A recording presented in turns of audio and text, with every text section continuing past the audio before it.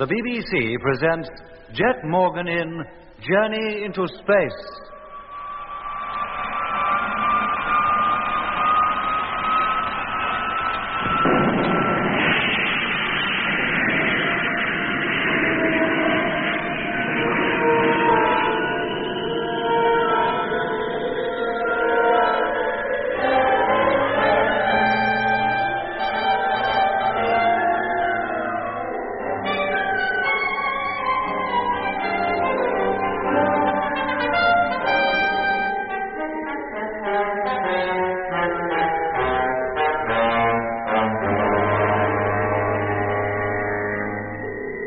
June 15th, 1972. Earth time. 7 years since man first conquered space. 2 hours ago, we took off from Mars on the first stage of our 355 million-mile journey back to Earth and home. Of the 20 men who set out on this momentous journey, only 8 are returning.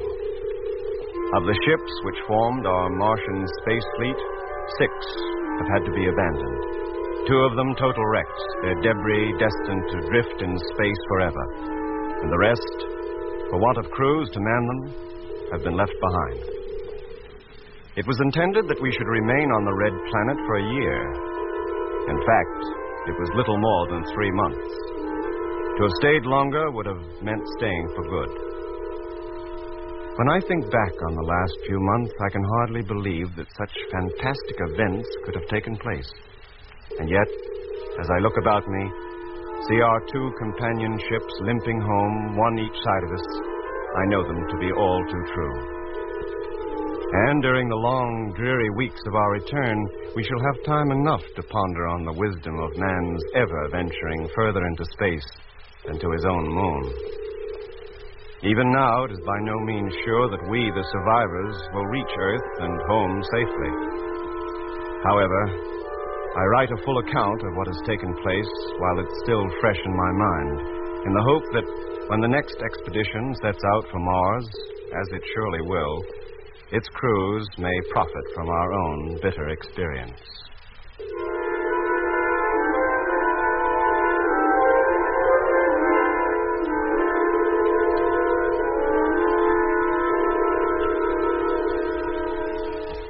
Looking back over the project now, I realized that from the very start it was ill-fated. For even before takeoff, things were against us. Portents, had we then realized it, of what was to come. It all began almost a year ago. Man's first attempt to conquer Mars was to be made in a fleet of 9 ships. 2 years of hard, concentrated work went into assembling them, and by April 1971, they were ready to leave. A few days before scheduled takeoff, Jet Morgan, leader of the Martian expedition, left Earth for the launching ground on the moon.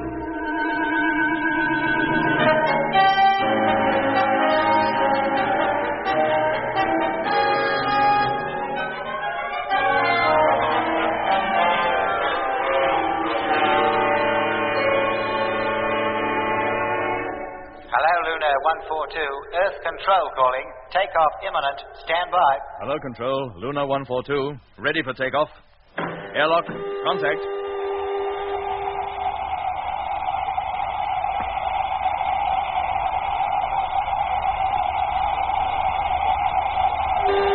Gyro. Contact. Okay, Mitch? All set. How about the passengers? Well, they look healthy enough now. I hate to think what they'll look like in 50 minutes or so. All right. Stand by for firing. Standing by. Hello, Control. Luna 142, ready for takeoff. Firing in 15 seconds. 10 seconds.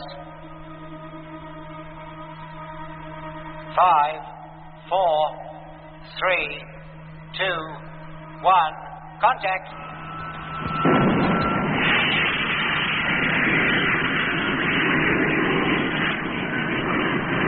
0 plus 10 seconds.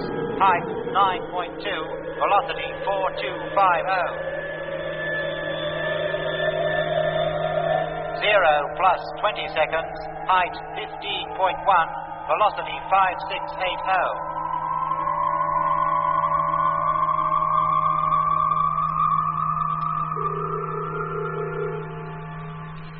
0 plus 3 minutes, 10 seconds.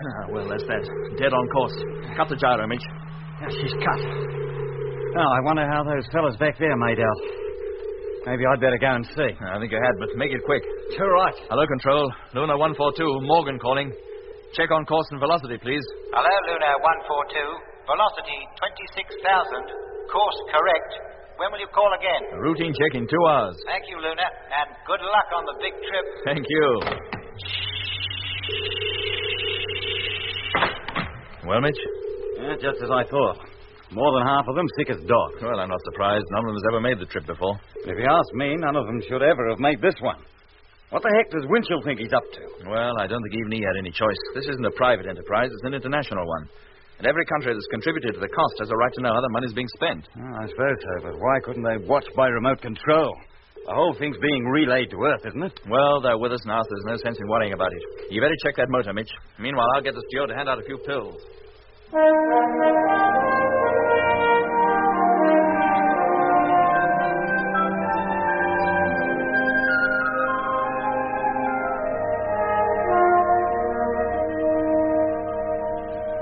Hello, Luna. Moon Control calling. Receiving you loud and clear. Course X742, track E. Request height and speed. Over. Message received. Course X742, track E. Height and speed to be ascertained. Call you in 5 minutes. Check, and thank you. Daffy. Huh? Landing computation. Course 742, track E. Where are the figures? Right here. Landing within the hour. Oh, they don't give us much time, do they? Get on with it, Taffy. Pilot's waiting. Oh, give me time, man.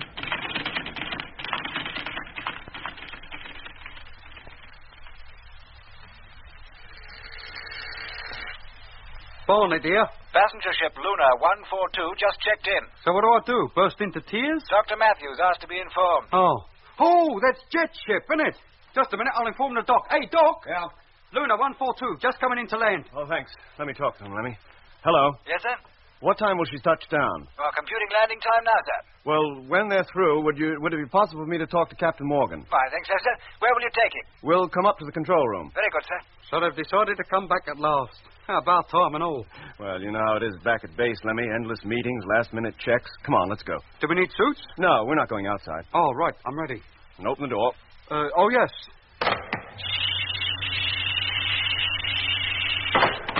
In you go, Lemmy.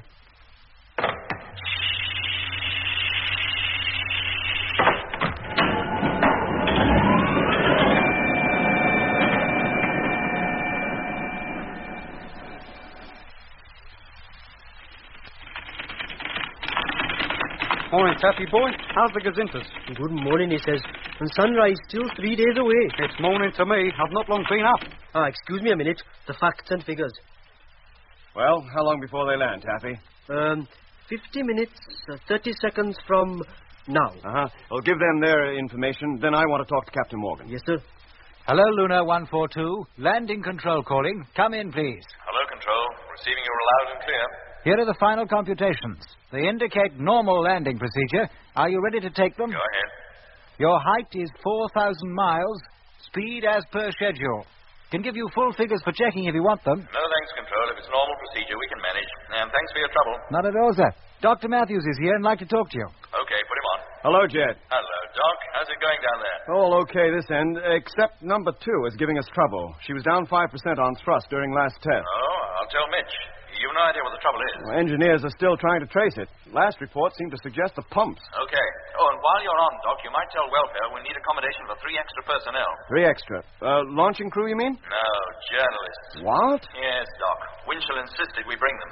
Oh, Mitch did his darndest to stop it, as you can well imagine, but it was no go. They're to get an eyewitness account of the takeoff for world syndication. But I thought No, that... I know. So did we, but there it is. Winchell waived the rule and allowed them to come. None of them has even been in space before. How did they take it? Not too well at first, but they were okay one day out. They've been a bit too lively since. You'll have to appoint somebody to look after them and keep them out of our way. Well, I'll do what I can, Jet. Anything else? No, not... What the? Emergency! Action stations! Close all airtight doors! Come on, hurry up! Doc, for goodness sake, what's happened? What is it, Lemmy? Doc, hello? Hello. Me. I don't think there's anything wrong in here. How about it, Taffy? Airtight doors closed, okay. Vents too. Operator, get me engineering section. Yes, sir. Hello.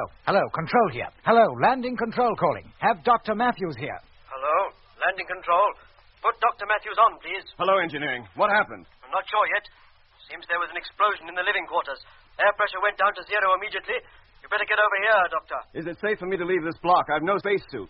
I'll find out the extent of the damage and let you know. Okay, and make it quick. Yes, sir. Is it bad, Doc? Living quarters. Either an airlock broke down or one of the walls collapsed or something. Blimey. Anyhow, until we hear from engineering, nobody is to leave this room. Is that clear? Yeah. Yes, sir. Hey, Doc. What about the men in living quarters? Heaven knows. If the worst has happened, there's nothing we can do for them.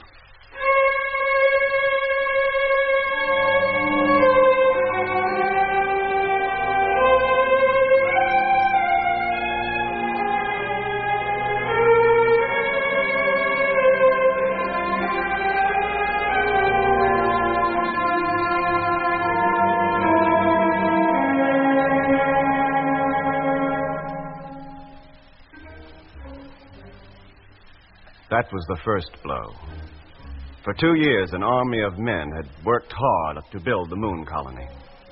Near the great crater, Copernicus, not far from the moon's equator, they had dug into the hills to construct a labyrinth of underground rooms and passages, which were to be the home of the construction personnel for so many months. For 2 years, there had been nothing to suggest that such a tragedy as had now taken place could ever occur. Yet, for some reason, the dome-shaped roof of one of the living quarter blocks had burst. It was the first disaster ever to have occurred on the lunar colony. 4 men had been sleeping in the section.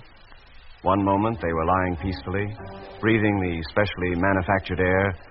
The next, that precious artificial atmosphere had rushed out of a gaping hole, leaving the men in a vacuum. It was a mercy the men were asleep. Within 2 hours, the damaged section was permanently and hermetically sealed off from the rest of our underground city. Meanwhile, Jet's ship had touched down on the nearby landing ground.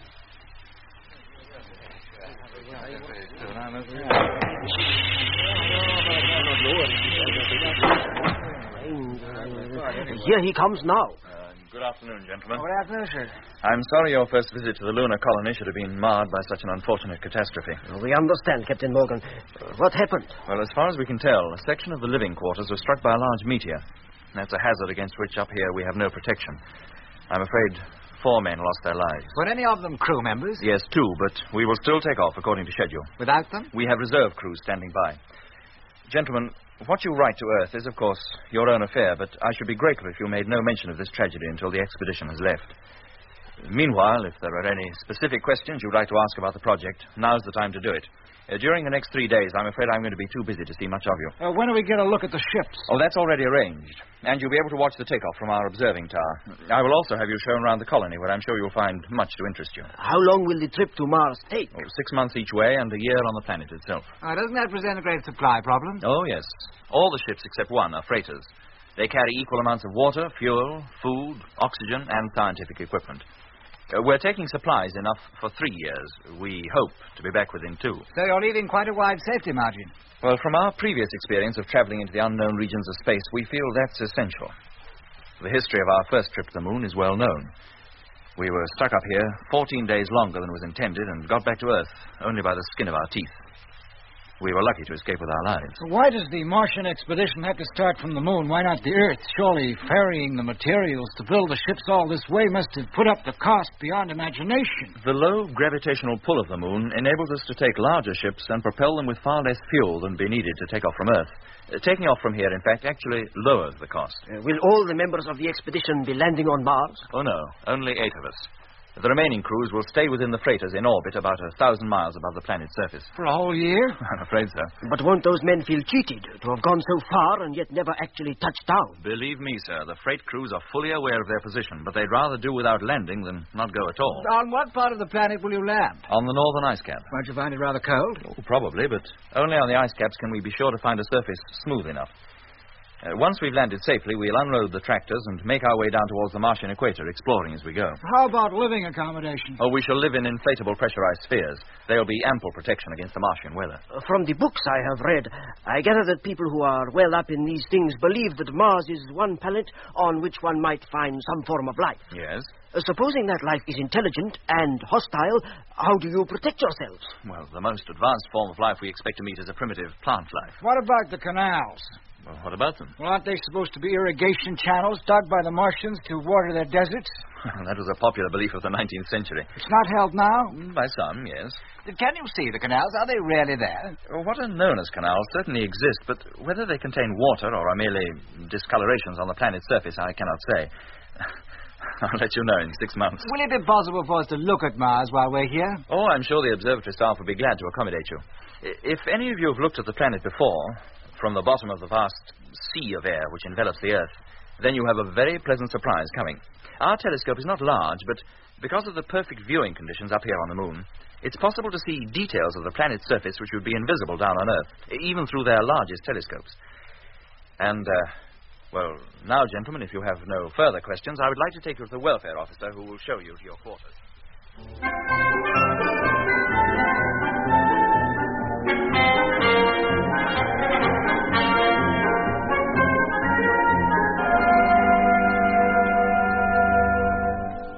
The next few days were a fever of activity. In a shallow crater some 3 miles from the colony stood the Martian fleet. The crater, with its smooth, flat floor and sharp rising circular walls, made a perfect launching platform. The ships were huge, nearly 300 feet tall and 90 feet in diameter. Only one of them, the flagship Discovery, was of the conventional space rocket shape. The rest were quite out of line with the popular conception of what a spaceship should look like. As they would never have to travel through any atmosphere, they weren't streamlined. They consisted only of the barest essentials: solar reflectors, radio antenna, fuel tanks, and other equipment, held together by what appeared to be a tangle of girders. The whole was topped by a large sphere, which, besides carrying most of the cargo, also housed the tiny cabin which served as living quarters for the 2 men needed to man each vessel. The freight ships, numbered 1 to 8 in huge red letters on their spheres, stood in a large circle about a mile in diameter. In the center of that circle stood the streamlined flagship Discovery, painted a bright blue for easy identification. 12 hours before takeoff, every man not on duty was looking towards the lunar horizon, waiting for the sun to rise. Behind us, hanging motionless in the void, itself like a great moon in first quarter, was the Earth. Then suddenly, there appeared behind the rugged skyline a spear point of red light, one of the sun's prominences, a herald of its approach. Instantly, as though some giant hand had turned a switch, the whole area was bathed in the sun's hard glow. The mountains, rocks, and crater rims throwing long, black, pointed shadows across the moon's surface. The lunar day had begun. The space fleet to Mars could now leave.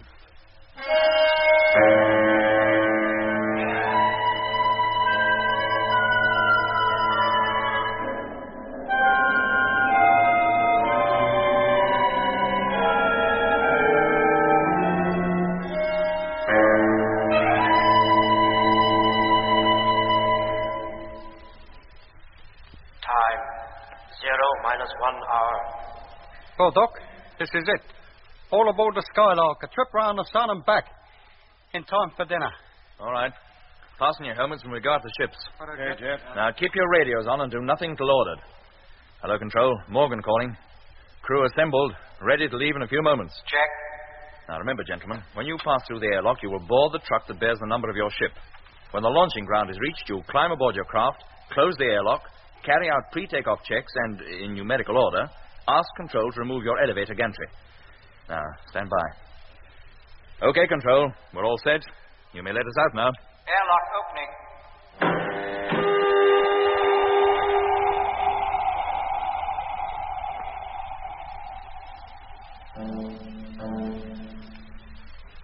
Because of the sharp curvature of the moon, the horizon is usually only a short distance away. So, when we arrived at the launching ground in the personnel trucks, we had completely lost sight of the colony. But once we had boarded the little elevator and it had climbed 300 feet up to the main door of the ship, the 5 great domes topped by the observatory were easily seen. Already, the film unit cameras were turning, and the radar operators preparing to follow the course of our flaming exhausts, which to them would look like comet tails. Soon, Jet, Lemmy, Mitch, and I were safely inside our tight little cabin. All right, gentlemen. You may take off your helmets now and stow your suits. Let me call up control. Have the fleet check in. Yes, Jet. Hello, Control. Flagship calling. All now aboard. You may remove elevator gantry. Thank you, Discovery. Removing gantry. Flagship calling Space Fleet. Pre-takeoff check. Come in, please. Flight number 1, check. Number 2, check. Number 3, 4, number 5, number 6, number 7, number 8. Thank you. Stand by for firing. Okay, Jet. All set. Mitch? Doc? Pre-takeoff check, okay. Okay. Then get onto your bunks and strap yourselves in. Well, there's one thing to be said for these new atomic motors. With their slow acceleration, we're not likely to go through the agony we did when we first took off from Earth. You remember? Will I ever forget? Luna was no more than an old crate compared to this job. Lemmy, televiewer on. Televiewer, contact. Rotator, Lemmy. Rotating. Better take a good look. It's the last we'll see of the moon for 2 years. Seems an awful long time, doesn't it? There goes the first flare. Takeoff imminent. 0 minus 30 minutes. That's it, Jet. Full circle. Right, Lemmy. Now, all of you, lie back and relax. Remember, takeoff is fully automatic. Nothing should go wrong. Well, let's hope not. 35 million miles is a long way from home. Now, we'll be first off. The rest will follow at 2-minute intervals. 30,000 miles above the moon's surface, the motors will be cut and we'll be coasting the rest of the way. Next stop, Mars.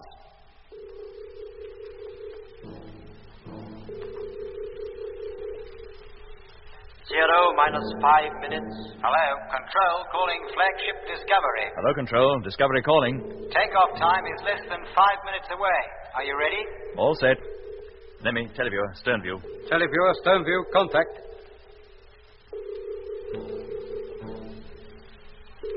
0 minus 45 seconds. Stand by. Won't be long now. Hello, freight number 1. Control calling. Number 1 to Control. Your takeoff time is imminent. Are you ready? All set. 0 minus 15 seconds.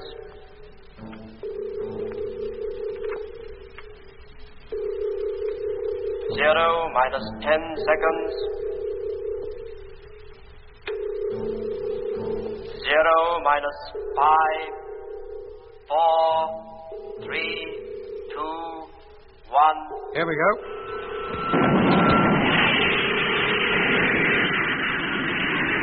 Goodbye, Moon.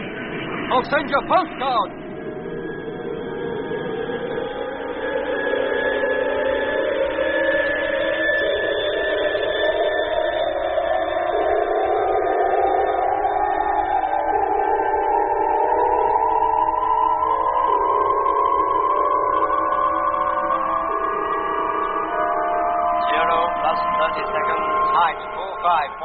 Velocity 5200. Maximum acceleration rate will be reached in 30 seconds. Lemmy, televiewer, stern view, telescopic lens. Stern view on.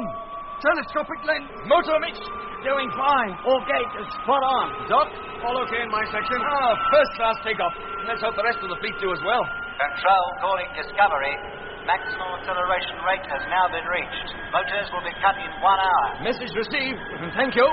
Control calling freighter number 1. Stand by for takeoff. 15 seconds. Good luck, boys. See you down there. 10 seconds. Wonder how they're feeling. If they feel like I do before any takeoff, awful. 5, 4, 3, 2, 1. There they go. Well, that's another one safely away. How long before they catch up on us? Oh, not for 2 days. And getting into formation is going to be a bit tricky. Oh, we got 6 months to practice. Wouldn't do to arrive at miles out of line. It would give a bad impression. All right, cut out the chatter, Lemmy, and keep your mind on your job. Yes, Jet. Freighter number 1 coming into view.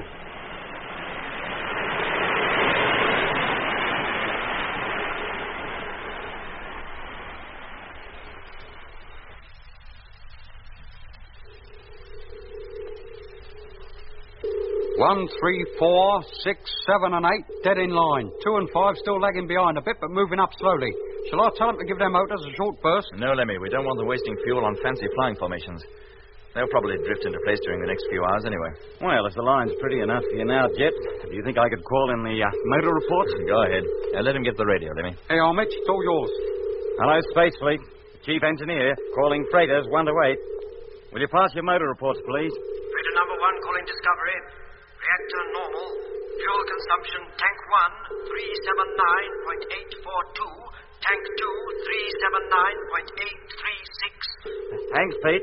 How was takeoff? Fine. Couldn't have been smoother. Call you again in 30 minutes. Roger. Flagship Discovery calling freighter number 2. Come in, please. Freighter number 2 calling Discovery. How are things with you, Frank? Shocking. Eh? Been having trouble all the way. Well, what kind of trouble? Motor lost thrust soon after we left base. Had to turn on the juice a bit or we'd never have made the rendezvous. Used up a lot of fuel, I'm afraid, Skipper. Well, how much? At least 10% above estimated consumption. Did you hear that, Jet? And that's not all. Well, what else? Main radio receivers on the blink. We seem to be transmitting okay, but reception from base is down to strength 2. You're hearing us, all right? Yes, strength 5. Well, keep listening up. We'll call you back. Too right. Well, Jet, what do we do about that? Frank might be a good pilot, but he's no radio man or engineer. Who's with him in that ship? Whitaker, construction engineer. No chance of him finding the cause of the trouble, then. We'll have to transfer a motor engineer and radio mechanic from one of the other ships. See if they can detect the fault. Oh, nearest motor engineer is in ship 5. Nearest radio mech is ship 7 on the far side of the formation. Number 5's lagging behind anyway. Transfer will be tricky, Jet. Distance too great for safety. We're closer to her than most. I'll go. And take Lemmy with me to look over the radio at the same time. What, me? Go outside? That's all we can do. Now get your suit, Lemmy, and you, Mitch. Sure, Jet. Now take the long safety lines with you. Call up number 2, Doc. Tell them we're sending over Mitch and Lemmy and to get ready to let them in. Sure, Jet.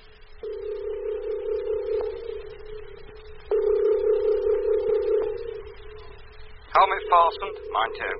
Dosing airlock.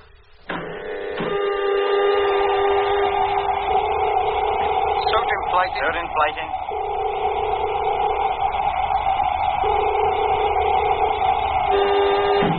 Air pressure 0. Okay, Jet. Open her up. Main door. Contact.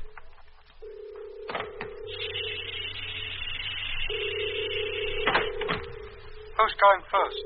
You. Fasten your safety line and push off. There's enough length to allow you to reach the other ship. When you get there, fasten your short line. Then I'll hook the end of your long line to myself, and you pull me across. Yeah, Mitch. And don't pull too hard. Do me a favor. Am I likely to? Just being careful, that's all. Don't want to crash up on the side of that ship. Are you ready? Fasten your line and make sure it's fast. Yeah. All right. Now push. I'll keep a hold of the line. If you push too hard, I'll hold you back. And there I go. There he goes. Cautious, wasn't he? He's hardly moving. Better that than too fast. Blimey. Something wrong, Lemmy? No, just a weird feeling, that's all. Suspended out there in nothing. Oh, it's perfectly safe. You don't feel it. He's nearly there. Ah, made it. Fasten your short line, Lemmy. Short line fastened. Now attaching long lines of belt. Right, Lemmy. You ready? Yes, Mitch. Then haul away. And slowly. Taking up the slack. Line tight. Hey, Mitch, where you going? What are you doing up there? It's just like you was a kite and I was flying you. Don't pull on the line, you fool. Lemmy! Lemmy! Blimey, it's come off. The line's come unfastened. Jet! Hello. Jet! Hello. The line's come loose. Mitch is adrift. He's drifting away.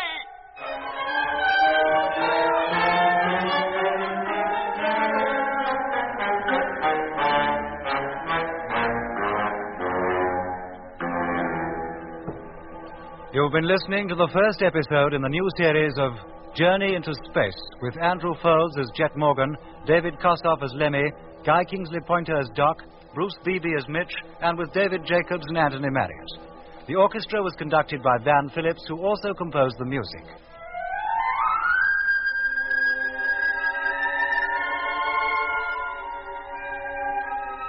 Journey into Space is written by Charles Chilton and produced by him in the London studios of the BBC.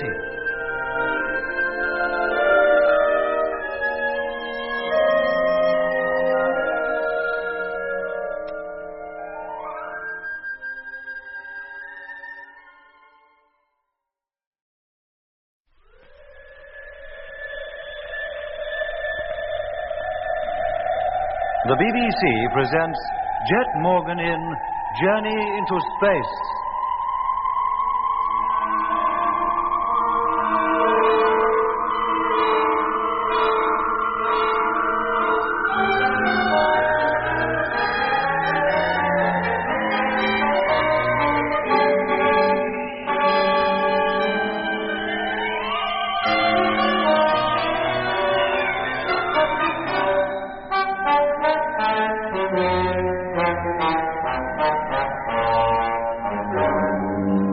April 3rd, 1971. 2 days ago, Spaceship Discovery, accompanied by 8 huge freighter ships, took off from the launching ground on the moon on the first stage of its 6-month-long, 355-million-mile journey to Mars.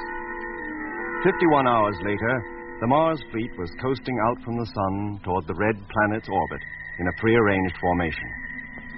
When cargo ship number 2 reported that her rocket motor had not been working efficiently and that the powerful two-way radio was also faulty, Jet decided to transfer our motor engineer, Mitch, and radio mechanic, Lemmy, to the freighter in the hope that they would trace the faults. 5 minutes later, the 2 men were in the airlock and ready to leave. Who's going first? You. Fasten your safety line and push off. There's enough length to allow you to reach the other ship. When you get there, fasten your short line. Then I'll hook the end of your long line to myself, and you pull me across. Yeah, Mitch. And don't pull too hard. Do me a favor. Am I likely to? Just being careful, that's all. Don't want to crash up on the side of that ship. Are you ready? Fasten your line and make sure it's fast. There. All right, now. Push. I'll keep a hold of the line. If you push too hard, I'll hold you back. Then there I go. There he goes. Cautious, wasn't he? He's hardly moving. Better that than too fast. Blimey. Something wrong, Lemmy? No, Jet. Just a weird feeling, that's all. Suspended out here. In nothing. It's perfectly safe. It don't feel like it. He's nearly there. Made it. Fasten your short line, Lemmy. Short line fastened. Now attaching long line to belt. Right, Lemmy? You ready? Yes, Mitch. Then haul away. And slowly. Taking up the slack. Line tight. Hey, Mitch, where are you going? What are you doing up there? It's just like you was a kite and I was flying you. Don't pull on the line, you fool. Lemmy! Oh, Lemmy! Blimey, it's come off. The line's come unfastened. Jet! Hello? The line's come loose. Mitch is adrift. He's drifting away. Good heavens, Doc, he is. Jet! Hold on, Mitch. Don't panic. Lemmy, can you hear me? Yes, Jet. Haul in the line, then throw it towards Mitch. Right. He'll have to look lively. Mitch is definitely drifting off. Yes, but only slowly. The line should be long enough to reach him. You ready, Mitch? Oh, what do you think? And make it a good shot, Lemmy, for Pete's sake. Right. Here it comes. Miles wide of him. I'm sorry, Mitch. I'll try again. Doc, get my suit. I may have to go out there myself. Sure, Jet. Now, Mitch, you ready? Yeah, Lemmy. Now, you try and grab it, boys. It comes by. Yeah. Now, here it comes. Oh, Lemmy, can't you throw it straighter than that? I'm sorry, Jet. I'm doing my best. It's this suit. It makes it so difficult. All right. Now, just keep calm. Have another try. I'm sorry, Mitch. But take your time, Lemmy. Now, slowly dodge it. Mitch must be at least 5 yards further away by now. A good throw this time should make it.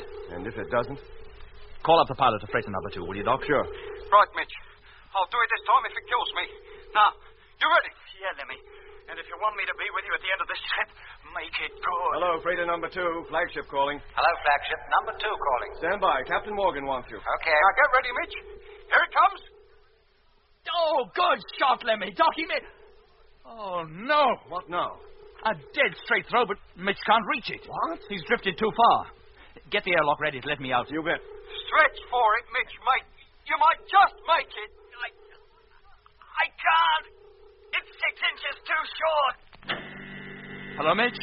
Yeah, Jet. Hang on, I'm coming out. Lemmy, Yes, Jet. get inside number 2's airlock. I'm going to ask the crew to let you in. What? And leave Mitch out there? Drifting away into eternity? Lemmy, do as you're told, and don't argue. Now entering airlock. Hello, number 2. Hearing you loud and clear. Let Lemmy in, will you? And put Whittaker on. Yes, sir. Whittaker here. Whittaker, go into the cargo compartment and get a construction engineer's rocket propulsion unit. When Lemmy gets inside, give it to him. Yes, sir. All right, Doc. Let me out. Airlock contact.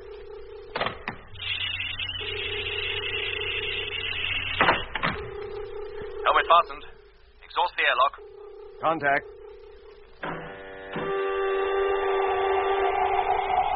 Suit inflating.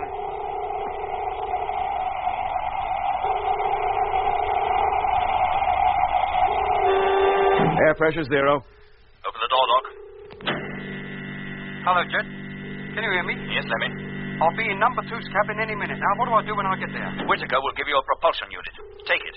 Come out again and wait by the main door. Is that clear? Right. Doc? Hey, Doc. Yeah, Jet. Mitch, I can't see him. I'm about 150 yards up, out of your line of vision. Oh. Can you see him on the televiewer, Doc? Yes, Jet, I can. He's directly over the ship. drifting further away all the time. Oh, thanks, Doc, for those comforting words. Fastening along safety line to ship. What are you going to do, Jet? Give myself a push and drift over to number 2. Lemmy, can you hear me? Yes, Jet. I'm in the airlock again now. I'll be out in just a minute. Here I go, Doc. Pushing off. Hello, Mitch. Hello, Jet. I can see you now. Hope to be alongside you in a few minutes. Make it snappy, Jet. I'm way above the ship now. Main door of number 2 opening. And there's Lemmy, Jet. Lemmy. Yes, Doc? Jet's on his way. So I can see. He's almost here. He's made it. Hello, Lemmy. Help me fix that propulsion unit. You're going up after him? What else? But the line doesn't carry that far. You'll never reach him. Is she secure? Yeah, I think so, but... Now, listen to me carefully. With the help of that rocket unit, I'm going to head towards Mitch. But the line isn't long enough for you to... As soon as it's paid out, I'm going to let go. I'll pick up Mitch and then come back to the end of the rope, so don't draw it back. But will it stay put? Of course it will. There's so little gravity out here, it'll remain in position for hours. Now, you ready? But Jet, listen, if you let go of that line, you'll be adrift too, and then... Here, mate, let me do it. You're more important to this expedition than me. Fasten the rope, Lemmy. But Jet... Fasten the line. It's in the line. Line secure. Give the free end a couple of turns round my wrist. There. Hello, Mitch. Yeah, Jet? Did you hear all that? Too right. Then here I come. Not too fast, Jet. Don't overshoot. Oh, blimey. Careful, Jet. It's only a short way you're going, not back to the Earth. I'll have to take it easy at next stage. Now, leaving end of safety line. How are you going to find your way back to Mitch travelling backwards? It's up to you to direct me. All right. You're about halfway there. Now, continue slowly in the same direction. You're drifting towards him now, but a little too low. Now, point the nozzle downwards. Smack on. Grab him, Mitch. Right, Jet. Gotcha. Oh, thank goodness. Now, hang on tight, Mitch. I'll have to maneuver a bit to turn us. Nearly round, Jet. About there. Right. Now straighten up. Keep going. Slowly. You'll make it. Now the rope's directly behind you. Easy does it. If you can see it, Mitch, grab that line. Got it. Can you keep hold of it? I think so. All right, Lemmy. Haul us back. Oh, we're safe now, Mitch. The panic's over. Oh, thanks, Jet. I thought I'd seen the last of you discovering everything else. Now, as soon as your boots grip the hull, make your way into the airlock. Too right, I will. Yeah. Oh, that's it, Mitch, boy. Home again. I thought we'd lost you that time. Get into the airlock, both of you. But what about your safety line, sticking out from Discovery like it was performing the Indian rope trick? Oh, we can stay there for now. We'll need it to help us back anyway. Hello, Doc. Matthew speaking. I'll see Mitch safely inside. If he's okay, I'll leave him to get on with the job and then come back. You all right on your own for a spell? Sure, don't worry about me. Good.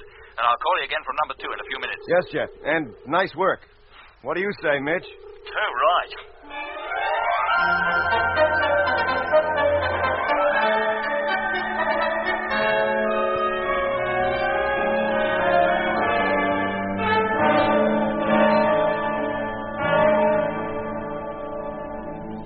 So Mitch was saved. But it had been a close call. The propulsion unit by which Jet was able to reach Mitch was a miniature rocket motor, looking rather like a hand fire extinguisher. It was designed to be used by the construction engineers when, above the Martian surface, they'd leave their ships to transfer to Discovery the equipment that was to be ferried down to the landing area. No engineer would dare move about outside the ship without first attaching his safety line so that, in the event of anything going wrong with the propulsion unit, he could be hauled back to his ship by hand. And so, for Jet to deliberately propel himself into the void without a safety line had been an extremely risky undertaking. However, once Mitch had been brought back, the incident was quickly put out of mind. A few minutes later, the 3 men were safely inside the ship and setting about the task of finding out what was wrong with freighter number 2. How soon did she begin losing thrust, Frank? Soon after we reached maximum acceleration. Can I see the log? Yes, skipper. If you get a step over to the control table. How about that radio, Lemmy? Any idea what's wrong with that? Amplifying circuit of the main receiver. Getting less than half the current through her that she should have. I think I'll have to take her innards out. Oh, will it be a long job? Probably. I can't say yet. Well, let me know as soon as you can. I don't like Doc being in Discovery on his own. Well, you can talk to him if you want to. I won't be interfering with the ship-to-ship system. Well, Jet, so far as I can judge, the motor trouble is way deep down in the hull someplace. Can you get at it, Mitch? Put it right. Not without every engineer we got with us working on it. We'd have to take a whole section of the ship to pieces. We haven't the tools for the job. Can't even get near it for weeks. The motor's still highly radioactive. God. Then what do you suggest? That we leave it alone and hope. But how about when we begin to approach Mars and have to slow down? She'll have to be working properly then. Well, if, in spite of the trouble, the motor's got the ship this far, she should function well enough to slow her down, too. But she'll probably eat up an awful lot of fuel. Will there be enough in the tanks to do the job? We'll have to make sure there is. We'll take some of the spare fuel from the storage tanks and fill her up. Yes, but that'll leave us short during the exploration period. I know, but it's either that or risking losing the ship. Oh, very well, Mitch. If that's your opinion, we'll have the fuel transferred, but we'll have to wait until she stops boiling. We can't risk the fueling squads getting contaminated. Well, we've got months of coasting before we need to get down to it. How about you, Lemmy? Well, with luck, I think I would have traced this trouble within an hour. As long as that? Well, you want me to do the job properly, don't you? Of course I do, but I don't want to leave Doc alone in the flagship for longer than I can help either. Yeah, I think I'll have to leave you here, Lemmy. Well, it suits me. As soon as you're ready to make the transfer, let me know. I'll be at the main door to see you make it safely. Right. Come on, Mitch. Let's get back to our own ship. Yeah. Open up the airlock, will you, Whittaker? Yes, sir. Make sure your line's secure this time, Skipper. You're damn right I will. Airlock, contact. Well, Mitch, nice to know you're still with us. That was a close thing, Doc, and no mistake. Hey, Doc, take this, will you? Huh? Oh, the propulsion unit. We'll keep it in this ship in case we need it again. Well, if we'd had it before, Mitch could have brought himself back. Had we known it was going to be needed before we got to Mars, it would have been here. Then we will be bringing over another one when he returns, so from now on, nobody leaves the ship without a propulsion unit. What happened, Mitch? How did you come adrift? I wish I knew, Doc. What? You mean you don't? No, Jet. That line was hooked to me. I swear the safety catch was definitely secure. Then how did it come apart? Search me. Here, look at my belt. There's nothing wrong there, is there? No, not that I can see. Nothing wrong with the catch on the end of the safety line either. No? Look, I tell you, there's something screwy somewhere. I would have staked my life on that line being secure. That's just what you did, isn't it, Mitch? Yeah, I see what you mean. You better be more careful in future, Mitch. Test the catch before you push off. I tell you, I did. Well, you're not likely to be going outside again. Unless number 2 shows more signs of trouble. Well, why should she? Well, why shouldn't she? She's shown plenty up to now. Whoever passed that ship as okay ought to be fired. I've half a mind to call up control and tell them to do it. Now, hold on, Mitch. It's probably a fault that's developed since we've been underway. You can't blame the inspection engineer for that. Well, it wasn't the first time she'd been faulty. Doc reported me she was down on thrust 3 days before we took off. But that was put right, Mitch. Oh, looks like it, doesn't it? Now, how about the radio? Doesn't look as though that was properly inspected either. Oh, pure coincidence. Pure incompetence is what I'd call it. If there can be 2 major faults in one ship like that, how many are there in the other ships? Look, Mitch, you're overwrought. After what you've been through, I'm not surprised. Yeah, come on, Mitch. Get your suit off and lie down and take a rest. I tell you, I don't need to rest. While you're on this ship, Mitch, and Doc gives you advice, you'll take it. Now get your suit off. All right, if you say so. I'm not a kid, you know. I know when I feel okay. I don't need you or Doc to tell me different. Can you get him to sleep, Doc? Yeah, sure, Jet. Leave him to me. I'll fix it. Good. Meanwhile, I'll call up Lemmy, see how he's getting on. All right. Hello, freighter number 2. Flagship Discovery calling freighter number 2. Freighter number 2 calling Discovery. Frank Rogers speaking. Put Lemmy on, will you, please? Yes, sir. Hello, Jet. Lemmy speaking. How's it going, Lemmy? Well, I know where the trouble is, but it'll be another couple of hours before I put it right. Oh. Don't you worry, boy. Lemmy Barnett's on the job. As soon as everything's shipshape again, I'll let you know. Tell Doc I'll be eating out, will you? And not to worry about my rations. All right, but be as quick as you can. I want you back in your own ship as soon as possible. Well, the sooner I get on with the job, the sooner I get back. I'll call you later. Okay, Lemmy.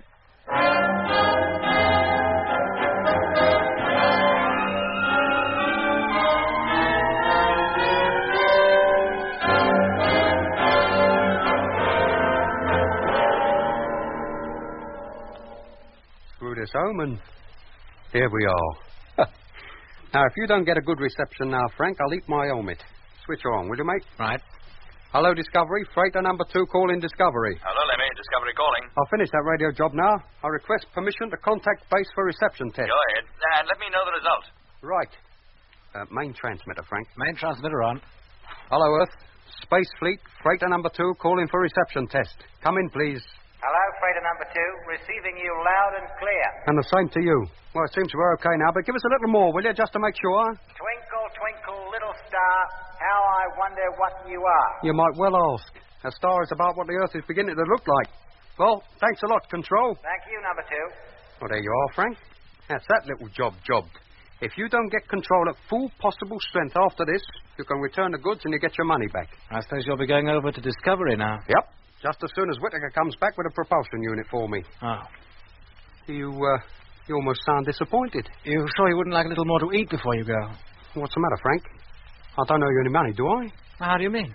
Well, the way you're trying to hang on to me, I thought maybe I did. Oh, it's just that I hoped you might have stayed for a bit. Well, you heard what Jet said. I was to return to Discovery as soon as the job was finished. I better call him up, tell him I'm on my way. Well, if you must, I thought we might have had the pleasure of your social company for a bit. Somebody to talk to for a while. You got Whittaker to talk to. No, Lemmy. I can't talk to him. Eh? Oh, don't tell me you two are fighting only 2 days out. I couldn't quarrel with him if I tried. Why? Has he been struck dumb or something? No, it's not that. He just doesn't talk. He's about the most unsociable person I've ever met. Then why did you crew up with him? I couldn't help it. I was supposed to crew with Vivis, but he was killed back in Lunar City when the meteor hit living quarters. Oh. So Whittaker's a last-minute replacement? Yeah. I'd hardly time to get acquainted with him before we took off. And after only 2 days out, you decide you can't get along with him? I defy anybody to. But what's the matter with him? Doesn't he pull his weight, or... Well, he works all right about the only thing he does do. Never says a word, unless it's absolutely necessary. Well, he doesn't talk about anything else? His family, or where he comes from, or anything? No. Then how does he spend his time? And he's not on duty, mostly lying on his bunk. Reading? No, just lying, waiting for his turn at radio watch. Oh. He can't wait to get to that receiver. And when I'm at it, he just lies there, staring at me. Go on.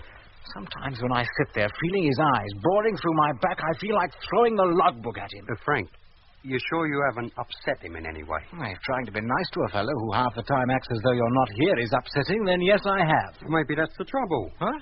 Yeah, you're trying to be too nice to him. He just doesn't like it. That's not the reason, Lemmy. It goes deeper than that. He's a queer customer all round. How do you mean?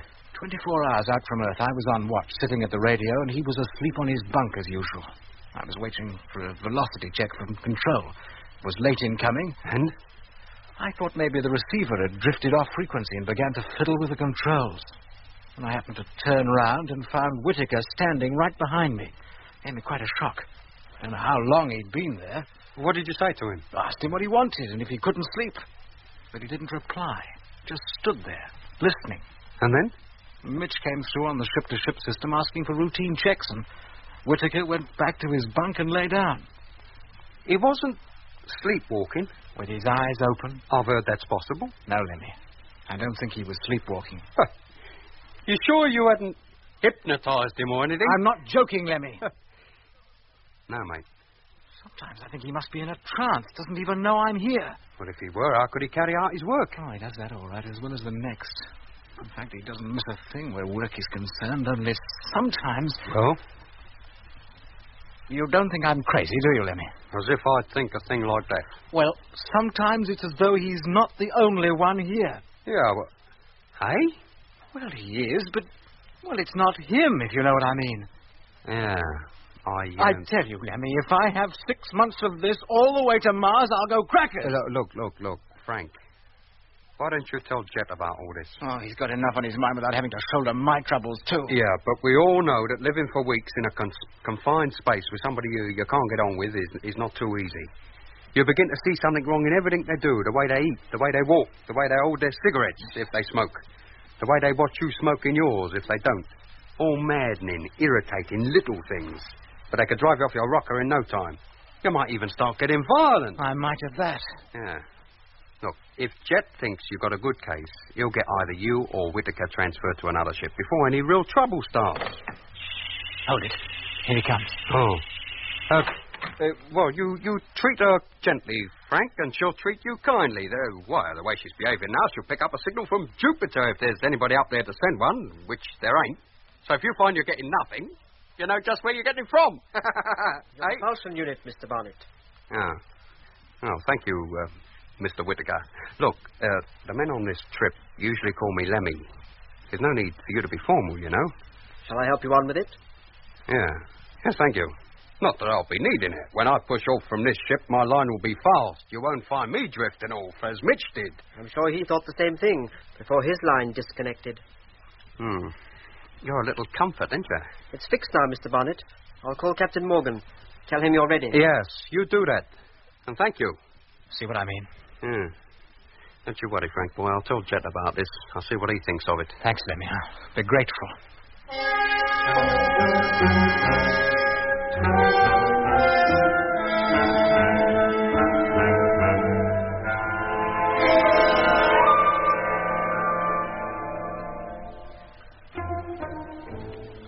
When Lemmy returned to the Discovery, he reported the conversation he'd had with Frank Rogers about Whitaker, the construction engineer. Jet, Mitch, and I listened with little concern. Rogers had probably exaggerated the whole business, and Lemmy had been too gullible.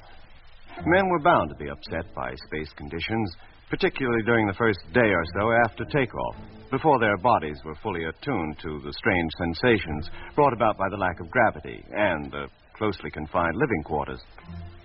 Some men were affected physically, were subjected to violent attacks of nausea. Others became depressed, sullen, even apathetic. But all these space-induced maladies were easily controlled by a little determination and willpower, and after a maximum of 2 days, most crew members felt themselves again. We concluded that Whitaker was suffering from an acute attack of space sickness and was taking more time to get over it than most. Rogers was told of our opinion and rather reluctantly agreed to be patient, see whether Whitaker's attitude would improve. Meanwhile, the huge ships of the Mars Space Fleet were coasting on their way, out from the sun and towards the orbit of the Red Planet.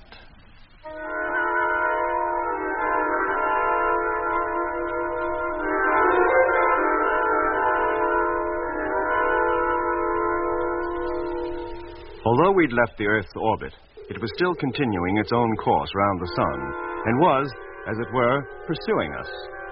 By the time we reached Mars, we would have traveled halfway round the sun, and so would the Earth. In fact, by the time Mars was reached, the Earth would have overtaken us, lie directly between us and the sun, and be approximately 40 million miles away. But to achieve that distance, we had to coast 355 million miles. Had it been possible to travel in a straight line, our journey could have been accomplished in only 55 days.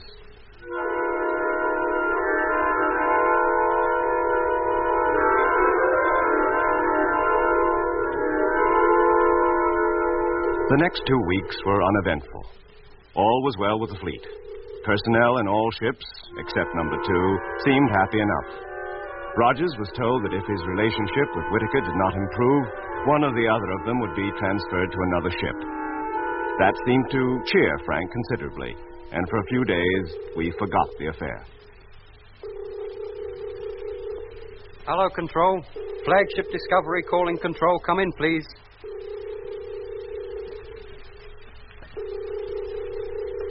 Hello, Flagship Discovery. Receiving you, Strength 3. Over. Have full recorded report on last 6 hours ready for transmission. Are you ready to receive it? Yes, Discovery. Stand by. I'll tell you when to start. Right. You know, the time lag between replies gets longer every time we call up. We must be 1 million miles from Earth at least by now. 2 million, Lemmy. Go on. Hello, Discovery. Control calling. Ready to take your transmission, but first I have a message for Captain Morgan. Hold on a minute. I'll call him.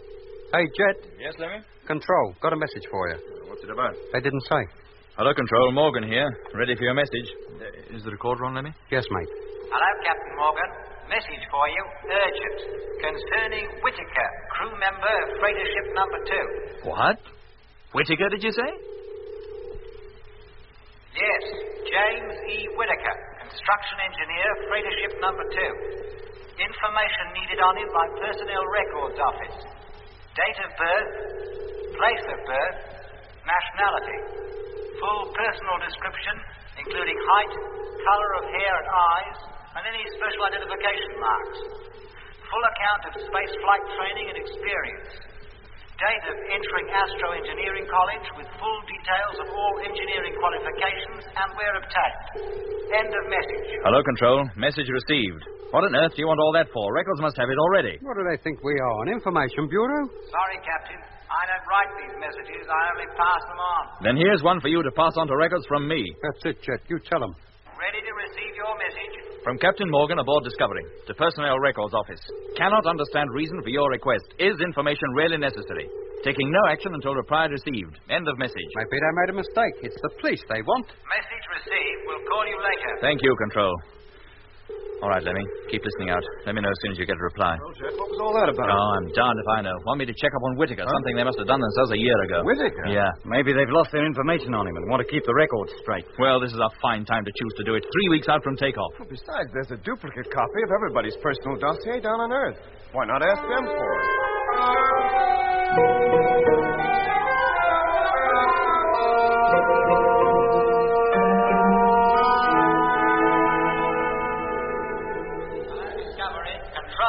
Discovery. Hello, Control. Discovery calling. Hearing you loud and clear.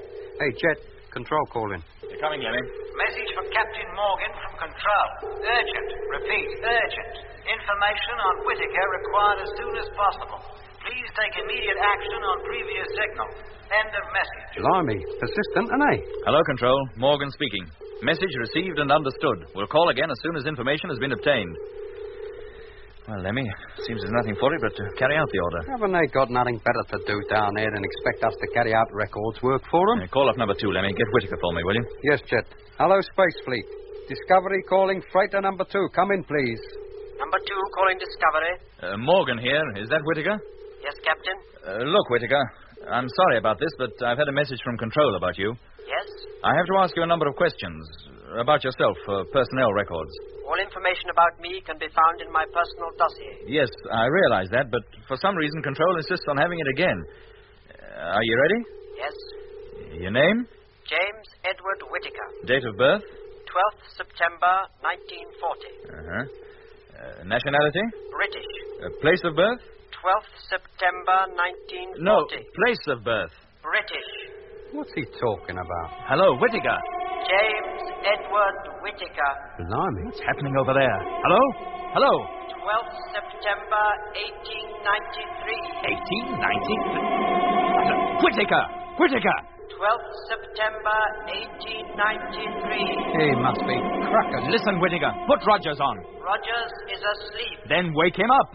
He cannot be woken. Wake him up, do you hear? Hello, Whittaker, do you... It sounds like he shut his transmitter off. Hello, Whittaker. Hello. Freighter number 2, Discovery calling. Hello. It's no good, Jet. He's not replying. What's he up to? And Frank. What about Frank? Hello.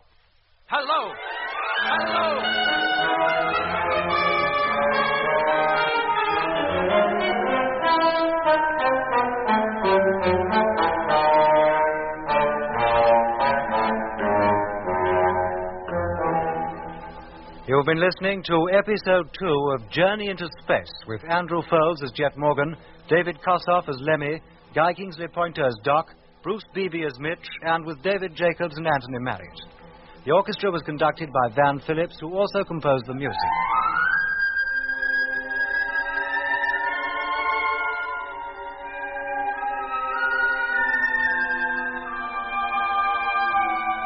Journey into Space is written by Charles Chilton and produced by him in the London studios of the BBC.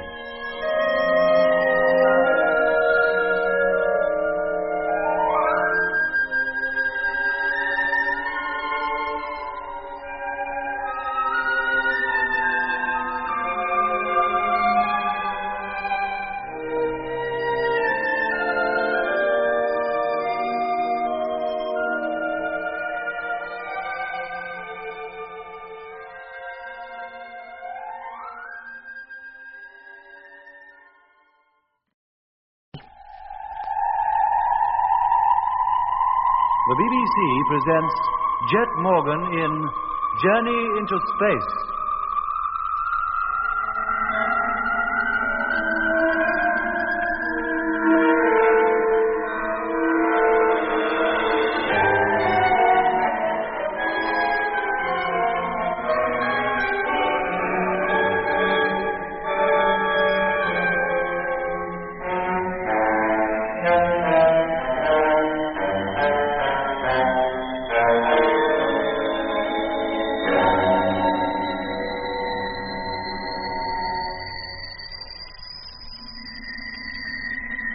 April 23rd, 1971.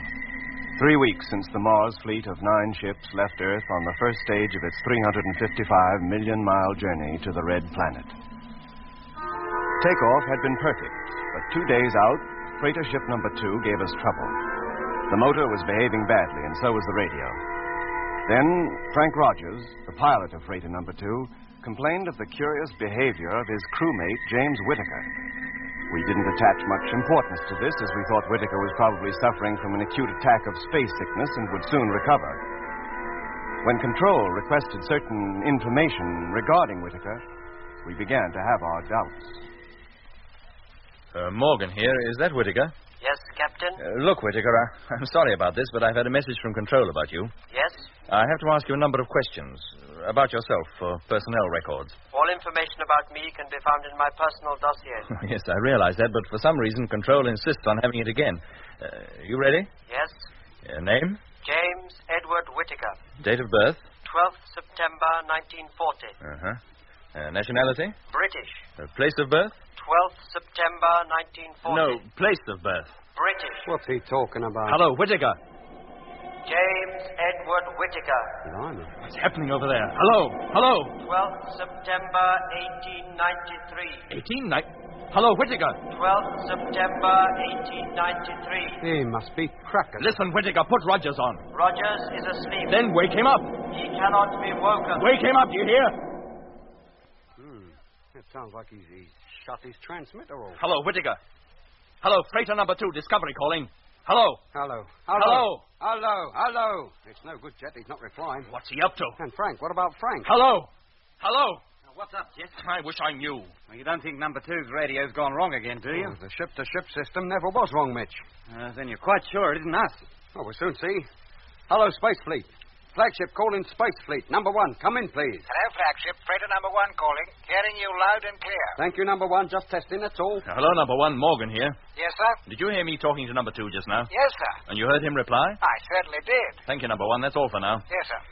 Well, that settles that, Mitch. There's nothing wrong with us. Shall I try him again, Jet? Yes, Lemmy. And keep trying. Yes, mate.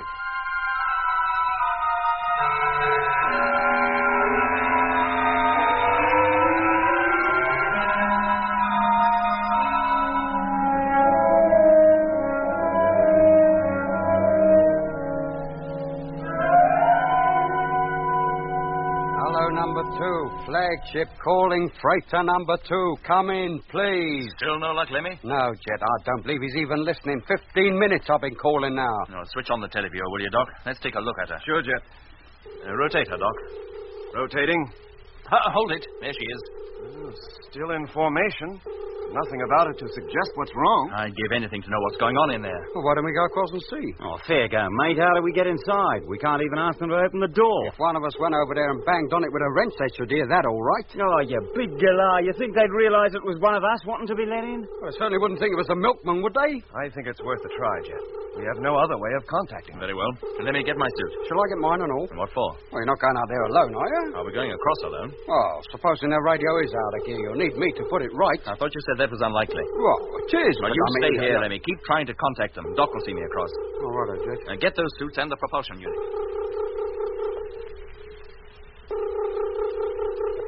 Can you see him, Lemmy? Yes. Just come into range of the televiewer. Hello, Mitch. Can you hear me? Yeah, Jet. I'm outside the main door of number 2 now. I can see you. Tell Lemmy to give them one more call. Right. Hello, freighter number 2. Discovery calling freighter number 2. Trying to contact you. If you can hear me, come in, please. Not a sausage. It's no go, Jet. You better start knocking. Okay. Here I go. Hey, Mitch. Did you hear that? Well, of course I heard it. I'm not deaf. Hey, Jet, do that again.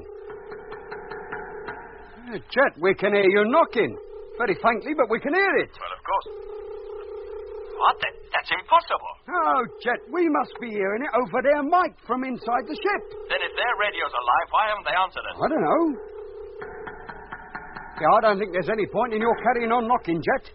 They should be hearing us calling them. Hello, Discovery. Freighter number 2 calling. Urgent. Come in, please. Oh, Mitch, it's Frank. Answer him. Hello, Frank. It's Lemmy here. What's been happening over there, mate? Can I speak to Jet, please? Yeah, he's right outside your ship at the moment trying to get in. Then hook me up. I must talk to him. Yes, mate. Hang on a minute. Hello, Jet. Frank just called up. He wants to talk to you. Frank? Then put him on. Hello, Skipper. Have to report that Whittaker is sick. Very ill, I think. What? Yes, sir. I don't feel too good myself. Well, what's the matter? Why didn't you answer when we called? Why, have you been calling? I was asleep. Asleep? But, yes, sir. When I woke up, I found Whittaker over here by the radio. He's flat out, Skipper. I can't rouse him. Listen to me, Frank. Yes, sir? Are you fit enough to get the main door open and let me in? Yes. Then do that. Main door, contact. Hello, Doc. Hearing you. Come on over, will you? Sure thing. There's the main door opening now. Well, Frank is safe anyway. What on earth happened to Whittaker?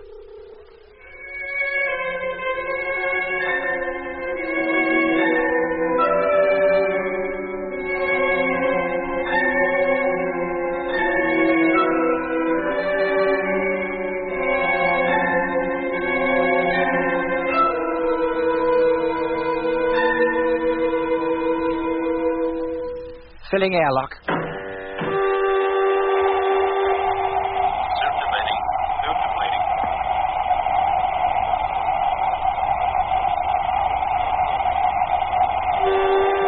Air pressure maximum. Then open the hatch, Rogers, and let us in. Contact.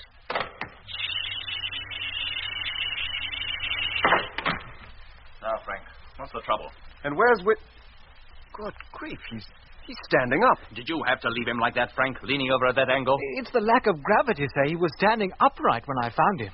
Well, it makes no difference really whether he's standing up or lying down, Jet. He's unconscious just the same. Well, let's get him over to his bunk. Seeing him like that with his eyes open but lifeless, it's uncanny. Right, Jet. Untie his boots and I'll be able to carry him over. Oh. There's one. Yeah, and there's the other. Right, Doc. He's all yours. Can I help? You stay here, Frank. I'd like to talk to you. Yes. Hello, Discovery. Morgan calling. Oh, hello, Jet. So you made it okay? What's the trouble over there? I'll tell you when I know myself. This was just to let you know we arrived safely. I'll call you later. Right. Now, Frank, let's get to the bottom of this. Why didn't you answer us? If I'd known you were calling, Skipper, I would have. But good heavens, man, the radio's loud enough, isn't it? Do you want an alarm clock, too? I'm afraid it didn't wake me. What time did you go to sleep? About 2 hours ago. Did you take a pill? No, Jet, but while I was sleeping... Well? I had the most horrible dream. One of those nightmares when you know if you don't wake up, something terrible will happen to you. And when I did finally wake, it was to find things as they were when I called you. It was a ghastly experience, Jet. I thought I was back on Earth, but the funny thing was... you don't have to give me details of your dream. No, sir. Now, what was Whittaker doing when you went to bed? Sitting at the radio on watch. You didn't notice anything odd about him then? No more than usual. He didn't have a word to say. Well, Doc? Still unconscious. Any idea why? No. I can't understand it at all, Jet. I can find nothing wrong with him, but I can't rouse him. Well, if it's just sleep, Doc, it must have come upon him very suddenly. It certainly did. That's why he was still standing up when Rogers found him. Anyway, I don't intend to leave him before he's awake again. Look, that may be ours. Maybe. You go back to Discovery, Jet, if you want to. I'll stay here. But that means Frank virtually running the ship on his own. You can't share his watches and stay with Whittaker at the same time. I can manage for a few hours anyway, sir. No. I have a better idea. What? Do you think we could move Whittaker over to Discovery? Well... He doesn't weigh anything, sir. It'd only be a matter of towing him across. Rogers, you almost sound as though you'd be glad to get rid of him. Well, it's not that, sir. Look, under the circumstances, Doc, if we can move him, I think we should. All right, give him an hour. If he doesn't wake by then, I'll consider it. Right.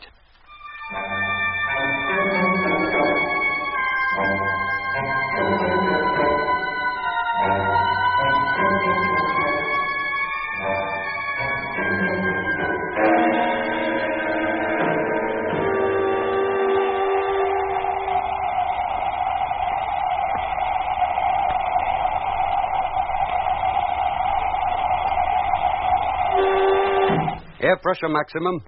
Hatch opening.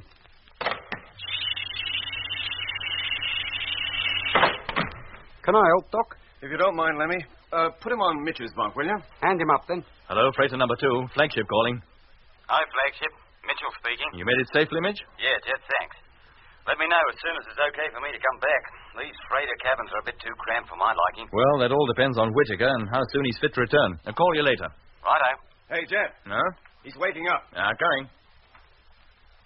All right, Whittaker. Now take a drink of this. It'll make you feel better. Where am I? You're aboard the Discovery. How did I get here? Doc and I went over to your ship and brought you back. And what was I doing all that time? Sleeping. At least that's what you appeared to be doing. Can't a man sleep without he has to be hauled from one ship to another, without even being consulted? Now, take it easy. You fell asleep standing on your feet. That's not natural. Under gravityless conditions? What I mean is you fell asleep in the middle of talking to me. Oh, yes, I remember. Records had lost my dossier. I didn't say so. I merely said they wanted information about you. Do they still want it? Yes? Then get it over with. What do you say, Doc? I think we'd better wait a bit, Jet. At least until I've looked him over. Ask your questions, Captain Morgan. No, you'll stay where you are until Doc considers you're fit to get up. Later, I'll have you transferred to another freighter. I'm not going back to number 2. No. But number 2 is my ship. I must go back to it. I'm sorry, Whittaker, but under the circumstances, that will not be possible. You and Rogers don't get along too well. One of you has to be moved. Then it'll be Rogers. He's the one who complains. Whittaker, if I decide to move you, you'll move. Yes, sir. Meanwhile, you'll stay here. But if I am to move anyway, why can't it be now? Because I want you to stay here. Now, is that clear? Yes, sir. All right, Doc. He's all yours. I'll question him later. Sure, Jet.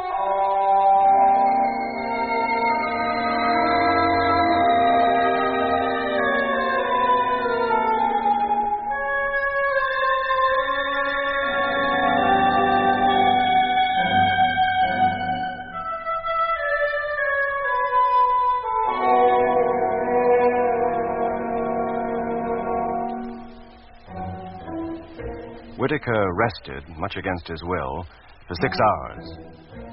At the end of that time, the only report I could give Jet was that he was fit and well, physically at any rate. In due course, Jet got the information he required and had it radioed back to base. As to the cause of the strange, deep sleep that had so suddenly overtaken Whittaker, I was none the wiser, nor apparently was he.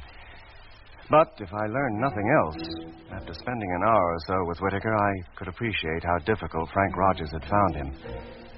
There was some indefinable, atmosphere surrounding Whittaker that made me uncomfortable just to be near him. I said nothing of this to Jet, not at first. And then I didn't need to. When Whittaker was fit enough to take up his duties again and began moving about the cabin, Jet and Lemmy noticed it too. The tension in the ship began to mount.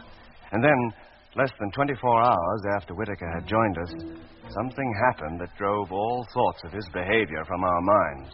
Hello, flagship. Freighter number 5 calling Discovery. Come in, please. Hello, number 5. Discovery calling. Over. Can I speak to Captain Morgan, please? Have special report. Hold on a minute, Bill. I'll get him. Hey, Jet. Yes, Lemmy? Number 5 says he has a special report. Oh, what about it? He didn't say. Hello, Jet. It's the radar. What about it? Well, unless the thing's gone crazy, there's something pretty solid in front of us, and it lies right across our course. What? Are you sure? We're getting echoes back from something, and it's pretty big, too. Well, how big? Well, difficult to tell at this stage. How strong are the signals? Very faint, but they're there. All right, number 5, keep constant watch, will you? I'll get the other ships to see if they can pick up anything. Yes, sir. Let me call up the fleet.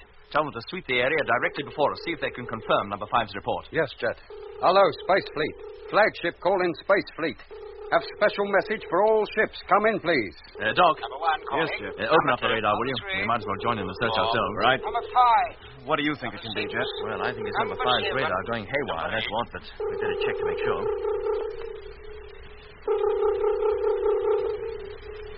Signals aren't very strong, but there's no denying them. So I can see. You got all the reports in yet, Lemmy? Just waiting for number 7. Hello, flagship. Number 7 calling. Talk of the devil. Hello, number 7. Receiving you. Have full report of first hour's radar watch on specified area. Can you take it? Go ahead. Echoes definitely received. Estimated distance of object 1,300,000 miles. Position dead ahead. Whittaker. Sir. Take over here, will you? Keep watch until further orders. Yes, sir. Come on, Doc. Let's take a look at the report, see what they can tell us. Right.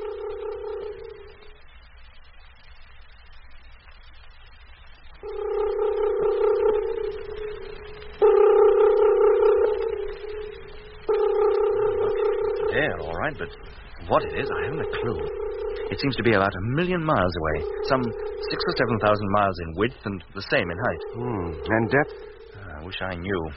But whatever it is, it's directly in our path. Couldn't be an asteroid, could it? No, I doubt it. If it were, its dimensions would be about the same as the Earth's moon, and there's no known asteroid of that size that I'm aware of, and certainly none that come between the orbits of Earth and Mars. How rapidly are we approaching it? Well, if we can depend on these reports, and they all seem to agree, I'd say we'll reach it in about 33 hours. If it's a large, solid body, that doesn't give us much time to get out of its way, does it?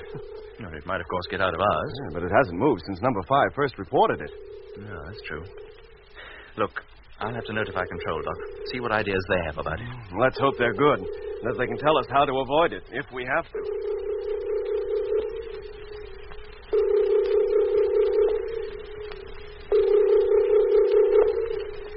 by yet, Lemmy?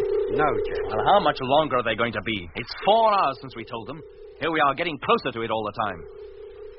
Soon it'll be too late for us to do anything. We'll have overtaken the thing. Yeah, we won't need Earth to tell us what it is then. Hello, Space Fleet. Control calling Space Fleet. Flagship Discovery. Come in, please. Oh. Hello, Control. Discovery here. Receiving you. Go ahead. Now we wait 10 seconds while the radio wave travels down to Earth and back again. Oh. I'll better switch on the recorder, Jet. Be all ready for them when they do come through. I'll do it, Lemmy. Oh, thank you. Hello, Discovery. Here's a reply to your message of April 24th, 1700 hours Universal Time. Unable to say with certainty what the object might be. Oh, that's a great help. Possibility that it may be one of these things. Meteor swarm, comet dust, or cloud of ionized gas. If either of the first two, suggest evasive action be taken as soon as practicable. If ionized gas, you can expect to pass through it safely with no adverse results, other than a temporary upsetting of electronic equipment. And they'll all come running to me. A more accurate estimation of the object's identification may be deduced from radar data received when you're closer to it. Keep us fully informed. Suggest hourly. End of message. Thank you, Control. Message received. Keep listening out, please. Well, Jet, what is it? Meteors, comet dust, or what do you call it? Ionized gas? I wish I knew. As to the first two, they're much the same thing and equally dangerous. Look, tell Control I'll call them again in 30 minutes. Then get Mitch on the intercom for me, will you? So your guess is meteors, is it, Mitch? For safety's sake, I think we should treat it as though it were. Take evasive action. Yes, but that'll mean changing course. Well, that's better than being battered to pieces, isn't it? Oh, well, we're safe enough for a bit. We're not likely to meet the outer layers of the swarm for some hours yet. That gives us plenty of time to get you back into this ship. If we're changing course, you will have to be here. I shan't be sorry. Being a member of a freighter crew can get darn dull. Well, think yourself lucky you don't have to do it all the time. I most certainly do. Very well, Mitch. I'll call you again. I'll wait for one more report from Earth. If they still can't tell us for certain what that thing is, we'll act on our own. Wacko. Oh, how's Frank, by the way? Well, fine. Couldn't be better. Having the right man to crew with can make a lot of difference, you know. I'm not sure what you mean by that. I mean, if you've got any sense, you won't send Whittaker back to this ship. Oh, I don't intend to. Okay, hear from you later, then. Okay. Well, Doc, how far from it are we now? About 500,000 miles. 17 hours to go. Less. We'll be well into the outskirts of the thing before that, no matter what it is. Meteors or gas. Well, the most urgent thing is to pick a ship for Whittaker. Get him shifted and get Mitch back here where he belongs. Where do you intend sending him? I don't know. If he has the same effect on other crews as he had on Frank, wherever we send him could well be disastrous. Well, there's Johnson in number 7. He's about the toughest freighter pilot we have. I don't think anything would upset him. Oh, isn't he the chess fiend? Yeah, he's used to silence. Well, I don't know if that'll count for much, but I do know there's very little Johnson can't take. Yeah, I'll send Whittaker to number 7. Look, wouldn't it be fair to call up Johnson and ask if he minds? Well, call him, yes, Doc, but I'm afraid he'll be taking him whether he likes it or not. Well, you better do it now, then, Jet, while Whittaker's still asleep. All right, but we better wake him and Lemmy in a minute. Their sleeping period's about over. Maybe what's that? No. Lemmy? Help! What on earth's the matter with him? Come on, Doc. Lemmy, what's the matter? Lemmy! Good grief. What is it, Doc? I don't know. Lemmy! Lemmy! Answer me! Lemmy! That's quietened him. Here, Lemmy. Lemmy, wake up, do you hear? Shut up!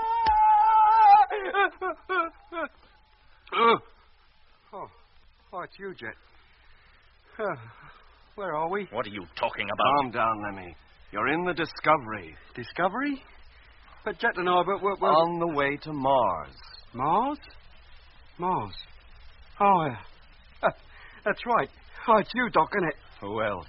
Yeah, it all comes back to me now. What happened? Did you have a bad dream? Yeah, that was it.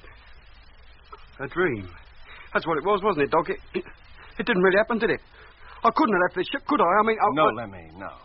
You've been lying on that bunk for the last 5 hours. Sleeping. Oh, thank goodness. That was about the most horrible dream I ever had. But it was only a dream. Now pull yourself together and get down out of that bunk. I've got work for you to do. Yes, Jet. Here, let me undo your straps. Thank you, Doc. There you are. Now, go on, get down. Is Mitch still asleep? Oh, no. No, it's him! Jet! It's the same fellow. What's he doing here? Where's Mitch? Lemmy, shut up. Mitch is in freighter, too. You know darn well he is. What are you carrying on like this for? Then who's this? Whittaker, of course. Whittaker? What's the matter with you? Have you lost your mind or something? I had him transferred to the ship 2 days ago. Oh, yeah. Yes, so you did. But Jet, He was in your dream, Lemmy? Yes, Doc, he was. Gave you quite a shock to see him lying there, huh?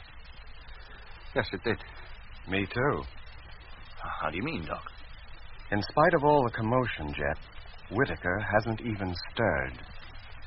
No, that's true. He hasn't.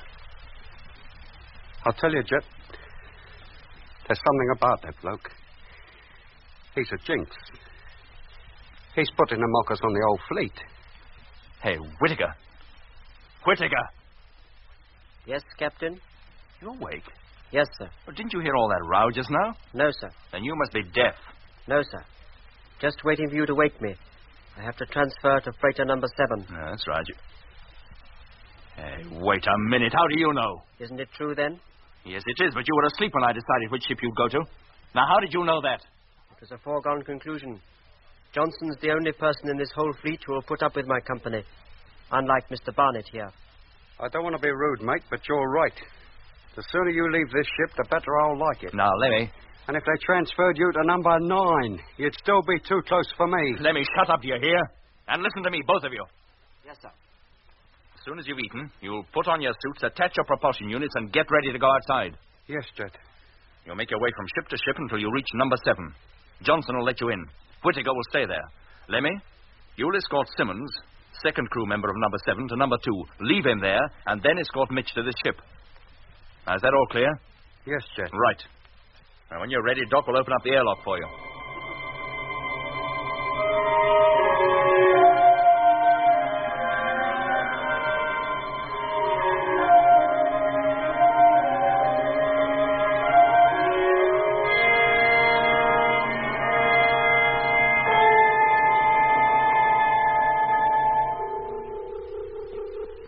Okay, Doc. Suits inflated. Intercom working satisfactorily.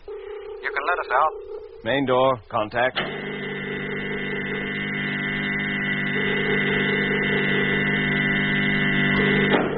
Thanks, Doc. And here we go. You first, Whittaker. And make sure your safety line is fast before you push off. Safety line fast. And away you go. As soon as you reach number 1, hitch up. And wait for me to come over before you push off for number 2. Pushing off now. Can you see them, Jet? Yes, Whittaker just drifting into view now. Control calling Space Fleet. Calling Flagship Discovery. Have a message for you.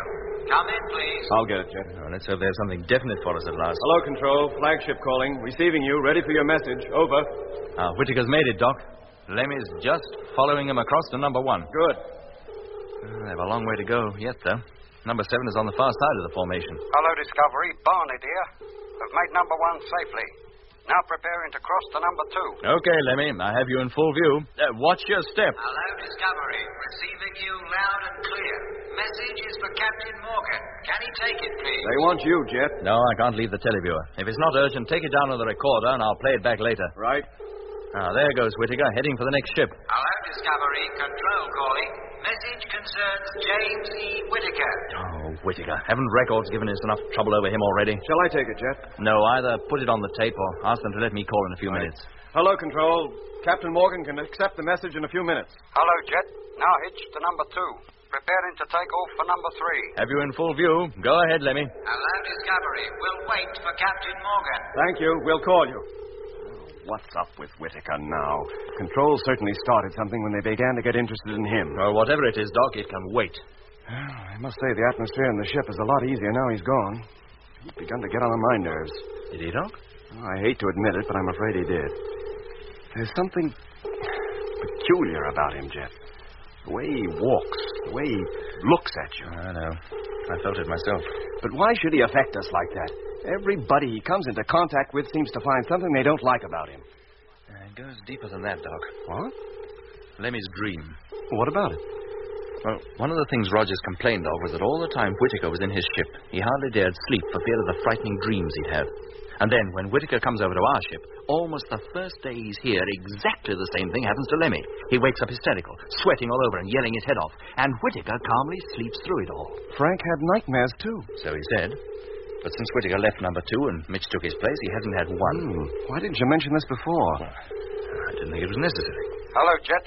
Now hitched to freighter number 3. Ready to cross over to number 4. Go ahead, Lemmy. Still have you in view. But how can a man's mere presence cause people to have nightmares? Well, search me, Doc, but I can't help feeling that Lemmy's hysterics were no coincidence.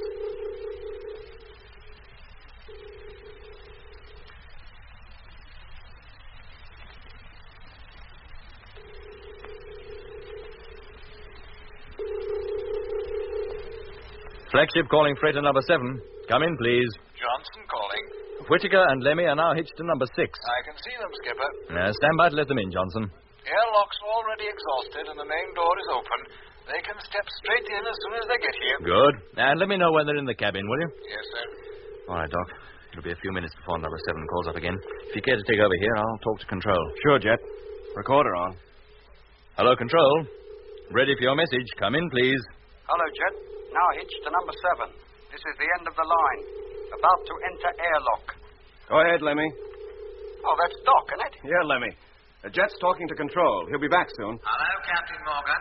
Here's your message. Information on Whittaker received. It's been checked against his dossier in records section and found to be identical. Well, of course. But further investigations have revealed that the only James Edward Whittaker who answers to the description we have was born in 1893. In 1924, at the age of 31 years, he disappeared and was never seen again. But Whittaker is 31. Director of Records requests that he be allowed to talk to Whittaker as soon as possible. Hello, Control. Your message received, but not fully understood. I can put you on to Whittaker in just a few moments. Stand by, please. Doc, did you ever hear such preposterous nonsense? Is Whittaker in number 7 yet? No, he and Lemmy are hardly in the airlock. Now, let's get to that radio, Doc. Then I'll talk to Johnson. Right. Hello. Freighter number 7. Flagship calling. Hello, Flagship. Johnson, number 7 calling. Listen, Bill. The second Lemmy and Whittaker get into your cabin, put Whittaker on, will you? I want to talk to him urgently. As you say, Skipper. I was just about to let... What was that? Sounded like an explosion. Hello, number 7. Hello. Jet, look here at the televiewer. Look at number 7. The crew's compartment is a total wreck.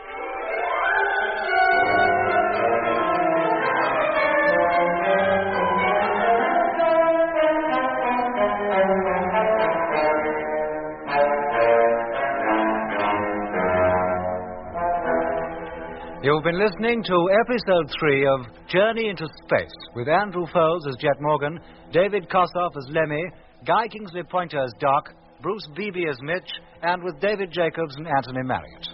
The orchestra was conducted by Van Phillips, who also composed the music.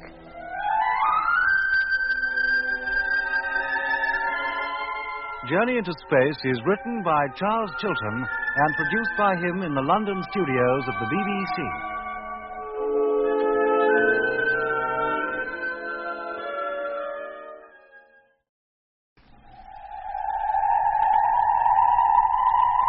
The BBC presents Jet Morgan in Journey into Space.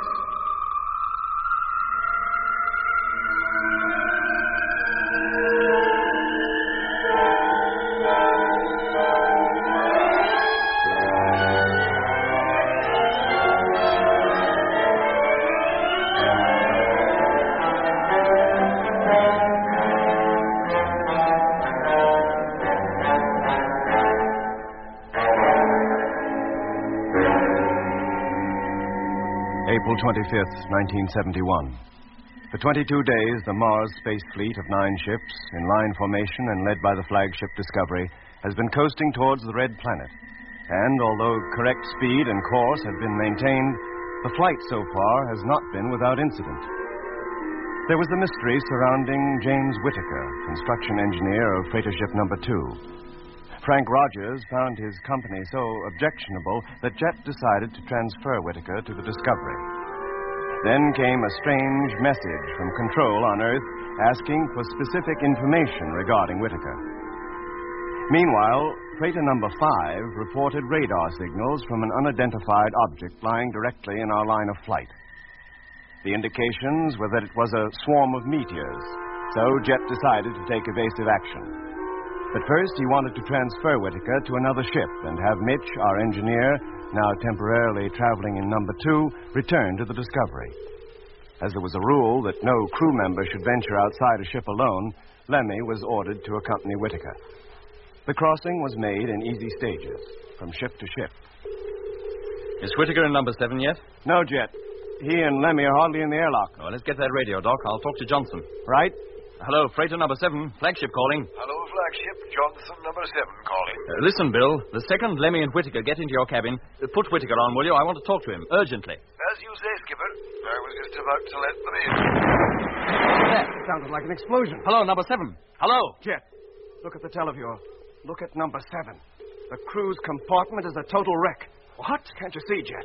There's a gaping hole just behind her nose. Hello, Johnson. No point in calling him, Jet. By now, every particle of air that was inside that cabin will have escaped. Yes, but what about Lemmy and Whitaker? They were just about to go into number 7. Hello, Lemmy, can you hear me? Whitaker! How far had they got, Doc, before the explosion came? They just entered the airlock. They must be still in there. Had it filled up? No. Johnson couldn't possibly have had time to do it. Then they're still in the vacuum. It's unlikely they'd have felt anything as a concussion. Except through the floor. Yes, that could be enough to do considerable damage. Might have fractured the helmets or even damaged the suits. Yes, Jet. Hello, Lemmy, can you hear me? He doesn't answer, Doc. Hello, Discovery. Freighter number 6 calling. Request permission to break in on transmission. Go ahead, number 6. Arnett and Whitaker entered the airlock safely, sir. We saw them go in. Doesn't the main door of number 7 face you? Yes, sir. Then can you see into the airlock? Can you see Lemmy or Whitaker? Afraid not, sir. Johnston or Simmons had already started to close the door. It's not tight shut, is it? No, sir. It's open enough for a man to pass through it. I request permission to go over there. Thank you, Barker. I'm prepared to leave then, sir. Yes, but don't go until I tell you. No, sir. Hello, Jet. Lemmy calling. Jet, it's Lemmy. Lemmy Barney, calling Discovery. Hello, Lemmy. Can you hear me? Oh, yes, Jet. What happened? Oh, there was an explosion of some kind in the crew's quarters. Oh. Are you hurt? I don't think so. I felt the shock. It come up through the floor, then I blacked out. How about Whitaker? He seems to be all right, but I think his radio's out of action. I can't talk to him. Listen, Lemmy. You can't get into number 7 through the airlock anymore. But if you feel fit enough, I'd like you to make your way towards the ship's nose and enter the cabin from there. The nose? Yes, there's a gaping hole there now. More than big enough for you to pass through. Aye? Yes, Lemmy. But a couple minutes more and Whitaker and I would have been in that cabin. You had a narrow escape. Thank your lucky stars for it. Yes, Jet. But what about Johnston and Simmons' lucky stars? Lemmy, I want you to get inside the cabin and give me a report on the damage. Think you can manage that? Yes, mate. Barker will be coming out to join you. As soon as he's across, have Whitaker take his place in number 6. Yes, Jet. But how do I make him understand what's wanted? I can't talk to him. Look, Lemmy, put your helmet next to his. Let them touch. When you speak, he'll hear you. Oh, do I have to get that close? To that geezer? Do as you're told, Lemmy, and don't argue. Yes, Jet.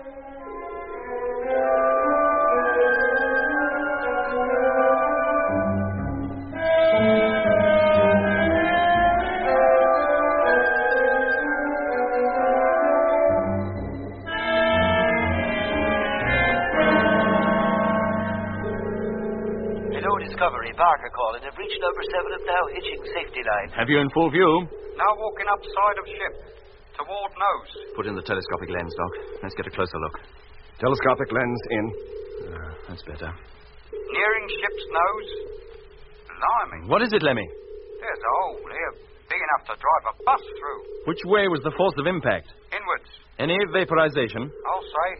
I thought as much, Doc. A meteor. Lemmy? Yes, Jet? I'd like you to go down into the cabin. Can you do that? Through the hole, you mean?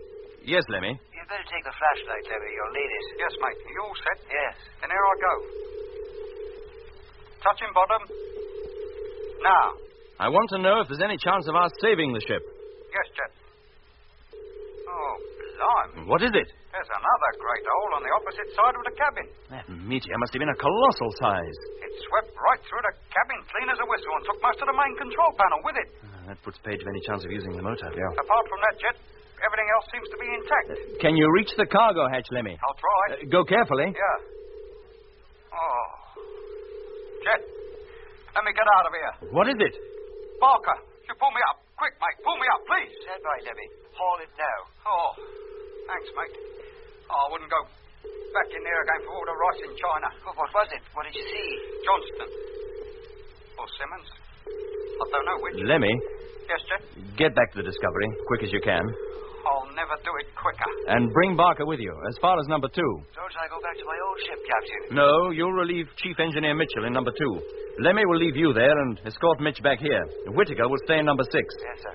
Is that clear, Lemmy? Yes, Jet. Then pull yourself together and come on.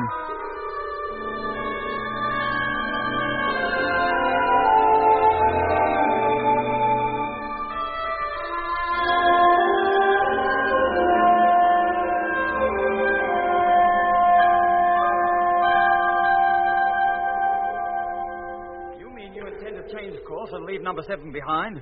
Abandon her completely? What else can we do? She was hit by a meteor, wasn't she? And a darn big one at that. It's quite likely it came from the outer fringe of the very swarm we're approaching. We've got to take evasive action at once, and that means leaving number 7 behind. But she's full of cargo, Jet. Valuable cargo. Just the fuel she's carrying is worth its weight in gold. Mitch, to save the fuel alone would take hours. And meanwhile, we're getting closer to that meteor swarm. If it is a meteor swarm.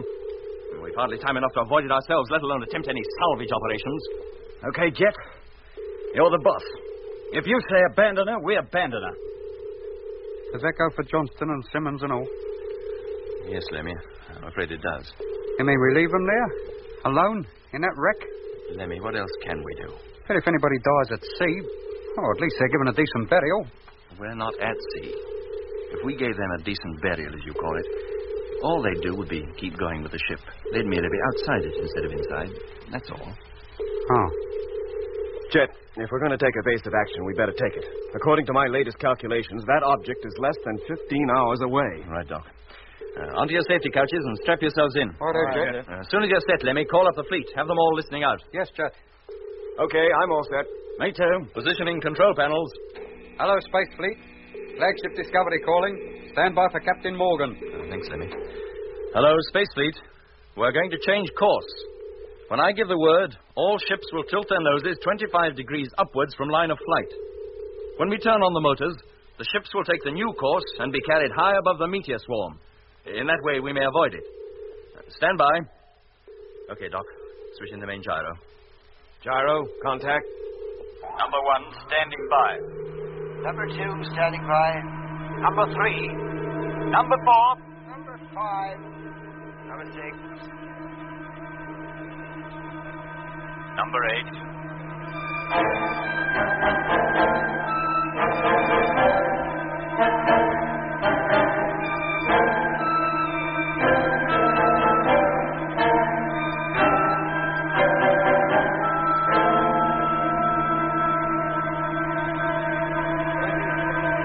21, 22, 23. Number 2 gyro, stand by. 24, 25 degrees. Cut. Number 2, cut. Bang on. Steady as she goes. Televiewer, Mitch. Televiewer on. 25 degrees. Steady. Cut the main gyro, Doc. Main gyro cut. How's the rest of the fleet, Mitch? All okay. Except number 7. She seems to be the only one that has moved. Nose pointing downwards. It looks that way, but it's actually the rest of us pointing up. Call in the checks, Lemmy. Right. Discovery, call in Space Fleet. Stand by now for firing. Check, please.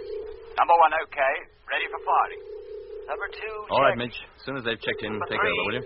Sure, Jet. Number 4. 5. 6. Number 8. Check's okay. Fleet ready for firing. Hello, Space Fleet. Flagship calling. Firing will be controlled from here. All motors will fire simultaneously. If there's any reason why firing should not take place in 70 seconds, speak up now.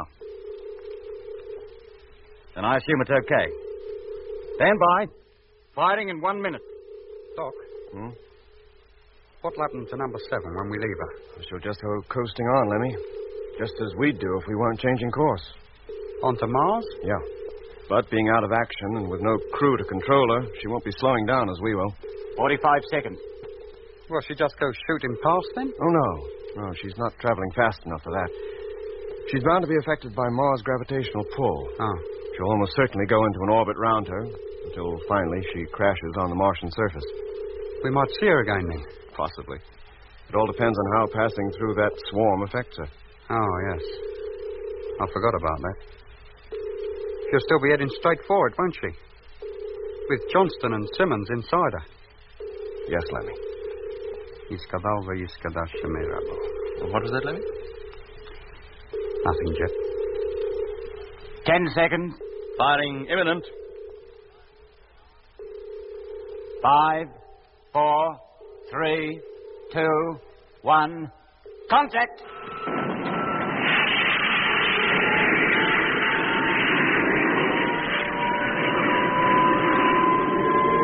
Acceleration rate 100, 200, 300,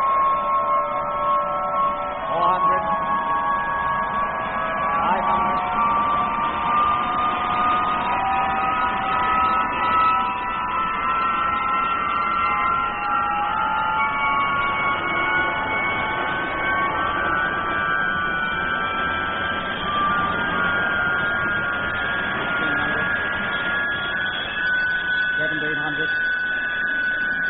$1,800,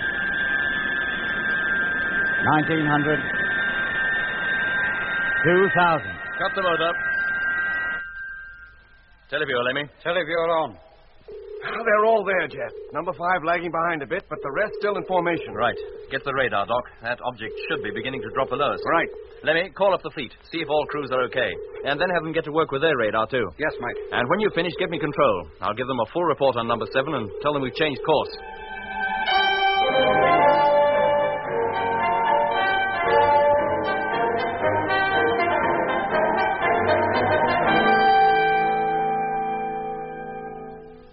Thank you, Control. Message received. Keep listening out, please. We'll call you again shortly.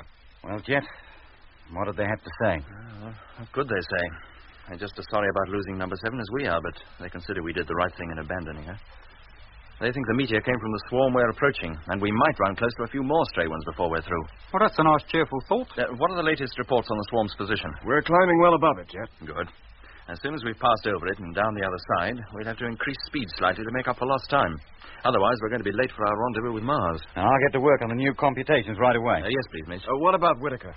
What about him? Oh, don't you remember, Jet? The last message we had from Control before the meteor hit number 7 was... Good heavens, yes, I forgot all about that. What was it they said? That the only man they could find answering to Whitaker's name and description was born in 1893, and he disappeared in 1924. What? That was the message we received, Mitch.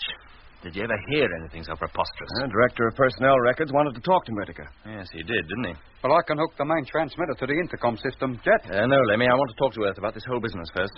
But if Control want to talk to him direct, why not let them? Because, Lemmy, the whole fleet knows of the uncanny effect Whitaker had on you and Rogers. If there's anything else about him that's unexplainable, I don't want any of the crews listening in on it. Particularly the pilot of number 6. He may have to spend the rest of the voyage with him. Oh. Yeah. Hello, Control. Flagship Discovery calling. Come in, please. Are you sure you heard it right, Jet?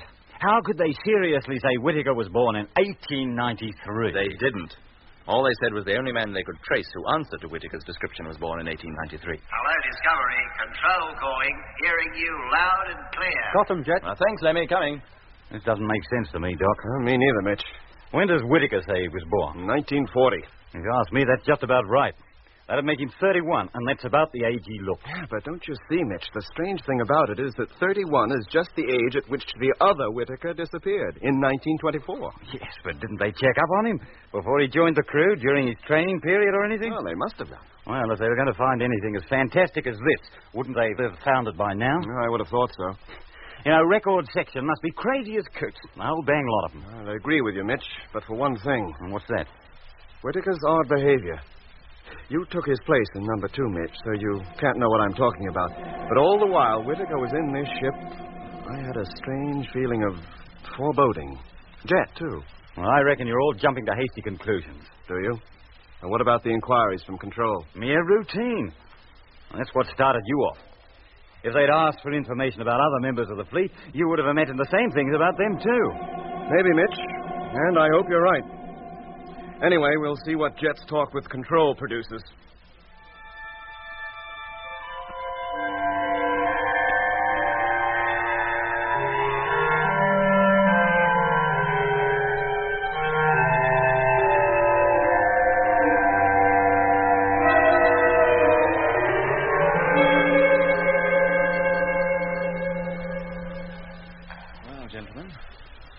have some rather startling news for you.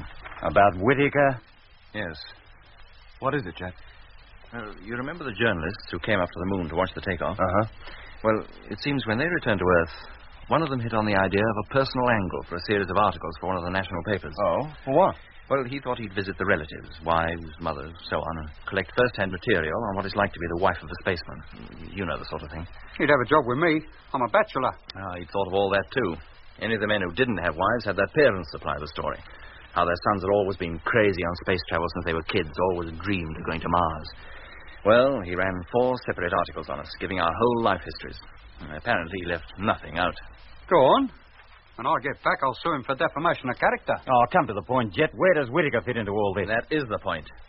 He doesn't seem to fit in at all. How do you mean? Well, very little information about anybody appears to escape this journalist. Until he started on Whittaker, and there he came unstuck. How? Well, the first odd thing he struck was that although Whittaker was supposed to hold degrees in astronautical engineering, he'd never been on the roll of the Astronautical College. But he must have been. Wait a minute, Doc. He might have faked his diplomas. Quite easily, but that wouldn't have given him the knowledge he's got. He's a first-class engineer, one of the best we have. Then where did he learn? It beats me. And that's not all the story. This journalist, drawing a blank at the Astro College, decided to seek out his relatives. And? Well, in due course, he found his way to his home in Kensington and asked to see his parents, but he hadn't any. Well, that's possible. Orphans ain't uncommon. No, Lemmy, they're not. But even the parents of orphans don't die before their children are born. Oh, no, I grant you. What was that? The parents of James E. Whittaker died before the Second World War. Oh, but that's impossible. Whittaker wasn't born until 1940. Mitch, let Jet finish. Oh, go on, but if this is a joke, it's a pretty poor one. A joke, he says. I can't keep from laughing here. But living at the same address as Whittaker had given was a family of the same name, headed by a man of 48 who declared his father's name was James. Born in 1893? Yes, Doc. And this James Whittaker left his home one morning in 1924 and was never seen again. All efforts by the police to find him were a complete failure. Well, it could be a coincidence. Could have been, Mitch, quite easily. Only Edward Whittaker produced a photograph of his father. Control says it bears a striking resemblance to the one records have of the Whittaker flying with us. What did the Whittaker who disappeared do for a living, Jet? Oh, chief cashier in a large London store. Now, Jet, when this geezer disappeared, did any of the takings disappear and all? Not that I'm aware of, Lemmy. Well, that knocks that little theory on the head, doesn't it? Of course, as soon as he realized there was something odd about all this, the journalist took the whole matter up with Control, who then took it up with the police. Police records show that the James E. Whittaker who disappeared was identical in every way, physically, with the Whittaker now in number 6, even to the color of his eyes. Green. How do you know? If he'd looked at you the way he looked at me sometimes when he was in this ship, you'd know they were green. I swear they used to flash in the dark and all, like a cat. Well, it all sounds very mysterious, but I'm sure there's some rational explanation. Why don't you tackle Whittaker about it yourself? I intend to, but not while he's in number 6. Well, how else can you talk to him? Well, when we're safely past this swarm, I'll have him come over here where I can be sure our conversation won't be overheard by the rest of the fleet. Maybe you're right. Until we can get to the bottom of this business, the fewer people know about it, the better. Well, let's forget for now and get back to work. Have you got those figures ready for Control yet, Mitch? Yes, Jet, they're on the table. Lemmy, get in the latest radar reports. Yes, mate. And, Doc, how about some food? It seems hours since we've eaten. It is ours. I'll get it. Thanks, Doc.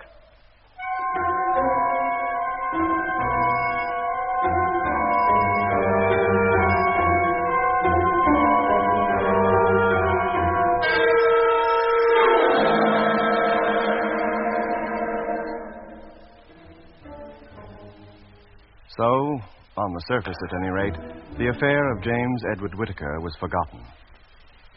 Jet and Mitch were fully occupied for the next few hours, checking our position and rate of climb and calculating the amount of fuel we'd used in maneuvering over the supposed meteor swarm. It was quite considerable, and what with the loss of the supplies carried in number 7, more than we could afford. For my part, although I did my best to concentrate on my work, my mind kept returning to Whittaker. Time and again, I found myself relaxing from the job in hand and thinking of him and the mystery that surrounded him. On one or two occasions, I even thought I heard his flat, dull voice, and once even looked up, expecting him to be standing at my elbow. No matter how hard I tried, I could not get him out of my thoughts. And so it was for 4 or 5 hours more until a call from freighter number 5 brought normal routine to a standstill and all of us running to where Lemmy was working at the radio. Hello, number 5. Morgan here. What's so urgent? Have you checked your radar lately? No, there's no need. 4 ships are already keeping track of the swarm. Then you better check it quick. Those meteors we're supposed to be climbing over have moved. They're directly in our path again. What? But that's impossible. No, Skipper. I've already checked with number 4. His report's the same. All right, number 5. I'll check here. Call you later. Sure, Skipper. Mitch, Doc, did you hear that? I heard it all right. Put on the radar, Doc. Let's take a look for ourselves. Radar on?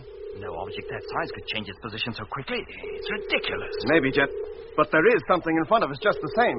And the signals are much stronger now. Whatever it is, we're closer to it. But we should be thousands of miles above it by now. Well, we're not. It's less than 10 hours away and directly in front of us. Are you sure you figured out the right course, Mitch? Well, of course I did. Last navigational check showed we were coasting exactly along the line we intended. Well, maybe it's an entirely new object now. Perhaps this is a second swarm, one we just didn't know about. Look, Jet, we swept the area before we changed course. There was no reaction then. That's true. But how do you account for it? Doc, sweep the area below, where the swarm should be. Right.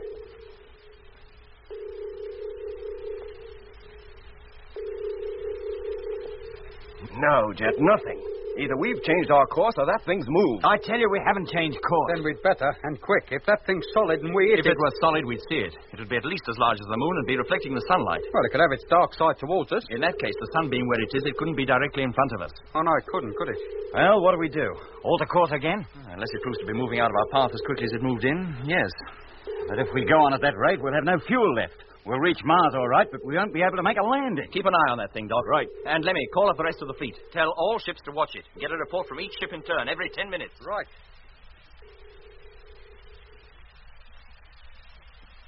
Still directly in our line of flight, Jet. Couldn't be more so. That's it, then.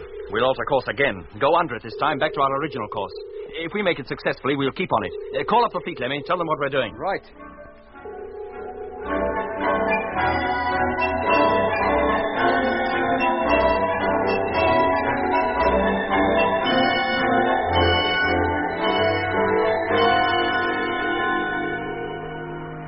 That. Rotate the televiewer, Lemmy. Rotating. Oh, there, Jet. In close formation. Except for that gap between 6 and 8. Look, Jet, under the circumstances, don't you think we should close up that gap? It can only be a constant reminder to the crews of 6 and 8 of what happened to number 7. It'd be a tricky maneuver, Doc. Too risky to be safe. The ships are too big to handle that way. They weren't made to move sideways. But couldn't we try? I'm afraid they'll stay as they are. Very well, Jet. Now, get an okay from all ships, Lemmy, will you? Have them open up radar watches immediately. Yes, mate. And, Doc, open up our radar as soon as you're out of your bunk and get to work yourself. Sure. Well, if we haven't cleared it this time, I'm a Martian. Then maybe it's you that's causing all the trouble. What do you mean by that, Lemmy? Now, come on, you two. Come on. Get down out of that bunk, Lemmy, and stop arguing. We've got work to do.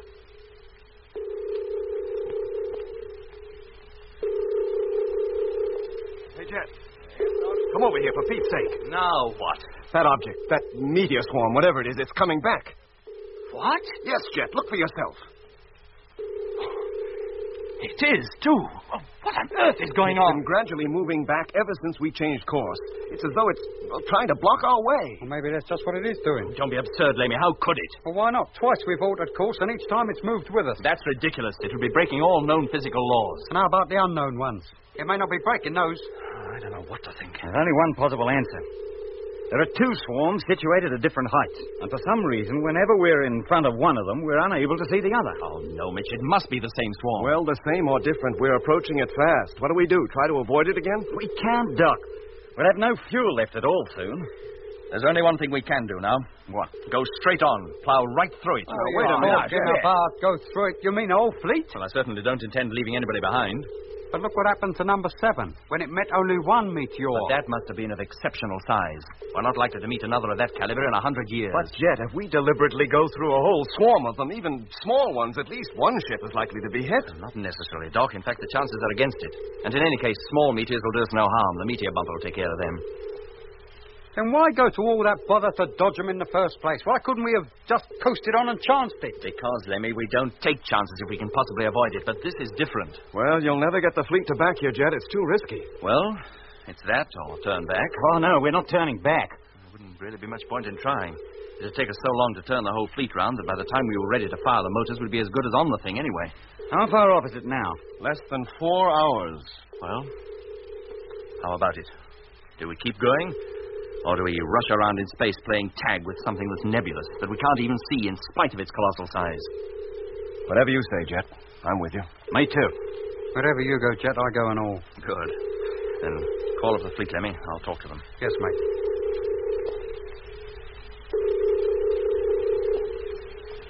Well, neither I nor Grim sure like it, Skipper, but if you think it's best, well, we're with you. Good for you, number 5. Number 6?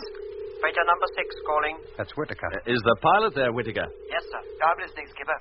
Well, how do you feel about it? I'm not too happy. I'd prefer to try further evasive action. Isn't that possible? I've just told you we can't spare the fuel. The only course left open to us is to keep on. There can be no turning back. Whatever action you suggest, Captain Morgan, I'm sure it will be right. I wish I could think so too, Whitaker, but thanks all the same. Orders must be obeyed without question at all times. Well, I don't think this is the time to discuss discipline. Now, Peterson, you going to be happy about this? I wouldn't call it happy, Jet, but I'm with you.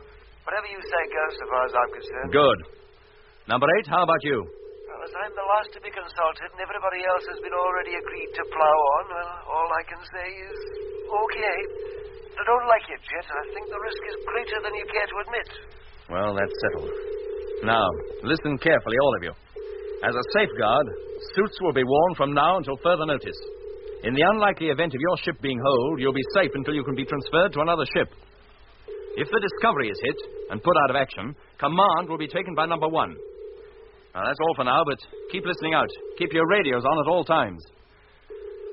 How far are we off now, Doc? Less than an hour. No solid object visible on the televiewer? No, Jet. Well, gentlemen, we'd better put on our suits. If it is a meteor swarm, anything might happen once we enter it. But it's a risk I'm convinced we have to take. If a large meteor hits us, we'll never know a thing about it.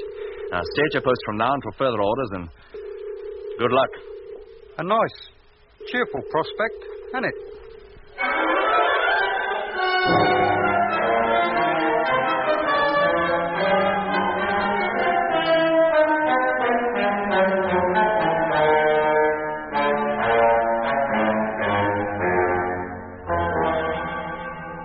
You've been listening to Episode 4 of Journey into Space with Andrew Foles as Jet Morgan, David Kossoff as Lemmy, Guy Kingsley Pointer as Doc, Bruce Beebe as Mitch, and with David Jacobs and Anthony Marriott. The orchestra was conducted by Van Phillips, who also composed the music.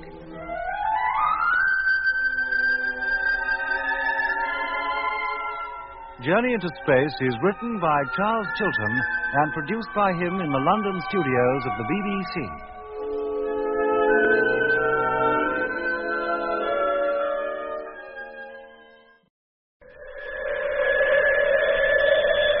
The BBC presents Jet Morgan in Journey into Space.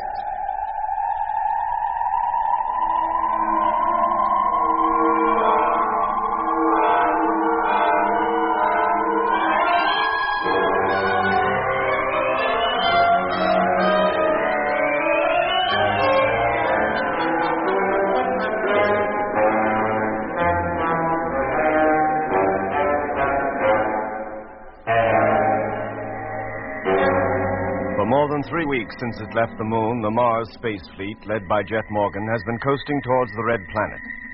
When the great journey began, the fleet numbered 9 ships, our flagship, Discovery, and 8 freighters. Now there are only 8 ships in all, for freighter number 7, after being holed by a meteor and its crew killed, had to be abandoned, together with its precious cargo. Then there was the mystery of James Whitaker, construction engineer, who, according to reports received from Earth, answered to the description of a man born 78 years ago who had mysteriously disappeared in 1924. And now, a new hazard faced Jet Morgan and his crews. What was thought to be a meteor swarm lay directly in front of us. Hoping to climb over it, we changed course. But shortly afterwards, the radar showed that once more the object lay directly in the Space Fleet's path.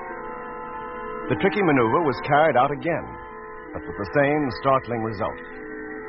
Jet then decided there was nothing for us to do but plow straight through the swarm. After some discussion, we in Discovery agreed, and Jet called up the freighters to tell them of his intention. Well, how do you feel about it, number 6? I prefer to try further evasive action. Isn't that possible? Look, I've just told you we can't spare the fuel. The only course left open to us is to keep on. There can be no turning back. Whatever action you suggest, Captain Morgan, I'm sure it will be right. I wish I could think so too, Whittaker, but thanks all the same. Orders must be obeyed without question at all times. Well, I don't think this is the time to discuss discipline. Now, Peterson, you going to be happy about this? I wouldn't call it happy, Jet, but I'm with you. Whatever you say goes, as far as I'm concerned. Good. Number 8, how about you? As I'm the last to be consulted and everybody else has already agreed to plough on, all I can say is okay. But I don't like it, Jet. I think the risk is greater than you care to admit. Well, that's settled. Now, listen carefully, all of you. As a safeguard, suits will be worn from now until further notice. In the unlikely event of your ship being holed, you'll be safe until you can transfer to another ship. If the Discovery is hit and put out of action, command will be taken by number 1. Well, that's all for now, but keep listening out. Keep your radios on at all times. How far are we off now, Doc? Less than an hour. No solid object visible on the televiewer? No, Jet. Well, gentlemen, we'd better put on our suits. If it is a meteor swarm, anything might happen once we enter it. But it's a risk I'm convinced we have to take. If a large meteor hits us, well, we'll never know a thing about it. Now, stay at your post from now until further orders, and good luck. A nice, cheerful prospect, isn't it? Never mind about that, Lemmy. Get over to the radio and open her up. Yes, Jet. Mitch? Yeah? Keep watch on the televiewer. Right. Doc, I'll keep radar watch with you. Okay. Signals are coming in good and strong now. Still right smack in our path. Yes. It's uncanny. Anything to see yet, Mitch? No, not a thing. If it wasn't for the radar signals, I'd swear there's nothing between us and the distant stars. Absolutely nothing. Well, keep looking. Too right. Hello, flagship. Number 8 calling. Come in, please. Hello, number 8. Discovery call in. Hearing you. Blimey, reception from number 8 ain't too good. Report on radar watch for first 10 minutes. What was that, number 8? There's a lot of noise going on. Will you repeat that, please? I can hardly hear you. Aye, it's not just him, then. Hello, number 8. Are you receiving me? Receiving you with difficulty. Have radar report for first 10 minutes of watch. Can you take it, please? Heard you that time, mate. Yes, I'm ready to take it, if I hear it. Signals increasing in strength every minute. Angle of reception of signal increasing proportionately. Estimate object now approximately 25,000 miles away. End of message. Thank you, number 8. Is your reception as bad as mine? It's not good, Lemmy. Seem to be getting a lot of interference from somewhere. I'll say we are. Any idea what it is? I haven't got a clue. Reception out there should be as clear as crystal. Right, Lemmy. My next call is in an hour. I hope conditions have improved by then. So do I. Hear from you later, then, mate. Hey, Jet. Yes, Lemmy? First reports from number 8, just received. Right, let's have them. And what a job I had getting them and all. How do you mean? Oh, reception was chronic. Weak? Oh, Jet, but there was such a lot of extraneous noise with it. Oh, is it the same with the rest of the ship? I don't know, but number 6 is due to call in about 5 minutes. I'll let you know then. All right, Lemmy, I'll get back to Doc. Yes, mate. There's something haywire here, Jet. Eh? Screen keeps distorting, as though there were a lot of static around. There, see? Yeah. Now, I wonder if that has anything to do with Lemmy's interference. Oh, he's noticed something, too? Oh, almost certainly the same thing. There. Yeah. Look at that. What hope have we of getting true readings under these conditions? Do what you can, Doc. It may be only temporary. Well, let's hope so.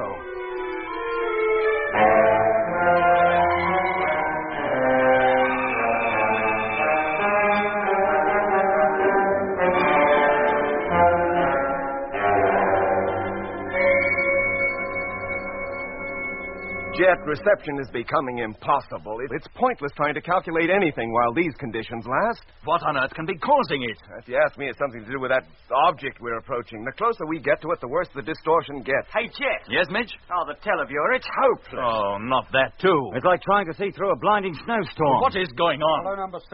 Flagship calling number 6, trying to contact you. Come in, please. Sounds as though Lemmy's having trouble, too. Get back to the televiewer, Mitch, in case it clears. Right, but I think I'll be wasting my time. And you keep at it, too, Doc. Do what you can in the periods free from interference. All right, Jet, but there are so few of them, I don't think I'm going to get very far either. What was our estimated distance from the object last time you were able to make a calculation? 45 minutes. That was 5 minutes ago.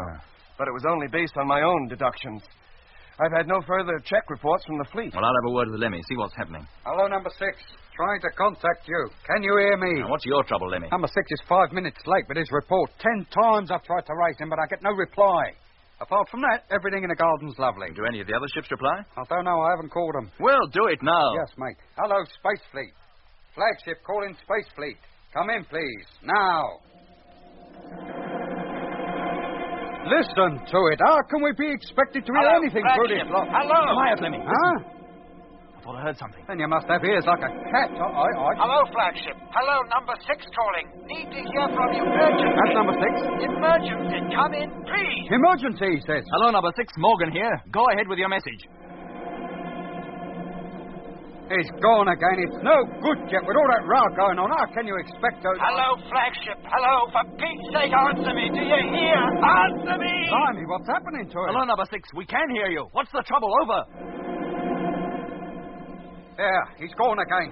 He seemed pretty upset, too, didn't he? Hello, number 6. Flagship calling. I've lost you again. Come in, please, and send your message. Hello, flagship. Number 6 calling. It's Whitaker. Hello, Whitaker. What's the trouble over there?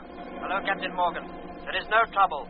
Everything is normal. Aye? What do you mean, everything is normal? What was Peterson panicking about? And you're 10 minutes late with your radar report. I have the radar report already. Are you ready to take it? Not yet, I'm not. I want to speak to Peterson. Put him on. Radar report number 1. Signals powerful and indicate object now less than 20,000 miles distant. He's reading the report. He didn't hear you. I don't want that report for the moment, do you hear? I want to speak to Peterson. Now put him on at once. Is the end of message. We'll keep listening watch and we'll call again in 1 hour as per routine. He couldn't have heard you, Jet. He's still giving the radar report. I'm not so sure that he didn't. Whitaker, I want to talk to Peterson immediately. He cannot talk to you. He is asleep. Hey, Jet, that's exactly what he said about Rogers, remember? Asleep? At a time like this? I cannot wake him. He must remain asleep. Orders must be carried out without question at all times. Orders? What orders? I've given no orders about sleeping. Wake him up, do you hear? He's not answering at all now. There's something fishy going on over there, Jet. Wherever that geezer is, there's trouble. And even if he was answering, we'd never hear him with all that row going on. Hey, Jet, come over here, quick. Coming, Mitch. Now keep trying, Lenny. If you can't get number 6 yourself, ask one of the other ships to try and contact you. Yes, Jet, but with things as they are, I'll be lucky to get anybody. Hello, number 6. Flagship calling. I've lost contact with you. Come in, please. Now, Mitch, what's your trouble? This tel of yours is completely up the spout. It's just a waste of time sitting here staring at it. There hasn't been any kind of a picture since you went over to the radio. And that's about had it, too. There's some kind of static or interference upsetting everything. Well, it must be coming from that meteor swarm. How are things with the radar, Doc? Hopeless, Jet. Haven't been able to take any kind of a reading for the last 10 minutes. And we must be pretty close to that swarm by now. Then we better put our helmets on and keep them on until we've passed through it and out the other side. If we come out the other side. How about the rest of the fleet? If we can't see them, how do we know they're still with us? Any luck yet, Lemmy? No, Jet, I can't race anybody. Well, put your helmet on. You can hitch your personal radio to the main transmitter and still keep calling. Yes, Jet. Now, what makes you think the personal sets will work any better than the main radio? Nothing. I'm just hoping they will. Right, now put them on. I'll call each of you in turn. Righto, Jet. Okay, Jet. Well, that's me fixed. Hello, Mitch, can you hear me? Mitch, can you hear me? Hello, Lemmy, how about you? Doc, you there? Mitch, can you hear me now? Yeah, Jeff. But only now your helmet's touching mine. I'll beckon Doc and Lemmy over. If we all put our heads together, we can talk. All touching now? Yes, Jet. I can hear you. Now listen carefully. With the radios not functioning, we can't talk to one another except by this method. And for safety's sake, we'll have to keep our helmets on until we pass through that swarm. Doc, Mitch, you'll go back to the radar and televiewer and keep watch. And Lemmy, you keep calling the fleet every 10 minutes. Now, is that all clear? Yes, Jack. If any of you have anything to say, raise your hand and I'll come over. Right, Jack. Okay, right, back to your posts, all of you. Okay, Jack.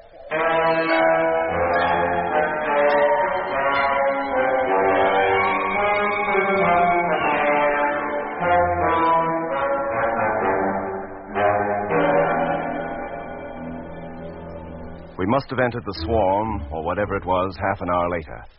By that time, most electronic equipment had gone completely dead. Very soon, it was not only the radio, radar, and televiewer circuits that were affected.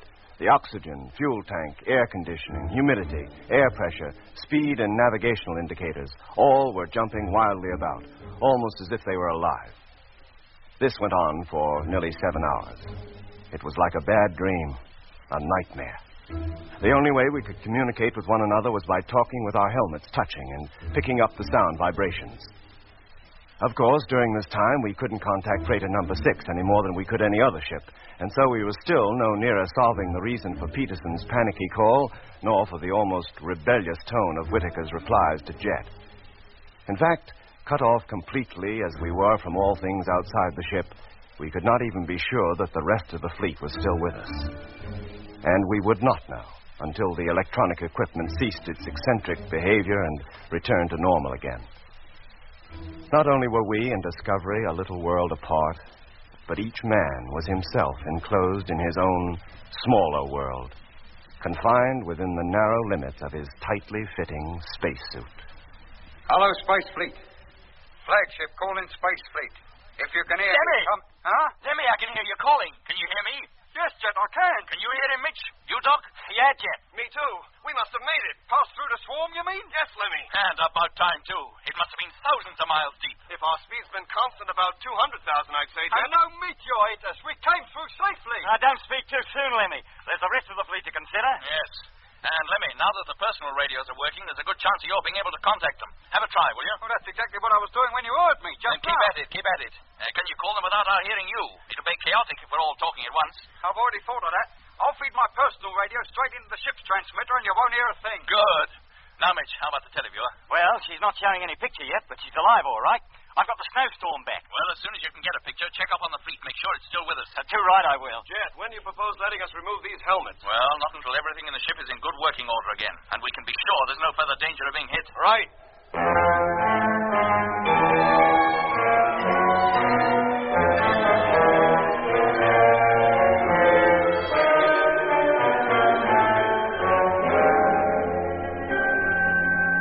Jet! Yes, Lemmy? Make contact with number one. Do you want to talk to him? I certainly do. Hook me up, will you? Right. Now, go ahead. He should hear you. Hello, number one. Morgan here. Are you receiving me? Hello, Captain. Hearing you quite clearly. Are you and your ship okay? Yes, sir. Televiewer and radar still a bit haywire, but coming back to normal rapidly. All electronic equipment's been completely out of action the last few hours. Yeah, ours has too. Have you been able to make contact with any of the other ships? No, sir.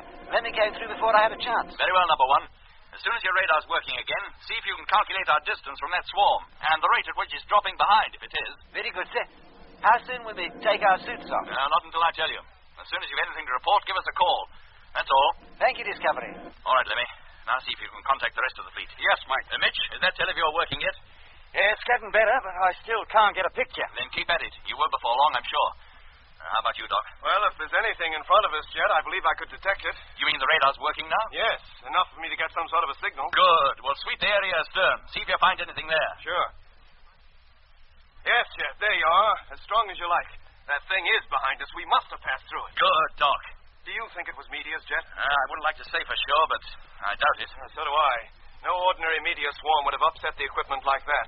And the chances are that at least one of the ships would have been struck. Well, we can't be sure that they haven't yet, Doc. No, I don't think you need worry, Jet. I've got a hunch that everything is going to be all right. I hope so, Doc. I sincerely hope so.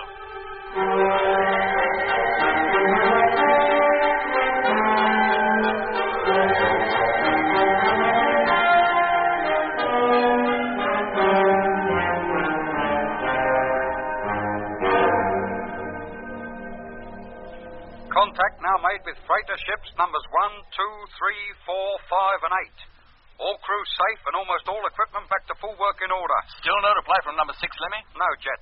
None of the other ships can raise him either. Well, that swarm is nearly 40,000 miles behind us now, Jet. It can't be that that's affecting number 6 radio this time. He should reply. How about the televiewer, Mitch? Any picture yet? Coming up gradually. Clearing slowly. Can you get a clear image of the fleet yet? No, Jet, but it won't be long, I'm sure. All right, gentlemen.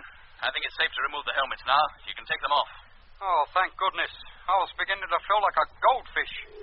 As soon as you can, Lemmy, get back to that radio. Keep trying number 6. Yes, Jet. Hello, number 6. Flagship calling number 6. Been trying to contact you. Come in, please. Hey, Jet, come over here. The televiewer's clear. And about time, too. There. Fleet's still in perfect formation. We must have stuck together the whole time. In fact, going through that swarm seems to have had no ill effects on us at all. And... Say, here, wait a minute. Eh? Where's number 6? What? She's not there. But she must be. No, Jet, she isn't. Every other ship is, but there's no sign of number 6. Here, let me see. Well? Good grief, you're right, Mitch. It's gone. Number 6 has completely disappeared.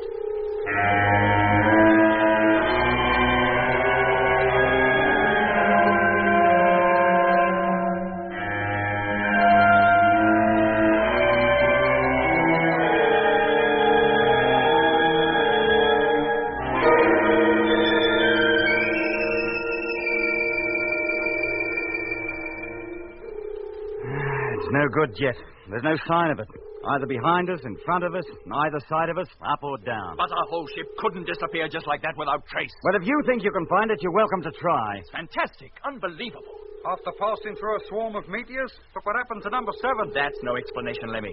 Even if number 6 had been hit, the wreckage would still be coasting along with us, and we'd see that. And what's the answer? Well, she must be lagging behind. Too far behind for the televiewer to detect. Then I'd still be able to contact her by radio. But I've been calling her for 2 hours now. Jet, you don't think the disappearance of number 6 has anything to do with Whitaker being aborted, do you? Well, it's been at the back of my mind. Yeah, there'd be nothing to stop him turning on the motor and leaving the formation behind. But why should he want to? Where could he go? Besides, he couldn't handle the ship alone, and Peterson would never consent to anything as crazy as that. The only other explanation is that she was deflected from her course somehow while we were passing through that swarm. But a force powerful enough to deflect one ship would be bound to affect the rest. Well, there just isn't any satisfactory explanation. Not that we can arrive at anyway. You mean we just write her off as lost? Ship, cargo, and crew? Yes, Mitch. If we ever see her again, I'll be very surprised. Well, there's one good thing about all this. We don't have to worry about Whitaker anymore. And if you ask me, that's a definite advantage. He was beginning to give me the creeps. And how about Peterson, Lemmy? Oh, yes. Yeah, there's Peterson in there. All we can hope is that number 6 is still intact. If it is, they'll be safe for a couple of years at least. And in that time, they could find their way to Mars. Or even back to the moon, maybe. I hope you're right, Doc.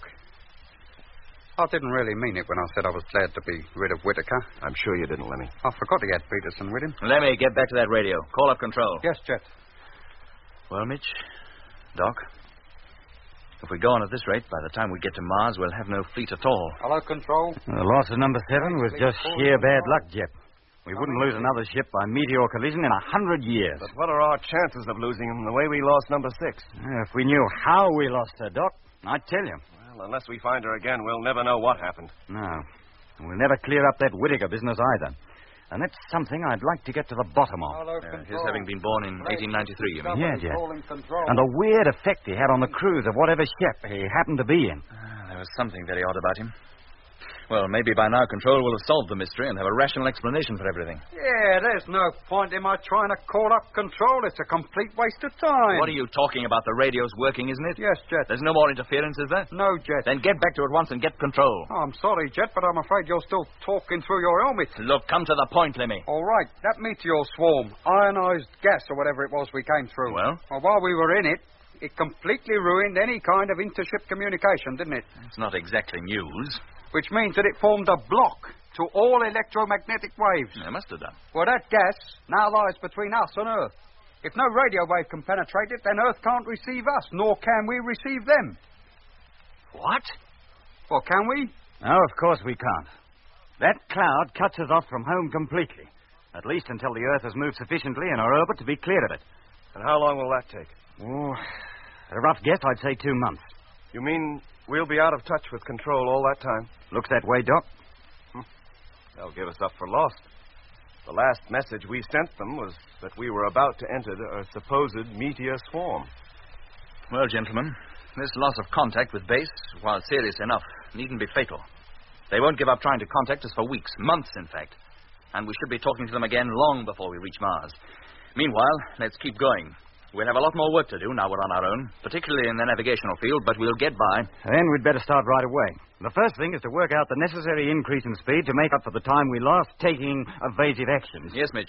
Get back to the radar, will you, Doc? Sure. Let me call up the fleet. Have them take bearings on the Sun, the Earth, and Mars, and report their findings as soon as possible. Yes, mate. Mitch, you and I better get to work on the navigational tables. Yeah. Well, get started, all of you. As soon as we've worked out our position and velocity, we can eat. And about time and all. I'm famished.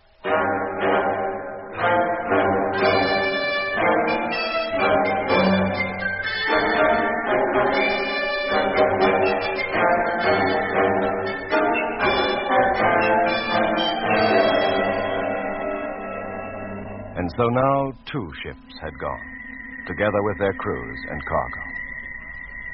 Meanwhile, the rest of the fleet sped on its way. By now, Mitch and Jet had checked our course and position and found it to be correct. We could expect to arrive above the surface of the red planet at the appointed time, always supposing, of course, that some other mishap didn't delay us. By now, the sun was only about 4/5 of the size it appears from Earth, but because of the clear viewing conditions out in space, was a much more beautiful object. It hung in the sky, a great, gleaming, blue-white disk, surrounded by its corona. As for the Earth, which lay to one side of the sun, it appeared bluish in color, with reddish-green patches indicating the land masses, and the whole being covered with irregular white cloud formations. And at both poles were the incredibly bright ice caps. To the naked eye, the Earth-Moon system looked like a huge double star which grew and shrank as the moon encircled its parent Earth. But the most interesting and remarkable object in the whole heavens was Mars. As we observed through the small navigational telescope, it already appeared much larger than we'd ever seen it. Deep pink in color, the darker portions of its surface showing up sharply in olive green. Even at this distance, we could detect a few cloud masses floating in its atmosphere. And the dark, thin lines of the canali were certainly no optical illusion. But whether they were dry or filled with water, as many people down on Earth believed, it was impossible to say. So we coasted on for another month. We had covered nearly 119 million miles since taking off from the moon. No contact with Earth had yet been made, nor could we hope to establish it for at least another 2 weeks. Life in our ship had settled down to routine. 2 men on watch, 1 sleeping, and the 4th off duty, but standing by should he be needed. Hello, Doc. You still writing that book? Hello, Lemmy. Thought you were asleep. I woke up an hour ago. I haven't been able to sleep a wink since. Must be the weird conditions we live under. I seem to get along all right with half the sleep I needed back on Earth. It's the same with all of us, Lemmy. Even Mitch never sleeps for more than 4 hours at a time. Yeah. How about a game? A chess, you mean? Yes, Doc. Oh. I'll beat you just once before we get back home. I made up my mind to it. You'd better learn the game first, Lemmy. Well, isn't that what I've been doing these last 2 weeks? Then set up the board. I'll give you a rook and knight. Oh, that's very generous of you, Doc. I'll do the same for you one day. Which hand? Left. White. It would be. That gives you the advantage. Hardly makes up for the loss of 2 pieces. Oh, I don't think you'll miss them all that much. That we'll see. It's a good thing that this is a metal board and that these men have all been fitted with magnetized boots. Or they'd go shooting all over the cabin every time we touched them. You say that at the beginning of every game, Lemmy. Oh, do I? Well, you start, Doc. Aye. The usual crafty move. A very common one. Shouldn't present any problem. Oh, it doesn't. It's the ones that follow that worry me. Now, I'll put this little fella there. A most unorthodox opening, Lemmy. Foxy, eh? And there's my answer to it. Then see what you make of that. Check. Eh? Well, isn't it? Wait a minute, Doc. Something must have gone wrong with my plan of attack. Hello, Space Fleet. Control calling. I mean, what I should have Listen, done... Lemmy, the radio. Control calling flagship Discovery. The radio, it's Control. Yeah. Trying to contact you. Come in, please. Lemmy, Doc, did you hear that? It's Control. Of course we heard it. Let's get over to the radio. Quick. Hello, Control. Morgan calling. Hearing you loud and clear. Repeat, loud and clear. Over. Well, there's a turn up for the book. I didn't expect to hear that beautiful Australian accent for another 2 weeks at least. Beautiful, he calls it. Lemmy, any accent from Control would sound beautiful at this moment. Even yours. What do you mean by that? I don't know. Discovery. Control calling. Have urgent message for you. When can you take it? Anytime you like. Switch on the recorder, Lemmy. Recorder on. Control to Discovery. Message will be transmitted in 1 minute. Stand by, please. Standing by. Yeah, wait a minute. Oh, what's up, Lemmy? He answered you pretty smart, didn't he? How do you mean? Well, the last time we had a message from Earth was a month ago. The time lag between calls then was 10 seconds. Well? Oh, but now the lag should be at least 20 seconds. But that answer come back this time in 5. Are you sure? Of course I'm sure. The times I've spoken to Earth, I reckon I should notice a thing like that, shouldn't I? But if you're right, Lemmy, if the delay was that short, that would put the Earth about a quarter of the distance from us that it should be. Oh, that's impossible. Lemmy must have made a mistake. Oh, we can soon see. Get them to call you again, Jet. Hello, flagship. Are you ready to take the message? Sorry, Control. Didn't hear you. Will you repeat that? 1 second. 2, 3, 4. Control to flagship. Repeat. Are you ready to take the message? Lemmy's right. It was 5 seconds. Sorry, Control. Cannot take message at this moment. We'll call you again in a few minutes. What on earth is going on? The ship must have turned itself round. We're going back home. Oh, turn it up, Lemmy. We're heading for Mars. Correct course, correct position, just as we should be. Then how can you account for that message? There's only one explanation. That can't be control. What? Then who is it? Search me. I'm no clairvoyant. I'm just a radio operator. If it's not control... It sounds like them. They must be fairly close to us, somewhere within the region of 500,000 miles. And that's why they sound so strong and clear. We never receive Earth at that strength. Then who can it be? Oh, look, it must be control. The short delay must be due to some freakish way the wave travels, or something like that. Oh, use your loaf, Mitch. Do me a favour there. How could that be? Lots of things can block a radio wave, but nothing can change its speed. Call them up, Jet. Let's take the message, at least. Yes, Doc, we can argue about it afterwards. Switch her on, Lemmy. Transmitter on. Hello, Control. Morgan calling. Now ready to receive your message. Go ahead, please. 1, 2, 3, 4. Control to flagship. There. You see? 5 seconds again. Here is your message. Urgent. Control to flagship Discovery.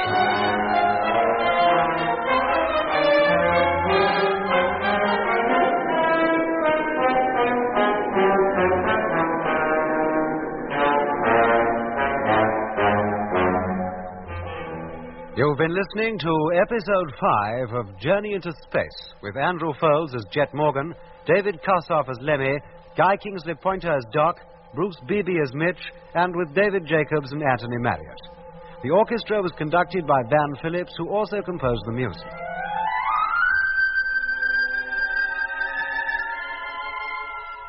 Journey into Space is written by Charles Chilton and produced by him in the London studios of the BBC.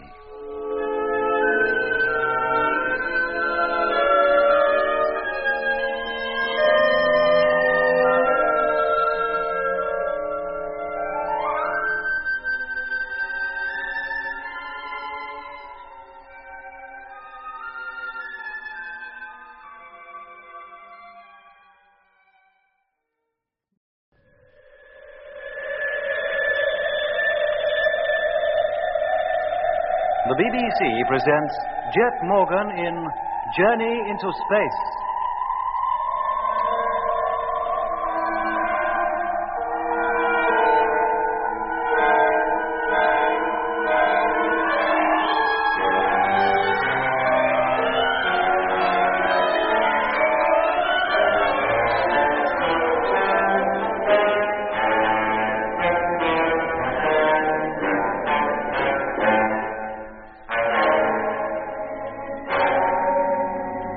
We have now covered nearly 120 million miles of our 6-month-long journey through space to the red planet Mars.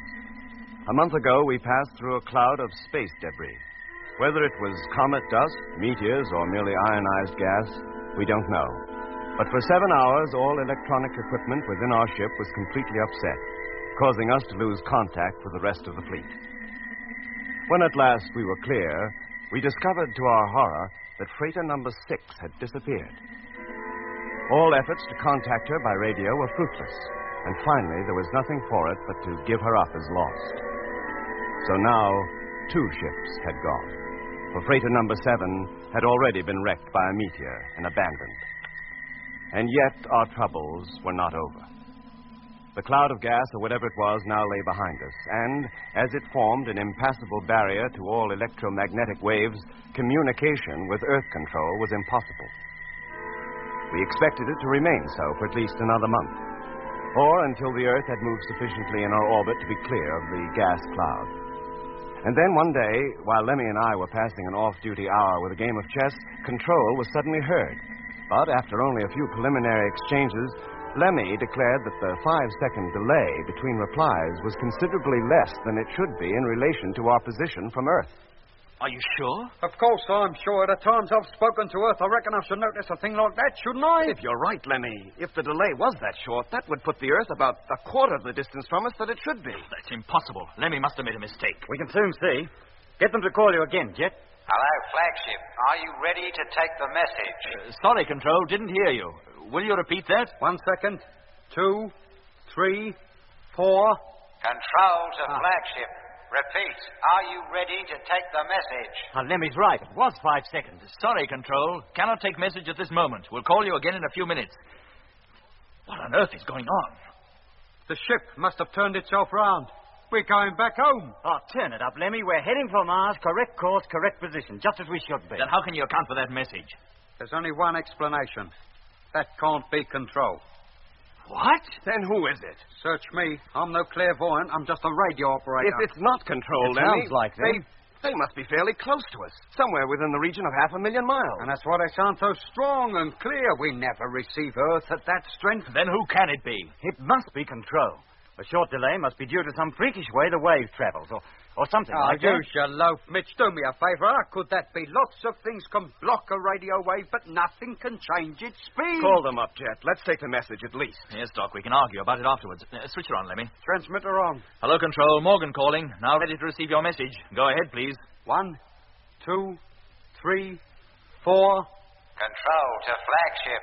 There, you see. 5 seconds again. Here is your message. Urgent.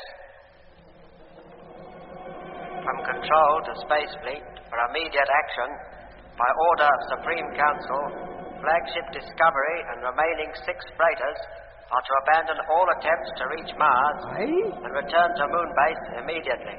Repeat, return to Moon Base immediately. End of message. Hello. Hello, Control. Morgan speaking. Are you crazy? We're nearly halfway there. What are the reasons for turning back? There can't possibly be any. Emergency operation. Plan B to be put into effect immediately. Plan B? Yeah, complete turnaround. Return to base, regardless of what we think our chances are. Plan A would give us some choice in the matter. If I thought it safe to go on, we'd go on. But if Control order Plan B, I've no choice. Even if we were about to touch down on Mars, we'd have to turn back. They can't expect us to abandon the whole project without giving us some valid reason for doing so. You know the golden rule on this trip, Mitch. Carry out the order first and ask questions afterwards. Yeah, Jet, in an emergency, but what emergency is there now? This is where I intend to break the golden rule and ask them. Hello, Control. Morgan calling. Have received your message, but am at a loss to understand it. Expedition is going well. Can you give us your reasons for ordering Plan B? If Winch will give that order, he'll be up in mad at you questioning it. No madder than I am at his giving it. Your message received. Emergency operation Plan B to be carried out at once. There, what did I tell you? Orders must be carried out without question at all times. Yes, but... Here. What did he say? Orders must be carried out without question at all times. Control has never used that expression before. And it's not the first time we've heard it. Whitaker often used that phrase. Yes, Whitaker. But that's the voice of Control. I'd know it anywhere. Well, it certainly sounded like Control. Lemmy, turn back that tape. How far? To the part when Control first called us. Right. What do you intend doing, Jet? Listen to it all again. She's set, Jet. You ready? Yes, Lemmy, go ahead. Hello, Space Fleet. Control calling. Control calling flagship Discovery. Trying to contact you. Come in, please. Well, what do you think, gentlemen? Control. No doubt about it. I'd stake my life on it. Keep going, Lemmy. Hello, Discovery. Control calling. Have urgent message for you. When can you take it? That's Control, too. Control to Discovery. Message will be transmitted in 1 minute. Stand by, please. I tell you, I'd know that accent anywhere. Hello, flagship. Are you ready to take the message? Repeat. Are you ready to take the message? It sounds like Control all right, but it still doesn't explain why the time lag between replies is so short. Quiet, Lemmy. The emergency message is coming up next. Control to flagship. Here is your message. Urgent. Here. Oh, blimey, why didn't I think of it before? Quiet, Lemmy. For immediate action, by order of Supreme Council, flagship Discovery and remaining 6 freighters are to abandon all attempts to reach Mars and return to Moon Base immediately. That's not the same voice. Return to Moon Almost, Base but not quite. immediately. When the actual message came, a new voice took over. Yeah, and what I was about to Play say... it again, Lemmy. Yes, Jet. Here it comes. Control to flagship. Here is your message. Urgent. Now listen, From carefully. Control to Space Fleet for immediate action, by order of Supreme Council... It is a different voice. In all the excitement of being told to turn back, we didn't notice it. And if you'll just let me get one word in edgeways, there's another thing. What's that, Lemmy? The freighters, he said. The flagship and the remaining 6 freighters was to turn back. Well, there are only 6. But Earth doesn't know that. So far as I know, we've lost only one, number 7. Yes, you're right. We lost number 6 while we was passing through that cloud of ionized gas or whatever it was. And we lost all contact with Earth at the same time, and we haven't re-established it since. Yeah. Lemmy, can you get a bearing on that signal? Yes, if you keep him talking long enough. All right, get ready to do it. I'll call him up. Yes, mate. Hello, Control. Flagship calling. Have message for you. Can you take it, please? You all set, Lemmy? All set. Hello, flagship. Receiving you loud and clear. Ready to take your message. That's Control's voice again. Did you get the bearing, Lemmy? Not quite. Hello, Control. Sorry, didn't get that. Would you repeat your call, please? Should line up on him this time. Hello, flagship. Receiving you loud and clear. Ready to take your message. Right. Got it. Hello, Control. Here is my message. Have received your signal regarding the operation of Plan B. Will now consider it and call you back in a few minutes. What is the bearing, Lemmy? 1 degree to starboard. Azimuth reading. Altitude 0, depth 0. He's almost right slap in front of us, whoever it is. That's it, then. It can't be Control. If it were, he'd be behind us. Hello, Discovery. Your message received. Aye, there's the mystery voice again. There's no time for consideration. Action must be taken at once, or we cannot be held responsible for consequences. No, he's trying to scare us. Hello, Control. Your message received. Action will be taken on it if and when I think fit. That is all. And you can pick the bones out of that. Well, gentlemen, I think that about settles that. It's not Control. It's someone using the voice of Control in the hope of fooling us into turning back. But who? Whittaker. Who else? He must have gotten ahead of us. But what could he gain from that? He's got one of our ships, hasn't he? But he can't go anywhere in it. Even if he went onto Mars, he couldn't land her. She's not built for it. And if he just keeps going, he'll eventually cover a full orbit, and in a couple of years be back where we all started, on the moon. And we'd be there waiting for him. There'd be no point in that either. And why try to get us to turn back? If I knew, I'd gladly tell you. Oh, what's he trying to do? Wreck the expedition? He must be raving mad. If he were, he'd never have gotten through the psychiatry test. Oh, there must be some other reason behind it. Something much deeper and stranger than we can comprehend. Something to do with his being born in 1893, maybe. Oh, you don't really believe that, do you? I'm beginning to believe almost anything so far as Whittaker's concerned. The way he behaved the whole time he was with the expedition. The uncanny effect he had on the crew members of the ships he was in. All of it must add up to something. But what? Oh, I wish I knew, Doc. If I did, we might have some idea what to expect next. Well, there's one fellow who can tell you that. Tell you exactly what Whittaker is up to at this very minute. Who's that? Peterson, the pilot of number 6. The last we heard from him, he was yelling for help. Yes, I'd forgotten about him. I wonder if he's safe, even if he's alive. If he were, Jet, he'd have called us up by now on number 6's radio. You're right, Doc. You mean you count him as dead, then? Not necessarily, Lemmy, but if Whittaker is as crazy as he appears to be, we can't hold out much hope. Blimey. Look, Lemmy, keep a constant listening watch on Control's frequency. If anything comes through, call me immediately. Right. But first, get me Frank Rogers of number 2 on the ship-to-ship system. Yes, mate. Rogers? What for, Jet? He spent more time with Whittaker than anybody. I want to get him over here and talk to him.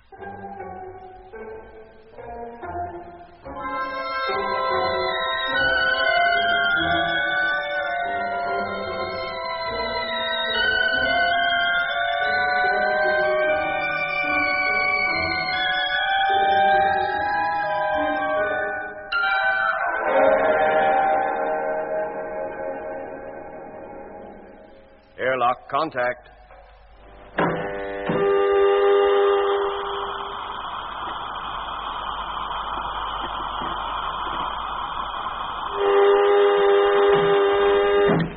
Air pressure, maximum. Okay, Doc. Open it up. Hatch opening.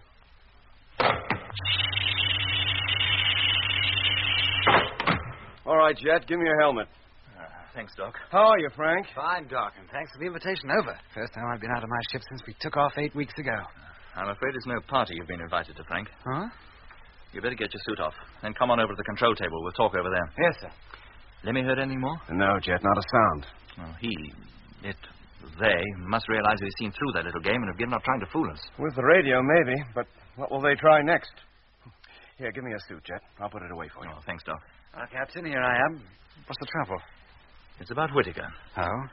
You know everything that's happened regarding him. Well, nearly everything. Oh, more than most, I think, sir. But there's plenty you don't know, Frank. That nobody in the whole fleet knows except the crew of this ship. Really, sir? You remember Personnel Section wanted information on Whittaker? Well, you asked him for it while he was still in my ship over the intercom. Mm-hmm. And then I had him transferred to here. That's right, sir. He was sick. Well, so it appeared. Wasn't he sick then, sir? Not in the way you mean. Oh. Then, as you know, I finally had him placed with Peterson in number 6. And number 6 has since been lost. Yes, sir. But less than an hour ago, we believe we had a radio message from number 6. Oh, thank goodness, sir. Are they all right? No, they're not all right. Far from it. What? I said we believed we heard from number 6. Fact is, when we first picked up their signal, we thought we were in contact with Control. Well, how could that be, sir? Well, it was Control's voice we were hearing, at first anyway. But after taking a bearing on the source of the transmissions, we decided the signals were being radiated from a point some 500,000 miles in front of us. Well, then it couldn't be Control, could it, sir? Not in 1,000 years. We believe it to be number 6. And we also believe Whittaker to be behind the messages we were receiving from her. Well, may I ask what they were, sir? Orders to turn back.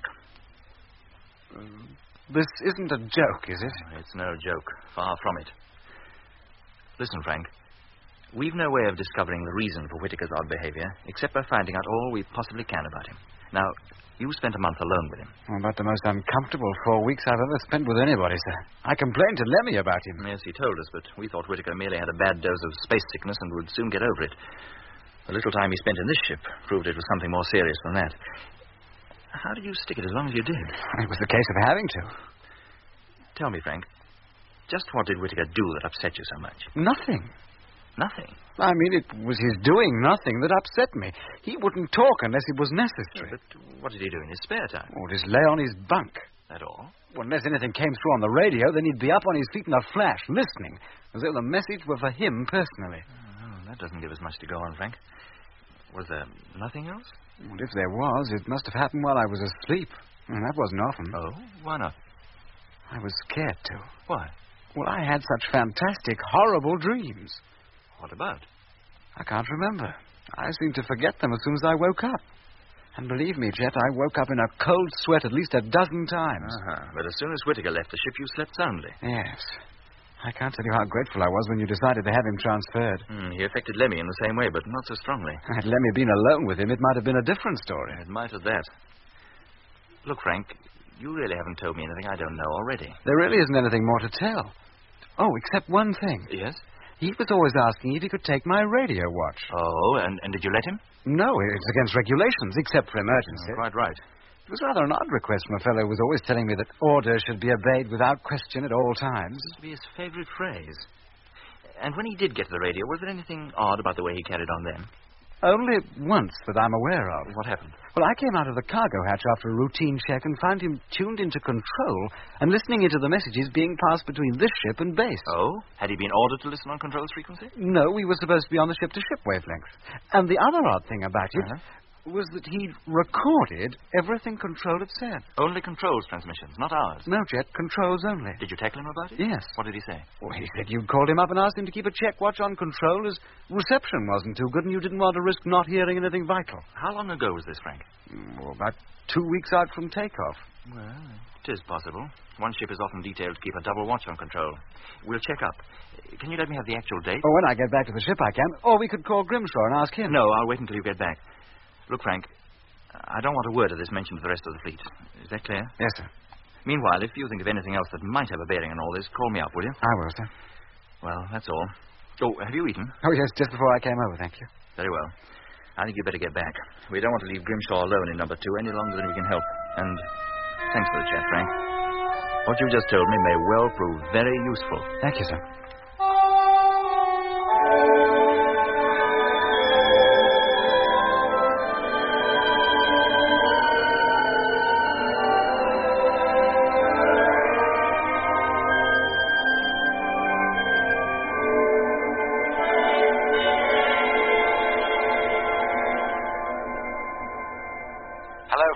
Freighter number 2 calling Discovery. Hello, number 2. Receiving you loud and clear. What's cooking, Frank? I'd like to speak to Jet, please, Lemmy. Hold on a minute, mate. I'll call him. Hey, Jet. Number 2 wants you. Coming.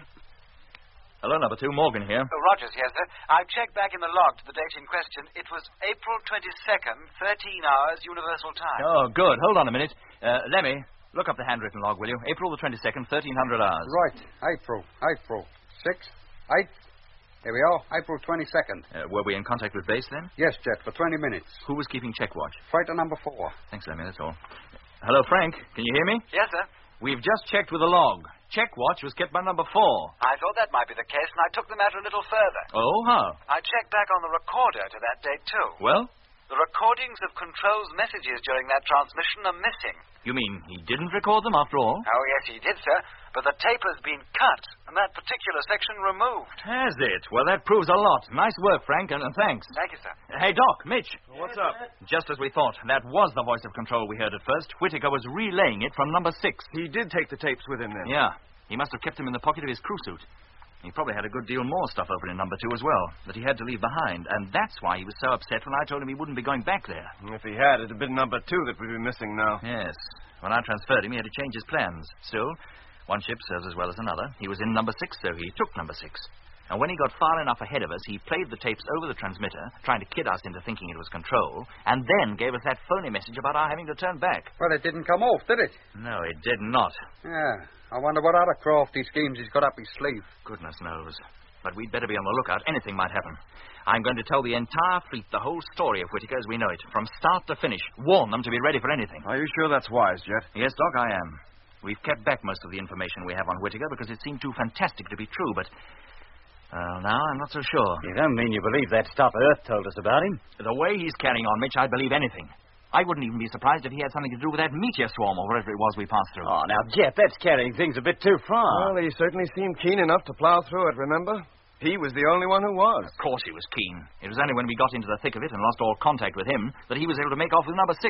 Only then could he put his scheme into action. And what scheme? The scheme to get us to turn back, Mitch. Jet, I think you're letting one or two freak radio transmissions and a couple of coincidences make you lose your sense of proportion. The arm of coincidence isn't that long, Mitch. Not where Whittaker's concerned. If you ask me, the reason why that meteor swarm, or whatever it was, always remained in our path no matter what evasive action we took, was because that's what it was supposed to do. It was put up as a barrier, a means of scaring us into turning back. Oh, come on. And when we didn't, when we decided to plow straight through it, then other plans were put into action. Who by? How should I know? But we're not turning back. Too right we're not. We'll get to Mars. And neither Whittaker nor anybody else will stop us. Let me call up the fleet. Every ship. I'll talk to them. Yes, Jet. They might as well know the truth. The whole truth. And they might as well know that come what may, we're pressing on. We set out to reach Mars, and we're going to. Hello, Space Fleet. Flagship calling Space Fleet. Have urgent message to all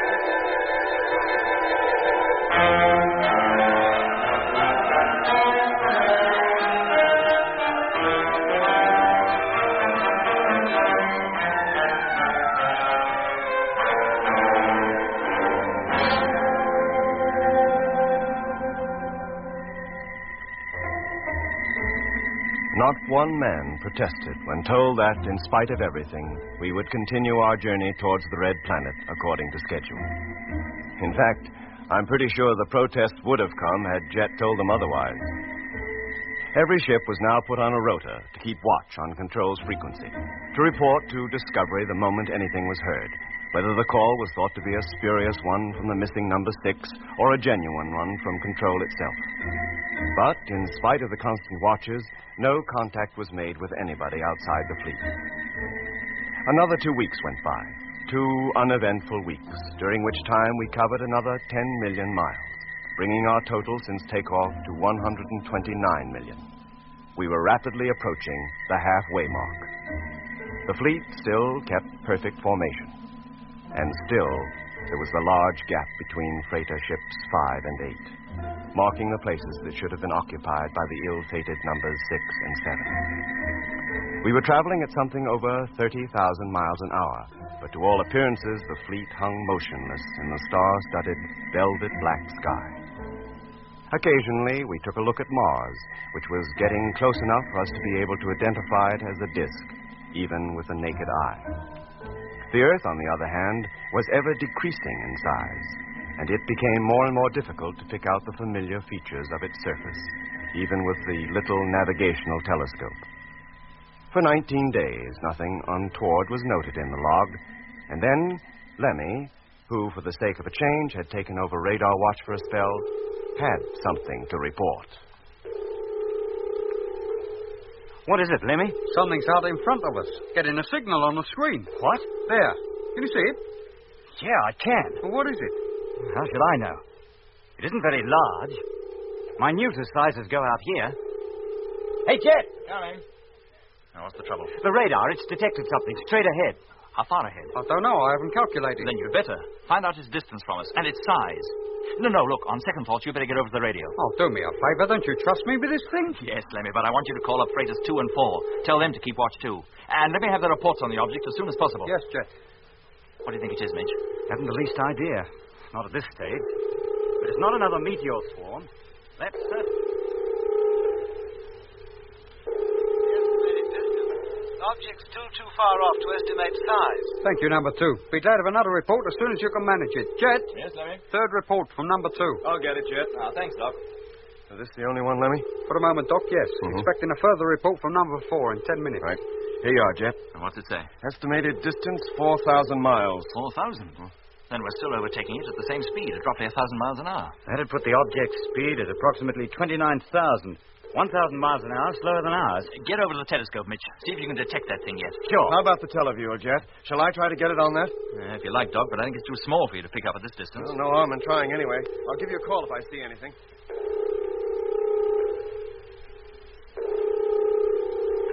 Any luck, Mitch? Not yet. Oh, we should be seeing something now through the telescope anyway. Latest calculation puts it at less than 2,000 miles away, much less. It's possible that I am seeing it, but don't know it. It wouldn't be much larger than a pinpoint. With those stars in the background, Say, wait a minute. Well? Something here, I think. Spot of light a little bigger than it was 10 minutes ago. Any idea what it is? Not yet. Have to wait till we get a bit closer. Did you hear that, Doc? Yeah, Jet, but I don't see anything on the televiewer yet, I'm afraid.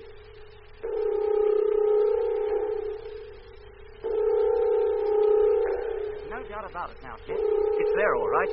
And getting larger every minute. Yeah, let me take a look. Sure, it's right in the center. A white disc. Yes, I see it. More than a disc, Mitch. It's definitely globe-shaped, with the sun lighting up a good 2/3 of it. Eh? I didn't notice that. Well, look again. I think you'll find it so. Yeah. And meanwhile, I'll get over to Doc, see if he's picked it up yet. Okay. Have you got it, Doc? Yes, I think so, Jet. Look, isn't that it?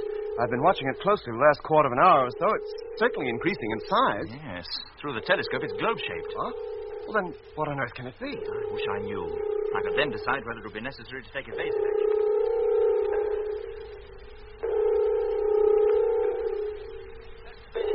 Now 1,200 miles. Object globular in shape. Diameter difficult to ascertain at this distance. Thank you, number 4. I wouldn't let its diameter worry you. Another hour and you'll be able to put a tape measure around it. Here you are, Jet. 5th report from number 4. Thanks, Lemmy. Struth, I know what this is. Eh? It's a ship. What? Yeah, Jet. A spaceship. Eh? One of ours. Are you sure? Well, of course I'm sure. The reason it looks globular in shape is that its cabin is facing us, so that the rest of the structure is blocked out. Here, let me get at that telescope. It's all yours. Yes, Mitch, you're right. She's still very small, but no other object in the heavens could look like that. Yeah, and we're overtaking it rapidly. In an hour or so, we'll be passing her. I'll say we will at 1,000 miles an hour. Yeah, not if we slow down. We could drop down to her speed and coast alongside her. What, the whole fleet? Oh, think of the fuel consumption, Jet. No, Mitch, not the whole fleet. Just us, Discovery. But if it's number 7, she's just a wreck. It can't be number 7. We couldn't possibly have overtaken that yet. You mean it's number 6? With Whittaker aboard? Unless there's another fleet of ships out this way, who else could it be? But 2 weeks ago, she was nearly 500,000 miles ahead of us. Well, something must have slowed her down, and we've been gradually catching up on her. Well, to get alongside her, we'll have to slow down too. We'll have to turn the ship over to do that. Oh, that's not difficult. You mean you intend to let the rest of the fleet go coasting off on its own? Oh, we can catch up on it later. Look, Mitch, if that is number 6, Whittaker must be aboard her. And I want to know why he went speeding off on his own. Why he sent us that stupid message that was supposed to be from control. And I want to know what happened to Peterson, too. All right. If that's what you say we do, we do it. Lemmy? Yes, Jet. Get me the pilot of freighter number 1. Right. I'll put him in charge of the fleet until we overtake it again. You sure he can handle it? Well, why not? He's been trained for it, and there's nothing for him to do but keep going. We'll be in constant radio communication. Well, time's getting short. You better get hold of Doc and get ready to turn the ship over.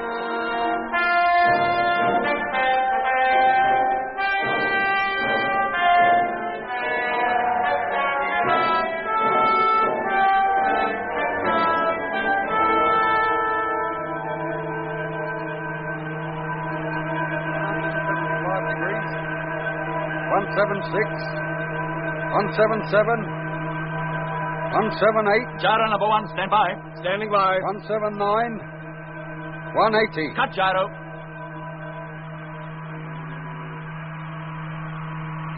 Gyro cut. 180 degrees. Steady as she goes. Stand by to fire motor. All set. Televiewer stern view on. Ship in full view. And it is number 6. Ready, Mitch? Now, fire! Contact! So long, boys. See you later.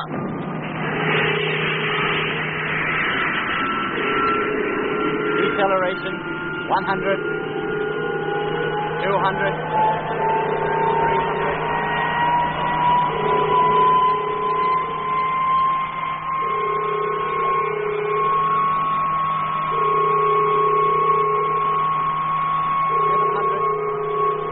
800, 900, 1,000.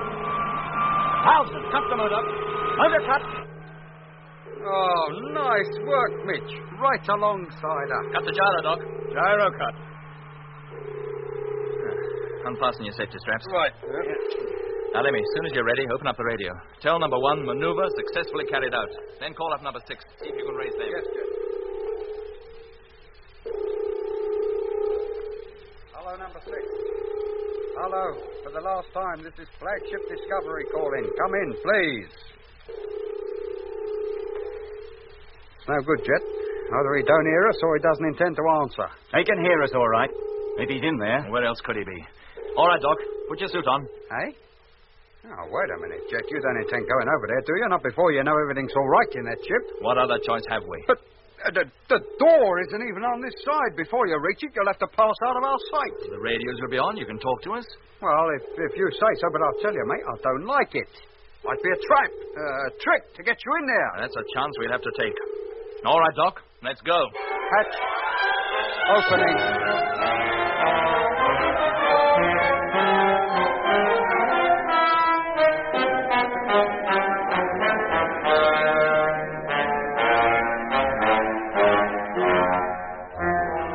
You've been listening to Episode 6 of Journey into Space, with Andrew Folds as Jet Morgan, David Kossoff as Lemmy, Guy Kingsley Pointer as Doc, Bruce Beebe as Mitch, and with David Jacobs and Anthony Marriott. The orchestra was conducted by Van Phillips, who also composed the music.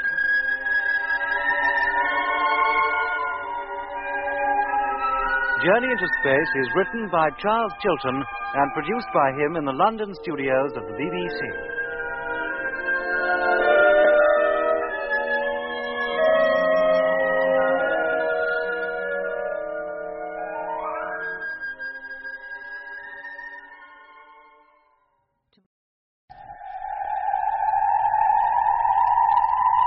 The BBC presents Jet Morgan in Journey into Space.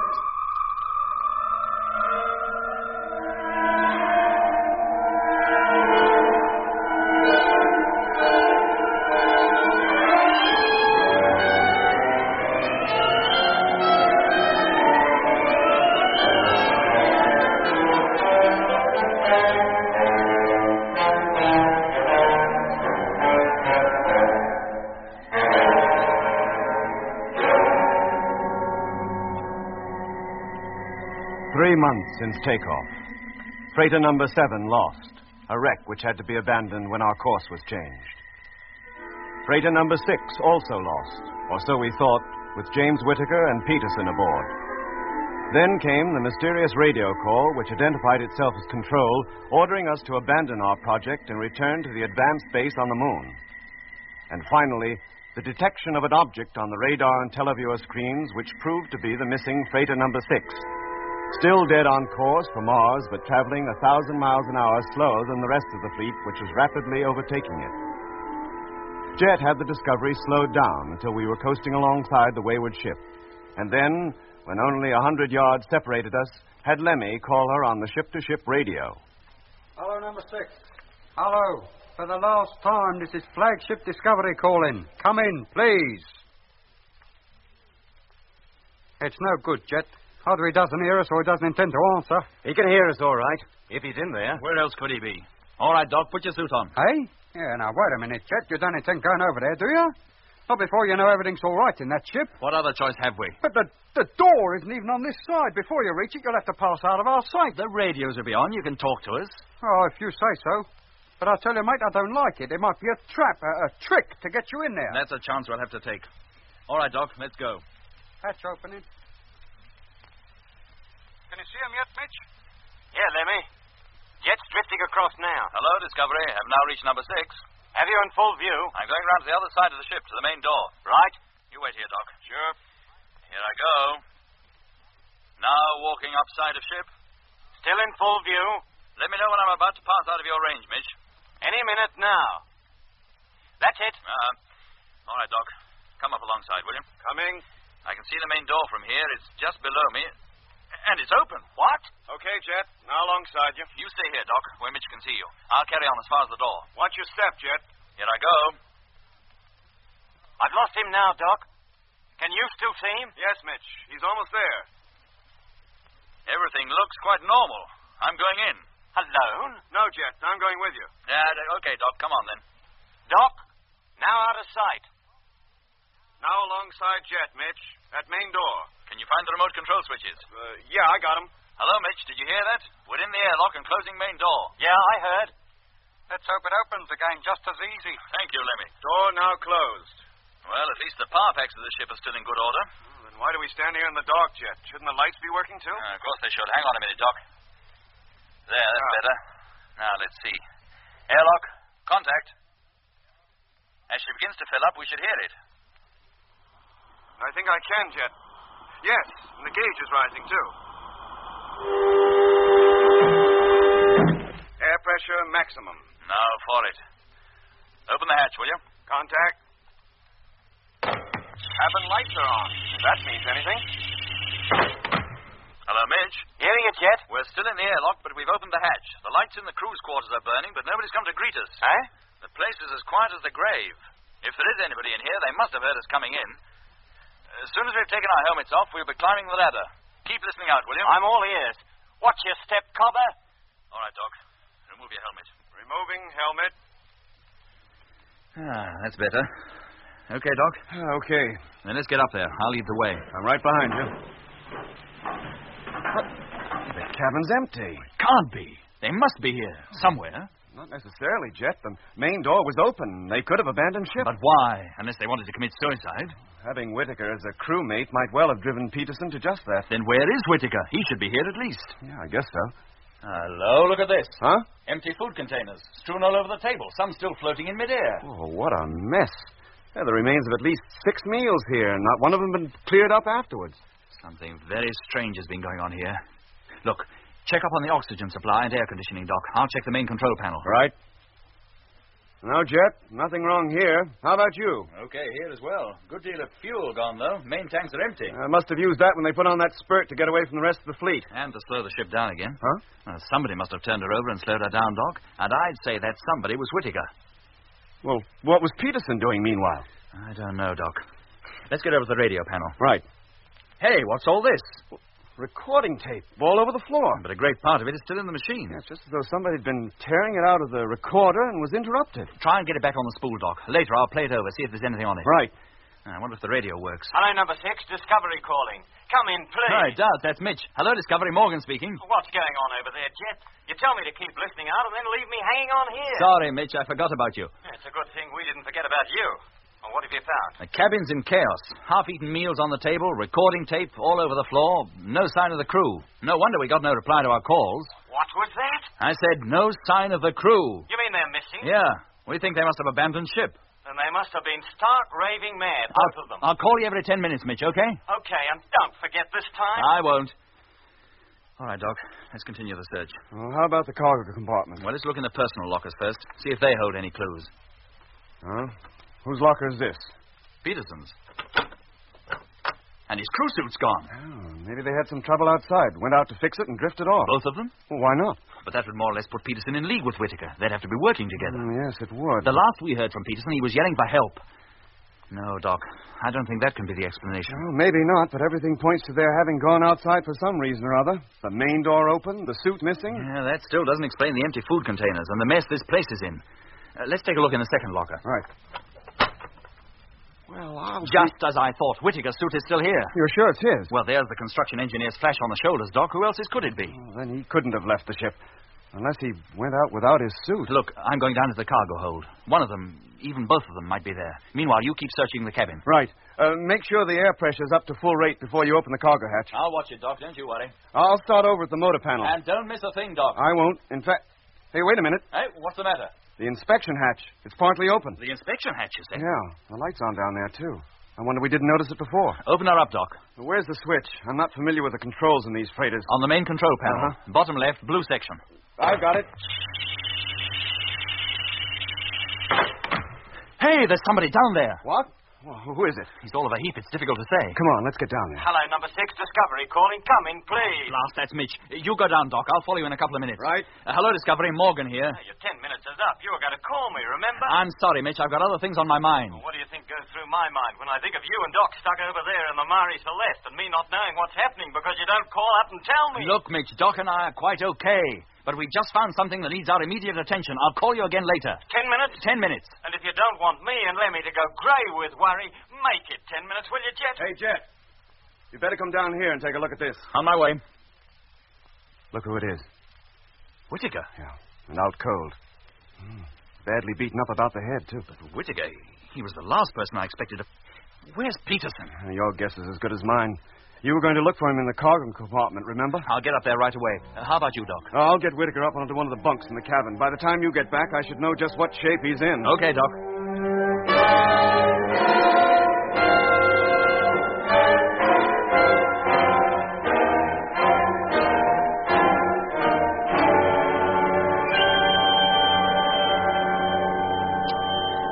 I've searched the ship from top to bottom, cargo hold everywhere. I've even been down into the tank inspection hold. There's no sign of Peterson anywhere. Then he must have left the ship, Jet. That's why the main door was open. But why? He must have known he'd never be picked up, not in a million years. He must have known he was stepping out of the ship to certain death. Well, there are an awful lot of things which need explaining, Jet. Why the cabin is in such chaos.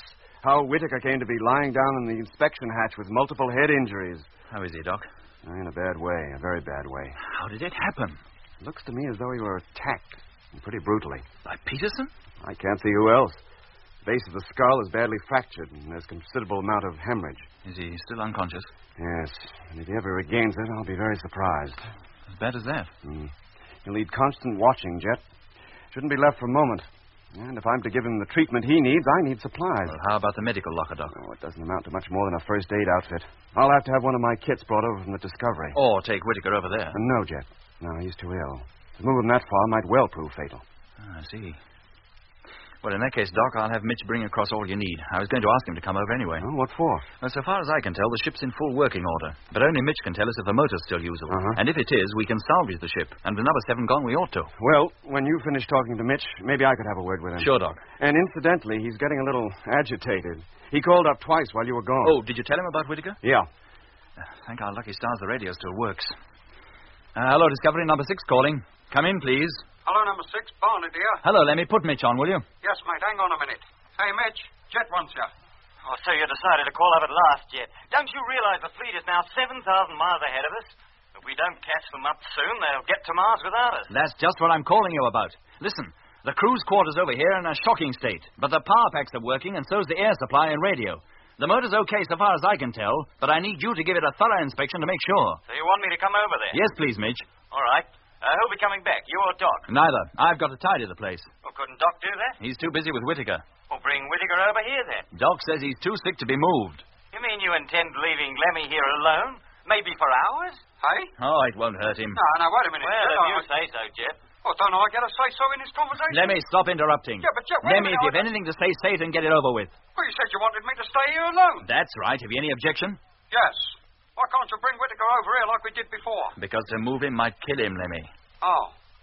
Well, I know I keep watching the radio, the radar, and the television all at the same time. You don't. You spend 10 minutes on each in turn. Oh, see, you got it all figured out, ain't you? As soon as Mitch has finished the inspection of number 6, he'll be coming back to the flagship. Now, is that all clear? Yes, Jet. And you're quite prepared to stay over there alone for a while? I don't see I've got much choice. Good boy. I'll call up the fleet periodically and make sure everything's okay. And tell them we'll begin to catch up as soon as number 6 proves to be okay. Yes, Jet. Put Mitch on again. Doc wants a word with him. Yes. And don't worry, boy. I mean, with Lemmy Barnett in charge of Discovery, can't come to any harm. Here, Mitch. It's all yours. Hello. Mitch, look, when you come over, would you bring a couple of medical packs with you? Sure, Doc. Which ones do you want? First is pack number 1 from medical locker B. Yep. Pack number 3 from medical locker A. Hang on a minute. I'll have to write this down.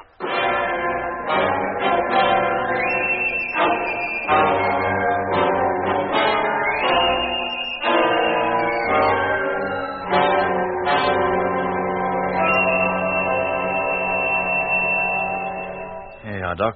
Some food. Oh, thanks, Jeff. How is he? If anything, a little worse. Oh, no sign of his regaining consciousness? I'm afraid not. Doc, what chance is there? It's a toss-up. We can only wait and hope. Here comes Mitch, up from the inspection hatch. Well, Jet, that's that. She's okay, and she's got enough fuel in the reserve tank to give her... Mitch, pipe down, for Pete's sake. We've got a very sick man here. Oh sorry, Doc. Come over to the control table, Mitch. We can talk there. Sure. Now, what were you saying? Well, I was saying that the motor is okay. We can start to overtake the rest of the fleet as soon as you're ready. Oh, good. That's good news, Mitch. You and I better get back to Discovery right away and get ready to turn the ships over and fire the motors. Yeah, both of us. But you can't expect Doc to stay and handle a maneuver like that alone. There are only 2 takeoff couches in here, and Whittaker's already occupying one of them. Oh, yeah, I forgot about that. Doc must stay with Whittaker. If firing is controlled from Discovery, he should manage okay. Let's hope so. Well, we better tell him what we intend to do. Sorry, Jet. If the motors are fired, I can't hold myself responsible. The pressure that Whittaker would be subjected to would kill him for sure. But we've got to catch up on the fleet sometime soon, Doc. They're already 10,000 miles ahead of us. Well, that's for Jet to decide. As a medical officer aboard this ship, I can only put forward my point of view. But the acceleration won't be all that great, Doc. 4 gravities at most. Not too much. I doubt if he could stand even 2. Oh, well, that's too bad. Do we put the whole fleet in jeopardy for the sake of one man who's given us nothing but trouble ever since we took off?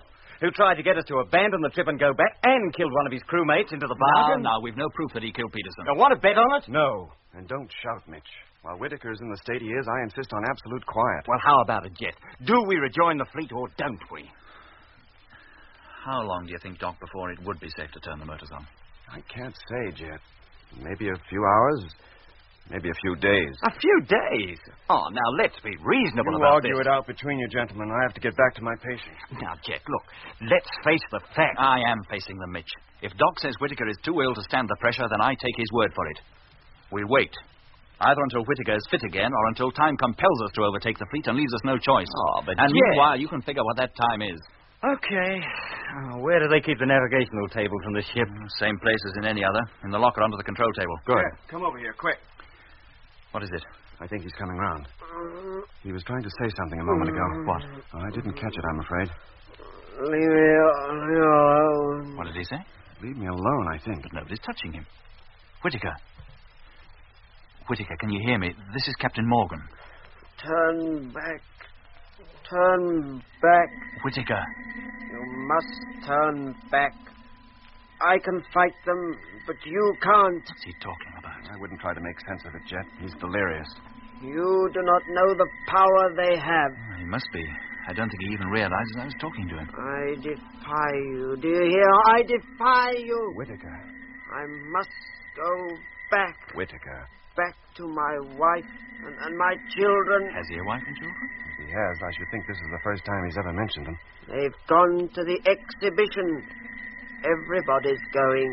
Hello, number 6, Discovery. Calling. Come in, please. I'll get it, Doc. Right. Hello, Discovery. Morgan here. Oh, hello, Jet. Look, I don't want to break up your little party over there, but the time has come for routine inspection and fleet reports. Number 1 has already called up. He wants to get cracking. Well, can't you take them, Lemmy? Of course I can take them, but what about our own routine? You can't expect me to keep radar, radio, and televiewer watch and inspect every part of the ship and all. It's a big enough job for the 4 of us. They're running a special train from Baker Street. What was that, Jet? Oh, it's all right, Lemmy. I'm sorry to have left you over there alone for so long. I'll attend to it. Well, somebody will be coming back then. I'll tell number 1 to wait until they get here. One of us will be coming across in just a few minutes. Right. Oh, incidentally, Jet. They must turn back. How's Whittaker? I must tell them to turn back. Still in pretty bad shape. Oh. Oh, well, I'll get the main door open, Jet. Be all ready for whoever comes across. Yeah. Thanks, Lemmy. Mitch, did you hear that? Yeah, Jet. Want me to go back? If you don't mind. You finished that inspection job anyway. I'll stay here with Doc. Okay, I'll put the tables back in the locker and put my suit on. I'll finish the computations in Discovery after we've carried out routine inspection.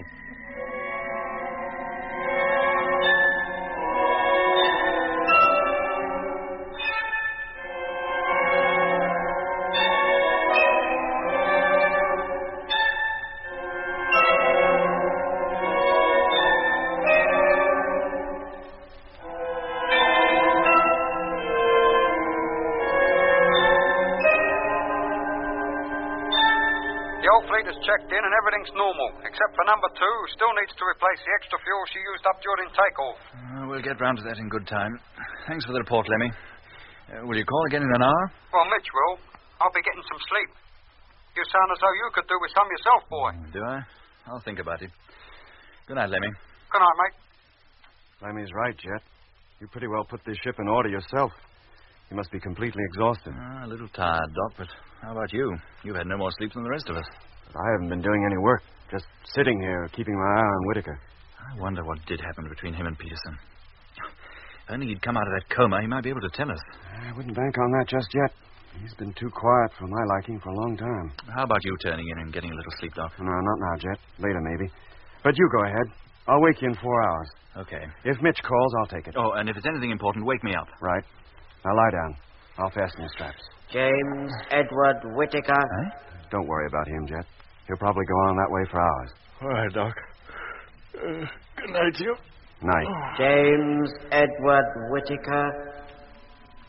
Born September 12th, 1893. That's ridiculous. That'd make you 78 years old. You don't look a day over 30. Have you been to the exhibition? Everybody's going to the exhibition. I wouldn't know how to get there. They're running special trains from Baker Street. Or you can catch a bus up the Edgware Road. The train is better, much quicker. Is that where the exhibition is? Of course. Funny. I've not heard anything about it. Well, don't you read the papers? Oh, I say. Look. What? That star up there. That red star. That's Mars. Isn't she beautiful? The red planet. It's not red at all, you know, really. It's pink and olive green. How do you know? Mars is approaching close to the Earth. If only we had telescopes powerful enough, we could see the cities on her. Cities? Didn't you know? What are you talking about? When it's night time in Italy, it's Wednesday over here. Amazing how that song has caught on. Utter nonsense, really. But you can't help singing it, can you? I've never heard it before. You seem to be completely out of touch with the time. Are we going to this exhibition or aren't we? We were, but we have other things far more important to do. That's why we've come to the park. The park is closed at this time of night. There is a way in. There. See all those people? They're all going. They'll be very happy to have you join them. See how pink they are. That's because of the atmosphere. On Earth, the sun turns you brown. But up there, you turn a nice shade of pink. Good evening, Mr. Whittaker. Good evening. Good evening. I've brought another one. Are we all ready? Yes, Mr. Whittaker.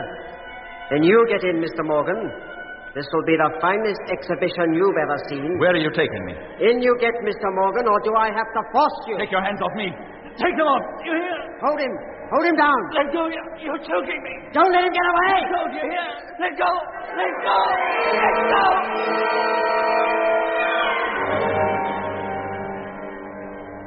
Jeff, wake up. Let go. Let go. Jeff, wake up. What are you doing? Let go. Oh, it's you, Doc. You were raving like a lunatic. What's the matter? Oh, a dream, Doc. I had such a fantastic dream. A dream? Yeah. I dreamt I was back in London. Not a London I knew, a London of the past. The buses were open-decked at the top, and everybody was going to an exhibition somewhere. Some buildings I knew. In other places were older buildings where new ones now stand. And Whittaker was there. He was taking me to catch a train at Baker Street, but he took me to Regent's Park instead. And there were about a dozen other men, all with faces and voices exactly like Whittaker. And then they began to attack me, and... well, then you woke me. You were yelling your head off. I'm sorry, Doc. I didn't mean to... Did I disturb him? Whittaker, you mean? Yeah. Nothing will ever disturb him anymore. What? You mean he's dead? Yes, Jet. And that's not all. How do you mean? What's up, Doc? You look pale. Do I? I'm not surprised. Jet, get out of that bunk and take a look at him. And be prepared for a shock. Yes, Doc. Well? Good heavens. That's not him? It is, Jet. Can't you see the likeness? Yes, but... that's an old man. Exactly. Control was right. Whittaker was 78 years old. But it took his death to prove it.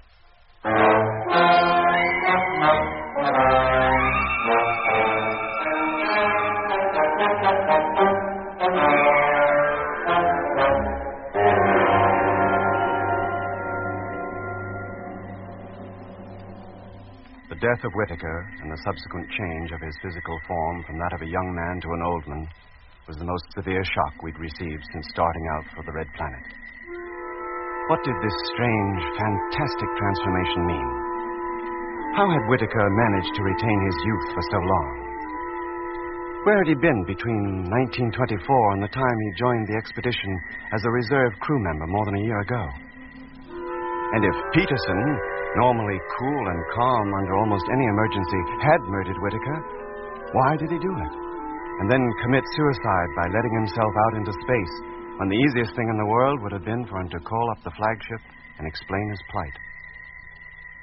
Had there been some strange power in control of Whittaker that compelled him to do things against his will, a power that prolonged his life until death cut off the controlling medium, so making the wear and tear of 47 years overtake the now lifeless form in a matter of minutes? Well, if there was an answer to all these questions, neither Jet nor I were able to supply it. The fact remained, Whittaker was dead. Now there was no longer any point in lagging behind the rest of the fleet. 12 hours later, the ships had been turned over, their speeds increased, and we had taken our place along with the rest of the fleet of ships to continue our journey towards the Red Planet.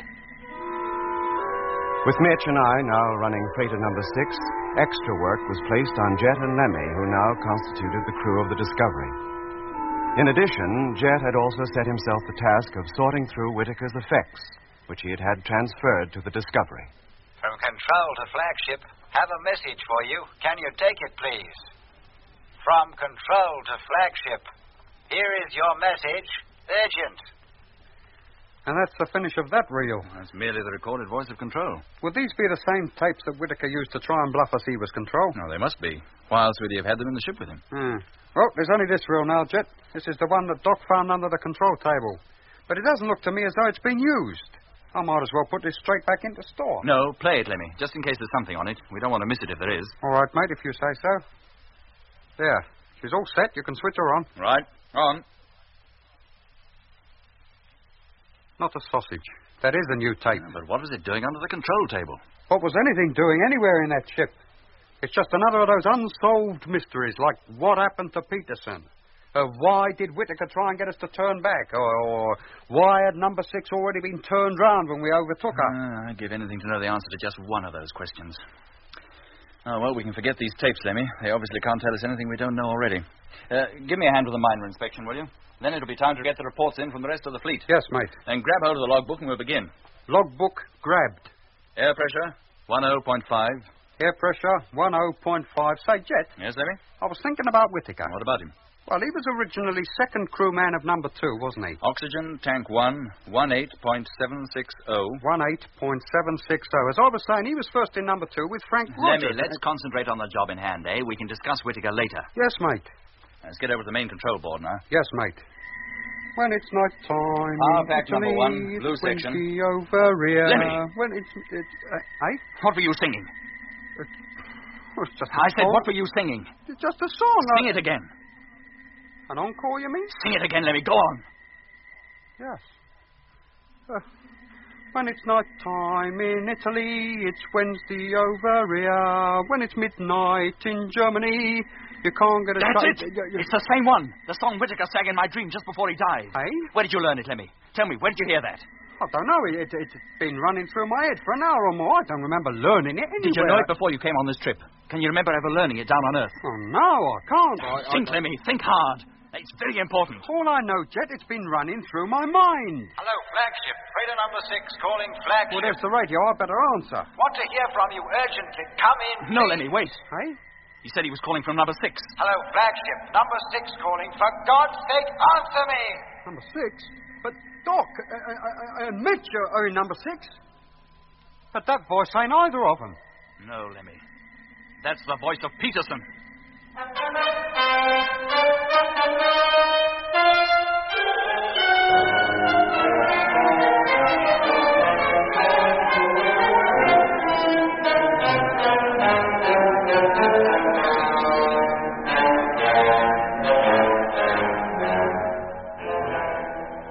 You've been listening to Episode 7 of Journey into Space, with Andrew Foles as Jet Morgan, David Kossoff as Lemmy, Guy Kingsley Pointer as Doc, Bruce Beevey as Mitch, and with David Jacobs and Anthony Marriott.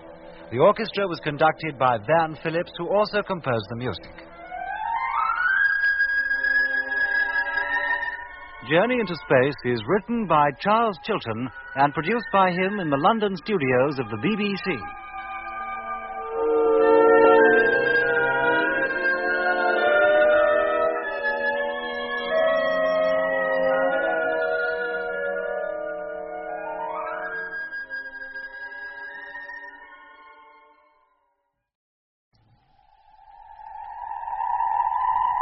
The BBC presents Jet Morgan in Journey into Space.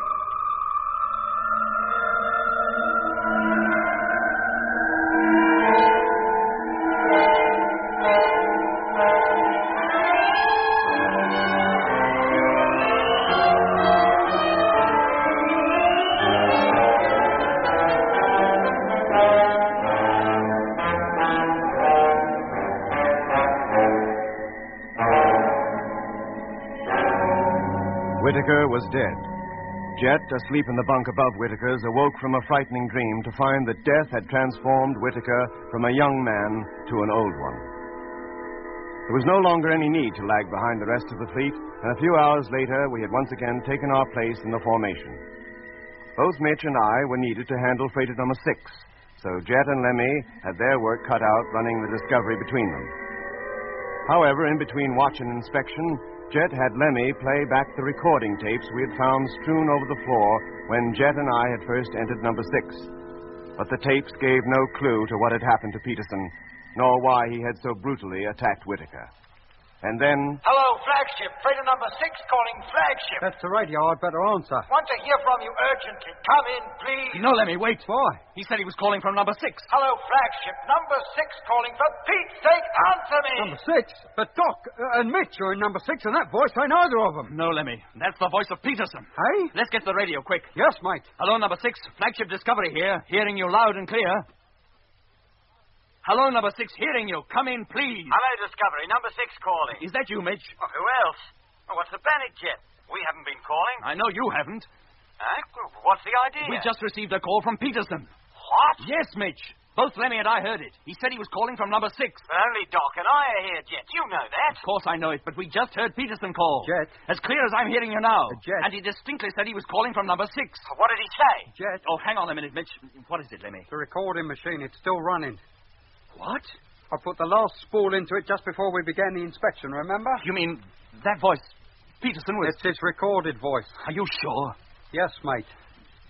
Hello, Mitch? Yeah? Look, I'm very sorry. It was all a mistake. How do you mean? The recorder was playing. We thought it was the radio. We didn't realize we left the thing running. Oh, so there's nothing to panic about after all, then? No, Mitch. I'm sorry to have disturbed you. Oh, that's all right, Cobber. I wasn't doing anything in particular. But take it easy, Jet. You'll give us all the jitters. It made us look a couple of fools, didn't it? The whole fleet will be laughing at us. Well, it was quite a natural mistake. Could have happened to anybody. Yes, Jet. I couldn't stand it any longer. What was that, Jet? It's Peterson's voice. The spool is still running. Then that spool has been used. It's not a new one after all. I killed him. Hey? Quiet, Lemmy. Let's listen to it. And I put him down the inspection hatch. Blimey. Then I turned the ship over and tried to slow her down enough so as the rest of the fleet would overtake us. So it was Peterson. But we're out of fuel. So now I'm stuck. Adrift in space with a dead man. A man I murdered. Oh. I try to ignore him, but I can't. Every time I sleep, he comes and talks to me in my dreams. Horrible dreams. Those dreams again. I'm terrified even to close my eyes. He is trying to get control of my mind, to get me to carry out things he boasted of doing before I attacked him. But he can't get at me so long as I remain awake. And I will remain awake. I defy you. Do you hear, Whittaker? I defy you. I defy you. The very words Whittaker used when Doc was nursing him just before he died. It's 4 days now since I closed my eyes. Thank you, gang. Listen. I've decided to end it all. If anybody ever hears this, then you'll know what happened. I can let myself out of the airlock. I'll be out of his reach then. Did you hear that, Whittaker? If you want me, you'll find me out among the stars. Oh, boy. I'm leaving you in a drifting ship for a grave. The fleet will never catch up on us now. But you can't do them any more harm. You'll just go drifting on forever. this is the end. I put on my suit and I'm going outside now to push off. Well, that is the lot now, Jet. The school is finished. Talk about famous last words. Do you reckon Peterson was off his rocker? Oh, he must have been. That's why I didn't notice that only the main fuel tank of the ship was empty. The reserve tanks still had plenty of juice in them. Why on earth didn't he call us up on the radio? He just murdered a man, or thought he had. Or maybe he wasn't scared to go near the radio. From there, he'd have seen Whittaker lying down in the inspection hold. Well, at least we know what happened to Peterson now. I suppose that about explains everything. Not quite, Lemmy. How do you mean? It still doesn't explain that song you were singing. Whittaker's song that I heard in my dream.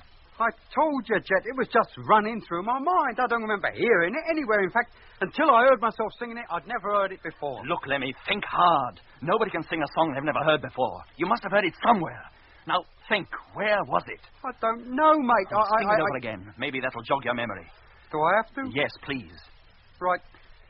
Command performance coming up. When it's night time in Italy, it's Wednesday over here. Go on. When it's... Oh, I feel such a fool, mate. Midday in Germany. Oh, yeah. It's midday in Germany. You can't get a shave in Massachusetts. Now, does it recall anything? No, Jet. Now, look, mate. Keep singing. How high is up? I'd like to know. Doesn't Baker Street recall anything? Hey? How low is that? Or an exhibition. An exhibition? Oh, think, Lemmy. And when shall we... look, Jet, mate, I can't think of two things at once. It takes all my time to think of the words. All right. Forget about it. You got me worried now. Oh, Lemmy, you're no more worried than me. Just before Whittaker died, I had a ghastly dream about him. And in my dream, he sang that song. I'd never heard it before in my life, I swear. And now, here you are singing it. Well, you know how it is for these catchy songs. One sings it and another, and before you know where you are, everybody's singing it. That's the usual way, isn't it? Yeah, but it's not usual for a song to be passed around by having heard it in a dream, Lemmy. No, mate. I don't suppose it is. Oh, well, I still hope to get to the bottom of it sometime. Yes, Jack. And meanwhile, we'll carry on with the inspection. Now, where were we? We were just going to do the radio panel. Oh, yes. All right, then. Hello, Space Fleet Control. Calling Space Fleet. Control? Trying to contact you. Come in, please. Control. He said it was Control. Calling Flagship Discovery or any freighter ship of the Mars Fleet. If you can hear us, answer, please. And it is Control. It must be. We're in contact with him again. Now, wait a minute, Lemmy. Are you sure the recorder's not still on? No, Jet. I switched it off. That call definitely came through the radio. Hello. Hello, Control. Flagship Discovery calling. Hearing you loud and clear. Repeat. Hearing you loud and clear. Let's not get too excited, Lemmy. We've had too many freak calls lately for me to be sure of anything. And don't let's be too pessimistic either, mate. Look, who else could it be? Can't be Whittaker in number 6 this time, because number 6 is now back with us, and Mitch and Doc are in there. It must be Control. Now, calm down, Lemmy. Yes, mate. I'm sorry. Hello, Flagship. Hello, Discovery. Control calling. Received your call, strength 3. I've been calling you for weeks. How is it with the fleet? Are you all right? It is them. Time lag was more than half a minute. The distance we are from Earth, that would be about all right. Hello, Control. This is Jet Morgan calling. Jet Morgan aboard the Discovery. Are we pleased to hear from you? All ships except number 7 are safe and intact, but the crew of number 6 has been lost. Details will be given later. How are things back on Earth? Call up Mitch, Lemmy. Tell them the news. I'll hang on here. Sure. Hello, number 6. Discovery calling. Come in, please. Hello, Discovery. Matthew speaking. Hello, Doc. Mate, we got wonderful news. Oh, what? We've made contact with Control. Oh, you have? Hey, Mitch. Discovery is in contact with home. And what was that? It's true, Mitch. Jet is talking to him now. But it's a bit of a sort of long-winded conversation on account of the delay between replies. Oh, never mind about that, so long as you've got them. You're certain it is them this time. You're quite sure you haven't left the recorder running, eh? Yes, mate. I'm quite sure. From Control to Discovery, your message received. Glad to know that you're safe. There. Did you hear that? That's them, all right, Lemmy. Hook them up, will you? Sure, Mitch. There. How's that? Why have you been out of touch for so long? We've heard nothing from you for weeks. Oh, that's fine. Thanks, Lemmy. It's a long story, Control. I'll let you have full details in due course. Meanwhile, I'd be glad if you'd keep on talking for a bit. Doesn't matter what about, the latest cricket scores, anything. So long as you keep on talking. I want the whole fleet to hear you. Did you get that, Lemmy? Yes, Jet. Then call them up. Hook up the entire fleet to the main receiver. And let them hear the voice of home.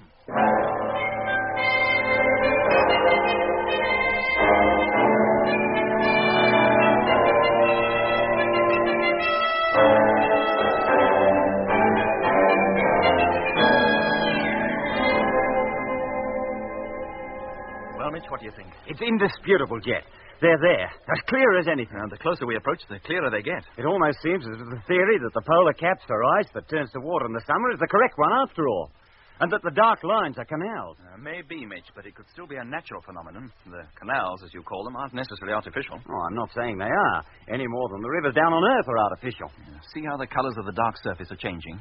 2 weeks ago, they were an olive green. Now they're near a reddish purple. And closer to the pole, the change is even more marked. When do I get a look in on all this, Jet? You two have been monopolising that telescope for hours. Sorry, Lemmy. You must excuse us. Granted, so long as I get a look in soon. Hey, Army, old mate, it's all yours. I'm going to look at the maps for a while anyway. Oh, thank you, Mitch. I've been longing to take a deco. Well, Lemmy, now you're taking your deco, as you call it. What's your impression? You give me a couple of minutes and I'll tell you. Can you make out the ice cap? Yes. Looks just like a blister.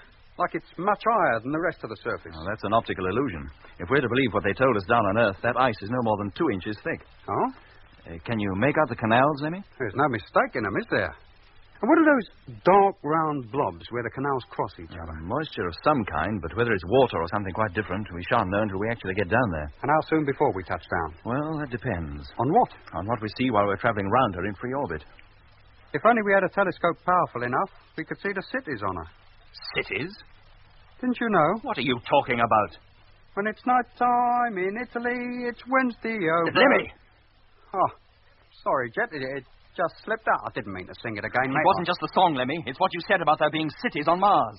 Cities on Mars? What are you talking about? I didn't say that. You said if only we had a telescope powerful enough, we could see the cities on her. No, mate. I'm afraid you made a mistake there. Look, Lemmy, I distinctly heard you. Well, no. I must have said it unconsciously. I didn't mean to. It just crossed my mind that if there were any cities on Mars, which there can't be, we'd need a much more powerful telescope than we have here to see them. I didn't say it. You not only said it, Lemmy, you phrased it in the identical words used by Whittaker in the dream. Go on. Now, how can you account for that? I can't account for it. I tell you, Jet, I didn't realise I'd said anything. And why did you start singing at that moment, just as he did? Now, do me a favour, Jet. I don't know nothing about your dream. You're giving me the creeps, mate. Oh, I'm sorry, Lemmy. I'm sorry I shouted at you. Well, that's all right, boy. Look, if there's anything else you'd like to see or ask about, go ahead. Well, not at the moment, Jet, thanks. I'll wait until Doc gets over here. It's about time he came, isn't it? Will you escort Mitch back and bring Doc now? Of course I will. I'll put my suit on and be ready to start. Thanks, Lemmy.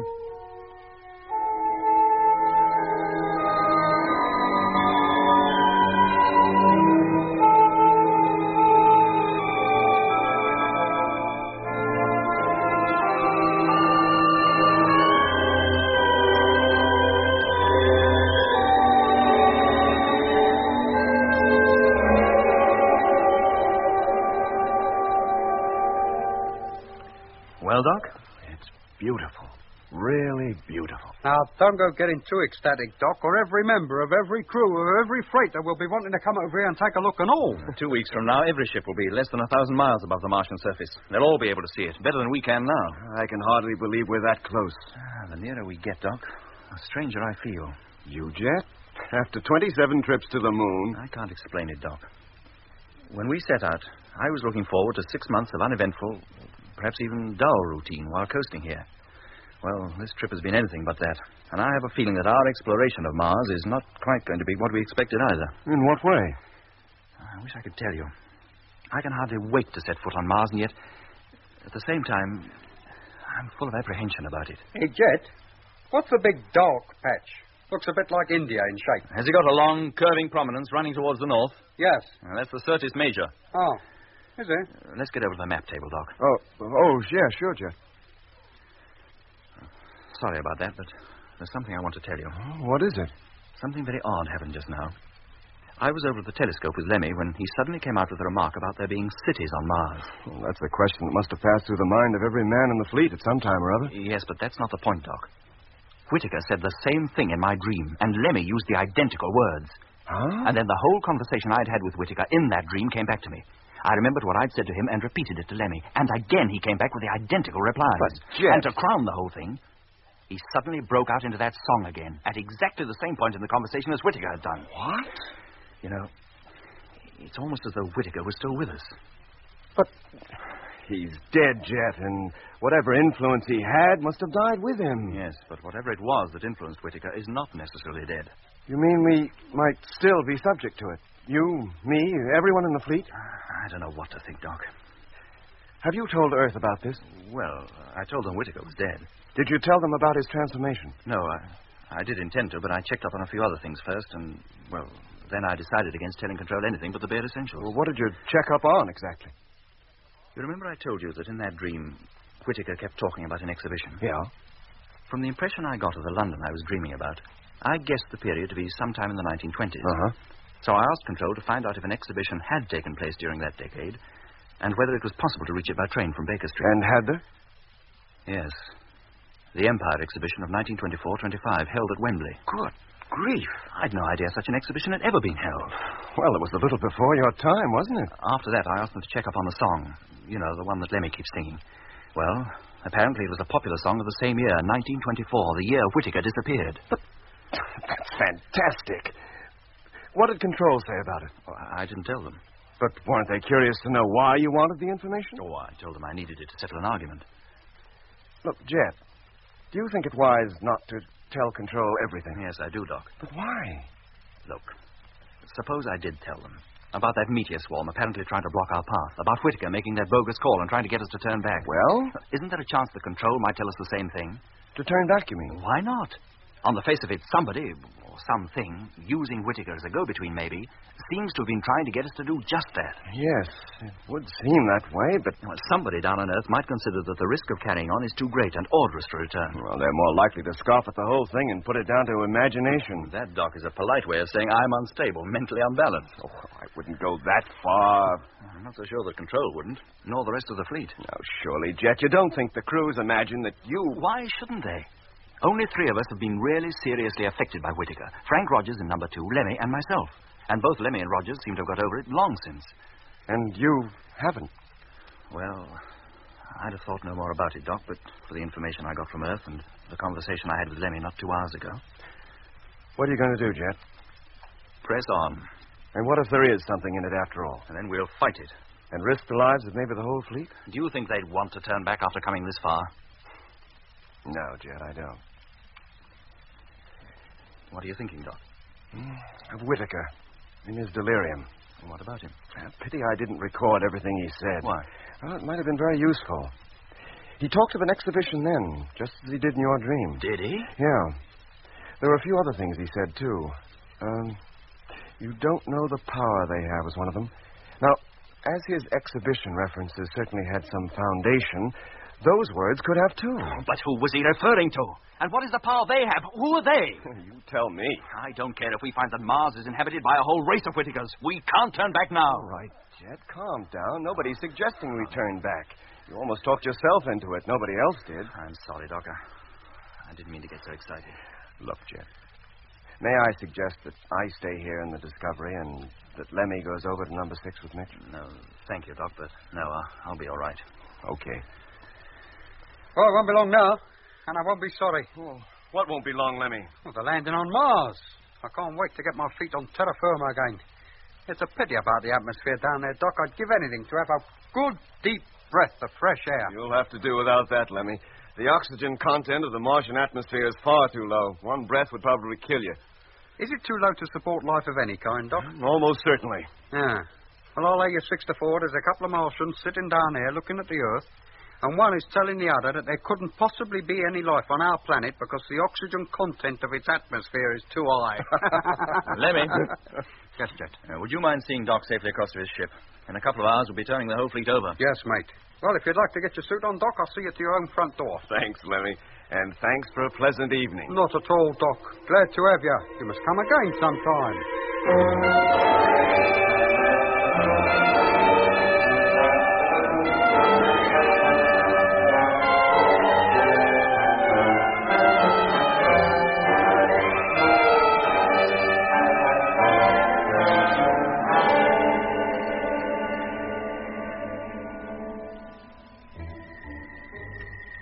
I left the Discovery and returned to freighter number 6. I was, I must admit, quite disturbed by what Jet had told me. I racked my brains to see how it could possibly all tie together. but eventually had to give up. First, because, try as I might, I could find no answer to the enigma, and second, because less than half an hour after reaching my freighter, the order came from Jet to turn the fleet over. Since leaving the moon, our ship had been coasting outward away from the sun, our speed slowly decreasing. By the time we reached the red planet, we had hoped it would have reduced sufficiently to match that of our objective. Unfortunately, owing to our having changed course twice, this was not so. We found we were actually approaching Mars at a speed high enough for us to overshoot it, unless we slowed the fleet down in good time. So first, the tanks of freighters number 2 and 6 had to be filled. On Jet's orders, 4 construction engineers left their ships and, trailing their long fueling lines behind them, began the task of pumping fuel from the reserves into the main tanks of the 2 freighters. 4 hours later, the fleet had been turned over, and every man in every ship was safely strapped onto his takeoff couch, waiting for Jet's orders to fire the motors. Firing in 30 seconds. Stand by. In spite of the high speed at which we were still traveling, the whole fleet seemed to hang motionless in space. One side of each ship bathed in brilliant sunlight. 20 seconds. The other half in total darkness. And so our long journey was almost over. In a few days, the red planet would be reached. We would be encircling it 1,000 miles above its surface and preparing the Discovery for its first descent. 5 seconds. But first, we had to slow down. Contact!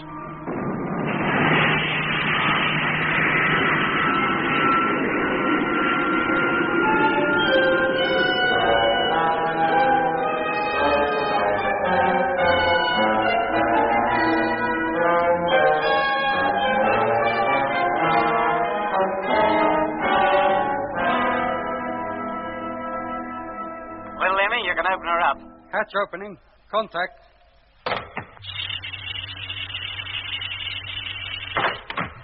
Well, nice to be back in the Discovery again, eh, Doc? Oh, sure is. Well, what's cooking, Jet? Well, we've encircled the planet 4 times now. I think we should try to make the landing as soon as possible. And what do you think, Doc? I can't wait, Jet. She's such a fantastic sight from up here. I'm longing to see what she's really like on the surface. The fantastic sight is right. The place seems to be one vast red desert. You mean all that red stuff down there is sand? If not sand, Lemmy, then something very like it. Well, what are all the dark patches? Vegetation. What else could it be? And it must be a very peculiar kind, too. The telescope doesn't show us as anything that we can definitely recognize. How long before number 1 is ready to descend, Mitch? The ailerons are already fitted, Jet, and the atomic motor disconnected. She should be ready in about 4 hours. Then we'll start as soon as our crew is settled in. First landing will be attempted at 1500 hours Universal Time. Lemmy, call up the fleet and tell them, will you? Yes, Jet. Hello, Space Fleet. Discovery calling. Have message for all ships. Come in, please. Very well, gentlemen. We'll go over the procedure once more. Now, once the motors have been fired, we should enter the Martian atmosphere within a few minutes. We will use the resistance of the atmosphere to reduce our speed even further. Let's hope there's enough of it to make the necessary difference. That we'll find out. If there isn't, then we'll attempt a tail-first landing as we normally make on the moon. Now, you all set? Okay, Jet. Okay. Okay. Positioning control panels. Lemmy, televiewer. Televiewer on. Motor, Mitch? All set. Then I'll go up into the pilot's cabin. Hook me up to number 1, will you? Right. You're hooked. Hello, number 1, Morgan here. Come in, please. Hello, Jet. Receiving you. We'll be on our way in just a few moments. You'll wait 30 minutes and then follow on. Now, is that clear? Yes, Jet. In the event of your not landing on the prearranged spot, you're fully acquainted with the procedure for locating us? Yes, Jet. Thank you, Frank. Well, we'll be off. Okay, and good luck, Skipper. Good luck to all of you. Same to you, Frank. We'll see you down there. Okay, Mitch. It's all yours. Turn on the motor and I'll take you down. Stand by for firing. Contact! Come on, boys. I'll bring you back a stick of rock. Deceleration rate 10, 20, 30.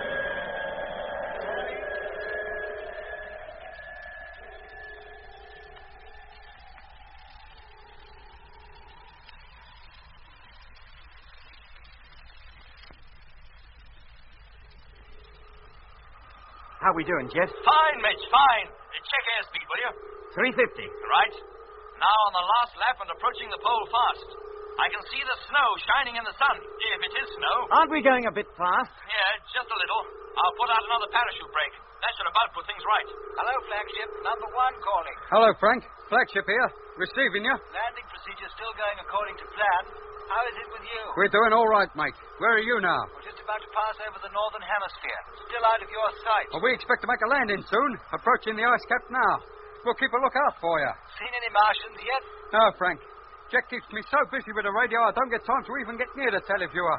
For all I'm seeing of what's outside, I might as well be in a submarine. It's a wonderful sight, Lemmy. Everything's pink, like it was perpetually bathed in the light of a beautiful sunset. Is that right, Doc? Yes, Lemmy. That's as good a description as any. Yeah, I wish you'd take over the radio for a spell. Let's have a look. Okay, Lemmy. Come on, then. Televiewers pointed directly below us, but don't take too long over it, huh? We'll be landing soon, and every man will have to be at his own post. Just one quick look, Doc, to satisfy my curiosity. Speed check, please, Mitch. 330. Check. Height? 70,000. Check. Oh, blimey. Oh, what is it, Lemmy? Are you taking a look at this lately? Oh, no, Lemmy. I'm too busy. You don't know what you're missing, mate. I've never seen such a sight. Hey, what's that?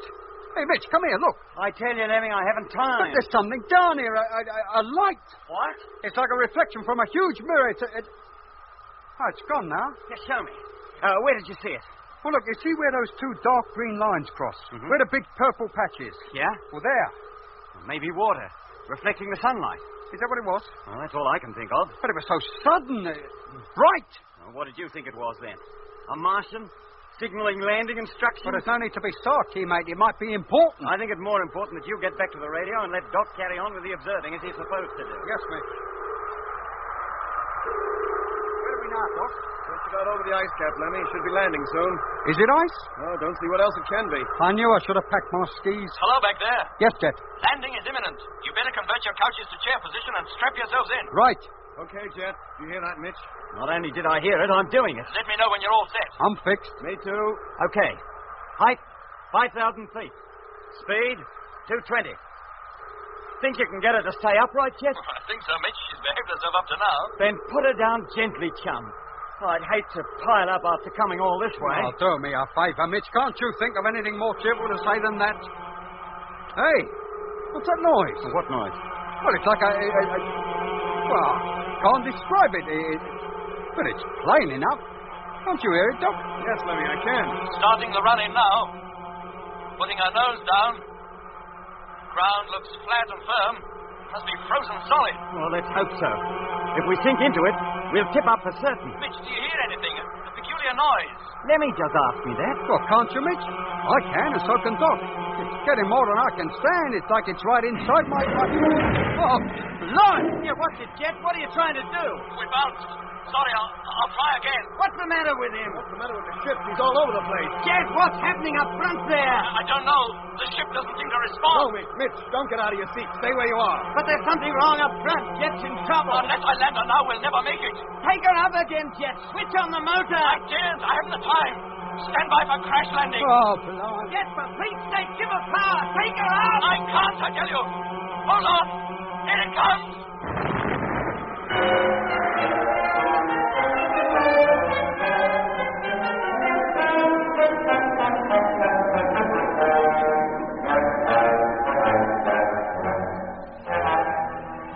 You've been listening to Episode 8 of Journey into Space, with Andrew Foles as Jet Morgan, David Kossoff as Lemmy, Guy Kingsley Pointer as Doc, Bruce Beebe as Mitch, and with David Jacobs. The orchestra was conducted by Van Phillips, who also composed the music. Journey into Space is written by Charles Chilton and produced by him in the London studios of the BBC.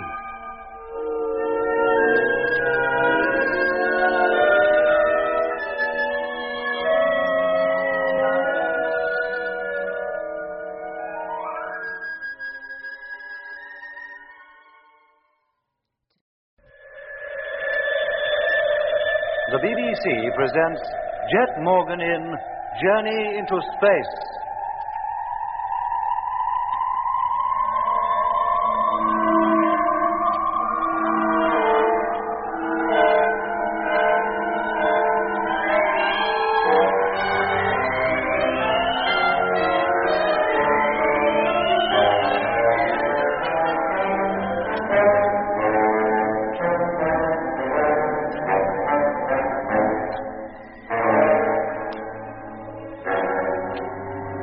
6 months after leaving the moon and traveling 355 million miles through space, flagship Discovery, accompanied by the remaining 7 freighters of the Mars fleet, reached the Red Planet. After a preliminary survey from 1,000 miles above its surface, Jet Morgan decided that the Discovery and one other ship should attempt a landing, the remainder of the fleet to continue encircling Mars in free orbit. So, leaving freighter number 1, now completely transformed into a landing craft by the construction engineers, to follow 30 minutes behind the flagship, the Discovery began its spiral descent towards the southern pole cap. Hey, what's that noise? What noise? Well, it's like... Well, I can't describe it, Beg. It's plain enough. Can't you hear it, Doc? Yes, Lemmy, I can. Starting the run-in now. Putting her nose down. The ground looks flat and firm. Must be frozen solid. Let's hope so.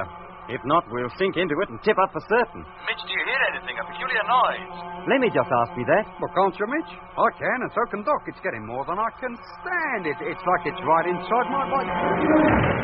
Blimey. Hey, watch it, Jet. What are you trying to do? We bounced. Sorry, I'll try again. What's the matter with him? And what's the matter with the ship? She's all over the place. Jet, what's happening up front there? I don't know. The ship doesn't seem to respond. No, Mitch, no. Don't get out of your seat. Stay where you are. But there's something wrong up front. Jet's in trouble. Unless I land on her, we'll never make it. Take her up again, Jet. Switch on the motor. I daren't. I haven't the time. Stand by for crash landing. Oh, blimey. Jet, for Pete's sake, give her power. Take her up. I can't, I tell you. Hold on. Here it comes.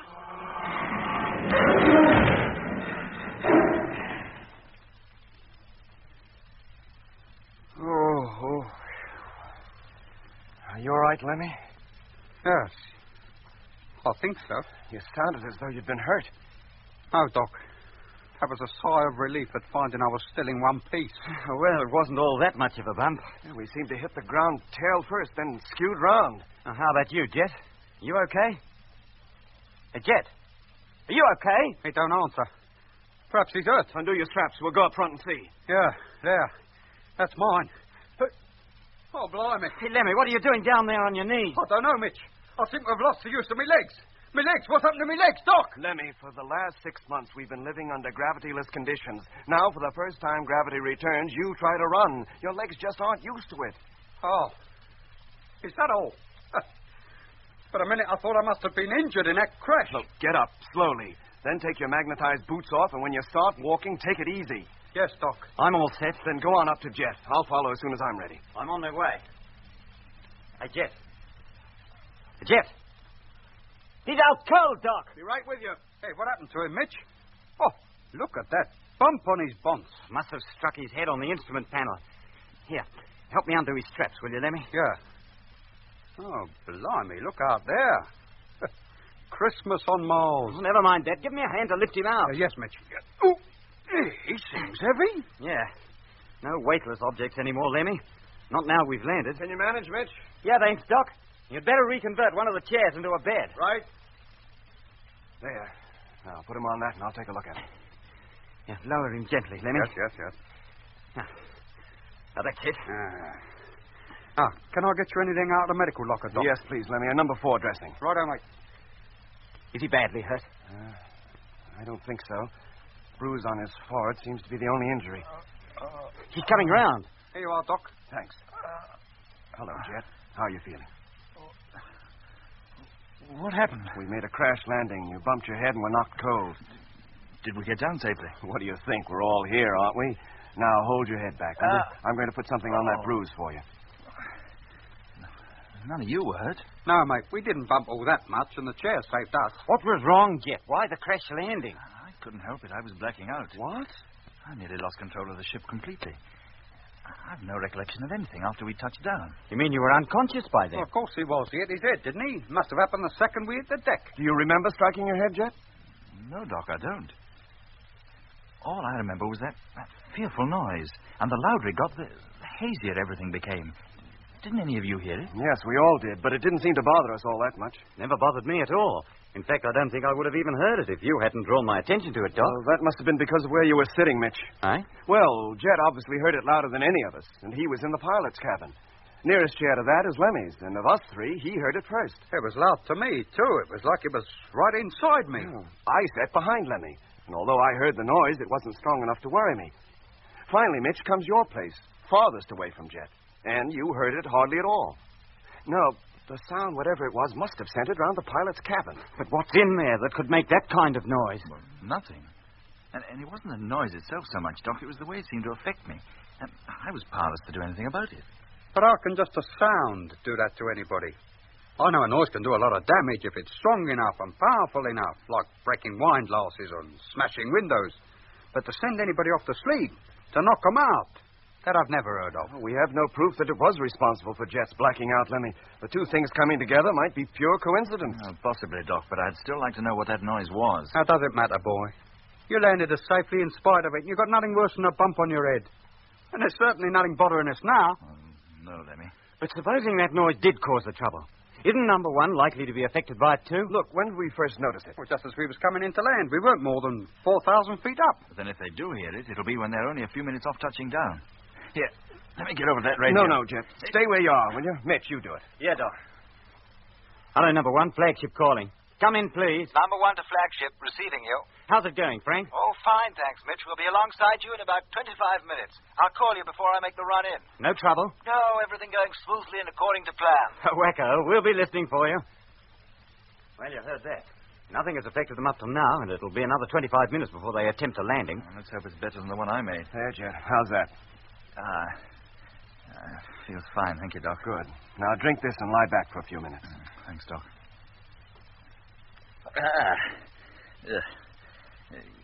Is the ship damaged? Not as far as we know. We've hardly had time to find out. But Lemmy and I will carry out an inspection right away. No, wait, I'll Jet, stay where you are. They can manage it between them. I'd have liked them to have taken a look outside first. We've just landed on Mars, the first man ever to do so. They have a right to see what it's like. They'll get this inspection over mighty quick, Jet, and you can depend on it. By then, you'll feel better, and we can all take a look. Together.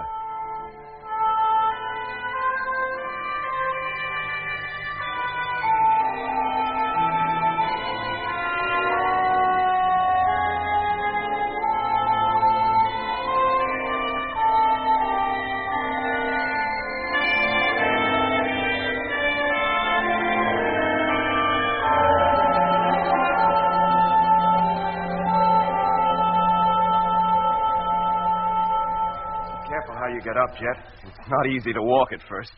That's it. The pilot's cabin's too small for us all to look from there. I suggest you and Lemmy go into the navigation hatch, and Mitch and I look through the pilot's blister. Between us, we'll get a rear and forward view. Right. Okay, Lemmy, come on. Let's get our first glimpse of Mars at close quarters. Yes, Doc. Navigation hatch. Contact.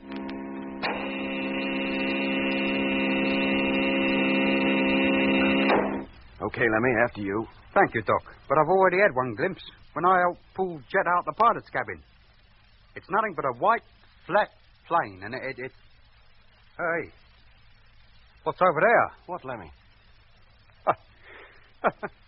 It's our skid marks. We turned almost completely round. Hey, Doc, look at the sky. It's a deep mauve. Yes. I thought it would be blue like it is down on Earth. Would the sky be that color all over this planet? Almost certainly. It's because of the thin atmosphere. Go on. I wonder what color the soil is under that ice. Well, the part the skid marks have revealed looks black to me. It may look black in contrast to the whiteness, but it could be almost any color. Well, we'll find out soon enough when we go outside. Yeah, but that won't be for some hours. We've got to be sure it's safe to go out first. Hello, flagship. Number one calling. Hey, listen, that's Frank on the radio. I better get back. He'll be landing soon. Away you go, Lemmy. Hello, number one. Morgan here, receiving you. Oh, you're here already, Jet? Yes, Lemmy. Hello, Jet. We're rapidly approaching landing point and are preparing for the run-in. Just take it easy and you'll do all right. How did you get on? I fluffed it, I'm afraid. Oh? But we're all in one piece. So's the ship, so far as I know. You shouldn't have any trouble. Okay, Jet. I'll keep in touch all the way in. And we'll keep a lookout for you. Remember, you've got some valuable cargo aboard. Good luck, Frank. Thanks, Skipper. Hey, Jet, what did you tell him you fluffed the landing for? Well, didn't I, Lemmy? Well, it wasn't your fault, mate. If you felt all peculiar, it's a miracle you brought us down as well as you did. Thanks, boy. Keep radio watch, will you, Lemmy? I'll go back into the pilot's cabin and see if there's any sign of number one yet. Yeah. It's bad form for the captain of the fleet to admit he made a duff landing unless he tells them why. Put me up the intercom, will you, please, Lemmy? Oh, yes, Jet. Hey, Jet, come on. I can see him. Coming, Mitch. There, look. Glistening in the sunlight. Yes. Hello, Frank. If you're busy, don't answer, but we can see you. I can see the Discovery too, Skipper. I'm putting the nose down now. Well, he doesn't seem to be affected by any peculiar noises. Not so far, Mitch. Are you going to warn him about that business? No, Mitch. I don't want to worry him unnecessarily at this stage. If he hears any odd sound, he's bound to tell us. Yeah, and a fat lot we can do about it if he does. Everything's going fine, Skipper. Just about to bring her in now. We can still see you, Frank. Make it good. He's not going to land very near us. That's certain. He won't be too far out. There he goes, touching down now. And a beautiful landing. Good for him. And look at the way that ice sprays up from the wheels. It's more like powdered snow. It must be composed of very fine, dry crystals, Mitch. Don't think it can be snow, not as we understand the word. Well, that's it, Jet. He's down and safe. Nice work, Frank. Thank you, Skipper. Tell your operator to keep radio watch. Meanwhile, as soon as your men have satisfied their curiosity about what's outside, you better start preparing to leave the ship. Yes, sir.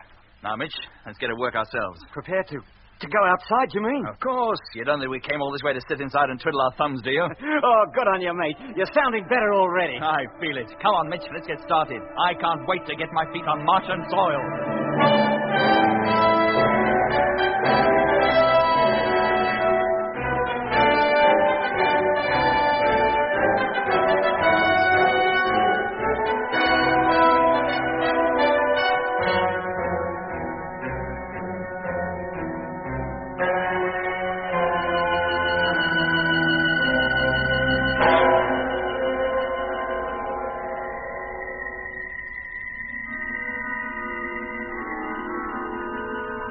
So, 6 months after leaving the moon, the landing on Mars was made. The moment Control knew we'd touched down safely, the news that men had set foot on Martian soil was broadcast over the whole Earth. Within half an hour of touching down, the Discovery was hooked up to dozens of radio transmitters on Earth, while Jet described how the landing had been made, and what Mars, or what little we could see of it, looked like. After hearing his description, the thought that most likely passed through the minds of the folks up there on the old world must have been, well, now that you've made it, was the trouble and the colossal expense really worth it? On the face of it, they might well have had good reason to ask. Years of preparation and our hazardous journey had brought us, at long last, to a glaring, white, ice-bound wilderness, stretching as far as the eye could see. The landscape was as flat as a pancake. A mirror-smooth sheet of white, broken only by the dark tracks left by the landing wheels of our craft. The two great ships, separated by no more than a mile, stood motionless in the eerie silence, their undersurfaces reflecting the glare from the ice, and enclosing all, a huge hemisphere of deep mauve that was the Martian sky. As Lemmy remarked, but for that sky, we might just as well have landed on a flat, frozen plain near either of the poles of the Earth. And the effort, up to now at any rate, had been just about as rewarding. But we had no intention of remaining in our white wilderness for longer than we could help. It had been chosen as a landing place because it was the one spot where we could be sure of finding a smooth surface. But now that we had landed, it was our intention to leave the ships, begin the exploration of the pre-selected regions down towards the equator. The prospect excited us all. But first, we had to be sure that it was safe to step outside. Hello, number one. Discovery calling. Can you hear us? Hello, Discovery. Rogers here. Okay, Lemmy. Exhauster. Airlock. Contact. Hello, Frank. Jet and Mitch are about to go outside. They're in the airlock now. Keep a lookout for them, will you? Yes, Doc. How soon before we can begin to unload the cargo? The boys are all keyed up and ready to go. Air pressure maximum. Open the main door, Lemmy, and let down the ladder. Right, mate. One ladder. Coming up. Well, Frank, that depends on Jet. Shouldn't be long now, though. Okay, Doc. We'll be listening. Now about to descend. After you, Mitch. No, Jet. After you. I was the first man to set foot on the moon. You'll be the first to step out onto Mars, eh? Thanks, Mitch. Well, here I go. I'm going into the pilot's cabin, Lemmy. Watch them from there. Right, Doc. I'll just hook up the radio and I'll be right with you. Hello, Doc. Yes, Jet. I'm now down on the deck. Actually walking on the surface. Well, on the ice anyway. And I'm just descending the ladder and touching down. Now. Oh, truth, ice is all crunchy. It's like walking on a carpet of cornflakes. I just scooped up a handful of it, Doc. It's like holding a pile of little diamonds. Yeah. And look at the way they drop through my fingers, like grains of silver sand. It is ice, then. Well, yes, so far as I can judge just by looking at it. We're about to walk from under the ship, Doc, and Round towards the nose so you can see us. Okay. Come on, Mitch. Right with you, cobber. Hey, Doc. Have they come into sight yet? No, not yet, Lemmy. Give them time. There they are. Hello, Jet. We can see you. Hello, Doc. We can see you too now. How's it feel out there, boy? And it cold? Well, if it is, it doesn't penetrate the suits. Not yet, anyway. No knowing what it'll be like after an hour or more out here, though. It's my guess we'll have to put the heaters on. Thermometer's already down below freezing point. We'll move out into the open now, Doc. Over towards number 1. We'll set up the instruments midway between the ships. Right, Jet.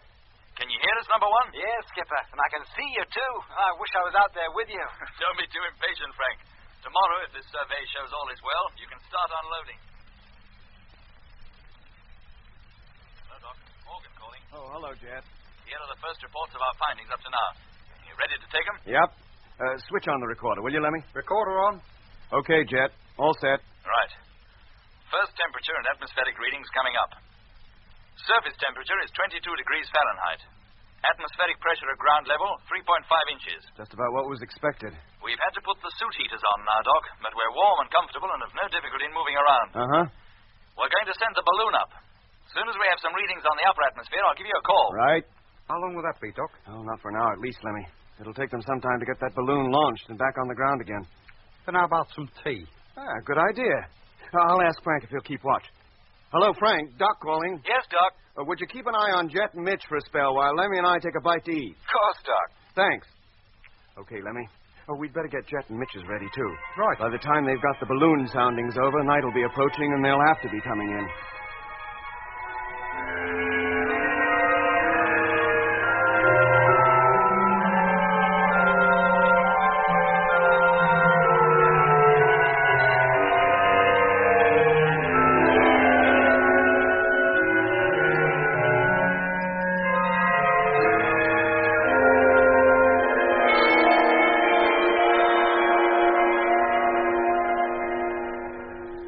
How about it, Doc? You want any more? No, thanks, Lemmy. Let me give you a hand. We'll clear these things away. Oh, no, I can manage, thanks. Well, then I'll go on up to the pilot's cabin and... Hello, Jet. Mitch, can you hear me? That's Frank calling. Yeah, sounds like Jet and Mitch must be almost through. Yes, Frank? You better get back into your ship quickly. It sounds more like there's something wrong. What for, Frank? We're not finished yet. Good grief. Hello, Jet. Come on, Frank's right. You'd better come back. Cripes. Oh, we had to. It's getting foggy. Eh? Yeah, mate. Look, number 1 is hardly visible. But a few moments ago, it was quite clear. Well, it's not now. And it's getting thicker all the time, fast. Come on, let's get this balloon down and get moving. What is it, Doc? What sort of panic? Now, look for yourself, Lemmy. There's a dense white fog gathering. Seems to be rising straight up from the ground. I can hardly see Jet and Mitch. Blimey, if they're not careful, they'll never find their way back. Hey, Jet, come on in, mate. Just picking up the gear, Lemmy. We'll be coming in a minute. Oh, give me a hand to wind this darn balloon in, Jet. She's still 1,000 feet up. What kind of a fog is that, Doc? Some form of ground mist, I suppose. How else could it have formed so quickly? Search me. Maybe that's the usual way with mists on Mars. Let's hope not. It could prove darn troublesome. Or maybe it's only in the cold region that... Blimey, Jet and Mitch have completely disappeared. Hello, Jet. Hello, Doc. Look, we can't see you at all now. And we can't see you either. We're completely enveloped. In fact, I can hardly see Mitch, and he's not more than a few yards from me. Hello, Frank. Can you see them? No, Doc, not now. I can't even see the Discovery. No, we can't see you either. Jet. Yes, Doc? How are you going to find your way back? We'll manage. Ship is only about 1,000 yards away. We shouldn't miss it. We're just collecting the last of the gear together now. We'll be on our way in just a few moments. Okay, but hurry up. You ready, Mitch? You got everything? I think so. Anything we've forgotten, we'll have to stay out here all night. All right, then. Now, let's keep close together. Okay, Doc. Coming back now. Good. I'll put on the main landing light. Maybe you'll see it. There, can you? No. We can see nothing but this white wall of fog. Visibility is down to 0. We can't even see our own feet. Oh, blimey, Doc. Hey, Doc, what's the temperature likely to be out there at night? Somewhere in the region of minus 100 degrees, Lemmy. And it's not far off nightfall now. They'll freeze to death. If they're caught out there all night, they certainly will. Their suits are no protection against such severe cold. Not without the sun rays to help warm them. Oh, what about the heaters in the suits? They're not powerful enough to combat the kind of cold to be found during a Martian polar night. Hello, Jet. Yes, Doc? How you doing? Can you see the light of the ship yet? No, this mist is so darn thick. I doubt if we will see it before we're almost on top of it. Still, don't worry, Doc. It's bound to come into view soon. Lemmy, call up Frank. Tell him to take a bearing on Jet and Mitch. And you do the same, huh? Try to fix their position. Right. Hello, Frank. Yes, Lemmy? Next time Jet or Mitch speak to us, take a bearing on them, will you? And let me know what it is. Okay. Well, there's no need for that, Lemmy. We're not lost. Not yet, we're not. Well, we're just being cautious, that's all. If you've been walking in a straight line, Jet, you must be pretty close to us by now. You should see the light. We will in a minute, Doc, I'm sure. We're not walking as fast as you think. We've a lot of gear to carry. Jet, hello. Yes, Doc? Stay where you are. Don't move. What's up? We figured out your position. You've been walking in the wrong direction. What? Are you sure? Yes, mate. You're well south of us, about half a mile or more. Bearing from Discovery, 182 degrees. You've missed the ship completely. But we couldn't have done. I'm telling you, Jet, this fog has made you lose your sense of direction. You'll have to turn completely round to come anywhere near us. But what's the guarantee we'll stay on course if we do? Well, Frank and I can keep taking bearings on you. We'll guide you in. No. I've a better plan than that. What, Jet? The balloon line. I'll take one end of it, Mitch, and try to head back to the ship. You pay out the line until it's 1,000 yards long. If I haven't found the ship by then, well, then I'll use you as a center and sweep out a circle 2,000 yards in diameter. The ship's bound to be somewhere within that area. Righto, Jet. We should have done that in the first place. Did you hear all that, Doc? Yes, Jet. Okay, then, Mitch. I'll get going. Start paying out the line. Keep checking on him, Lemmy, just in case. I'll keep him talking. Right, Doc. Hello, Frank. Yes, Lemmy? Keep at it, will you, mate? Just on Jet this time. Roger. Hurry up, Jet. Just standing here, I'm beginning to get darn cold. Is your heater working, Mitch? Yeah, Doc, going full blast, but my feet are starting to freeze up. You'd hardly believe the mere blocking out of the sun's rays could make all that difference. How far have I gone now, Mitch? 70 yards. And don't let go of the end for Pete's sake.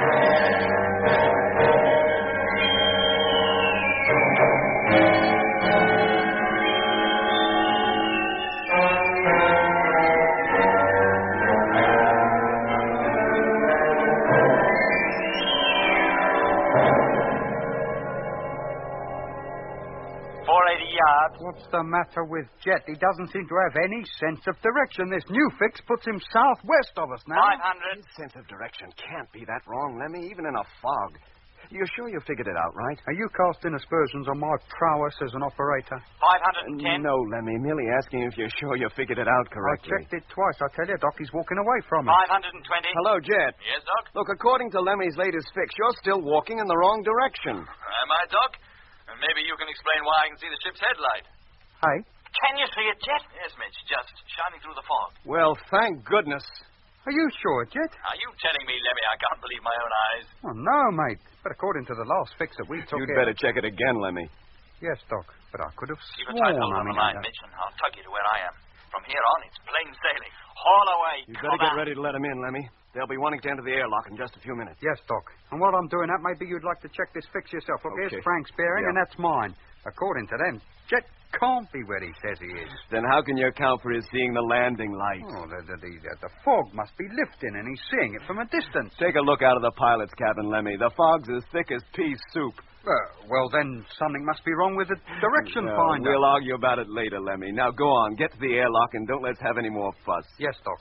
Hello, Discovery. Hearing you, Jet. Mitch is now alongside me, and we're walking towards the light. Good for you. This fog seems to have a most peculiar effect on it. It looks a deep orange, not a white light. Yeah, it'll probably get whiter as you get closer to us. How are your feet, Mitch? Well, still darn cold, Doc. I'll be glad to get back in the warm again. Temperature out here must be down to 0 at least. It's very strange that with the atmosphere so thin, this fog can be so thick. I'd have thought the densest fog we'd see here would be a thin haze. Well, it's far from that. And there must be some reason for it, some peculiarity of the atmosphere that we don't know about. And why should it come up so suddenly? It seemed to envelop us almost before we realized it was here. Thick fogs of this kind are quite common in high latitudes. What was that, Jet? Thick fogs of this kind are quite common in high latitudes. Oh, that's what I thought you said. What a beautiful orange light the ship has. It sends a warm glow right through you. It's like a miniature sun. Mitch, is it still orange? But you must be getting quite close to us. Yes, it's almost directly above us. We're completely bathed in its light. It's so warm, comforting. It's like a great sunland. Hey, what's the matter with you two? Why don't you come out here, Doc, and bring Lemmy with you? We can strip down to our skins and bathe in its rays. Jet, what's wrong? Have you gone crazy? If the light's above you, you must be right under the ship's nose, not 20 yards from the airlock. Come on inside. Lemmy's waiting to let you in. And you too, Mitch. Oh, I don't want to come in. But you must. Night will soon be falling. You'll freeze to death. What's the matter with them, Doc? Have they gone crackers or what? Can you see them out there? No, Lemmy, I can't. But if they're directly beneath the light, shouldn't we see them? It penetrates as far as the ground, doesn't it? Yes, Lemmy, but they're not there. Then where are they? Hello, Jet. Look, can you hear me? Yes, Doc. Just now you said you were standing directly in the landing light. But we've looked through the pilot's window and we can't see you. Look, this is no time for practical jokes. Hello, flagship. Number 1 calling. Come in, please. Answer that, will you please, Lemmy? Yes, Doc. Hello, Frank. Lemmy here. I've been listening to you talking to Jet and Mitch. Well? And I've been lining up on them with the radio. They can't be anywhere near your ship. At the moment, they're west of us and getting further west all the time. Hey? Yes, Lemmy, our last fix must have been the right one. Jet wasn't anywhere near the Discovery when he said he saw a light. Hello, Frank. There's something screwy somewhere. Nothing seems to add up. Well, I've checked up on them 3 times, Doc. I swear they're nowhere near you. Then how come they're so sure they can see our light? Search me, Doc. I'm as much in the dark about this as you are. Look, how long would it take you to unload one of the land transport trucks and get it ready for service?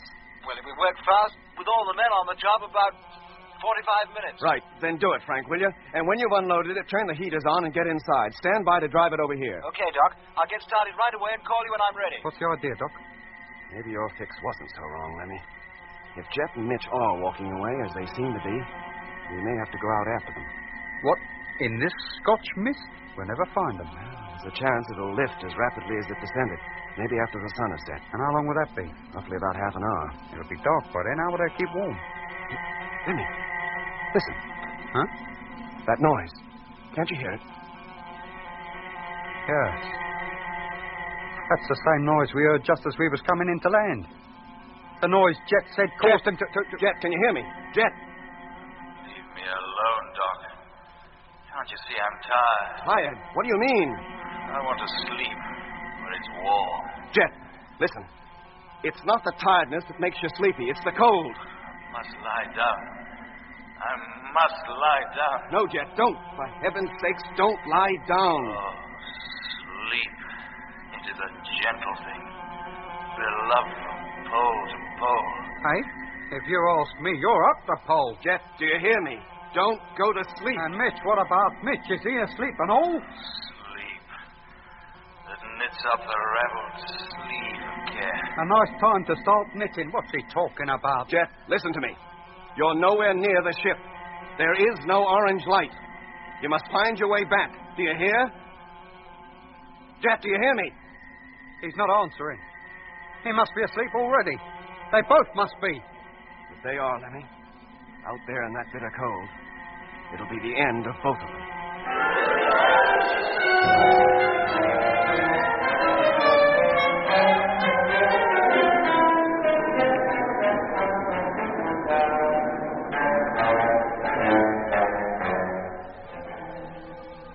You've been listening to Episode 9 of Journey into Space with Andrew Foulds as Jet Morgan, David Kossoff as Lemmy, Guy Kingsley Pointer as Doc, Bruce Beebe as Mitch, and with David Jacobs.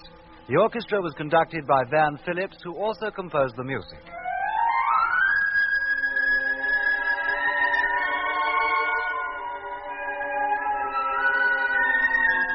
Journey into Space is written by Charles Chilton and produced by him in the London studios of the BBC.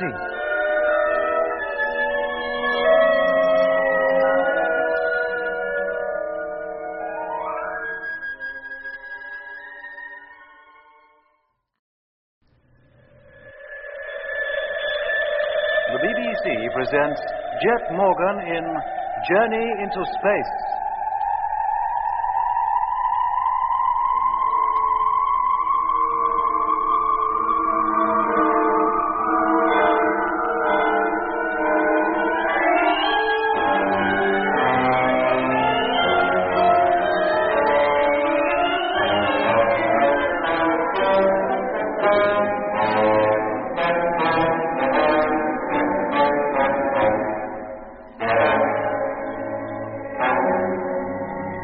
In October 1971, 6 months after they had left the launching base on the moon, 2 ships of the Mars Space Fleet landed on the southern ice cap of the Red Planet, leaving the remaining freighters to continue encircling it in free orbit.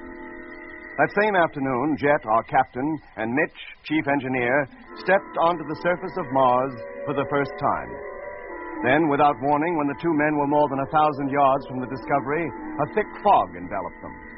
The ship's landing light was switched on in the hope that it would serve as a beacon. And in spite of Lemmy's protests as to their position as checked by radio fixes, Jet and Mitch declared they could see the light. But a few seconds later, it was clear that whatever light they were following, it was not that of the flagship. Lemmy, listen. Huh? That noise. Can't you hear it? Yes. That's the same noise we heard just as we was coming into land. The noise Jet said caused him to... Jet, can you hear me? Jet! Leave me alone, Doc. Can't you see I'm tired? Tired? What do you mean? I want to sleep, but it's warm. Jet, it's not tiredness that makes you feel sleepy. It's the cold. I must lie down. I must lie down. No, Jet, don't. For heaven's sakes, don't lie down. Oh, sleep. It is a gentle thing, beloved from pole to pole. Aye? If you ask me, you're up the pole. Jet, do you hear me? Don't go to sleep. And Mitch, what about Mitch? Is he asleep and all? Sleep that knits up the raveled sleeve of care. A nice time to start knitting. What's he talking about? Jet, listen to me. You're nowhere near the ship. There is no orange light. You must find your way back. Do you hear? Jet, do you hear me? He's not answering. He must be asleep already. They both must be. If they are, Lemmy, out there in that bitter cold, it'll be the end of both of them. Then we'd better go out and look for him. That's what I intend doing. Frank should have one of the transport trucks over here within 45 minutes. Keep calling Jet on the radio, will you? Yeah. Meanwhile, I'll get my suit on and be all ready for Frank when he comes. Hello, flagship number 1 calling. Hello, Frank. Lemmy here. Truck's all ready. Will you send me a direction signal, Lemmy? Fog's still as thick as pea soup over here. Yes, mate. DF transmitter on. You better check your own set before you start moving. We don't want to lose you and all. Any reply from Jet yet? No, Frank. All right, Lemmy. I'll call you just as soon as I'm in the truck. Right. Did you hear all that, Doc? Yes, Lemmy. Let's hope Jet and Mitch are still where they were when we last heard from them. If they've wandered further away, our chances of finding them are pretty slim. Okay, Doc, I'll let you out now. Thanks, Lemmy. Main door. Contact.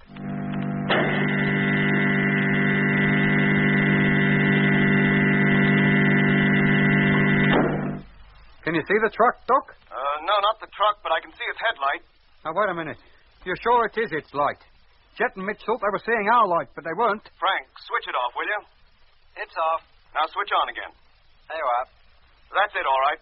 Okay, Lemmy, let down the ladder. Ladder. Contact.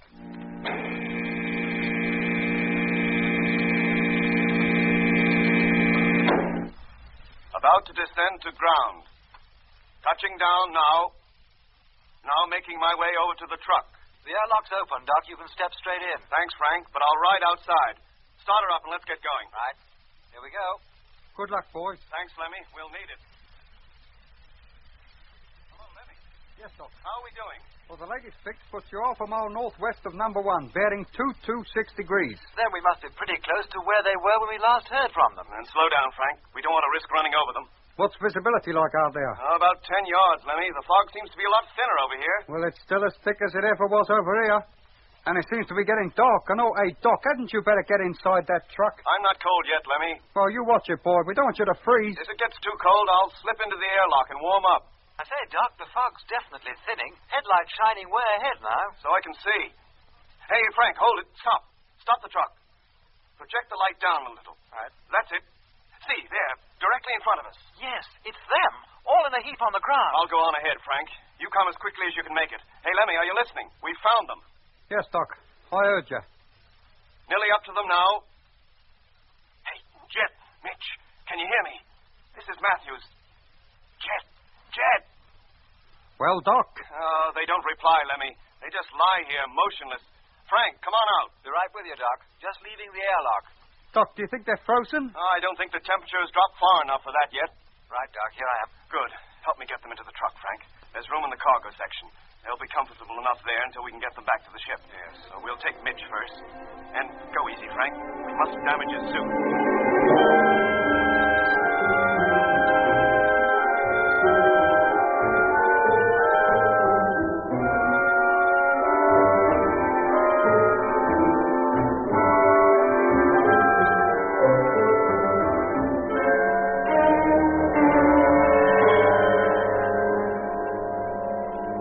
Airlock. Contact.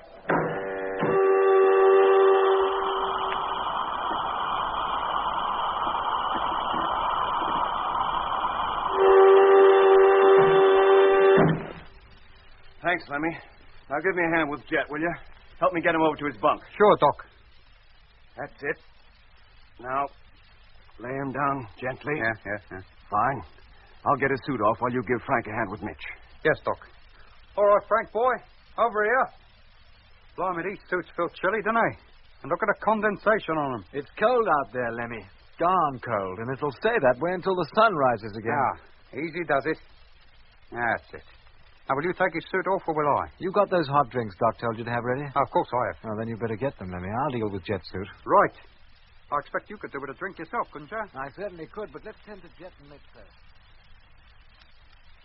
Here you are, Doc. Thanks, Lemmy. Just put them down, will you? And leave them in the vacuum flask. Don't pour them yet. How are they, Doc? To me, they just seem to be asleep. Can't you wake them up? No, Lemmy, I can't. And until their temperature gets back to normal, I'm not even going to attempt to. Is it that low, then? Yes. Lower than I could possibly have imagined. Go on. Then, aren't they likely to have frostbite or something? Strangely enough, except for the drop in body temperature and the deep sleep that's overtaken them, there seems to be nothing wrong. It's the case of Whitaker all over again. How do you mean? Oh, Frank here will know what I mean. Me, Doc? Yes, Frank. Remember less than a week after we took off on this trip how you woke to find Whitaker apparently asleep on his feet? Oh, will I ever forget it? Well, he was impossible to wake, too. It was hours before he came around. When he did, it was in his own good time and not because of anything I'd been able to do for him. I remember now, his temperature was abnormally low. As low as Jet's and Mitch's? Oh, no, Lemmy, not quite. But it might well have been. It was a couple of hours before I got to him.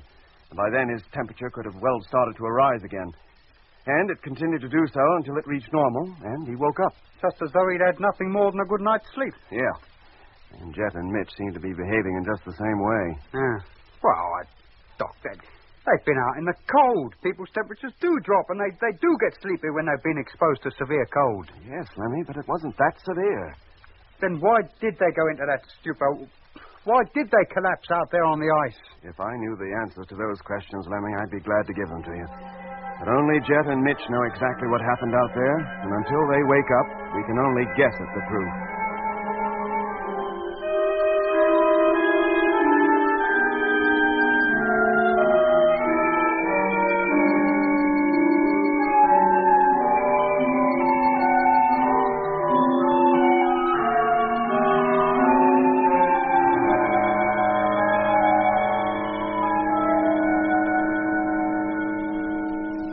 Hey, look, Frank. The fog's gone. It's as clear as crystal outside now. I wonder what caused it to come up so quick. And it didn't stay long, did it? There must be something to do with a sudden drop in temperature that comes with the approach of nightfall. You think so? Seems more like a low cloud to me. Drifting by at ground level. Maybe, Lemmy. Hey, look at that star, almost on the horizon. That's the Earth, isn't it? Yes, Lemmy. The Earth. The evening star of Mars.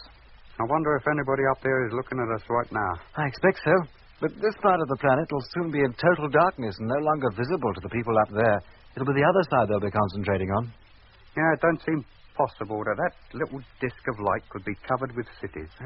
And in every city, thousands of houses. And in all them houses, millions of people. It makes you feel all peculiar inside, doesn't it? Yes. Shall we go over to the navigational telescope and take a closer look at her before she dips below the horizon? Frank, Lemmy. Not now, mate. Doc's calling. Come in. Hey, Doc, the fog's completely cleared out there now. Never mind that, Lemmy. I think Jet's about to wake up. His temperature's almost back to normal, and he was stirring a few moments ago. How about Mitch? Still sound asleep. Hello, Jet. Oh. Hello, Doc.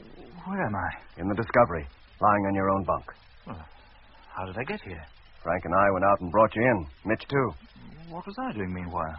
Sleeping, apparently. Sleeping? The last thing I remember, Mitch and I were outside, lost in a thick fog. That's right. And then we saw the ship's light and began to walk towards it, and then... And then what, Jet? Well, I'm not sure. I felt so terribly tired. We both felt so tired, you and Mitch lay down on the ice and fell asleep. And you slept soundly until now. But what was the light you saw, Jet? The light? Yes. At first you thought it was the light of this ship. That it was orange, not white. And far from guiding you here, it led you away from us. In completely the wrong direction. Yes, I remember now. When it shone on us, we felt warm.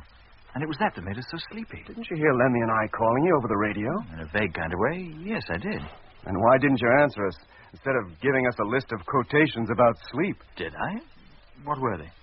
One was about sleep being beloved from pole to pole. And the other was about knitting. Sleep that knits up the raveled sleeve of care. That's it. Strange I should remember that after all these years. Oh? I'd completely forgotten it until now. Methought I heard a voice cry, "Sleep no more. Macbeth doth murder sleep. The innocent sleep. Sleep that knits up the raveled sleeve of care." Funny I can remember that. I don't remember saying it when I was outside, though. Oh, gosh, I feel cold. Here you are, mate. You drink this. Oh, thanks, Lemmy. Jet, what was the light you saw? The orange one. I don't know. We were so sure it was the light of the ship. Even when you got right up to it? Yes, Doc. It was about the same height from the ground. Did it throw a beam? A beam? Yeah. No, come to think of it, it didn't. Not a beam like the headlight of the ship. And that didn't strike you as strange? By that time, Doc, I felt so sleepy I just didn't care about anything, so long as I could sleep. And how about when you did? Did you have any peculiar dreams? Like the one you had when Whitaker died? No, not like that. It was a pleasant dream. But you did dream. What about? I was walking across a hot, sandy desert. Yeah? An orange-colored sun was in the sky, and its rays permeated me with a soft warmth. Uh-huh. Then, suddenly, I topped a rise. I found myself gazing down at a shallow valley. It was so long, it stretched from horizon to horizon. It was filled with what appeared to be a forest of plants, like sticks of rhubarb, with blue-green leaves and reddish-purple stalks. But they were about 6 feet high. They grew so thick there couldn't have been more than a few inches between them. Then, right in the center of the valley was a city, built of, red stone or mud. I couldn't tell from where I was. All the houses were rectangular in shape, with flat roofs. And they were built terrace fashion, like those old pueblos you find in Southwest America. Were there any people there? Well, if there were, I didn't see any. The place seemed to be a ruin, and the rhubarb forest had grown right up to its walls. Oh, it was a walled city. Well, in a way, yes. How do you mean, in a way? Either it was walled or it wasn't. Well, what I took to be walls at first turned out to be the sides of a colossal artificial plateau on which the city was built. Oh. The rhubarb had even got up there. I could see it growing on the rooftops. Seems to me you dreamt about Babylon and the Hanging Garden. Then I heard the voices. The voices? Go on, Jeff. Pathetic, wailing voices.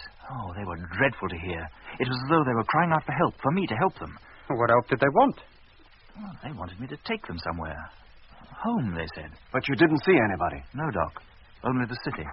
And the blue and red forest waving in the gentle breeze. Oh, bloody. Of course you heard voices. It was me and Frank. What? Well, just before you woke up, we was watching the Earth sink below the horizon. And Frank said he'd like to take a look at Earth and home through the telescope before it dipped out of sight completely. You must have heard us, and our voices got all mixed up with your dream. Yes, Lemmy, that sounds plausible enough. The dream was vivid enough. It seemed so real. But for those tragic voices coming from the city, it was so pleasant, so very pleasant. I was almost sorry to wake up, Doc, I can tell you. Well, that makes a change. Most of the dreams we've all been having up to now have been so horrible you couldn't wake up fast enough. How's Mitch, Doc? Did he dream too? I don't know, Jet. He's not awake yet. Pass me another drink, Lemmy. I still feel cold, deep down inside. Yes, mate. 1 cup of tea. Coming up.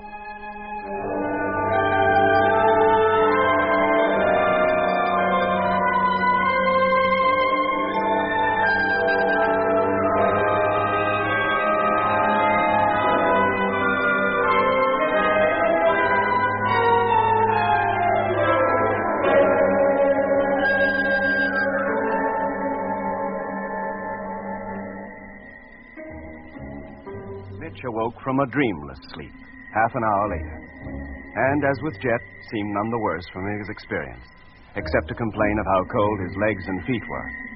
But an hour after waking, he ceased to complain and was more his normal self.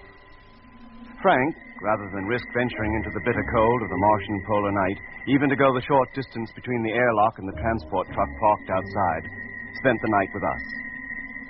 Next morning, when the early rising sun had rapidly warmed the thin atmosphere, Frank returned to his own ship to supervise the unloading of the equipment needed to carry the first party on its expedition down towards the Martian equator. An hour before sunset, all work ceased, and and every man returned to his own ship to spend his second night on the Red Planet. On the third day, we were ready. The first expedition could now start out on its 3,000-mile journey. Hello, Space Fleet. Flagship calling freighter number 2. Come in, please. Hello, Flagship.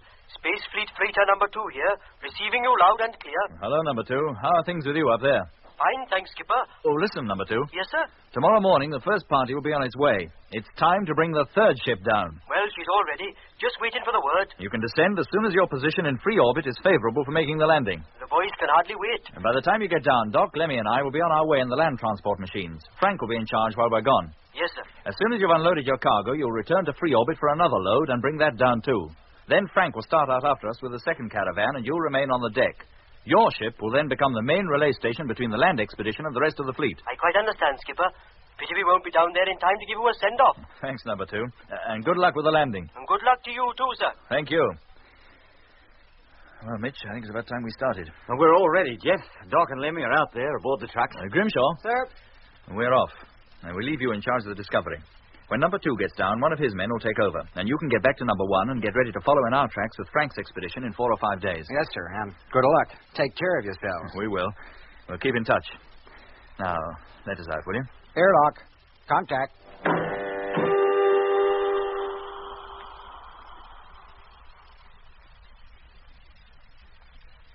Hello, Lemmy. Let me in, will you? Right.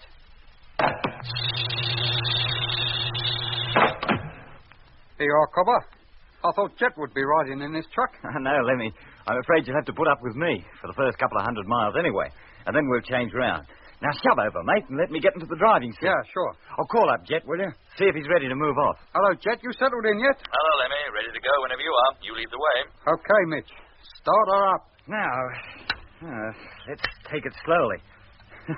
It's a long time since I handled one of these things. Let's see. Now, that's it.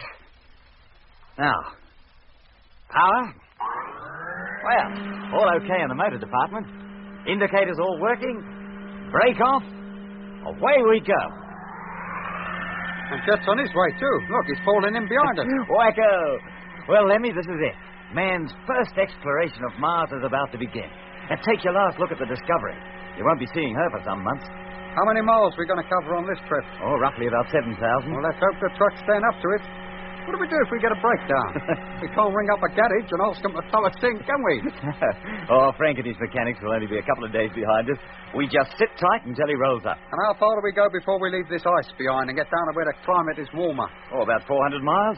Maybe a little less. Oh, the weight we're travelling, that would take us about 3.5 days, including the stops at night. Well, that's about it, Lemmy. I don't think you can expect any change in the scenery for at least that time. And what will it change to? Well, that's what we'd like to know. That's what we're going to find out.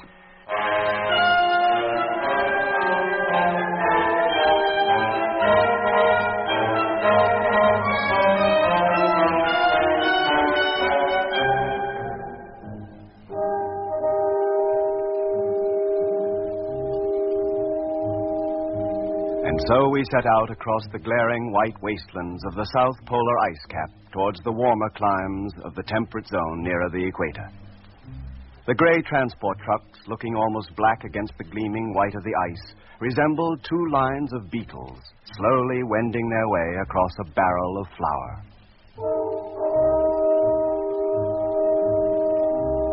There were 3 trucks in each caravan.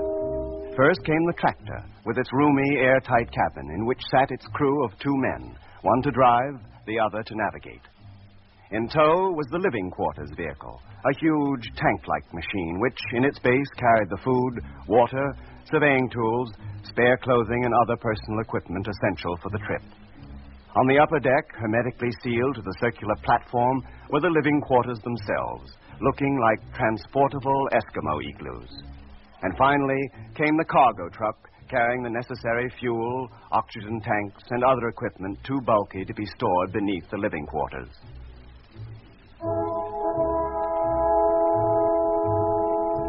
Soon the 2 great spaceships had been left far behind, until finally they disappeared from view over the horizon, and all contact with them, except by radio, was gone. We were alone, just the 4 of us.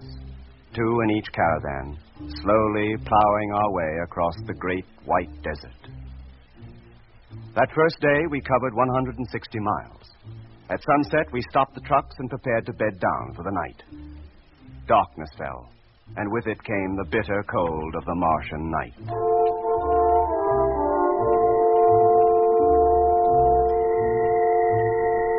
It was so cold outside that the heaters had to be turned on to full pressure to keep us from freezing, even within our double-skinned living quarters.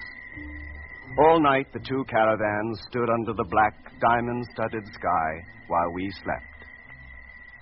Next morning, half an hour after sunrise, we were on our way again, and by noon had covered another 70 miles. Hello, Mitch. Jet calling. Jet, hearing you. We're going to halt. Stop your truck. We'll come up alongside you. Right. What's up, Mitch? Something wrong? Not that I'm aware of, Lemmy. We'll stop here for food. Food? Oh, come to think of it, I can't do with a bite. As soon as you've had your meal, Mitch, join me outside, will you? And bring the number 1 kit with you. How about me, Jet? Can I come out too? Not this time, Lemmy. Maybe next stop. Just my luck. I'd like to go out and stretch my legs a bit. Oh, never mind, Lemmy. By way of compensation, I'll get the meal ready and you can take it easy. Oh, it's very nice of you, mate. Hello, Landfleet. Polar Base calling. Come in, please. Take it easy, did you say, Mitch?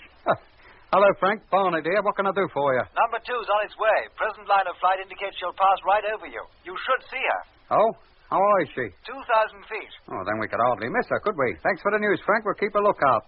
Hello, Jet. Lemmy here. Just had a call from base. Yes, Lemmy, I heard it. You want to talk to number 2? I can hook you up. No, Lemmy, not now. I'll talk to him after he's landed. Right.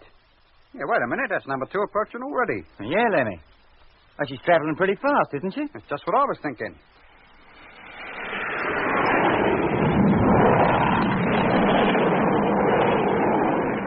Blimey.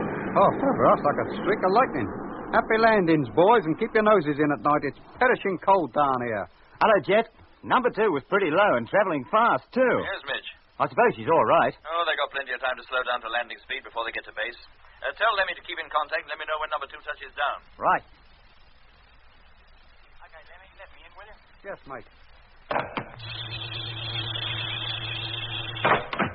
Thanks, Cobber. Oh, what'd you find out there? Oh, we weren't looking for much, Lemmy. Just dug up a couple of samples of the soil, that's all. Oh. Well, when do we move off? Whenever you're ready. You drive, will you? I have to mark up the map, show the precise spot where the samples came from. Right. Motor on. Hold on to your helmet. Here we go. Any word from base about number 2? Yes, mate. She made a safe landing and the boys are already unloading her. Hello, base. Land fleet calling. Come in, please. Hello, Lemmy. Hearing you. Routine check. Coming up.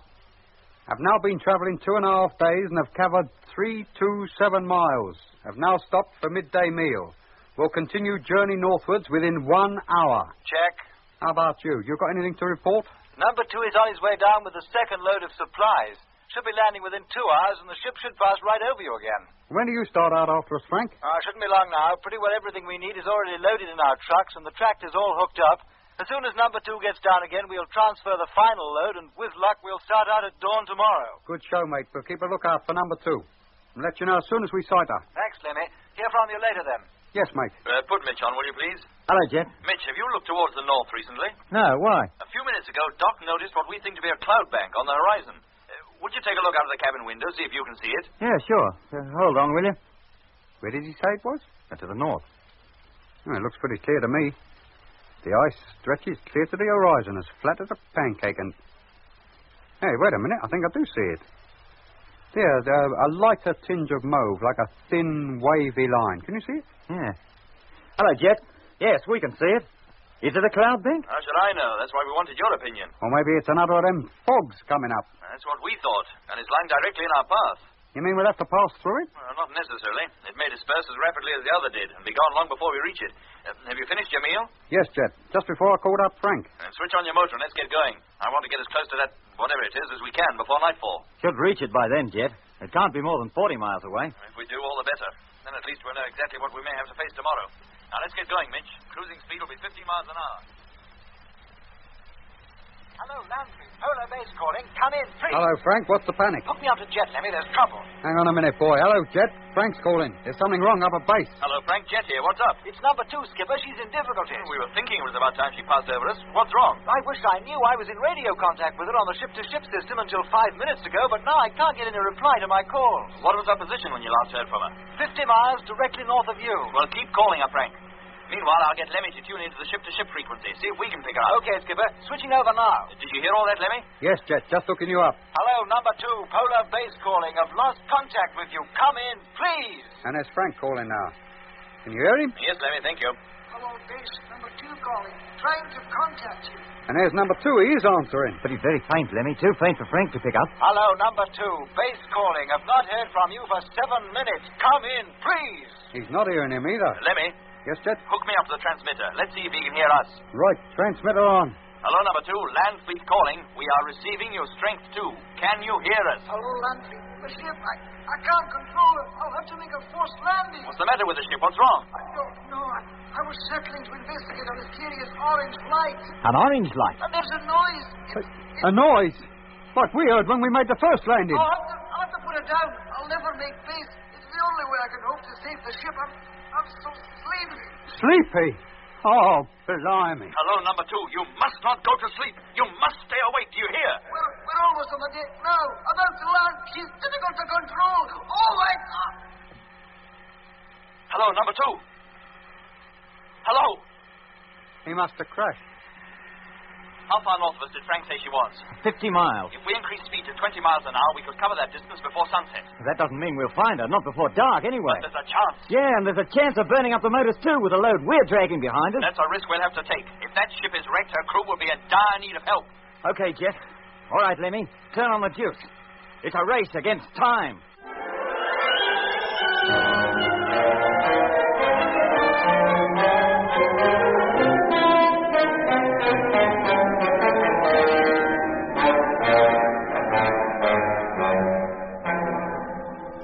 You've been listening to episode 10 of Journey into Space with Andrew Foles as Jet Morgan, David Kossoff as Lemmy, Guy Kingsley Pointer as Doc, Bruce Beebe as Mitch, and with David Jacobs and Anthony Marriott. The orchestra was conducted by Van Phillips, who also composed the music.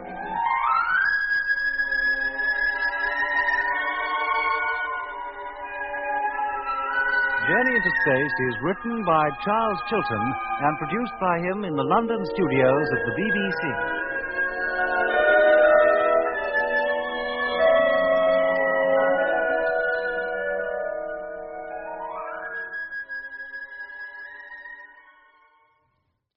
The BBC presents Jet Morgan in Journey into Space.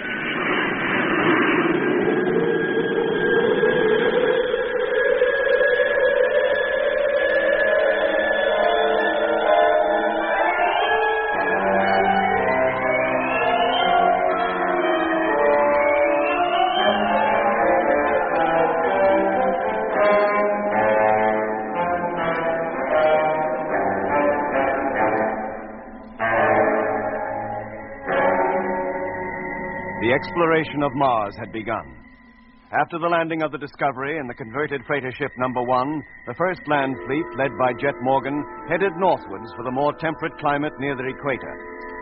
For 3 days, the two caravans slowly made their way across the great polar ice cap. Meanwhile, further supplies were being ferried down from the rest of the fleet, still revolving in free orbit 1,000 miles above the Martian surface, by freighter number 2, the only other freighter capable of making a landing. We had covered nearly 400 miles and were hoping to sight the northern limit of the ice cap when news came through from the polar base that freighter number 2, coming down from space for the second time, was in trouble. Hello, land fleet. The ship, I can't control it. I'll have to make a forced landing. What's the matter with the ship? What's wrong? I don't know. I was circling to investigate a mysterious orange light. An orange light? And there's a noise. A noise?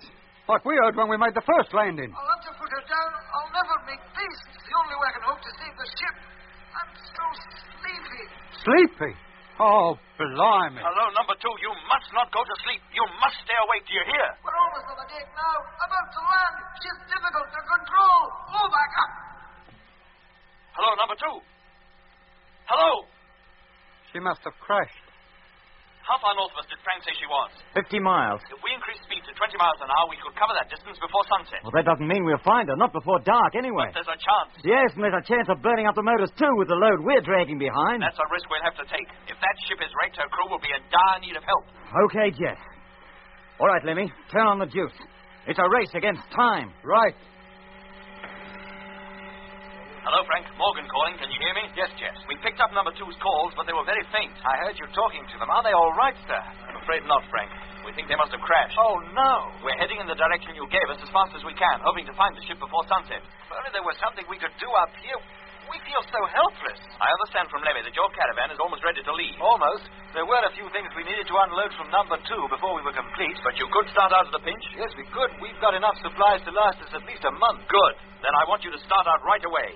If we find the ship and she's badly damaged, we'll need all the help we can get to salvage her and the cargo she's carrying. But it'll take us 3 days to reach you. No, Frank. Head straight here. Don't bother with any surveys or tests. Come here direct. And don't stop.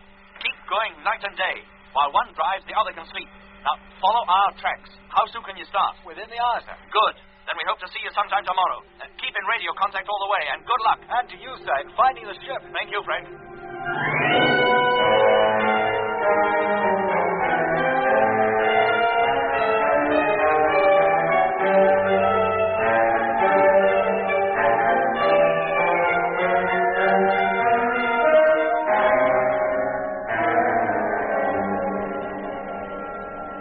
Hello, Jet.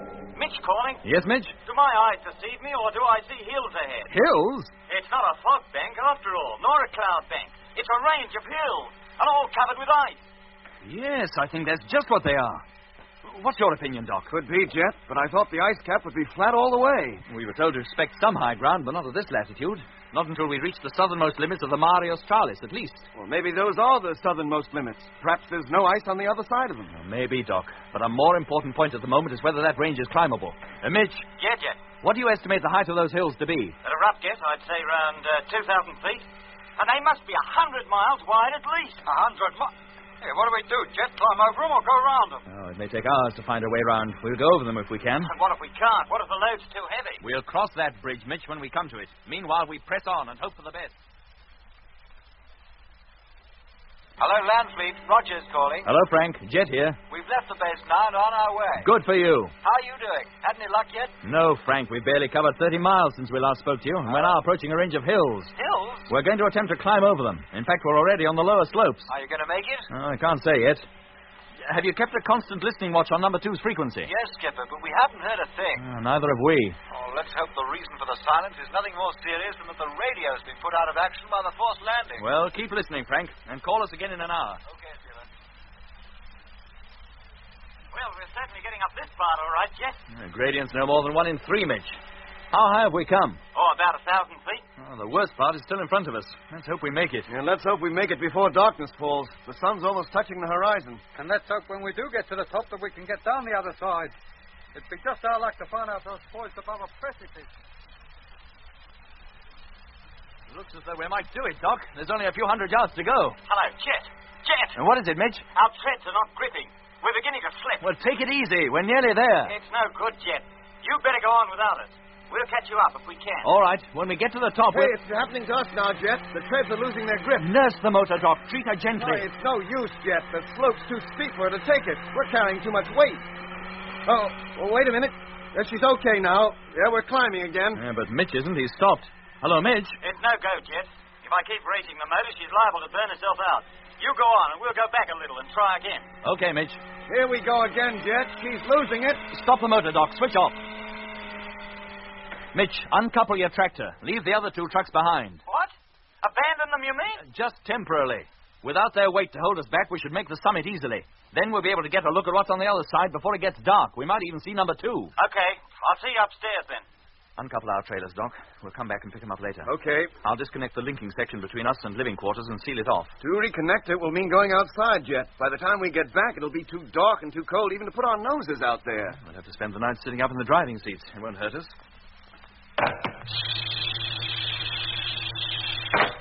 Well, that's the air pumped out. Now to break the vacuum. That's it. Okay, Doc, is she uncoupled? Yeah, Jet. Well, let's get started. Motor on. Ah, that's better. She's almost flying up now. How are you doing, Mitch? We'll be on your tail in just a minute. You go ahead. Okay. We'll wait for you when we reach the top. Okay, Doc, we've made it. Stop her and we'll take a look around. Right. Ah, here comes Mitch, almost alongside us. All right, Mitch, stop here. Right. Now, can you see any sign of number 2? Blimey, talk about the Ides of Abraham. Hey, look down there. The ground changes color from white to sort of deep purple. Yeah, it's the end of the ice. It ends down there on that plain. Oh, never mind the scenery. Look for the ship. Well, there's hardly enough light for that, Jet. And it's getting darker every minute. Well, Mitch? Lemmy? There's no sign of a jet that I can see. I'm afraid we're too late, Jet. Had we arrived half an hour earlier, we might have stood a chance. But the light hadn't completely gone until just now. Well, maybe she's not down there. But she must be, Doc. According to Frank, she was 50 miles directly north of us before she crashed. But that was 7 minutes before she crashed, Jet. She could have drifted miles off course in that time. All we can do is go down there and search for her. In the dark, with absolutely no clue in which direction she lies? But what about the ship and her crew, Doc? Look, Jeff, there's no point in throwing your life away. If we could see her, I'd agree to make an attempt to reach her, but to wander around down there in the dark might be suicide. You mean we made all that effort to get here to no purpose? Oh, we can start out again in the morning as soon as it's light. There's nothing we can do now anyway. We can't even see the plane anymore. Nothing but pitch darkness and the stars in the sky. Oh, you're right, Doc. Hey, Jet, a light. What? Yes, mate, you see it? Directly below us. You can just make it out. Where, Lemmy? Here, there, you see? Yeah, I can.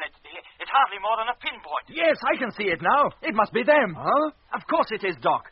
At least one of the men must be all right. And he's put the headlight on in the hope that we'll see it and that it'll guide us to where the ship is. We must let him know we've seen him. How? When his radio's out of action? With our headlight in Morse. Then we can learn exactly how bad their position is. If they're okay and merely stranded, we can spend the night here and go down to them in the morning. Here, let me get to the switchboard. No, don't. Wait a minute. Eh? That light. It's moving. What? Well, isn't it? It's quite distinctly traveling towards the west. Good grief, it is. And it can't be the ship. No, Jet. It can't. And who is it? And what is it?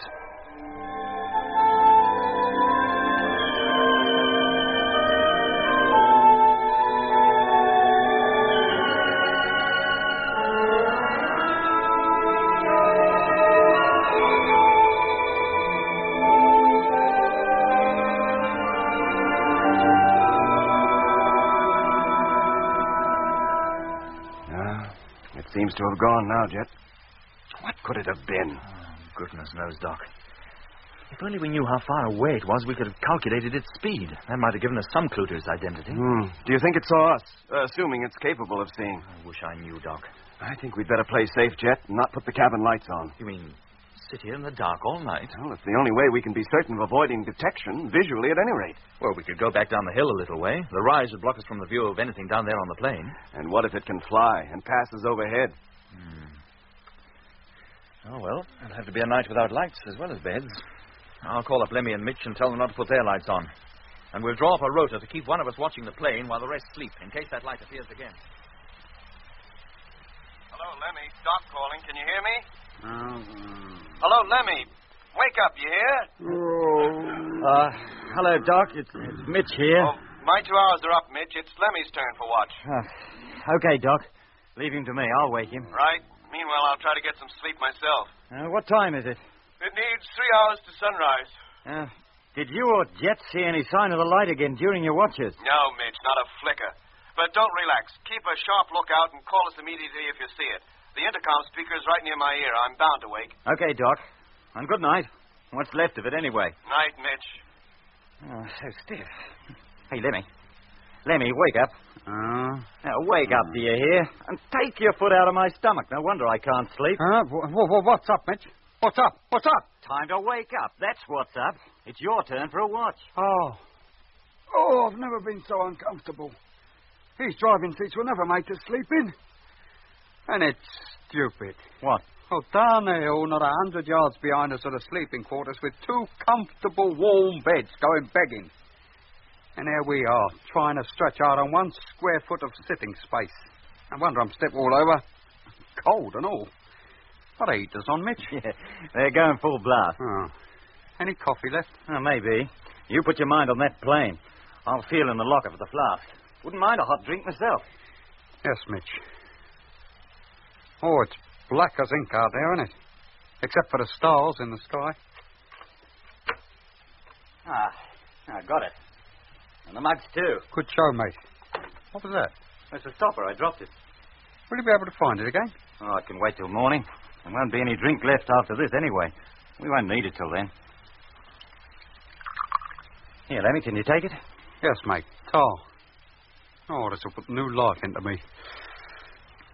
Oh, blimey, there's only a mouthful here. Is that all there is? You're lucky.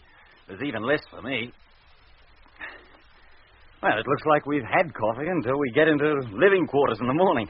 Oh. Any grub left? We finished that up yesterday during the noonday halt. Oh. Well, I'll just have to sit and suffer. Reckon you will, Lemmy. I'll sit and suffer with you. You mean you're going to stay awake and all? Well, hardly seems worthwhile trying to sleep again. Oh, well, in that case, you can take the watch and I'll go back to sleep. Oh, no, it's your watch. You take it. Besides, I might get sleepy again after all. Mitch, boy, there's no sense in two of us sitting up. Look, Lemmy, I've already had one bash, remember? I took first watch before Jeff and Doc took theirs, and you slept like a log all through it. Oh. Do you think that light will come back? Well, how should I know? I'm a stranger here. What is it, I wonder? Here, you don't think it has got something to do with number 2 after all, do you? How could it? If number 2 has been wrecked, it couldn't move.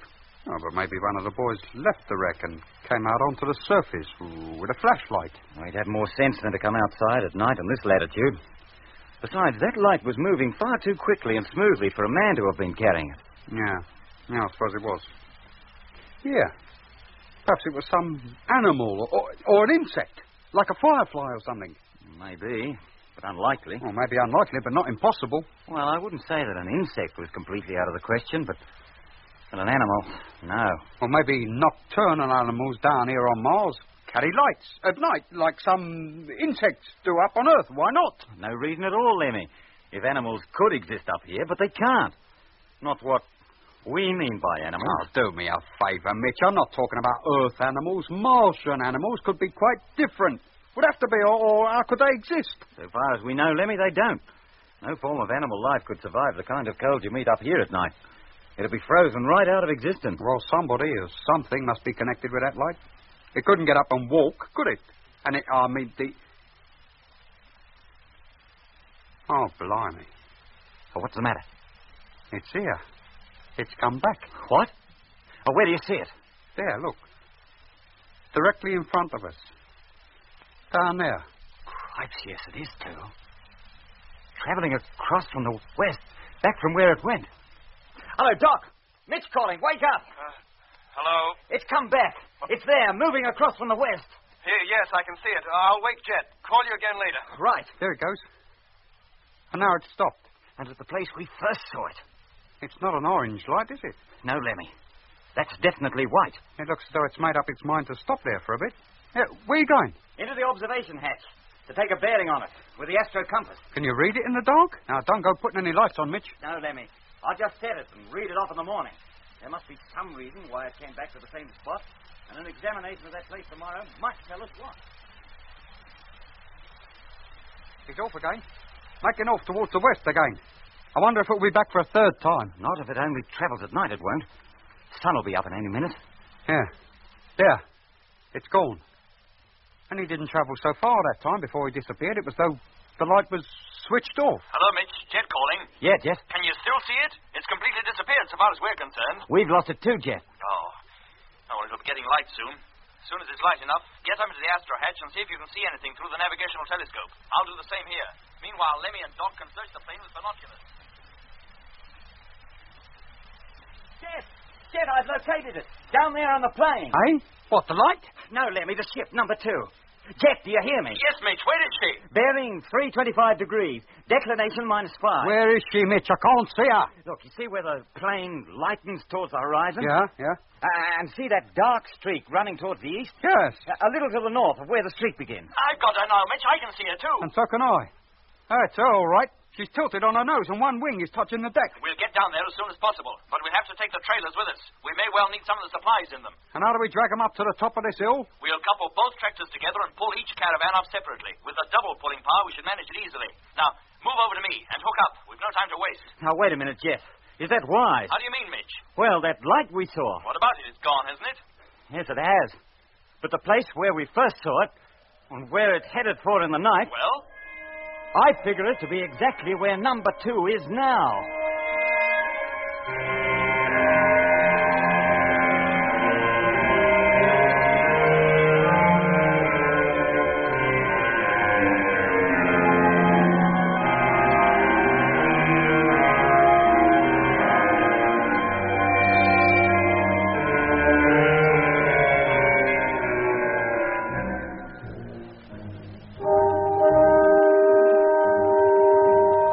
Mitch's announcement didn't deter us.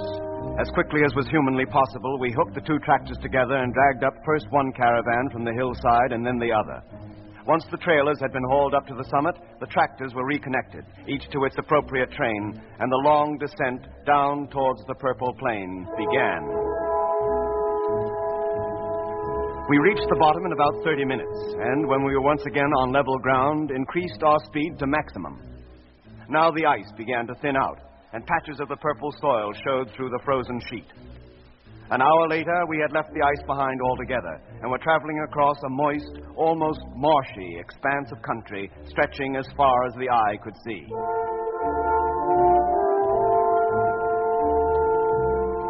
The ground, softened by the melted ice, clung to the treads of the trucks in purple clods.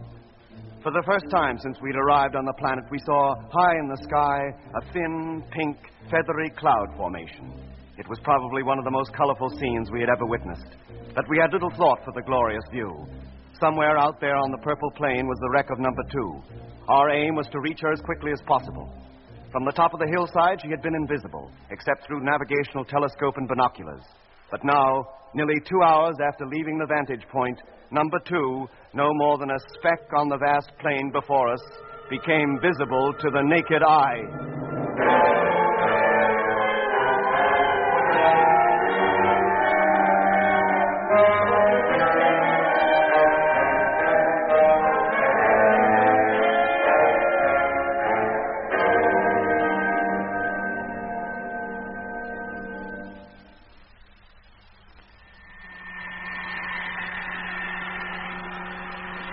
How about it, Doc? Can you make out any details? Not really, Jet. Binoculars aren't quite powerful enough. But the port wing is damaged. It's all out of line. Any sign of life around her? No. Oh, then our crew must still be inside. Let's hope they stayed in from choice. Hey, wait a minute. The main cargo flaps are open. What? Yeah. Then they must have left the ship at some time. Maybe the airlock was damaged and they could get out only through the cargo hatch. Then where'll they know? Inside, of course. They'd have to go back into the ship for the night and they must still be in there. Well, that means that at least one of them must be okay. Maybe they all are. I wonder if they got their radio working yet. Hello, number 2. Jet Morgan calling. I'm now directly south of you and near enough to see you. Can you hear me? Can you hear me, number 2? Hello, Jet. Hello, Lemmy. I don't think you're going to get any reply, mate. I've been calling them every 5 minutes since we come down from the hills. Oh. Well, keep trying, Lemmy, and let me know if you hear anything. Right. How about Frank? Any news from him? Yes, mate. He caught up less than half an hour ago. He's on the other side of the hills now. He should be over them in about 3 hours. And overtake us sometime during the afternoon. We'll be at the ship by then. Yes, mate. Well, thanks, Lemmy. I'll call you later. Right. Hello, Midge. Jet. We've only a few hundred yards to go now. When you reach the ship, pull up just south of her. Then both you and Lemmy put on your suits and go outside. Wait by your truck, and Doc and I will join you. Right. Oh, come on, Lemmy. Jet and Doc are already on their way over here, and you're not even out yet. Well, give me time. I had to hook up the personal sets to the main radio, or how would we hear Frank if he calls up? Now open in airlock. Hello, Midge. Lemmy can follow us over. Did you hear that, Lemmy? Yes, Jet. You get going, boy, and I'll join you in just a jiffy. Come along, then, Doc. Mitch, let's get over to the ship. She's a bit of a mess, isn't she? Must have hit the deck pretty hard. Yeah. It's a miracle that any of the crew are still alive.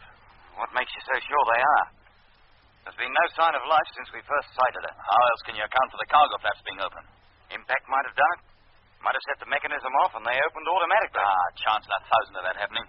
With a chance in 1,000 of her crashing. You know, I can't help feeling, Jet, that if there was anybody in there, they'd have shown themselves by now. They must have seen us coming across the plain toward them, even if they didn't hear our radio call. Yes, Doc. You'd think somebody would be keeping a lookout. Look, let's go round to the nose. The way the ship's tipped, we should be able to see into part of the pilot's cabin, at least through the window. Yeah. Come on, Mitch. Hey, where are you going? Wait for me? Here comes Lemmy at last. Only round to the nose, Lemmy. Make your way round there, will you? Yes, Jet. And don't walk under the wing. Go round it. Why? You think it's going to fall on me? The ship has had a heavy smash, Lemmy. There's no point in taking any risks. All right. Round the wing, then. But it means a lot further to walk. Well, there's nobody in there. If there was, we'd see him. Even if he was slumped on the floor? During flight, he'd be strapped to his seat, Lemmy. He couldn't slump to the floor. And if he isn't in the seat, where's he gone? Ask me. Well, if they won't or can't come out to us, we'll have to go into them. But how? The main door of the crew cabin is tight shut. We'll go in through the cargo hatch. And how do you get up to that? Fly? We'll drive one of the caravans over here and climb up its roof. We should reach the hatch then. Yeah, I reckon we might, too. All right, Mitch. Come on, a couple of feet more. How's that? A little further. That's it. Hold it. All right, Doc. I'll go first. And be careful, Jet. Don't slip and damage your suit. Oh, I'll take care. Don't you worry. Look, have you got a flashlight in case the ship's lights don't function? Yes, Doc. Hello, Doc. Mitch. Yeah, Jet? Come on up, all of you. Any sign of the crew, Jet? No, but the airlock between the cargo hold and the cabin is open. What? That means that there can be no air in there. That's right. Oh, blimey. No wonder there's nobody keeping watch. And no wonder they don't answer our radio calls. Up you go, Lemmy, and take it easy. Righto, Doc. I'll go next, Mitch. Okay. Hey, Jet, give me a hand, will you, mate? I can't quite make it. Hang on a minute, Lemmy. Now, come on. Ready? Yeah. Up. That's it. Tall. Well, look, I better stay and give Doc a pull up. He's no taller than me. This is unbelievable. There's not a sign of anybody. The whole crew's missing. They must have abandoned ship. When they found the main airlock was out of action, they got out through the cargo hatch. Then why wasn't the ladder down? And where did they go? And why? There was no need. They must have known we'd find them within 48 hours. They could have sat tight here until we arrived. Well, they didn't, did they? And wherever they went, Jet, they must have walked. Eh? Yes. This ship carried only one land truck, and it's still in its stowage. It hasn't been moved. In that case, they're frozen to death. Unless they spent the night here and left the ship this morning before we came up. In which case we would have seen them, Jet. We've had this ship under constant watch through the telescope and glasses since dawn. Look, Jet, if they left the ship, they must have gone on foot. Well, the ground outside is soft and moist from the melted ice. Anybody walking on that ground would have left footprints. Let's go back outside and see if we can find any. Yeah, come on. Well, all the prints out here seem to be ours. Of course they do, Lemmy. We all wear clothes and boots of identical design.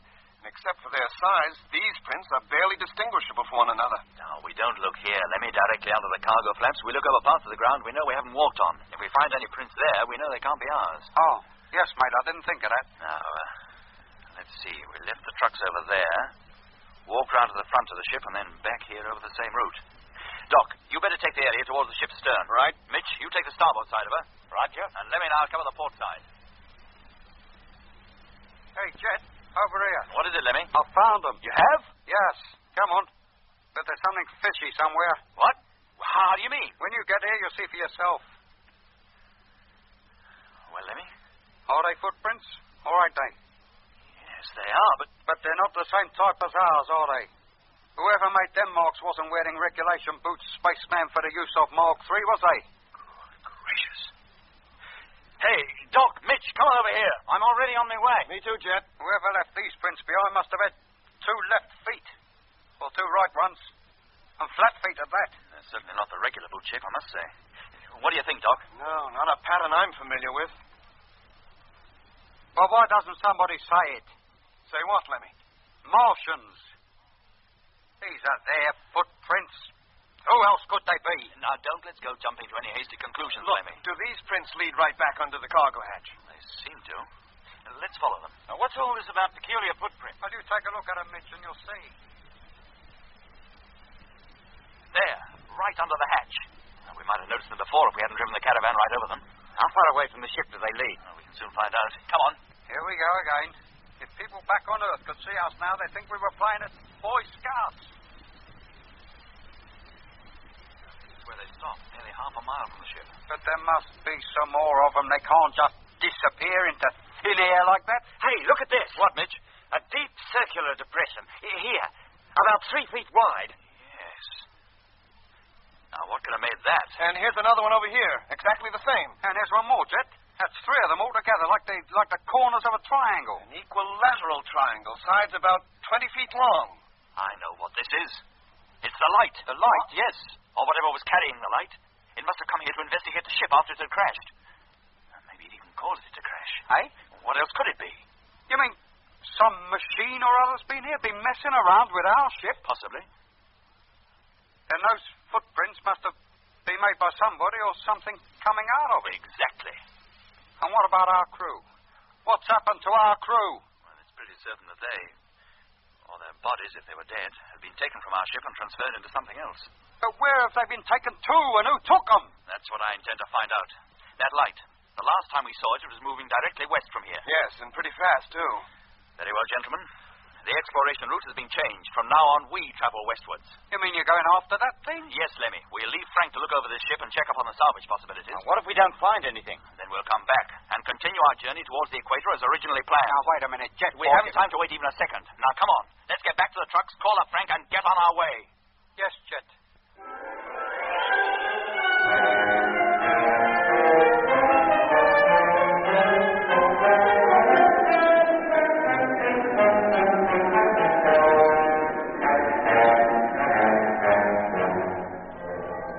You've been listening to episode 11 of Journey into Space with Andrew Foulds as Jet Morgan, David Kossoff as Lemmy, Guy Kingsley Pointer as Doc, Bruce Beebe as Mitch, and with David Jacobs.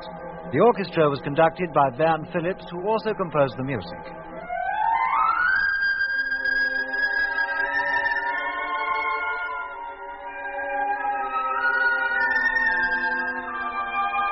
Journey into Space is written by Charles Chilton and produced by him in the London studios of the BBC.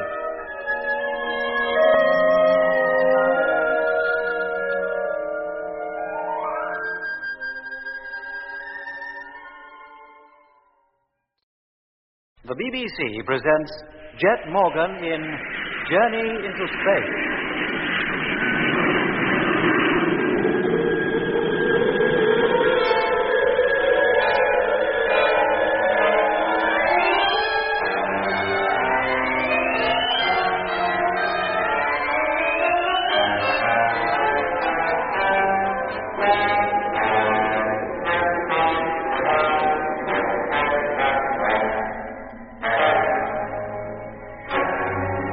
The landing on Mars had been accomplished.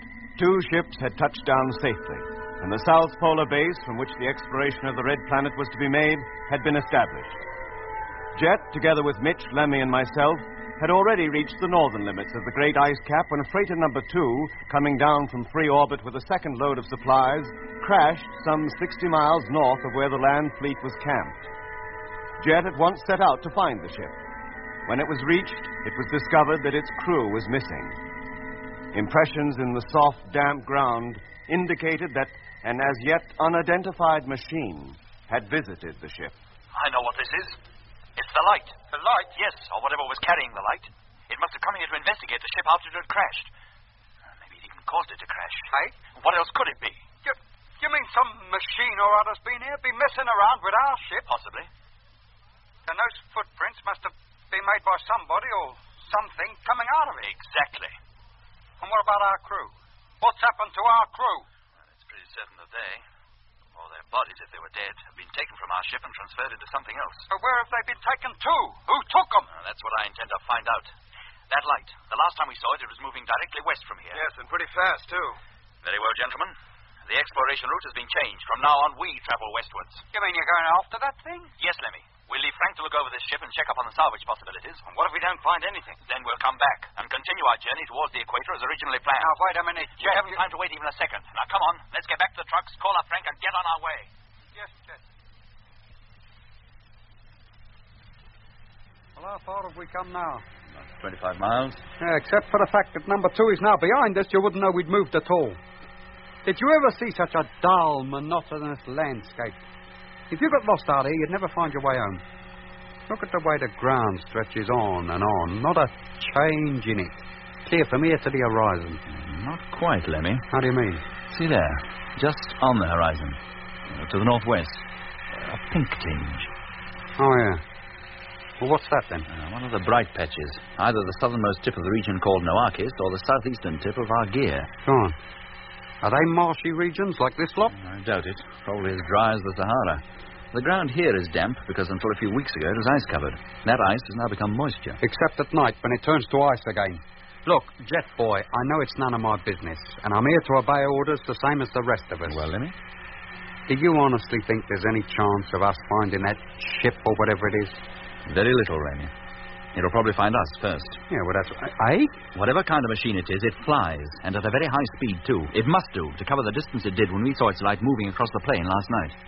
Well, then what's the idea, then? I mean, compared with that thing, we're like a car trying to overtake an aeroplane. By nightfall, Lemmy, we'll have covered about 200 miles. Well? And be 200 miles nearer the place from which that light came. So? Perhaps tonight it will return to the ship along the same course, in which case we should see it. And then? We'll have an even clearer idea of where it comes from. And tomorrow we set out in that direction until we come to its base. But that might be anywhere.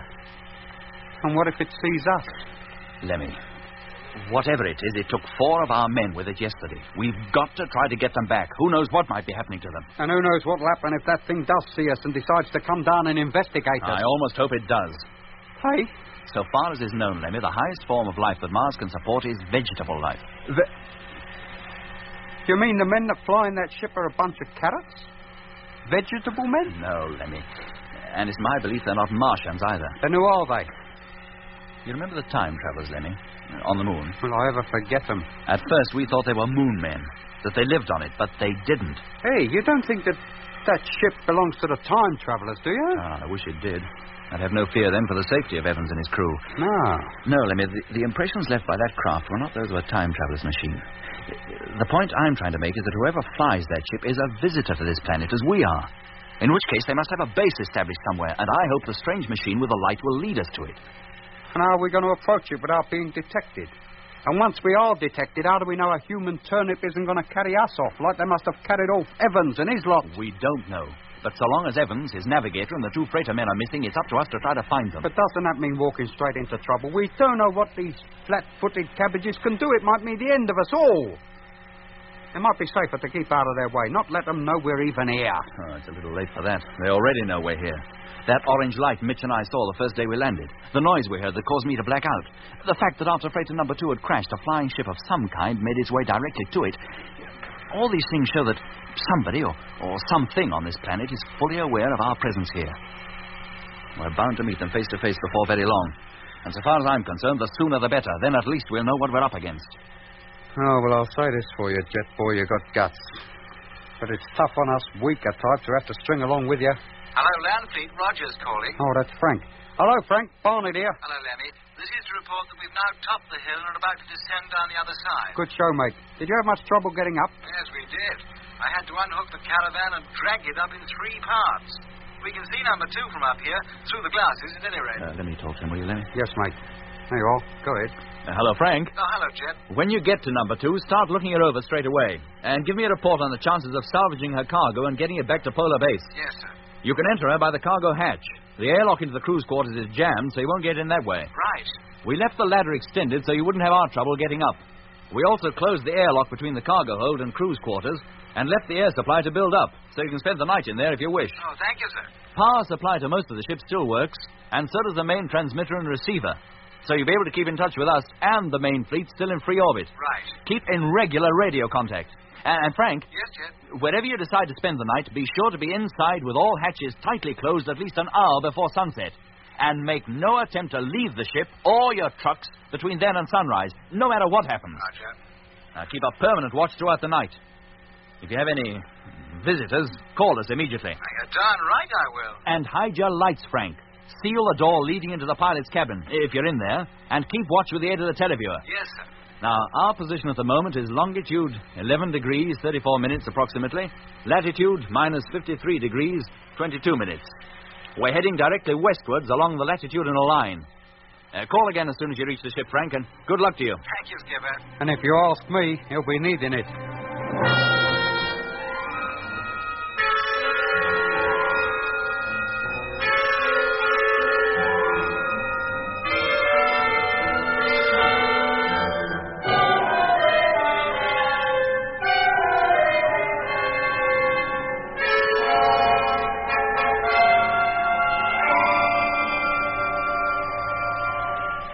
Jet? Yes, Mitch, Jet here. It's getting dark. How much longer before we stop? Well, I was hoping to make the edge of the desert before we called it a day. You'll never do it. Not before sunset, anyway. No, all right, Mitch, I'll halt. Bring your train up alongside. Okay. Oh, well, there's that, I suppose, Lemmy. We'll stop here for the night. Oh, don't let it upset you, mate. We've done more than 200 miles. That's not bad going. Oh, I'd have liked to have made the desert before nightfall. The desert. And what have we been travelling across all day then? Amsterdam? Apparently, the only difference between this desert and the pink one ahead is that one is damp and the other is dry. To have got at least as far as the edge of it would have made me feel some progress had been made. Towards what? We can't even be sure anymore that that ship even came from that direction. He might have changed course long before he come this far. I doubt it, Lemmy. I feel sure that wherever he came from, it was somewhere either in the desert or the far side of it. And how wide is that desert? Always assuming we can cross it. Oh, 400 to 500 miles. Then it's not likely we'll even cross it tomorrow, is it? Now, why don't you stop worrying, Jet? We can't do more than we're doing already. I'll tell you what, boy, I'll go back into living quarters and make you a nice cup of tea. Oh, thanks, Lemmy. And while you're doing it, I'll call up Frank, see how he's getting on. And that's more like it, mate. Here, how about something to eat and all? Not a bite has passed your lips all day. Oh, lovely, Lemmy. Whatever you say. Hello, Jet. Doc calling. Hello, Doc. Look, if you care to get some sleep, I'll take over the watch. Oh, thanks, Doc, but my 2 hours is hardly up, is it? Oh, there's only a few minutes to go. How about it? Did you see anything? No, not a thing. But it's less than 4 hours since sunset. There's still plenty of the night left for something to happen. That's as still and lonely as a tomb out there. Any word from Frank? He decided to spend the night in the ship, as I suggested. And he and Grimshaw have kept a constant watch, but have seen nothing either. Well, get some sleep, Jet. I'll give you a call if I see anything. When Mitch takes the watch, I'll get him to do the same. Okay, Doc, thank you. I'll move back into the sleeping quarters. I'll leave the radio on, and if you call, I'll hear you. And check with Frank every half hour, will you? Okay. Hello, Jet. Hello. Wake up, do you hear? It's arrived. Oh, hello, Mitch. What's that? The light, it's here. To the northwest of us and approaching fast. Thanks, Mitch. I'll get out of the driving cabin right away. Hey, Lemmy. Lemmy. What's up? The light, it's here. Follow me out into the cabin as soon as I pass through the airlock. Yes, mate.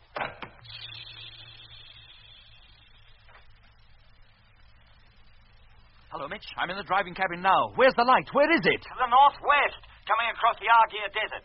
Almost directly towards us. Yes, I see it. How fast is it approaching? Well, it was only a pinpoint when I called you. Look at the size of it now. It must pass overhead almost any second. It is overhead. I couldn't have seen us. Or if it did, it chose to ignore us. Where is it, Jet? Where is it? Just past over our heads, Lemmy. Climb out of the Astrodome and you'll see it. If it stays on that course, it won't be going anywhere near freighter number 2. But it ain't staying on that course. Look at it. Sweeping round. It's either changing its line of flight or it's coming back. Take your head out that dome, Lemmy. Let me have a look. Yes, Jet. No, it's not coming back. It's definitely heading for the ship. Call up Frank, Lemmy. Warn him. Right. Hello, Frank. Lemmy here. Hello, Lemmy. Roger speaking. Look, we don't want to put the wind up, you chum, but that light we told you about, well, it's just passed over us, and it looks as if it's heading for number 2 again. Oh, it is? Yes, mate. You keep a lookout for it, and if you hear anybody knocking on the door, you pretend you're out. Oh, don't worry, Lemmy. We're sealed up tighter than sardines in a tin, and there's no way of opening the cargo hatch from outside. We've broken the remote control circuit. Good for you, mate. Did they see you? Oh, we don't see how they could have missed us. They passed right over us, but it didn't even hesitate. How high was it flying? Oh, we couldn't say for sure. About 10,000 feet, maybe. It's completely gone now. It must be traveling at a cracking pace. Apparently, Frank, it's passed out of sight now. In your direction. Okay, if it comes this way, I'll let you know the minute I sight it. Thanks, mate. And don't go doing nothing hasty.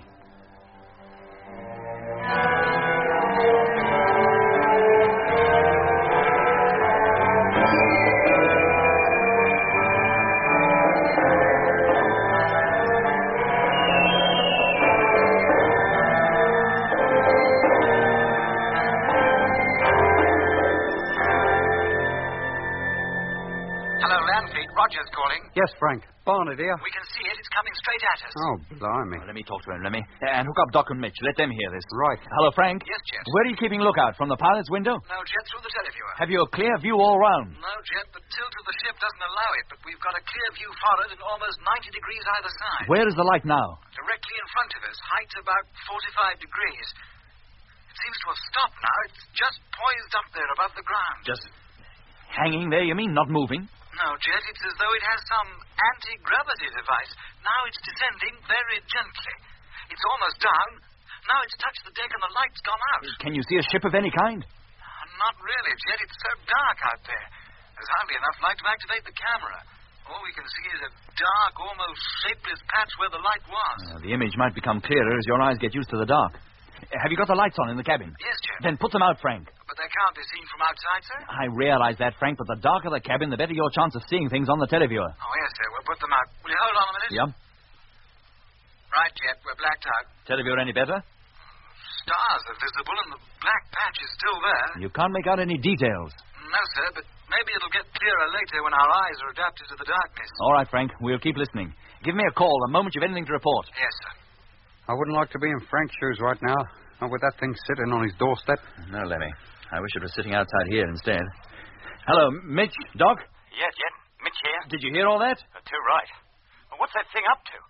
Do you think it realizes Frank and Grimshaw are in there? I don't know. But why did it put its light out? Well, that's a point. Hello, Jet. Frank calling. Yes, Frank? Things are happening. The patch is definitely circular. That thing out there must be globular in shape like a ball. And that's not all. Oh? A pale green, oval-shaped light has appeared in the underpart of it. Some kind of door? Well, possibly. It's probably a circular door, too, but looks oval because of the position from which we see it. It's foreshortened. Anything else? Not at present, Jet. Then keep calm, Frank, and give me a full commentary on everything you see. Yes, sir. Oh, Jet, something is coming out. Oh, blimey. What do they look like? Oh, it's difficult to tell. All we can see are faint shadows. The green light is so pale, like luminous paint. It's only because parts of it are being obscured occasionally that I know anything is moving there at all.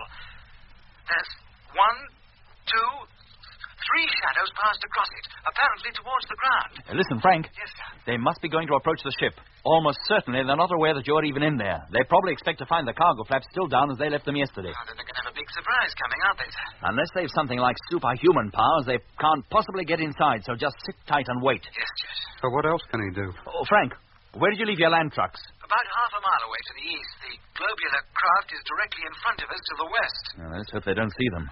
What if they drive them off? Grimshaw and I'll be stranded here. Oh, what's that? What the? What is it, Frank?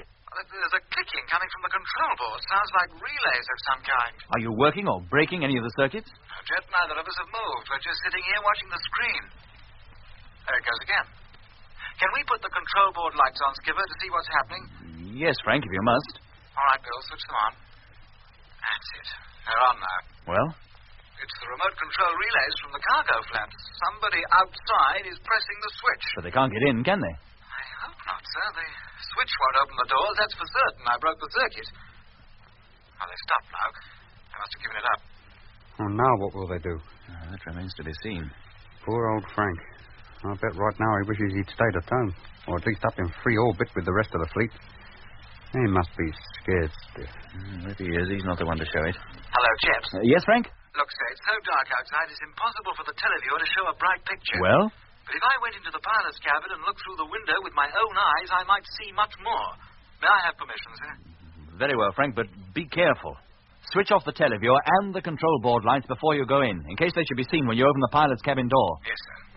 Televiewer off. And now the control lights.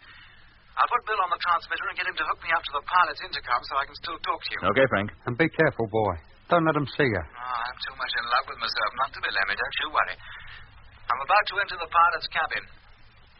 Okay, Bill, open her up. Contact!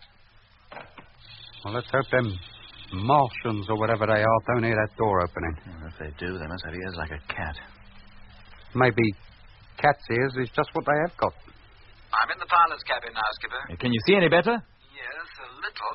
The green light is an opening into that sphere. How big is it? Can you tell? Oh, not without exactly knowing how far away she is. At a rough guess, I'd say between 20 and 30 feet in diameter. But I can't make out any details. It's too dark for that. Does the opening allow you to see inside the thing? Hardly, Jet. It's too low and... What is it? It's crew. I can just see them. Vague shapes.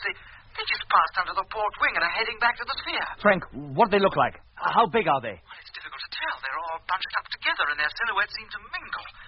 If only there was a little more light. Keep watching them, Frank. When they reach the door, they should show up clearly against it. Yes, I'll keep watching that. And they can't be too far from it now. And for goodness sake, don't let them see you. Hello, Skipper. Grimshaw calling. Yes, Bill? I've shaded the televiewer from the door. It couldn't possibly be seen through it now. Can I switch it on? Maybe with two of us watching that thing, we'll have a better... Yeah, switch it on. If they're heading for their ship, Jet, they haven't reached it yet. It must be a lot further away than I thought. And you still see them? No, Skipper. They've been completely swallowed up by the darkness. Oh, wait a minute. They've reached it now. I can see them. They stand out as clearly as... One's about to climb back in. Oh, Frank, what's happened? It's all right, Skipper. The light. The big one. It came on again. I threw myself to the floor. Did they see you? I don't know. How about you, Bill? Can you see them? No, Skipper. The light's far too bright, shining straight into the camera. It's completely ruined the picture. Oh, blimey, now we'll never know what they look like. But I saw them, Skipper. For a split second, I saw them. What were they like, Frank? What did they look like? Are they vegetable men? No, Lemmy. Then how did they look? Like you and me, Jet. Just normal human beings.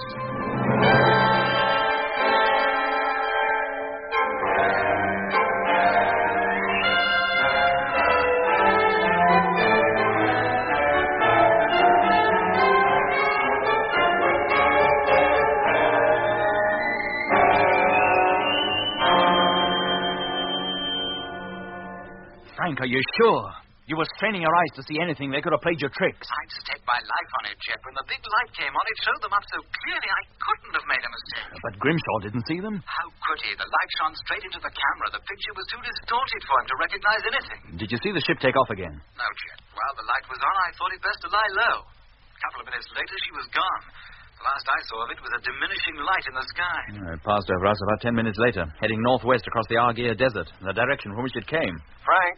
Oh, yes, Doc? How were those men dressed? It's difficult to say exactly. I got the impression they wore one-piece suits, tight-fitting like our crew suits. Did they wear helmets? Well, I hardly had time to notice. Oh, they must have, Doc. How else could they breathe? And how did they keep warm out there in that bitter cold? Oh, I can't answer that one, Doc. All right, Frank, we've grilled you long enough. You better take it easy now. Get some sleep. I expect you need it. Well, it seems hardly worth it. Dawn will be breaking soon. I want to get some of the cargo out of this ship and transfer it up to base. No, Frank, get some rest first. You can start back with the first load this afternoon. What, and leave the ship unprotected? You can't stay in there forever, Frank. Nobody can. We haven't the men to spare. Base is in urgent need of some of the supplies in that ship. They've got to have them. But how about the big stuff, Skipper? We need more than 2 men to handle that. We'll leave it there until you get back. Where from? Frank, we must have at least 2 more men down here on the surface. I want you to return to the main fleet in free orbit in number 1. Bring down MacDonald and Hammond. When you've touched down again, I'll give you further orders about salvaging the rest of the gear from the wreck. Very good, sir. Now, turn in, Frank. It's unlikely you'll be disturbed again. Whoever was in that ship seems to prefer to wander around at night. Give me a call when you wake up. Yes, sir. Signing off. Couldn't we go back and give him a hand, Jet? We could, Mitch, but we've other things to do. As soon as it's light, we're getting underway again. We're going to cross that desert. The Argier? Yes, Mitch. We head northwest as soon as the sun's up.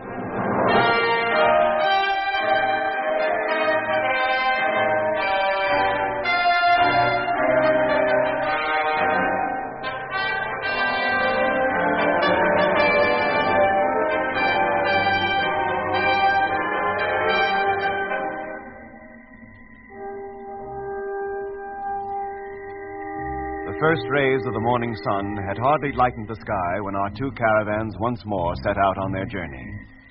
We traveled steadily in a straight line towards where the light of the strange ship had disappeared over the horizon the night before. 3 hours and 60 miles later, the soft, damp, purple soil of the Mare Australis began to give way to the sandy pink of the Argier Desert. By noon, the Mare had been left behind. Now the 2 trains of vehicles plowed through the soft sand, each trailing a miniature dust storm behind it. For the first time since landing on the planet, the sun's rays, shining through the windows of the driving cabins, were hot enough to allow us to travel through the day without the need of the heaters to keep us warm. The desert scene was unbelievably beautiful. The sand pink and, unlike the flat plain of the Mare Australis, gently undulating. Slowly, as the day wore on, the copper-colored sun made its way across the mauve northern sky. At noon, we rested, refreshed ourselves, and stretched our legs by walking ankle-deep in the sand. By then, we were well into the desert, surrounded on every side by low pink hills, with not the tiniest living plant to relieve the monotonous, if colorful, scene.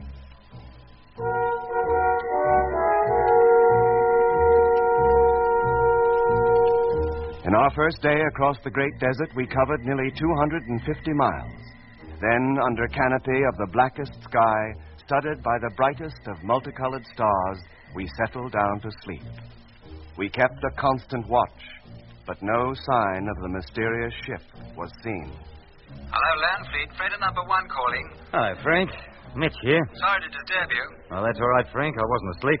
My turn for watch. I'm up with the Space Fleet now. We made the journey out here without incident. Wacko. When do you return to Polar Base again? Oh, in 24 hours or so, as soon as the ship's loaded. Well, don't leave anything behind, Frank. I doubt if we can spare any fuel for any other trips upstairs. Not until we leave here for good, anyway. I could just about make one more trip if we had to, Mitch. But we'll make it only if we have to. And bring her down safely, Frank. If your ship cracks up, there's only the Discovery left to get us off this planet. I will, Mitch. Don't worry. Well, that's all for now. I'll call you again when we're ready to make the descent. Right. Why, then I hope we've crossed this desert, and I won't be sorry. No sign of that ship again? No, Frank. Not a flicker.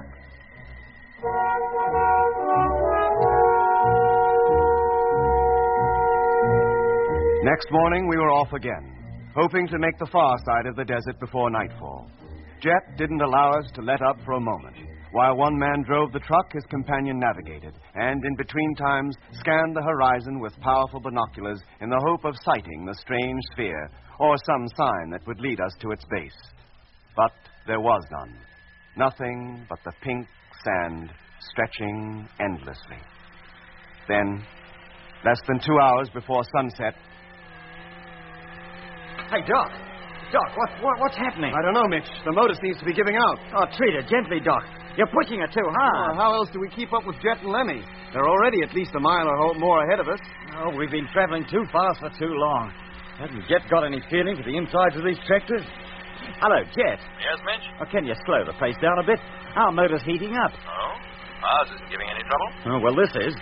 We ought to stop. Let her cool off. All right, then. We'll halt here for a while. Come up alongside, will you? Right. Hey, Mitch, the output meter, it's dropped to half of what it should be. Are you giving her a full power? Yes. Now, stop her, Doc. Stop her right here. Okay. Hello, Jet. Yes, Mitch? There's something definitely wrong with the motor. We'll have to stop and find out what the trouble is, or we may ruin her completely. Oh. You sure she won't be all right for an hour or so? That's about all we need to cover the full distance. That'll about take us across this desert. No, Jet, she's not moving another inch until I've had a look at her. Oh, very well, Mitch, if you say so. Look, do you mind if Lemmy and I continue? At least as far as the top of the next rise. I want to see what's on the other side. Jet, don't go out of sight. We've got to stick together. I won't be out of your sight. We'll stop at the top. You'll still be able to see us. It's not more than 2 miles away. Well, I guess that far won't hurt, so long as you don't go down the other side. If the stand stretches still further, I'll come back and join you. All right, but you'd better be back here before it gets dark. Oh, I will. Don't you worry. All right, Lemmy. Start her up. Head up the rise and stop when you get to the top. Yes, mate. Motor on. Well, this is about the highest hill we've met on this desert. And it rises pretty sharpish and all. We're nearly there, Lemmy. Get ready to stop. All right, hold it. This is far enough. Well, was it worth it? Pink desert and more pink desert. And another rise bang in front of this one. Uh-huh. And did you notice anything about it? No. What? Towards the top, it changes color from pink to brown. Oh, yes. Now come to mention it, it does. I'd like to look on the other side. But to do that means dipping down out of sight of Doc and Mitch. We just told them we wouldn't do that. They'd start getting worried. Oh, it wouldn't take a couple of minutes to get over there and back. I could almost walk it in the time. Yeah, that's what I'll do. What, leave the cabin? Oh, why not? I'll go over there, satisfy my curiosity, and then come straight back. But, Jet, it's less than an hour to sunset. Supposing you break your leg or something, what happens then? I promise not to get out of your sight, Lenny. Whatever's on the other side of that ridge, I'll just take a look at it, and that's all. Well, if you must, you must. But why can't you wait until the morning? I don't know, Lemmy. I have a strange feeling that I must see the other side. And if I don't, it'll keep me awake all night wondering about it. I don't like the sound of that. Pass me my helmet, Lemmy. When I've got it on, fill the airlock and let me out. Hello, Lemmy. Can you see me? Of course I can. How could I miss you? Good. And here I go. Now remember, just to the top, boy, and no further. The sun's already low in the sky. And look at the color of it. A deep orange. The sun. A deep orange. You said that once before. How could I until a few minutes ago to this normal color? A long time ago, I mean. Or was it so long ago? Nearly at the top. I've made it. Good heavens. What is it, Jet? What can you see? Lemmy, the other side of this hill leads down into a valley, a great wide valley. And it's full of plants like giant rhubarb. And it stretches from west to east as far as the eye can see. Rhubarb plants. Any custard trees growing up with them? This must be one of the canals. Then you'd better come on back here before a barge horse comes along and tramples you to death. It must be at least 15 miles wide and... Yes, there it is. It's there exactly as I saw it in my dream. What? What was in your dream? The dream I had when Mitch and I got lost in the fog. When you dreamed about seeing a city, you mean? Yes, Lemmy, and it's here. What?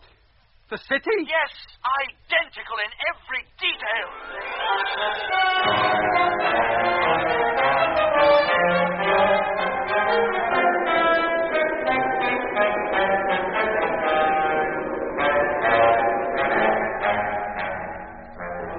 You've been listening to episode 12 of Journey into Space with Andrew Foulds as Jet Morgan, David Kossoff as Lemmy, Guy Kingsley Pointer as Doc, Bruce Beebe as Mitch, and David Jacobs as Frank. The orchestra was conducted by Van Phillips, who also composed the music.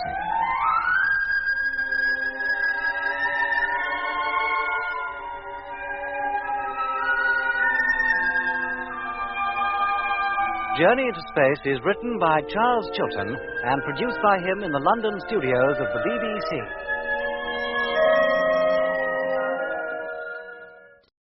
The BBC presents Jet Morgan in Journey into Space.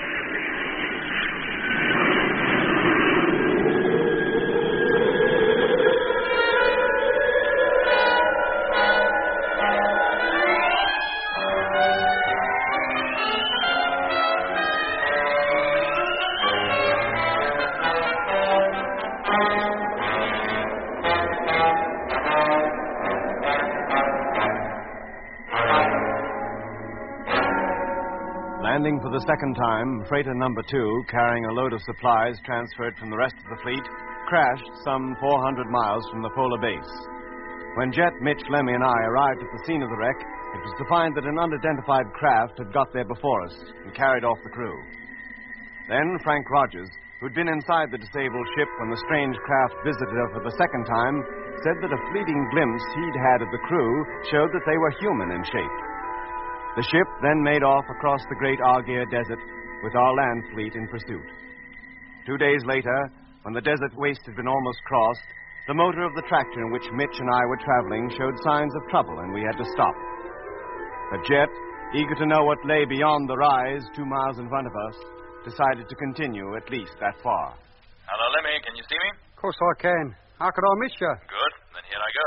Now remember, just to the top and no further. The sun's already low in the sky. And look at the color of it. A deep orange. The sun. A deep orange. You said that once before. How could I until a few minutes ago to this normal color? A long time ago, I mean. Or was it so long ago? Nearly at the top. I've made it. Good heavens. What is it, Jet? What can you see, mate? Lemmy, the other side of this hill leads down to a valley, a great wide valley. It stretches from west to east as far as the eye can see, and it's full of plants like giant rhubarb. Rhubarb, yet? Any custard trees growing with them? This must be one of the canals. Then you better come on back here before a barge horse comes along and tramples you to death. It must be at least 15 miles wide and... Yes, there it is. It's there, exactly as I saw it in my dream. What is? What was in your dream? The dream I had when Mitch and I got lost in the fog. When you dreamed about seeing a city, you mean? Yes, Lemmy, and it's here. What, the city? Yes, identical in every detail. Jet, are you sure you're not dreaming again? No, Lemmy, it's there, I tell you. Even to the plants growing on the rooftops of the houses. Then if there are houses, there must be people, or what passes for people on this planet. Now, come on back, Jet, before anybody sees you. Oh, just a few more minutes, Lemmy. I must take in all I can. Look, mate, in a few more minutes the sun will be setting. Now, are you coming back, Jet, or do I have to come out there and drag you in? All right, Lemmy. I'm coming. I should think so and all. Now, let's get back to Mitch and Doc, or we won't make it before dark. I tell you, Doc, I saw it exactly as it was in my dream. And I knew I'd see it the moment I stepped outside and began to walk up that hill. Did you see any sign of life, Jet? No, Doc, only the curious red and blue plants.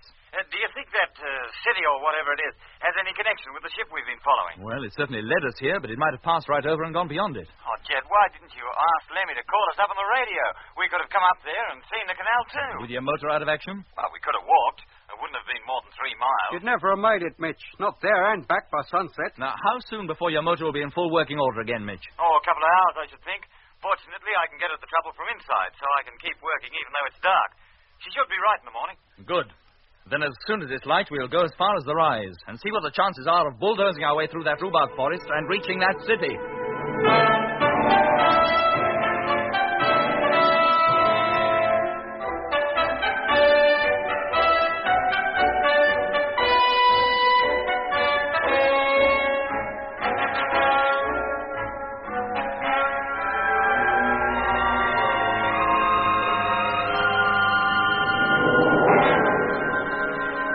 How far now, Jet? We'll stop at the summit and take a look round before we go on. Right.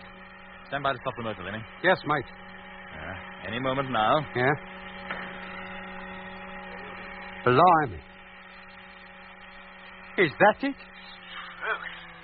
Well, that valley must be all of 20 miles wide and at least 1,000 feet deep. Can you see the city, Mitch? Oh, how could I miss it? It is like one of those old Indian pueblos. Yes. Just as you said. Except that it seems to be constructed like a great step pyramid, only it doesn't rise to a sharp point. The top is flat, about half the area of the base. Yes, Doc. I should think the base, the platform of the whole thing rests on, is about 1 mile square and 50 feet high. The terrace wall's about 20 feet high. Yeah, if there is a way into that place, it must be through that bottom platform. But we can't see any opening because the rhubarb jungle gets in the way. And how tough do you think those plants are, Doc? If we drove the trucks at them, do you think we could plow our way through? Oh, I don't see why not, Jet. We could try anyway. How about the soil? Is it firm, boggy, or what? Oh, plants are so thick I can't even see it. But I should think it'd be okay. Okay, Doc. Then we'll go down there. Take it easy, Jet, and go slowly. Of course, Doc. Lemmy. Yes, Jet. You drive. Maximum speed 5 miles an hour. Yes, mate. Motor on. And here we go. All right, Mitch. Keep close behind us. Righto. Hello, land fleet, space fleet calling. Oh, hello, Frank. Let me here. Will you hook me up to Jet, please, Lemmy? Yes, mate. Hold on a minute. Hello, Frank. Morgan speaking. Hello, Skipper. Number 1 is fully loaded, and I've got MacDonald and Hammond aboard. We're ready to make the descent. Very well, Frank. You can come on down as soon as you think fit. How is it with the fleet? All right, sir. But when I leave, there'll be only 2 men left up here. We can't expect them to handle all the work. They'll have to do the best they can. The photographing of the planet's surface must be carried out whenever possible. And constant radio watch on polar base and Earth control must be maintained. They understand that, sir. Now, which ship are the 2 remaining crew manning? Number 4, sir. The rest are empty. Men, anyway. How many more trips can you safely make back into free orbit, Frank? Only 1, sir. That's all we can spare the fuel for. And that is if we intend to take the rest of the fleet back with us to Moon Base. That's the intention. Yes, sir. Very well, Frank. You better come down and report as soon as you've landed. Oh, and listen. Yes, Skipper? We have now crossed the Argier Desert, and our position is 40 degrees, 14 minutes longitude, and minus 30 degrees, 27 minutes latitude. At present, we're about to cross a canal. What? Yes, Frank.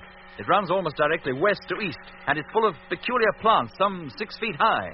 Then it is vegetation that colors the canal. Yes, Frank, and very luxuriant it is, too, but that's not all. Oh? We're about to attempt to plow through it to investigate what appears to be a walled city situated in the middle. Are you sure it's not an odd-shaped natural rock formation or something, sir? There's nothing natural about it, Frank, I can assure you. Now, you have our position. I want you to pass over it before you land. Have one of your crew observe it and another photograph it. Now, is that clear? It certainly is, Jet. Very well, Frank. That's all for now. Thank you, sir. Hey, Jet. Yes, Lemmy? That rhubarb. We're nearly up to it. Hello, Mitch? Yeah, Jet. Slow down to 2 miles an hour. Okay. And you, Lemmy. Reducing speed. 4 miles. 3. 2. Good.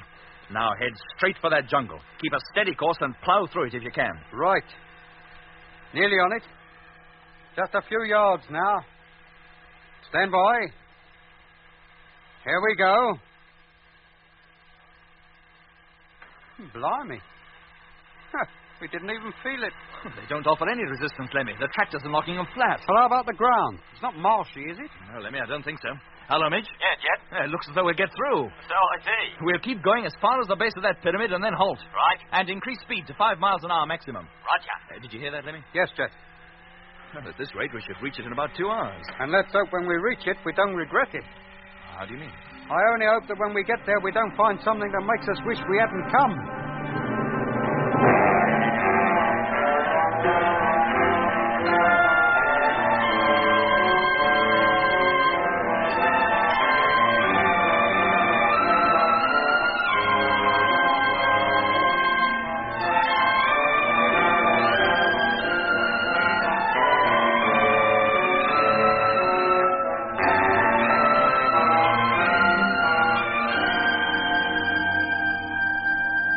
Jet. I'm outside now, standing beside my tractor, but I can't see a thing for these darned rhubarb plants.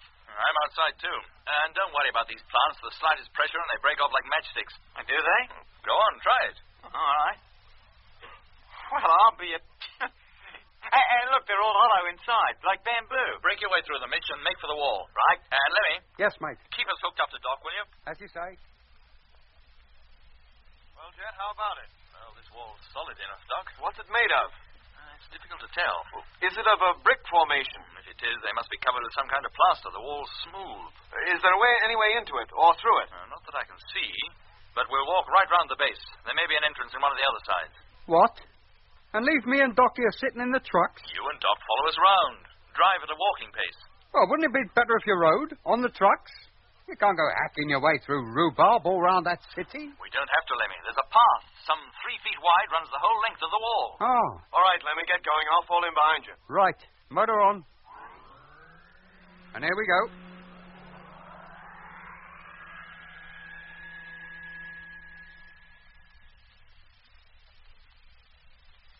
Hello, Jet. Yes, Lemmy? A thought has just occurred to me. Oh? What?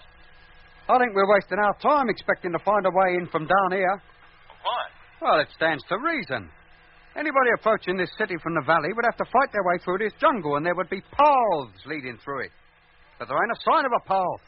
They must fly in. Hey, Jet, look what I found on the ground. Good heavens. You sure it's not yours? Mine's still attached to my belt. Jet, what is it? What have you found? A safety line, Doc. Exactly the same pattern as we wear. Yeah, it's uncoiled, too. It must have been dropped by one of the crew of number 2, either accidentally or as a sign to us. They must be here, then. And why don't they show themselves? I don't know, Lemmy. Perhaps they can't. We've got to find a way into this place. This wall is pretty high, Jet, and solid. There are 3 others to examine yet. Let's keep going. If there's no kind of opening to be found when we've walked right round the place, then we'll think up some way of scaling that wall. Did you hear that, Lemmy? Doc? Yes, mate. Yeah, Jeff. Then recall that line, Mitch, and let's keep walking. Too right.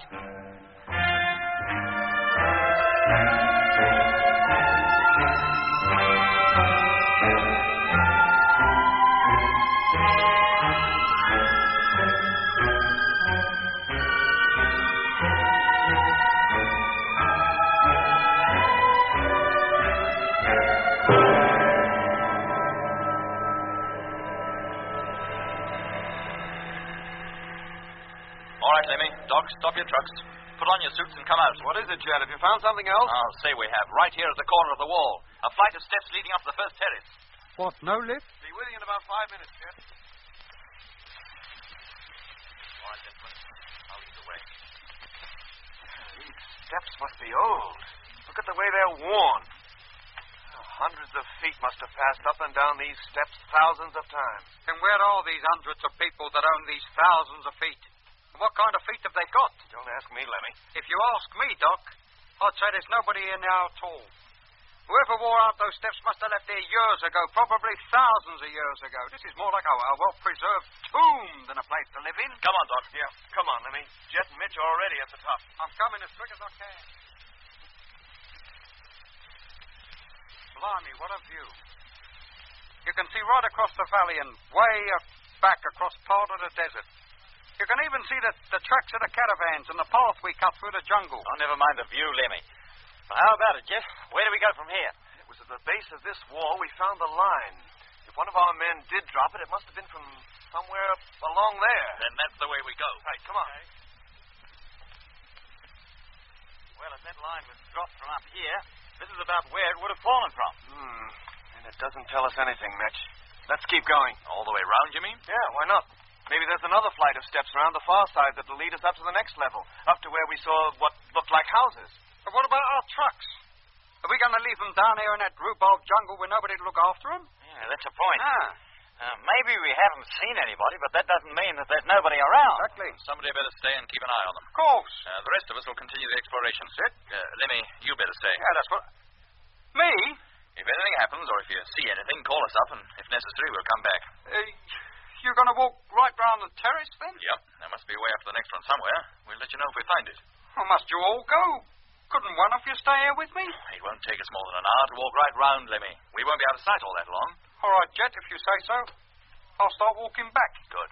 I'll wait at the top of the steps, and we'll pick you up there. Or give you directions on how to reach us if I want you to join us. Yes, mate. Hello, Landfleet. Rogers calling. Hello, Frank. Barney, dear. We're now approaching the position you gave us and should be overhead in a few minutes from now. Right, Frank, boy.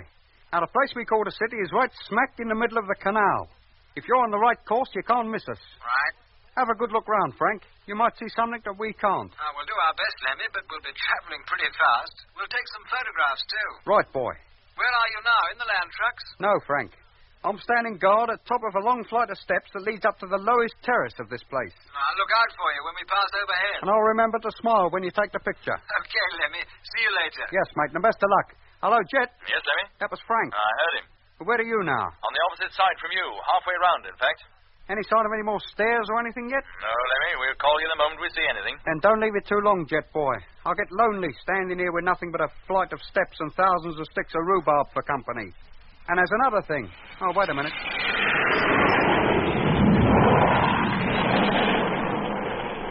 That was Frank going over. And what a racket he kicked up and all. Well, let's hope he got some good pictures. Hey. What's that? That noise. It's back again. The same noise that... Hello, Jet. Hello. Hello, Lemmy. What's wrong? Jet. It's here. That... Lemmy, do you hear me? Oh, what wouldn't I give to have 40 winks right now? I'm so tired. Lemmy, answer me. Lemmy! Oh, shut up. How can a fella sleep with you making all that noise? Lemmy, you must not go to sleep, do you hear? Of course he can sleep. There, you see? Hey. Who was that? Who was who? Said I could go to sleep. I didn't hear anybody. Lemmy, pull yourself together. He's too tired. Lie down, Lemmy. You'll feel much better. Yes, mate. That's just what I will do. I want to lie down. Hello, Lemmy. He must have fallen asleep, Doc. He doesn't answer. We've got to get back to him, Jeff. Which way? It doesn't matter, Mitch. It's the same distance round, whichever way we go. Then we'll keep going in the same direction. Come on, and keep calling him. He might still be awake. Hello, Lemmy. Hello, Lemmy. Hello, Lemmy.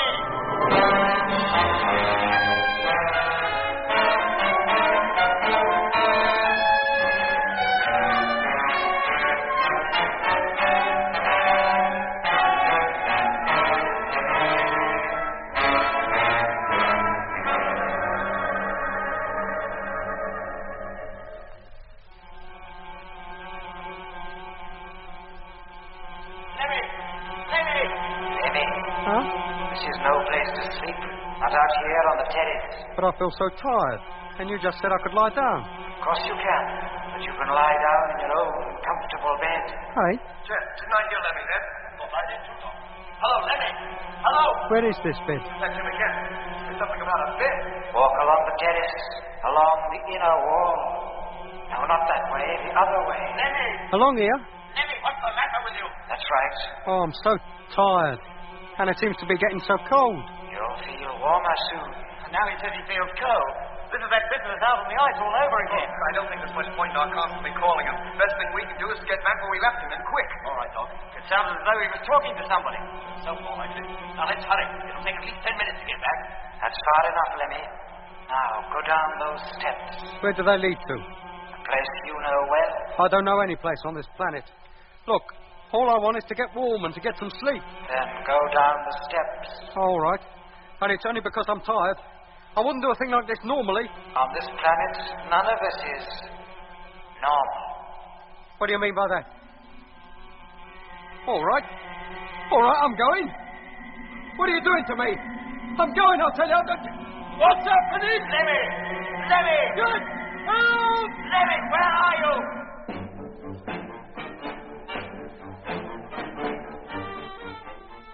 There, Lemmy. Feel better now? Where am I? Do you still feel tired? No. No, I don't. I feel wide awake, and I feel much warmer. In fact, I feel better all round. But where am I? Where did all them people come from? Walk around a bit. Go on. But I'd never get through that mob. Yes, you will, Lemmy. Go on. They'll make a way for you. Head straight up the street. Turn left to the next corner. There's a shop where you can get Lokshan soup and bagels and schmaltz. Bernstein's. I thought you didn't know this place. Of course I know it. I was brought up here. This is the Sunday morning market. And further down is Sam's, where you can get the finest pickled herrings in London. Straight out of the barrel. Oh, it seems years since I tasted a nice pickled herring. Just keep walking, Lemmy. They'll make way for you. They don't even seem to notice me. Why should they? Just one in a big crowd. Did you expect them to put the flags out? Oh, there's no need to be sulky. Hey, look. Well, I'll be... Here, over there by the cosmetic stall. Somebody you know? No, I'll say I do. Hey, Becky!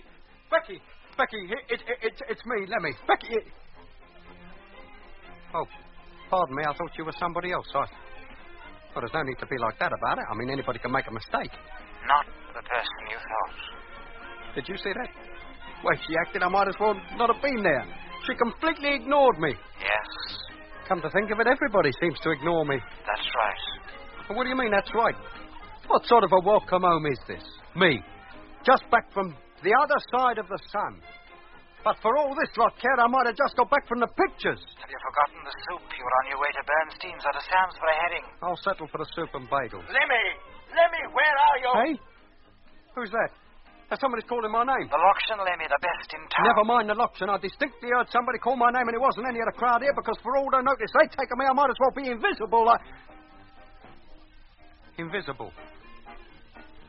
Is that why that girl ignored me? Looked straight through me as though I wasn't here at all. Yeah.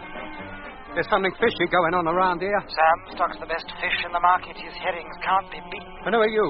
Just one of the crowd. Then why don't you show yourself? You've already looked at me twice. Hey? Where? Which one? Which one is you? Hey, wait a minute. There's that noise. What's happening? Everything's getting blurred again. What are you doing? No! No! No!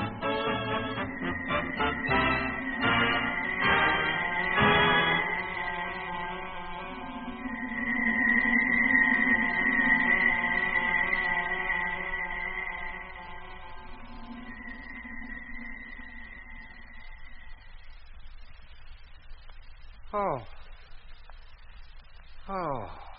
Feel better now? Yeah, that's more like it.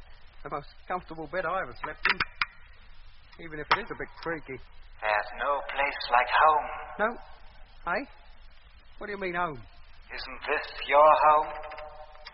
Yeah, it is, too. It's my room, my own room.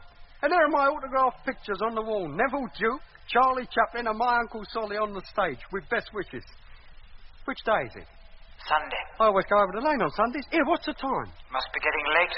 Sun is high in the sky. Oh, blimey, and I promised Mr. Bernstein I'd give him a hand in his delicatessen at 9 o'clock. Why didn't somebody wake me? Hey, Mama! Wakey, wakey! Yeah. Listen, it must be 1:15. That's the Billy Cotton Band show starting up. On Mr. Bamberg's radio. It's always the same on Sundays. You can't hear yourself speak down here for the noise going on up there. Why can't he turn that thing down? Hey, Mama! She's out, Lemmy. Hey? Gone out looking for a bargain for you in Great Sauce, the tailor. Oh, not that suit in the window, the one with the pinstripes. She was saying it was a wonderful piece of material. At a wonderful price and all. I've told her before. Great suit charges too much. I'll have to go down there and stop her wasting her money. Hadn't you better dress first? Hey? But what's this I got on there? Then my birthday suit? Take off your helmet. How can you talk to her, or to Sam, or Sully, or anyone else? Well, I'm talking to you, and I.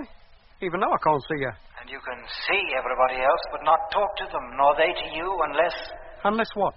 Take off your helmet. But I can't take it off. The atmosphere down here on Earth contains too much oxygen. One whiff of it would kill me. The people in the marketplace seem lively enough. Of course they are. They're used to it. You can get used to it. Just lift your helmet for a second. Try it. No. Orders are that helmets are to remain fixed at all times, except when within the pressurized cabins. Orders are that you remove your helmet. And orders must be obeyed without question at all times. What was that? Yeah. Who do you think you're giving orders to? And who gave you permission to come in here, in my room, and give orders to anybody? Take off your helmet. I won't take it off. Take it off when I tell you.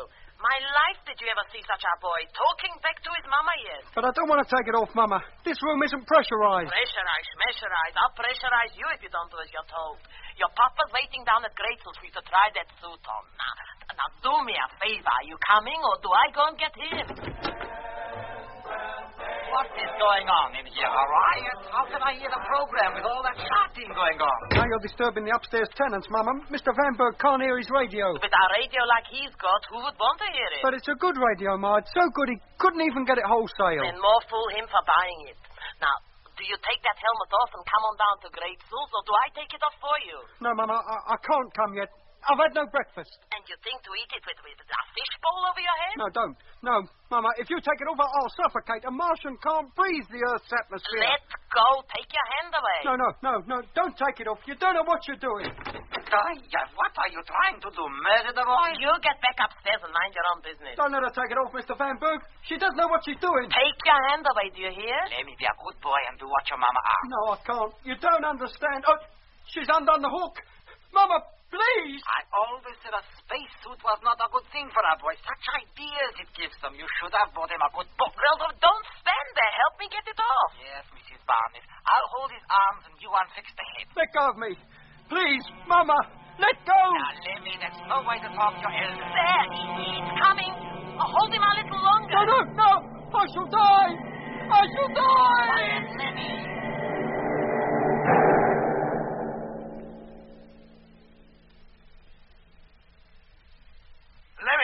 Lemmy! What could have happened to him, Jet? Oh, here comes Mitch, back from the trucks. Well, Mitch? Not a sign of him. You looked in both cabins? And in the living quarters trucks. He's not there. Then he either walked round the top of this wall in the opposite direction from us, or he's wandering about somewhere in that valley. In among all those plants, Jet, he'd be bound to leave a trail. Well, the only trails through that forest are those the caravans made. Then he must still be up here somewhere. Or up even higher, on the next terrace. How could he get up there? Well, there was a way up this far from the ground level. I think we can reasonably expect a way up even higher. We searched two sides of this terrace thoroughly. There was no sign of stairs or an opening of any kind. Then we'd better search the other two, hadn't we? Just came around those two, Mitch. Almost at the run. If there had been an opening along those two walls, we could easily have missed it. And what if Lemmy has wandered round in the other direction? Well, if he keeps going, we should meet him halfway, on the opposite corner to this. But we'll split up, Doc. Then if he's anywhere on this terrace, we're bound to meet him. Okay. Mitch, you go that way. Maybe you'll overtake him in the next corner. Right. Doc and I will retrace our steps and search along the way we came.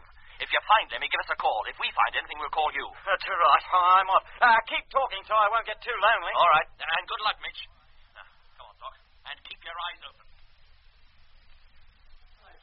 Now halfway along the terrace, but no sign of him yet. How about you? No, Mitch.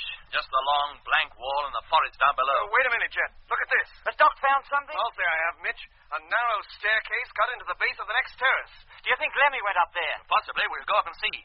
You carry on, Mitch. Go right round the perimeter if you have to. Jet, this staircase is so narrow it's almost a squeeze to get up it. Keep going, Doc. Up here is about the only place he could be. Almost up now. There, that's it. Well, how does it look? No different from down below. Not in this direction, anyway. And in the other... Good heavens, Doc! Look, along there, almost at the corner. What? It's Lemmy. Yes. And who's that bending over him? What's he doing? It looks as though he's trying to remove Lemmy's helmet. Oh, what's he trying to do? Kill him? Whoever he is, he's wearing a crew suit. Oh, there, he's seen us. He's getting up. Doc, do you see who it is? It's McLean. Pilot of number 2. But how can he be alive? How does he breathe? What do you mean? Don't you see, Doc? He's not wearing a helmet.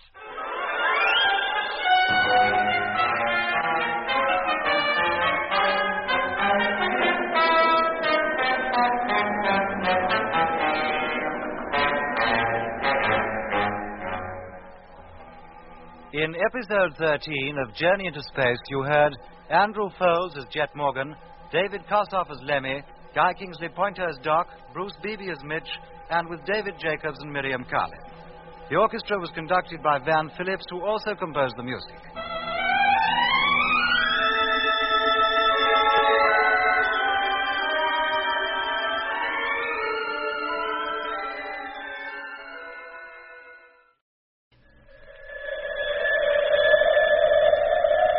The BBC presents Jet Morgan in Journey into Space.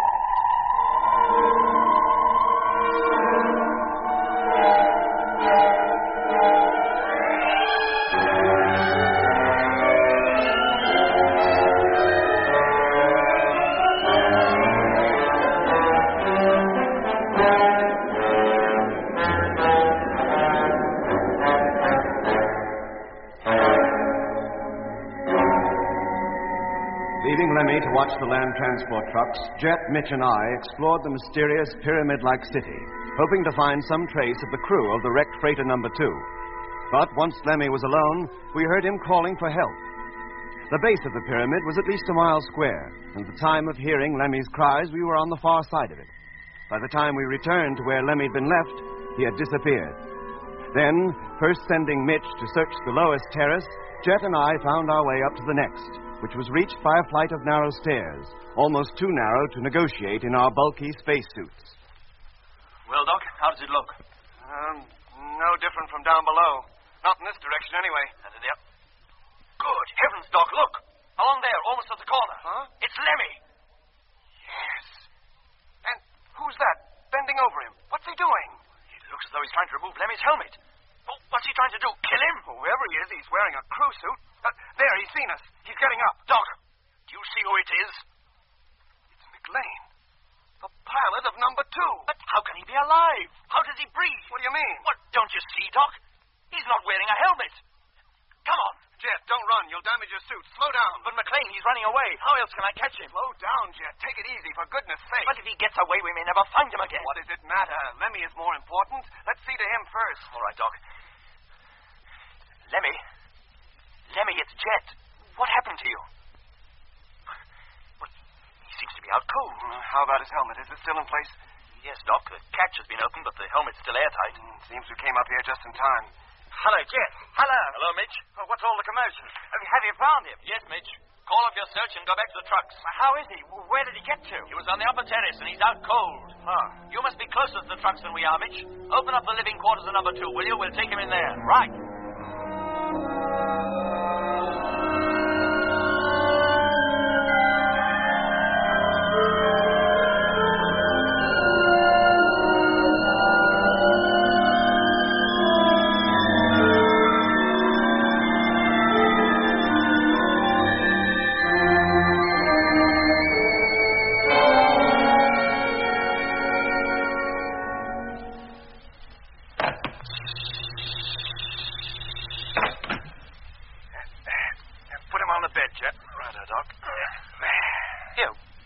Where's Mitch?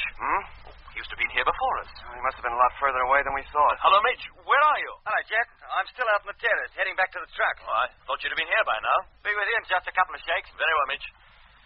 Now, Doc, I'll give you a hand. Get your suit off first, Jet. All right, that's my helmet removed. Mine, too. You give it to me, Doc. I'll stow it away for you. Thanks. And your suit, too. As soon as you've got it off, get to work on Lemmy. Sure.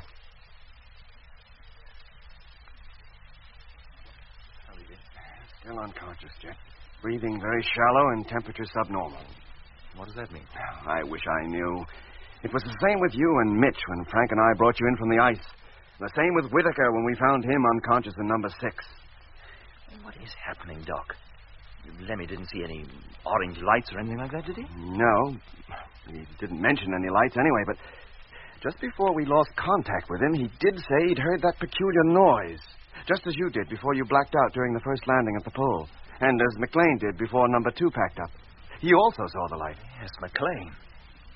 What is he doing up there on the terrace? Look, you sure it was him, Jet? I'd stake my life on it, Doc. But how on earth did he manage to breathe when he wasn't wearing a helmet? And why was he trying to remove Lemmy's? Jet, do you remember Dr. Samuel? Uh-huh. Why? Do you remember, quite early in the training period, he once gave us a lecture on the possibility of life existing on this planet? Yes, Doc, of course. He told us to expect fairly advanced forms of plant life up here, particularly near the equator. That was about all he did tell us to expect. There was something else. Eh? He said that if any form of animal life did exist here on this planet, body temperature couldn't exceed 68 degrees Fahrenheit. Yes, Doc, I remember him saying that. But he also said not to pay too much attention to it, as there could be no animal life up here anyway. I'm beginning to think that's one thing we'd better start paying a lot of attention to. How do you mean? Because, Jet, look, whenever you, Mitch, Lemmy, or anybody else has been affected by either a mysterious light or sound, you've all lapsed into unconsciousness and your body temperatures have dropped to abnormally low figures.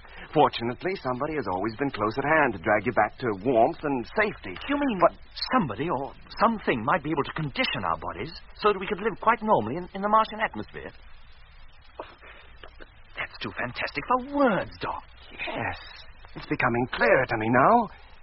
Whitaker was a man already under the control of some powerful influence that used him as a tool, that somehow contrived to get him into one of our ships in the hope that he would wreck the whole project. That's why there was no record of his ever being to the astronautical college. But Whitaker was a normal human being, Doc. No, not normal, Jet. Far from it. For 47 years, he was just a name in the Bureau of Missing Persons, and then in 1971, he suddenly turns up as a member of our space fleet. Then where had he been during those 47 years? Up here, on Mars. What? Yes, Jet. Walking around, breathing the Martian atmosphere just as McLean is doing now. You mean McLean has already been conditioned? Has become another Whitaker? And that Lemmy, if we hadn't found him in time, would... Yes. Or at least that's how it seems to me. Well, let us assume that's true. In the case of McLean, at any rate. Well? He was already here on Mars, but how did Whitaker get up here? He was kidnapped and brought here. In 1924, when space travel was no more than a wild dream. That ship that visited number 2 and carried off the crew was no wild dream, Jeff. You mean you think it's capable of reaching Earth? I don't know. Oh, Doc. All I do know is that Mars is a planet at least as old as the Earth, maybe millions of years older. If it has no animal life now, it did once, Jet. How else can you account for that city out there? Now, if you ask me, that place is thousands of years old, built when life on Earth was in its early stages of evolution, when Mars was probably a planet teeming with all kinds of life, just as Earth is now. You mean there were advanced civilizations up here? Probably still are. Don't you see, Jet? Mars is a dying planet. It can't support life in abundance anymore. But if there ever were creatures up here, even remotely like human beings who can think and reason and build, they must have long since died out, or most of them. But any that are left have the advantage of millions of years of civilization behind them, plus all the knowledge those civilizations must have produced. And who knows what that knowledge could enable them to do. It could enable them to release the oxygen now trapped in the soil and the rocks, revitalize the atmosphere, and keep themselves alive. Yes, always assuming they need oxygen to live. Maybe they don't. But we do, and so does McLean or any human being. Well, there's a small amount of oxygen in the atmosphere still. It would be possible to live in it, I suppose. Plants in the valley certainly manage it. Yes, I suppose it's possible for animal life to do so, if it were adapted to its surroundings. But we haven't seen any animal life. Except McLean. Oh, Lemmy's coming round. He'll feel very cold when he does, Jet. You'd better get him something hot to drink. Right, Doc. Meanwhile, I'll check him over again. Long before he wakes up now, Jet. His temperature's almost back to normal. Didn't take long either. Less than an hour. An hour? Yeah. Quite encouraging, isn't it? Is it? And what about Mitch? Nearly an hour ago, he said he'd be with us in just a few minutes. Good night. I was talking so much I completely forgot him. Call him up, Jet, for Pete's sake. Hello, Mitch. This is Jet calling. Hello, Mitch. Where are you? Hello? It's no good, Doc. He doesn't answer.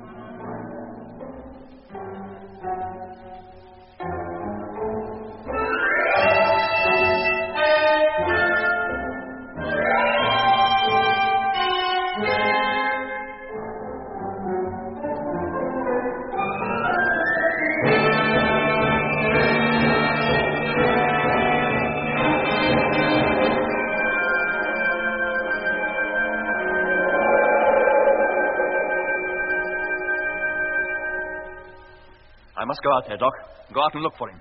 No, Jet, wait. I haven't time to wait, Doc. Anything might have happened to Mitch. He might already be in a far worse position than Lemmy was. Loction soup. And bagels. What did he say? Must be waking up, Jet. Then look after him, Doc. I'll put my suit on and get ready to go. No, Jet, wait. I want to come with you. Hey, but what about Lemmy? Well, give him just a few minutes.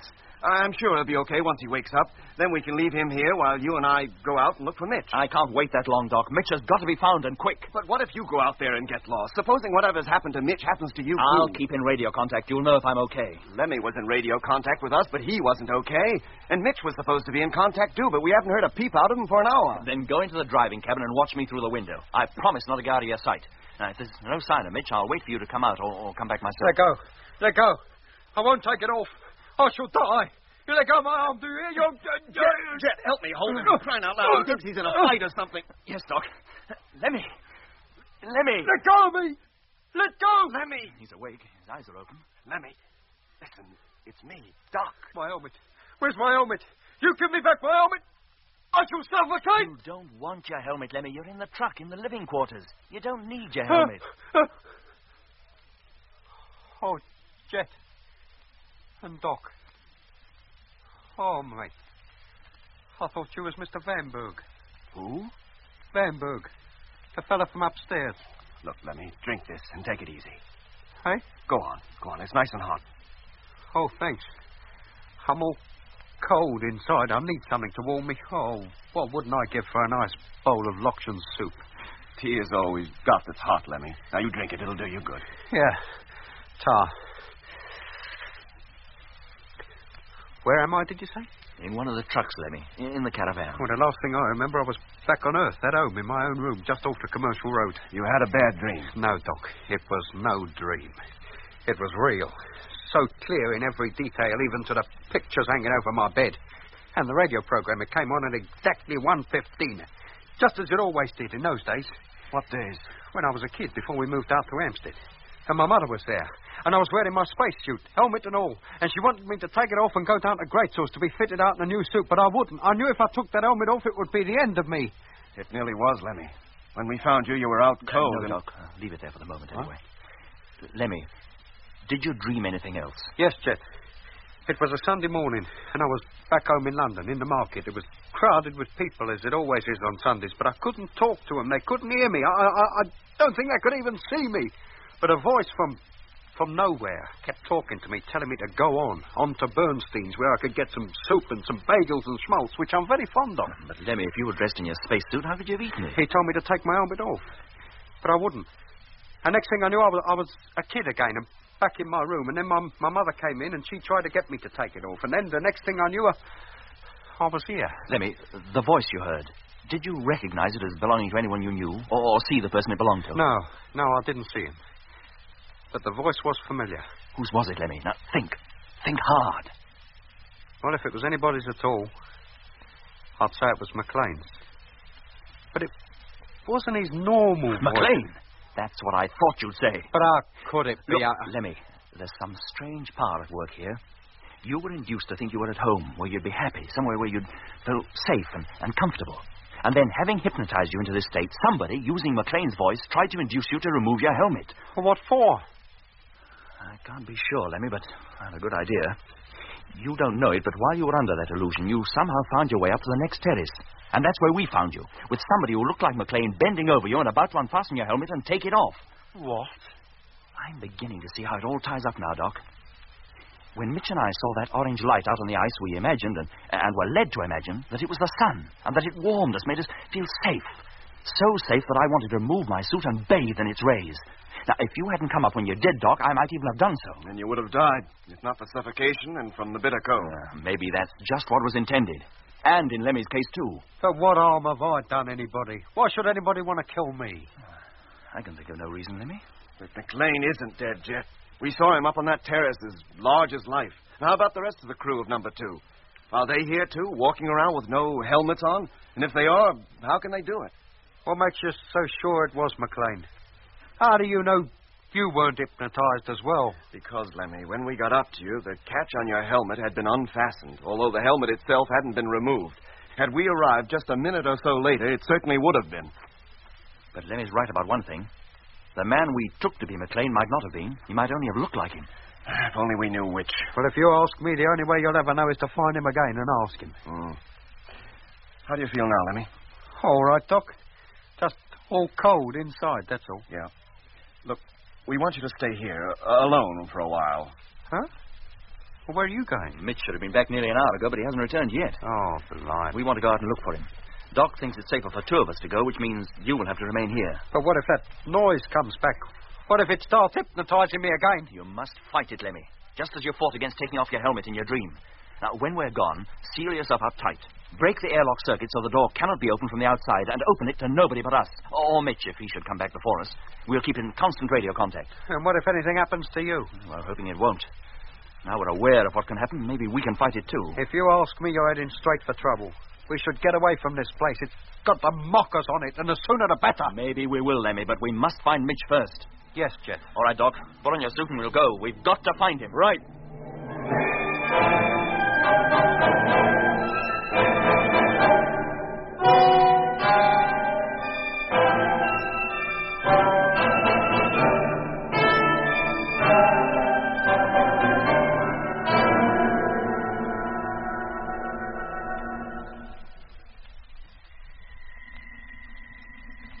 What had happened to Mitch? By the time Jet and I had carried Lemmy into the living quarters of one of the land trucks, Mitch should have been there too. In fact, he was quite close to us, still up on the lower terrace of the mysterious city and about to head down the steps to where the trucks were parked. But he never got there. As you will remember, when Jet and I had reached the trucks and found that Mitch was not there, Jet had called him on the personal intercom system. Hello, Mitch. Where are you? Hello, Jet. I'm still out on the terrace, heading back to the trucks. Oh, I thought you'd been with us by now. I'll be with you in a couple of shakes. Very well, Mitch. I'll let myself in. I've just reached the top of the steps now. Oh, and Jet. Jet. Hello, Mitch. Oh, there you are. Hey, wait a minute. That wasn't Jet. Hello. Hello. No, Mitch. It's not Jet. Is that you, Doc? It's not Doc either. But who is that? Hello, I said, who is that? Why don't you answer? Where are you going? Well, down the steps, of course. I've got to get back to the truck. That's not the way. Yes, of course it is. No, Mitch. The stairs you want are on the next terrace. Where? Along here? That's right. Keep walking. Now, wait a minute. I'm sure it was this way I came. These are the steps.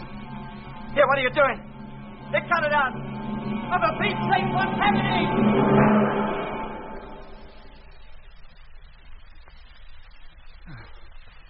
Where am I? How did I get here? What the... Hello, Jet. Hello. Hello. Hello there. Huh? Over here, copper. Oh, where did you spring from? Might ask you that. Come on over. I've got a fire going and my billy's on. You'd like a cup of tea, wouldn't you? Yeah. Like it's fine. Come on, mate. Sit down. Oh, thanks. What's that? Dingoes. Sun's going down. They're starting up early tonight. You hunting scalps? Hey? Dingo scalps for the government bounty. I've got a swag bag full of them. No, I'm not hunting dingoes. I'm lost. I need help. And where do you have to get to? The city. I must get back. Nearest settlement here is Udnadata, 200 miles to the south. And city is a fancy name for it. 200 miles? Maybe a little more. Oh, what is going on? Look, a little while ago I was in it, up on the terrace. The sun was high in the sky, and the next thing I know, I'm wandering through this desert and night is falling. You've come a long way since noon. Huh? Apart from Udnadata, there's no city within 500 miles of here. They should count Marugi, and that's in ruins anyway. Is it in a valley? A long, wide valley? That's the place.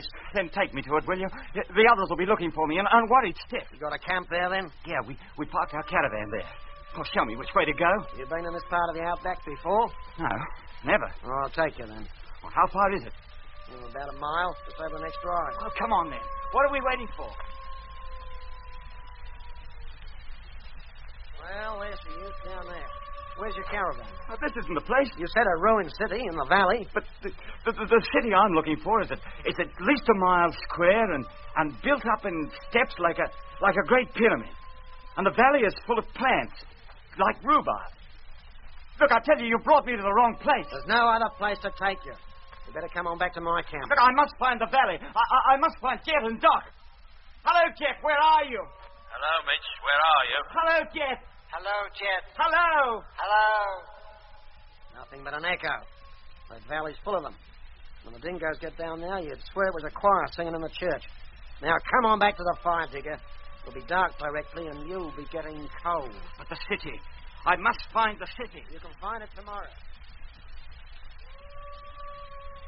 Now, sit down. Put this blanket around your shoulders. Oh, thanks. There's Matilda in the bag. Tastes pretty good roasted over the red ashes. Like a bite? No, thanks. Just the tea. That's all I need. When did you leave civilization? Well, we took off last April. Landed just over a week ago, that's right. Is that all? 32 years since I left the world behind. Started out looking for gold. Gold? And all that time I don't think I found more than enough to fill a thimble. The game isn't worth it. But the dingoes are different. £1 a scalp the government pays. Listen to them out there. Look at their eyes gleaming in the dark. With my rifle, I could drop them all right now if I wanted to. They just stand there waiting for it. Then why don't you? Wouldn't be good business. In the dark, you can't tell the dogs from the bitches. I only collect dog scalps. Is that what the government wants? I don't give a hang what they want. For me, a female dingo is capital. What are you doing out here? What's your line? Astronautics. I'm an engineer. Astronautics. I travel among the stars. See what you mean. 32 years ago, I felt much the same way myself. That's when I came out here to live in the desert. With only the dingoes and the stars for company. When did you decide to leave it all behind? Leave what behind? The noise, the fight, the jungle, the grind of city life. I told you, we took off last April. It wasn't easy, was it? Something deep inside you that says you should resist the decline and go back. Ignore it. Fight it. And don't go. And you'll find peace and contentment. 30 years I've been tramping over this desert. 30 years. And still as young and as healthy as when I first started out. So look at me. Would you think I was 62? You don't look a day older than 30. Exactly. This is the place to keep you young. Out here with the sand, the mulga, the eucalyptus, the dingoes, and the stars. What more can a man want? Mitch! Listen. Did you hear that? That was Jeff. There down, it was the dingoes. In that tucker bag, there's a box of tea. Pass it out, will you? Is this it? Thanks. How'd you like it, strong? Look, before we go any further, I'd like to ask you a few questions. Do you like plenty of sugar? Oh, never mind the sugar. I'm talking to you. Sorry, I've got no fresh milk. What's the matter with you? Can't you listen to what I have to say? Sit down, Mitch, and save your breath. Sit down. Mitch! Tell me, how do you know my name? What are you doing here, anyway? Where is this place? This is the Northern Territory. The Northern Territory? But where? Australia. Where else? Australia? On Earth? Where the heck did you think it was? On Mars? But this is Mars. It is, isn't it? Isn't this the red planet? Yes. And I'm a kangaroo. What are you trying to do? Drive me crazy? Me drive you crazy? You walk into my camp 200 miles from the nearest town without so much as a billy to brew your tea in. Tell me you're lost. You live in a pyramid and can't find your way home. Who do you think you are? Cleopatra? My name is Stephen Mitchell. I'm an astronautical engineer. Now, listen, nearly 7 months ago, I left the moon on an expedition to Mars. A week ago, I landed in the southern ice cap and with 3 other members of my ship's crew, began to explore this planet. And now I find myself here, and you tell me this place is Australia, back on Earth. Mitch. In my opinion, you've spent too long in the sun. You've got a touch of it. Not many miles from here, there's a cattle station run by a farmer and his wife. Tomorrow I'll take you there, and they'll call up the flying doctor and get him to look you over. Now, will you lie down and take it easy? Or do I have to put you to sleep with the butt of this rifle? No, there's no need for that. Maybe I am the crazy one. The swag bag's unrolled. Lie down on it. That's it. Now go to sleep. And while you're falling asleep, tell yourself you're not going to give me any more trouble. Yeah. That you'll do exactly as I tell you from now on. Yeah, anything you say. Good on you. I feel so tired. Awful tired. Good, then go to sleep. Tomorrow everything will be all right. Tomorrow everything will be all right. Tomorrow everything will be all right. Tomorrow everything will be all right.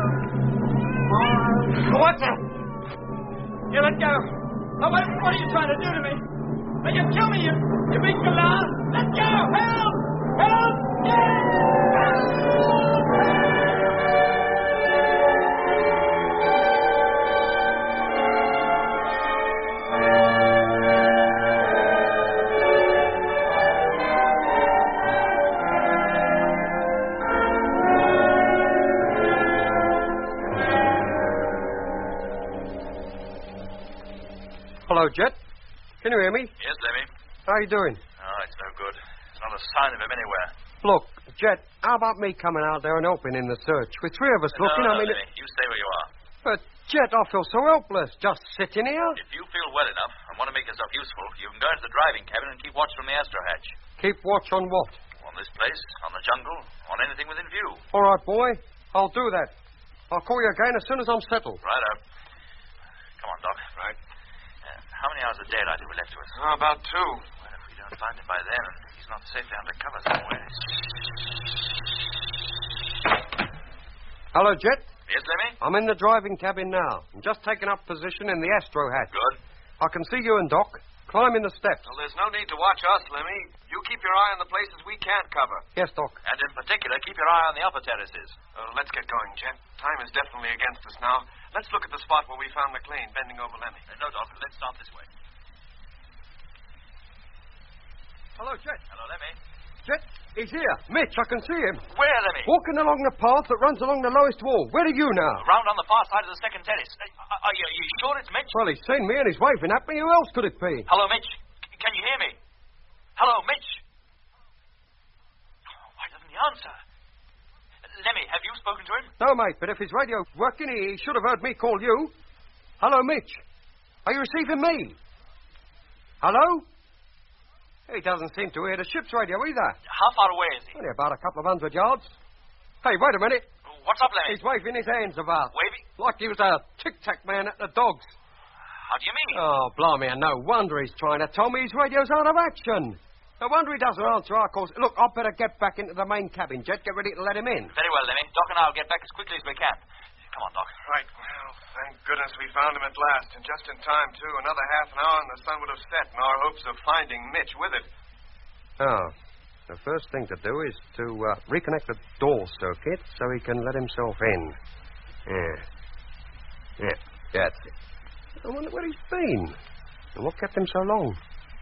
Must have been in some trouble for his radio to be on the blink. Hello, Lemmy. Yes, Jet? Has Mitch reached the truck yet? No, but he can't be far away. What's that knocking? Huh? Oh, that's him knocking on the door. Who does he think he is, the milkman? He must think the circuit's still broken. I'll open the main door for him, Jet, and then... Oh, he's doing it himself. Now, Jet, will you be coming back into this truck and all, or you're going into the other one? We'll come into that one. It's going to be a bit crowded, isn't it? Oh, we can put up with it for a little while. Well, he's about in. He's just coming through the airlock now. And there he is. Hello, Mitch, boy. Where you been all this time? We've all been... Hello, Lemmy. What's the matter? Surprised to see me? You. Oh, no.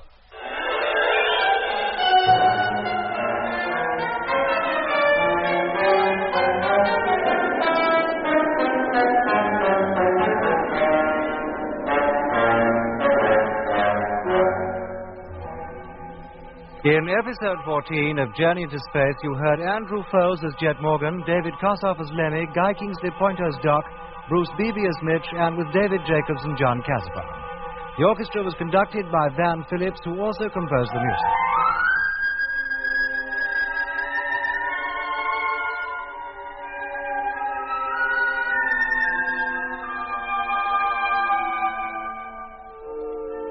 Journey into Space is written by Charles Chilton and produced by him in the London studios of the BBC.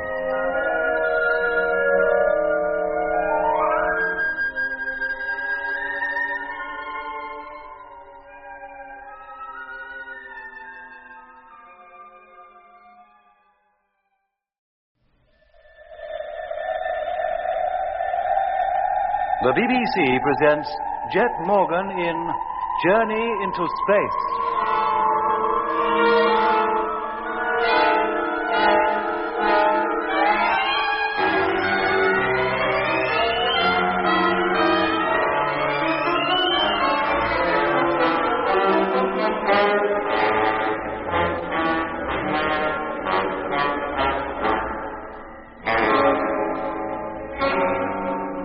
Mitch was lost. The last we saw of him, he was walking along the lowest terrace of the pyramid-shaped city in search of Lemmy. Lemmy was found by Jet and me, But by the time we got him back into the living quarters of one of the land fleet trucks, Mitch had disappeared. So, leaving Lemmy in the truck to keep a lookout for Mitch from the driving cabin window, Jet and I again returned to search for Mitch. No trace of him was found on the lower terrace.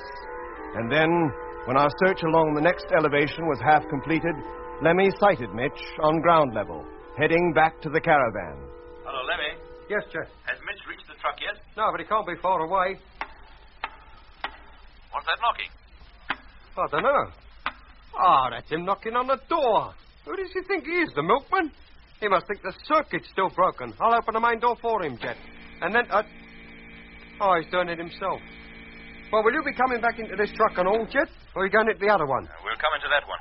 It's got to be a bit crowded, isn't it? Oh, we can put up with it for a little while. Well, he's about in. He's just coming through the airlock now. And there he is. Hello, Mitch, boy. Where you been all this time, mate? We've been so... Hello, Lemmy. What's the matter? Surprised to see me? You? Oh, no. Yes, Lemmy. Where's the rest of the crew of number 2? What happened to them? Evans was killed when the ship crashed. And the others? They're quite safe. But where are they? I've come to take you to them. Hey? Put on your suit, Lemmy, and come with me. Oh, no. We'll see what Jet has to say first. He gives the orders around here. Orders must be obeyed without question at all times. Well, of course. What was that? Put on your suit and come with me. You take off your suit and wait until Jet gets here. We must be gone before he gets back. Oh, we must we? Well, I'm not leaving this place with you or anybody else until Jet gets here. Now move away from that radio. I want to talk to him. Put on your suit, Lemmy. Get away from that radio, McLean, if you are McLean, because although you look like him, mate, you certainly don't sound like him. None of us are ourselves anymore. Well, I don't feel like anybody but myself. Now, are you going to move out the way, or do I have to move you? And don't put your helmet down there. There's a proper place for everything in this truck. Do you hear me? Now put your helmet in its stowage. It is not my helmet. Then whose is it? The helmet and the suit both belong to Mitch, and he doesn't need them anymore. Mitch? Then what are you doing with him? And what's happened to Mitch? How can he breathe? How can he live out there without his suit? He must be dead. He is not dead. How do you mean? But he will not be returning neither to you, to the fleet, or to Earth. I shall leave his clothes here. Now put your suit on and come with me. I'm not putting it on, and I'm not coming. It is an order, and orders must be obeyed without question at all times. Yes, but this is one time when they're not going to be. Now, you're here, McLean. You're staying. And nobody's leaving this truck, and this Jet says so.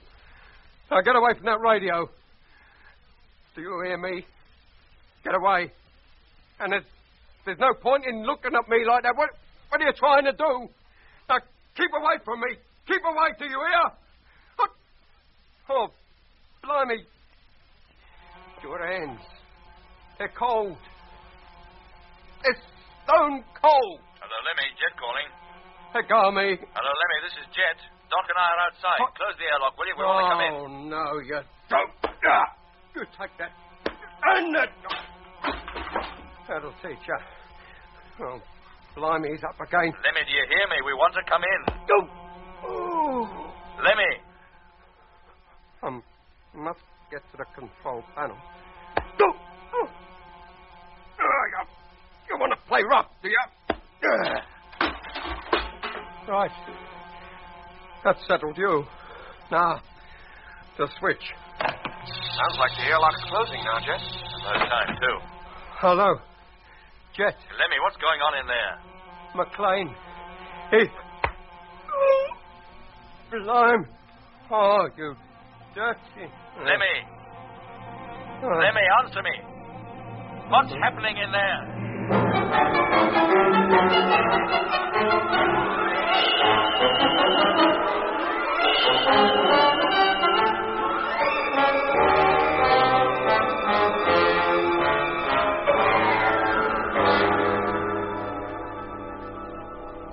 It's no good, Jet. The airlock door has been closed, but the chamber hasn't been exhausted. And we can't can't get in until it has. Hello, Lemmy. Do you hear me? Hey, listen, there it goes. It's exhausting now. Thank goodness for that.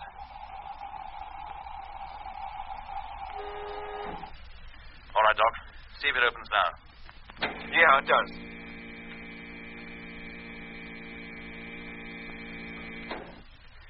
In you get, Doc. And quick, I'll follow. Right. Okay, you in? Yep, you can close that now.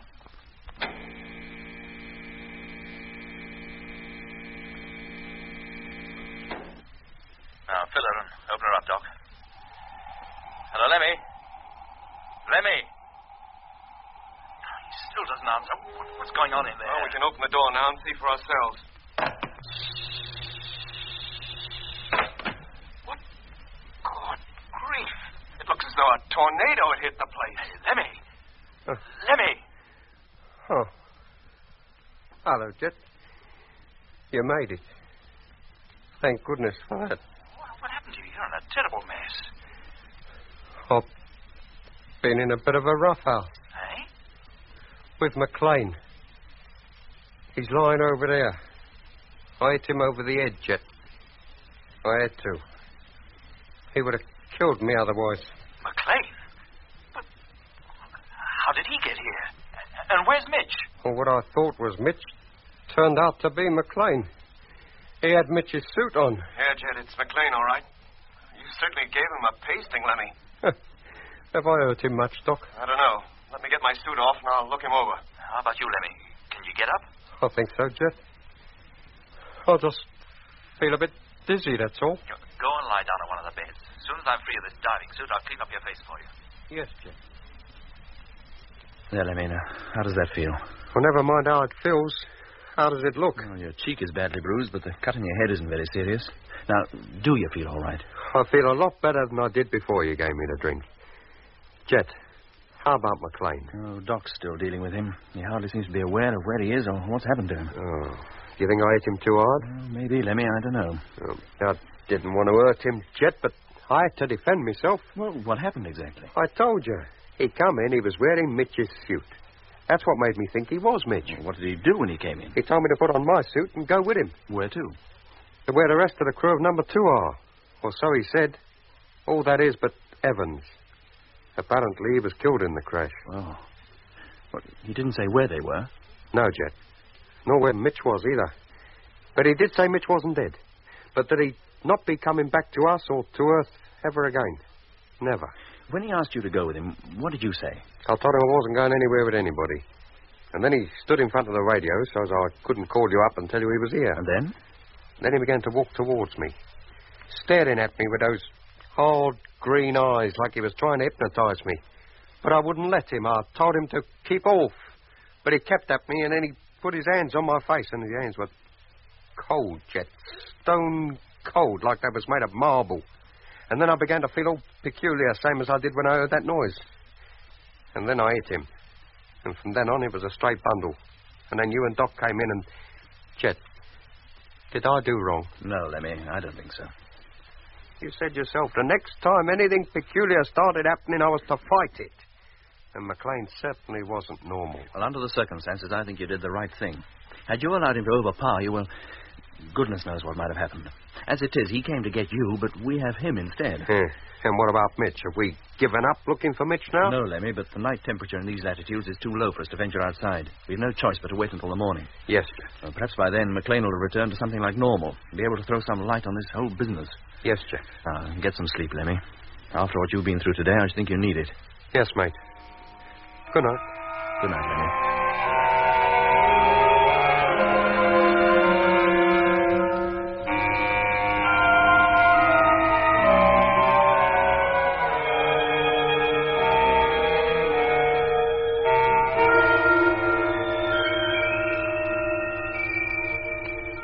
Any change in McLean's condition, Doc? No. He just lies there, his eyes fixed on a point in the ceiling. He's in a deep hypnotic sleep, Jack. What? Yes. Anything he does is because he's told to do it. Now, watch this. Yeah? McLean, sit up. Sit up, McLean. There. Good grief. Now, lie down. McLean, do you hear me? Lie down. There, see? But How did he get like this? Who did it? Yeah, who showed you the orange light and put you into the state you and Mitch were in when I picked you up from the ice? Who got at Lemmy and hypnotized him? Made him think he was back home in London, you know. Yeah, whether he was led to believe that, I don't know. All I do know is that when a subject is put into the deepest stage of induced hypnotic sleep, there's a great widening of the memory. Impressions of childhood, of the past, are revived in the mind as though they happened only yesterday. Is that why, when I came under the influence of that light, I took to spouting Shakespeare? Speeches I learned at school years ago? Probably. I suppose it could account for Lemmy imagining he was back on Earth. But it doesn't account for that voice. Talking to him and trying to get him to take his helmet off. And it doesn't explain why McLean is able to walk about outside with no helmet on. No, it doesn't. But it does show, Jet, that whatever is capable of conditioning us to survive out there in the Martian atmosphere must first of all get us into a deep hypnotic state. Only then can they persuade us to do things our own minds tell us we oughtn't to do. Yeah, like taking off our helmets. Exactly. It's a well-known fact that no matter how deeply a subject may be hypnotized, it's extremely difficult to get him to do things he wouldn't usually do. Hence the fight Lemmy put up in his dream. Oh, but McLean and Whittaker, they must have been easy meat, as you might say, once they were caught. Seems they put up no fight at all, merely obeyed orders. What orders, Doc? The orders given to them by their operators, either orally or telepathically. You mean whoever induces this hypnosis can get our men to do anything he wants without even seeing them? I don't know, Jet. That's merely an assumption on my part. But if that's true, they can keep us, or whoever they have, in their control for years. In the case of Whittaker, 47 years. And how many people are there on this planet living in a dream and not knowing about it? I hate to think, Jet. But unless we're very careful, there'll be a few more soon. Us, you mean? Unless we find some way of combating it, yes. But how can we, Doc? We don't even know what we're fighting. This much I do know, Jet. There is nobody more difficult to hypnotize than an unwilling subject. If we're all determined to fight this thing, as Lemmy did a few hours ago, maybe we can render ourselves immune to it. If it were a physical thing, Doc, yes, Jet, up to now, everyone who has come under the influence of this telepathic, hypnotic power has had prior warning. In your case, when you blacked out just before we landed here, there was that strange sleep-inducing sound. Yeah. When there's no sound to be heard, there's the orange light, which McLean said that he'd seen just before number 2 crashed. And now look at him. 3 days ago, he was a normal man, a member of our expedition, working for us and with us. Now he isn't even in control of his mind. Does nothing unless ordered to. But who gives him his orders? Who sent him here to get Lemmy to leave this truck and go with him? And where would he have taken Lemmy? And how on earth did he get hold of Mitch's suit? And where is Mitch? Lying there on the bed, Jet, is the only man who might know. McLean? Of course. What hope of reviving him, Doc, of bringing him back to normal? I don't know. But even if I did manage to wake him, I doubt very much whether he'd be able to help us, Jet. Well, why not? Because a person as deeply affected, hypnotically as he is, seldom retains any recollection of what has happened to him when he comes back to normal. No. What are we going to do? I suggest we keep McLean here until morning anyway. And then? If he's sufficiently recovered to walk out of this truck, maybe we'll let him and follow him. He may lead us to Mitch. That's an idea, Doc. Now, look, you get some sleep, Jet. I'll stay up and keep an eye on McLean. You can relieve me in a couple of hours. I'll wake you.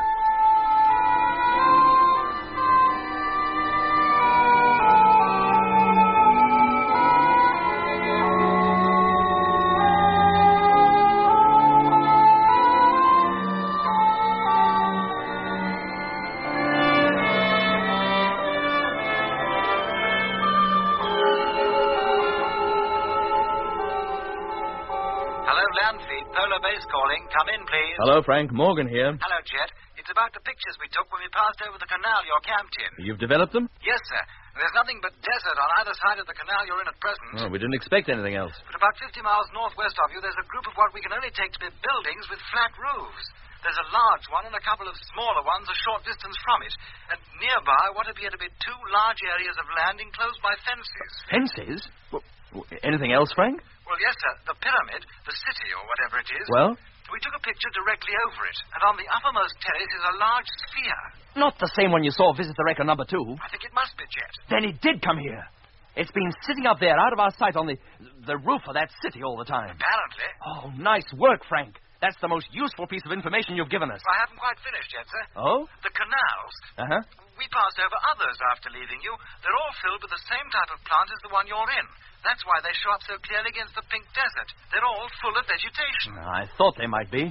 Well, thank you, Frank. That's a great help. Now, have all the information you've given me radioed up to the fleet and have them relay it back to Earth Control as soon as their orbital position is favorable. Yes, sir. And thanks again, Frank. I'll call you later before it's light. Right. Well, Doc, here we are searching the base of that place, and all the time the very ship we're looking for is sitting up there on the roof. That must be how McLean comes to be here. He traveled in it. Yeah.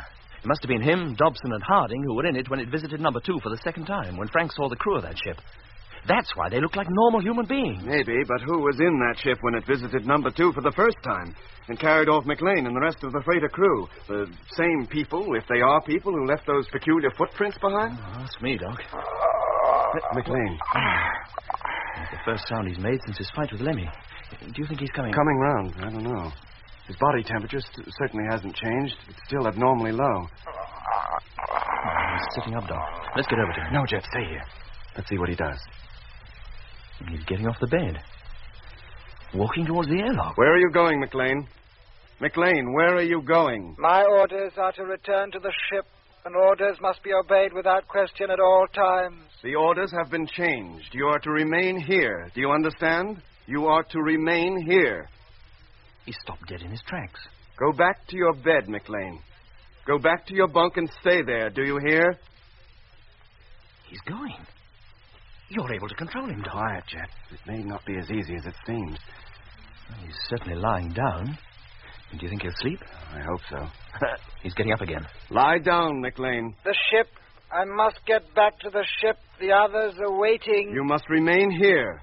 Now lie down. Lie down. That seems to have done the trick. If it lasts. What do you mean? There must be great conflict going on within his mind yet. Somehow, from somewhere, he's been receiving orders to go back to where he came from. To that ship on top of the pyramid.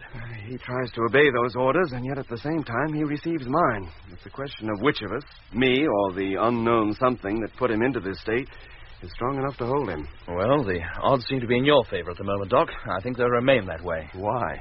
Because, Doc, no matter how strong a hold that other power has over him, he's still a physical being.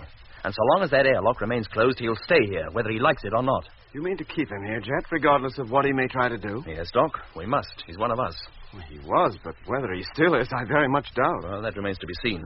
But until we have definite proof of what harm our keeping him here is likely to do to him, here he's going to stay. Well, he may start getting violent again if you try to keep him against his will. Well, that's a risk we'll have to take. But he looks peaceful enough now, and we'll keep a constant watch. Later, when the sun has risen and we can go outside again, perhaps we'll take him with us. And, well, as you say, he may even lead us to Mitch. Maybe. And what if we find Mitch in the same state as McLean is in now? I hate to think, Doc. But whatever state he's in, one thing is certain. I intend to find him, and the rest of McLean's crew as well.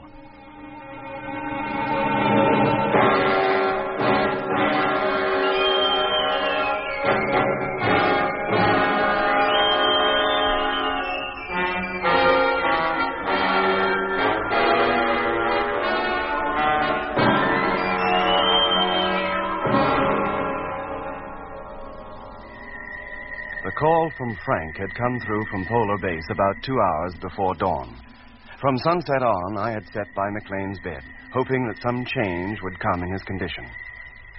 Meanwhile, Jet and Lemmy took it in turns to sleep in the only other bed available to us inside the truck.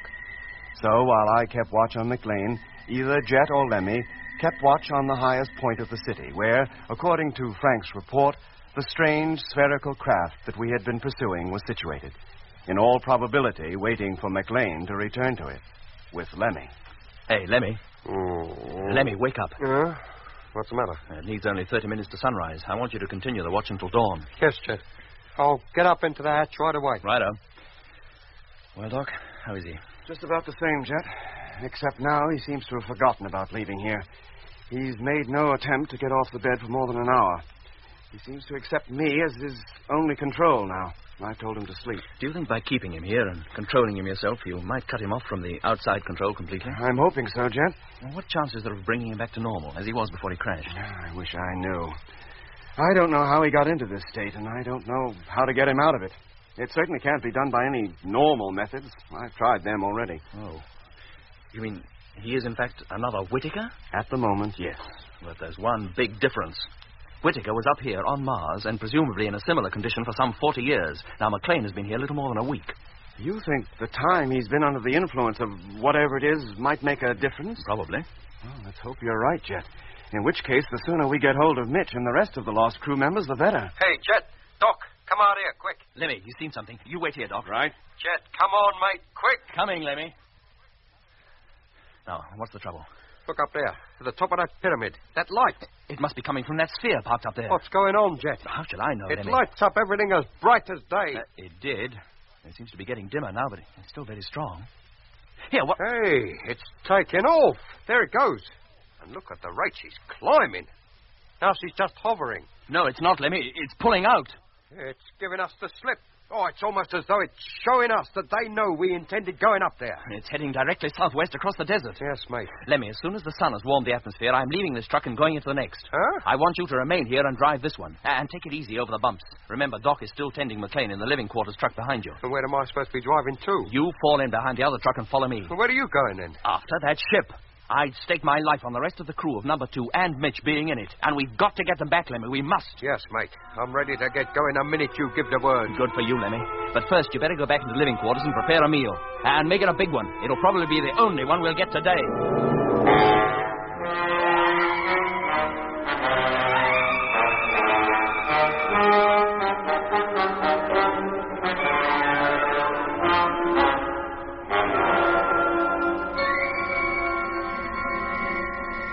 An hour later, we set out, the 2 lines of trucks crashing their way through the jungle of curious plants.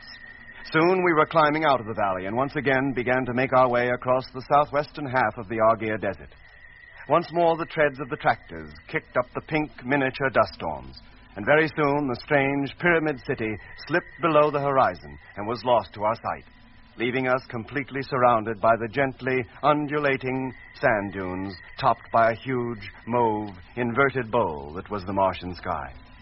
We knew our chances of overtaking the spherical ship was slim, our chances of releasing its captives even slimmer. We couldn't even be sure that any of our men were in it. But where else could McLean have come from? And where else could Mitch have been taken to?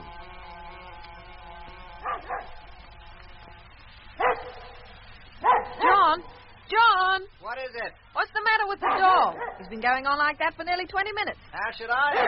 Well, you better go out and see. There might be a dingo hanging round the pins. You better take your rifle with you. Oh, all right. Dog's only got to yap a little and you think it's dingoes after the sheep. Well, it's better to be sure than sorry. Hey, Bob! Oh, drat the dog, I can't even see him. Well, go and look for him. He can't be far. Ah, there he is. Hey, what's that? Hey, Martha, there's a man out here. Well, if it's that dingo scalp hunter No, again... Martha, he's not a scalp hunter. He's lying face down on the sand and Bob's standing over him. What? Oh, the poor fella. He must be sick, John. Now, you wait here and I'll go over and fetch him. Here, drink this. Come on, chum. It'll put new life into you. Hey, where am I? What am I doing here? I might ask you that. What are you doing out there in the sun without even a hat on? Where'd you come from? I'm lost. That's a bit of an understatement, isn't it? Last night, a dingo hunter invited me to his camp, and then he tried to kill me. But I managed to beat him off. And then he turned a pack of dingoes onto me, and I had to run for it. He said there was a cattle station nearby. I tried to find it. You did. This is the only station within 100 miles of here. Yeah, but you only just made it. My dog found you outside lying on the ground. You must be all in. I feel it. And you stay in that bed till you feel better. Oh, but I can't stay long. I must find the others. Well, don't tell me there's somebody else lost out there. No, they're not lost. It's only me that's lost. Well, I must find them. They'll soon be giving me up for dead. Well, who are these people? Jet, Doc, and Lemmy. You see, one of our ships crashed, and we came in this direction searching for its crew. A ship in the middle of the outback? Yeah, a spaceship. We set out from the moon last April. Landed here just over a week ago. You set out from the moon? Well, of course. To have taken off from Earth would have been impracticable. Oh, yes, I expect it would. That's a funny-looking dog, isn't it? Well, he's no thoroughbred, but he's not all that funny. Looks more like an overgrown beagle. A Here, have another drink and try to sleep. Maybe you'll feel better when you wake up.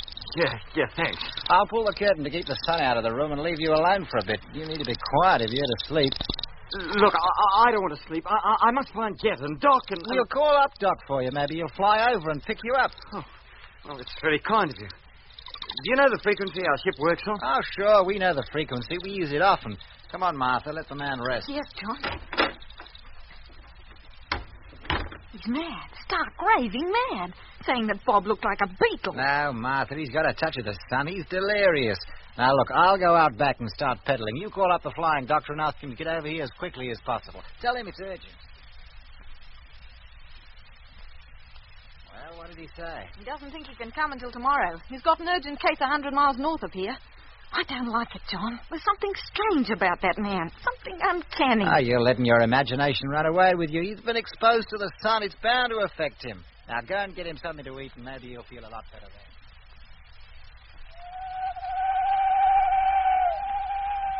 How are you feeling now? What's that noise? What noise? All that hooting. I hear no hooting. All I can hear are the sheep bleating. Sheep? Well, of course, I told you I'm a sheep farmer. But they don't do anything. Have you had enough to eat? Yeah, thanks. I feel a lot better now. Maybe by the morning you won't need the doc. Doc? Yes, I called him up like I said, but he's busy. He says he'll try to get over tomorrow. Doc said that? Well, you know how it is out here. One doctor covers an awful lot of the outback. You have to take your 10. Look, mister, it wasn't a doctor I wanted. It was Doc Matthews, or Jet or Lemmy. Did you talk to either of them? Well, now, how about a little music? We had a new lot of records not a week ago. Oh, yes, go on, Martha. Put them on. You'd like to hear some of the latest songs, wouldn't you? Wouldn't you?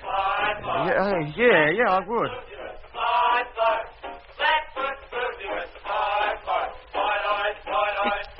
Is that the latest song? It most certainly is. They're playing it on the radio all the time. Oh, I've never heard it before. You haven't? Why, that song's so well known, even the black fellas are singing it. Just take it off. Take it off, do you hear? What's the matter? Don't you like music?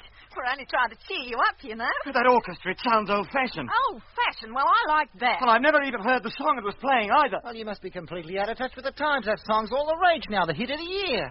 Of what year? Of this year, 1939. What's the matter with him? What are you trying to do to me? I was only 2 years old in 1939. Now, calm down. You're not well. Aren't I? Or maybe I'm not. Or maybe you're not. Neither you or that dingo hunter I met up with last night.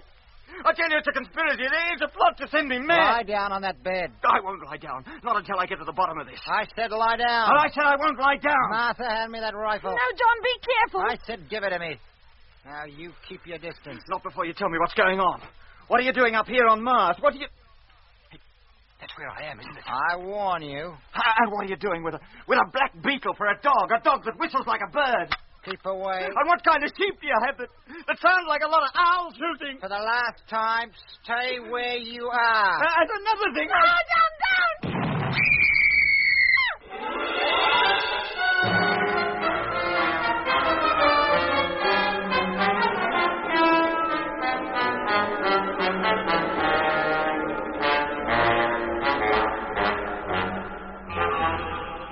In episode 15 of Journey into Space, you heard Andrew Folds as Jet Morgan, David Kossoff as Lemmy, Guy Kingsley Pointer as Doc, Bruce Beebe as Mitch, and with David Jacobs and Matty Head.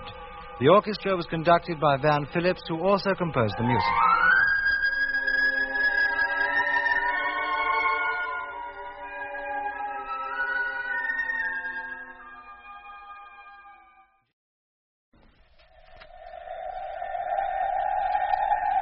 The BBC presents Jet Morgan in Journey into Space.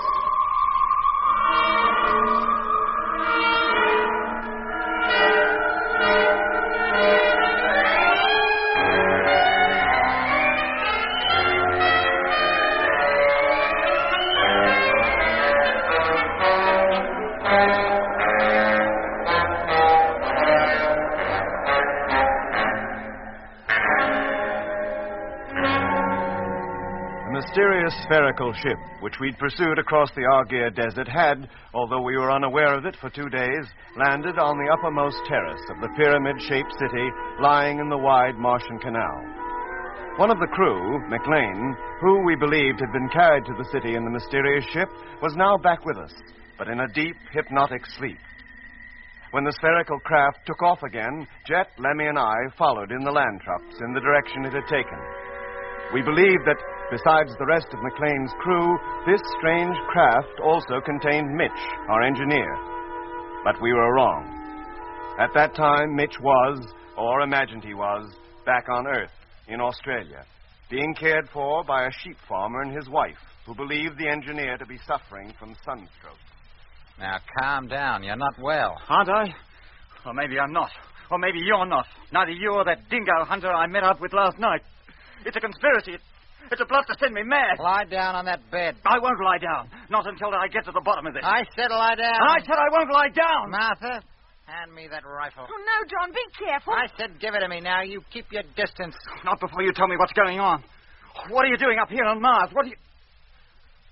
That's where I am, isn't it? I warn you. Well, what are you doing with a black beetle for a dog? A dog that whistles like a bird. Keep away. Well, what kind of sheep do you have that sound like a lot of hooting owls? For the last time, stay where you are. And another thing, No, John, don't! Now, get back on that bed. Next time, I won't shoot over your head. Do you hear me? All right. I'll go back. You're a sick man. We're trying to help you. Yes, I'm sick. I'm going to lock you in here.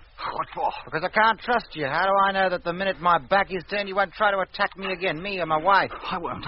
I promise you. I'll make sure you won't. I'll call up the doctor again, see if he can get over today. Very well. Maybe he'll bring the flying ambulance and take you to his place where you can be properly looked after. Martha and I have enough to do without having a raving lunatic on our hands as well. Anything you say. I won't give you any more trouble. Well, I'll leave the tray here. If you want anything more to eat or drink, you can help yourself. Thanks. I shall leave you now. Don't try to break out. Remember, I'll have this gun with me from now on. All right, Martha, we'll call up the doctor again. Yes, John. What's going on? What's happening to me? I'm going crazy, that's it. There never was any space fleet. I never even left the Earth. I'm as crazy as a goose. Start raving mad!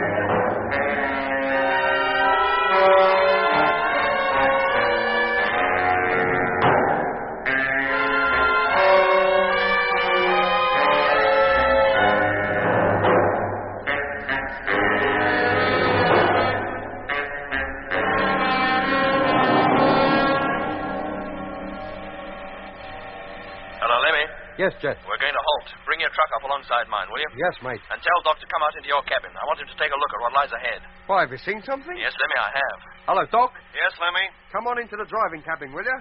Jet's seen something and we're stopping. Be right with you. Hello, Jet. I'm in the driving cabin now. What's up? Oh, hello, Doc. Have you got the glasses there? Yes. Well, you see that rather high dune on the horizon? Yes. Do you see something on it, a box-like object? Yes, just. Well, turn the glasses on it. Now, tell me what you think it is. Well, hang on a minute. If I were on Earth, I'd say that it was a single-storied house of some kind. Do you see two smaller buildings at the side? A little way from the main structure, to the left. Yes, I do. This must be the place Frank told us about. Hey, you can just make out the fences. Hey, let me take a look, will you, Doc? Sure, Lemmy. Well? Yes, it's just like I say. Hey, wait a minute. Jet, are you looking at the moment? Yes, what? I can see somebody or something moving.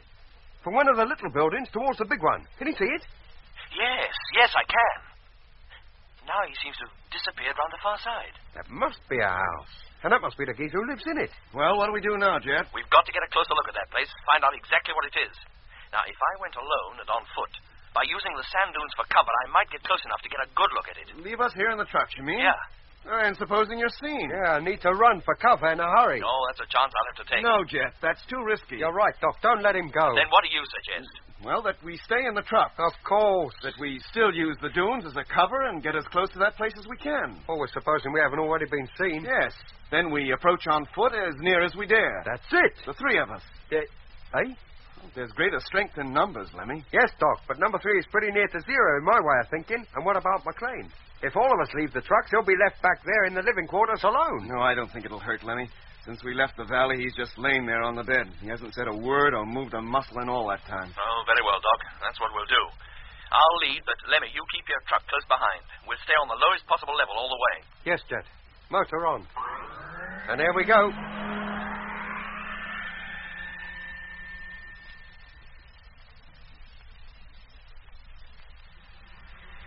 All right, Lemmy. Hold it there. Alerts are all... Jet, do you think we were seen? Not unless they saw us before we took to cover. Now, we'll leave the trucks here and then climb to the top of that dune. The house, or whatever it is on the other side. All right, Lemmy, get your suit on. Go outside and walk over to Jet's truck. I'll be out as soon as I've checked on McLean. Yes, Doc. McLean okay? Yeah, Jet. I disconnected the airlock in the living quarters. He couldn't possibly get out, even if he wanted to. And we can only get in through the driving cabin now.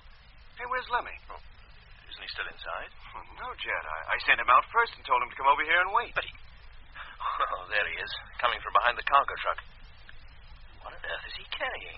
Hey, Lemmy. Come in, Jet. What have you got there? 3 of the biggest monkey wrenches I could find. What for, Lemmy? To protect ourselves with, that's what for. Who knows what we're going to meet on the other side of that sand dune? Oh, well, maybe it'll be a good idea to carry something. Take one, Doc. Okay, Jet. Now, come on, let's get up the top.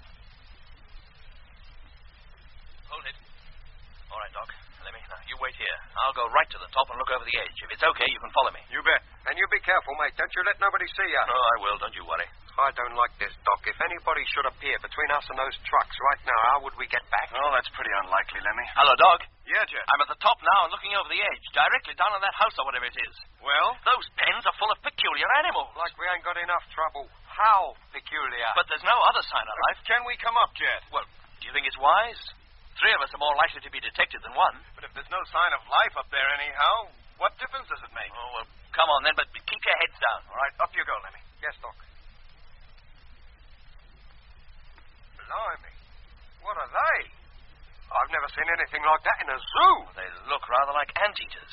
Yeah, and see how they poke their long snouts into the ground. They're probably rooting for food. So there is animal life on Mars. And what animals? Enough to drive a bloke on the wagon for the rest of his life. Hey, Doc, do you think they're dangerous? Heaven knows, Lemmy. Hold it. Stay still. Don't move. Huh? There's somebody at the other side of the large building. Oh. What did he look like? If it is a he. I don't know. I caught only a glimpse of him. I think he'll appear in a minute round the far corner. Hadn't we better duck down out of sight? No. If we stay still, he might not notice us. There he is. Good grief. He's just a normal person. Human, like us. And that's a gun he's carrying. Oh, blimey. Now, what use is a monkey wrench going to be against that? It sounds like he's got a dog with him. And here it comes. A dog, did I say? It looks more like an overgrown beetle. Hey, that dog. It's got 6 legs. Land sakes, it has, too. Oh, no. And, hey, look, that man's turning in our direction. He's bound to see us. Ain't he? I don't know, Lemmy. Don't move. Maybe he won't. What's he doing now? Looks as though somebody called him. Yes, that's just what it must have been, Doc. He's going back again. He's going inside. Oh. Well, let's thank our lucky stars for that. There. He's gone. Now, let's get back to the trucks. Do me a favor. I'd feel a lot safer in there. Oh, very well, Lemmy. You and Doc go back. Me and Doc? Well, what about you? I'm going down there to introduce myself, as you might say. Down there? On your own? It's the only thing to do. We'll never find out anything sitting up here and just watching from a distance. No, Jeff, not alone. If you're going, I'm coming with you. Yes, mate, me and all. If that bloke down there is unfriendly, he's not likely to take on the 3 of us. Lemmy's right, Jeff. It's safer to stick together. Oh, very well, Doc, but leave the monkey wrenches here. Hey? The surest way to receive a friendly welcome is to look friendly. And a 2-foot wrench looks anything but. Now, let's go.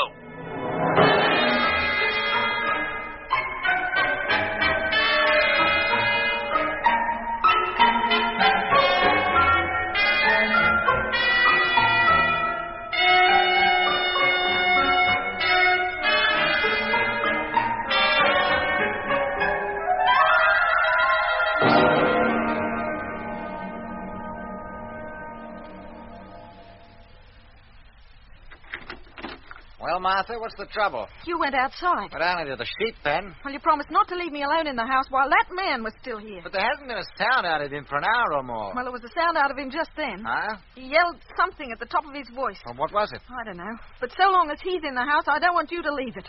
Supposing he should suddenly try to break out of that room. He can't. The door's locked. Well, he could break it down. He'd have to be pretty strong to do that. Madmen have the strength of 10 men. I tell you, Martha, he's only delirious. He's been out in the sun too long. I think there's more to it than that. Just to talk to him makes me feel all peculiar. As though I was talking to somebody from another world. Ah, you're imagining things again. Maybe I am. But the sooner the doctor gets here, the happier I'll be. Meanwhile, I'll thank you to stay inside. Oh, very well, Martha, if you say so. We sorted ours till they keep the front door. Wait, listen. Must be the other side, Lemmy. Well, what is it? I thought I heard voices. Voices? Yes. Strange-sounding voices. As though they were coming from a great distance. Didn't you hear them? No, I didn't. Well, there's a window, Doc. There they go again. Surely you heard that. No, Martha, I didn't hear anything. Somebody said something about a window. It must be the stranger talking in his sleep. No, John, it was more than one voice. Then why didn't I hear them? Now, look, Martha, you must try to relax. You're getting all worked up over nothing. Now, why don't you make yourself a nice cup of tea? Well, look, can you see anything? No, Jet. There are curtains blocking the view. Jet! Somebody said Jet. Jet? What? Jet? Well, let's keep going, Doc. Maybe around the corner we'll find a door. And Doc! Another voice said something to somebody called Doc. Now, look, Martha, if this is a joke, it's gone far enough. It's not a joke. Don't you remember? Jet and Doc are two of the names that fella in the next room was raving about. Jet, Doc, and one other name I can't remember. I think you'd better lie down, Martha. You think I'm delirious, too? That I've got a touch of the sun? Look, as soon as the doctor gets here, I'll tell him he's got to take the stranger away with him. I tell you, I heard someone talking. Then why didn't I? I don't know why you didn't. If it I only know I did, John. Now, look, if it'll make you feel any better, I'll go outside and see if I can see anybody. No, John, don't leave me. Well, then, pull yourself together. Next thing you'll be saying... Who's that? Somebody at the door. Quiet, boy. Quiet! Must be the flying doctor. Then why didn't we hear him land? Because we were too busy talking about your stupid voices. But he's never knocked before. He's always walked straight in. That's true. I better go and see who it is. No, John. Well, now, why not? There's no sense in sitting here and letting him knock the door down, whoever he is. John, don't go. I'm scared. Well, I'll take the rifle with No, me. John, please don't leave me. Let me come with you.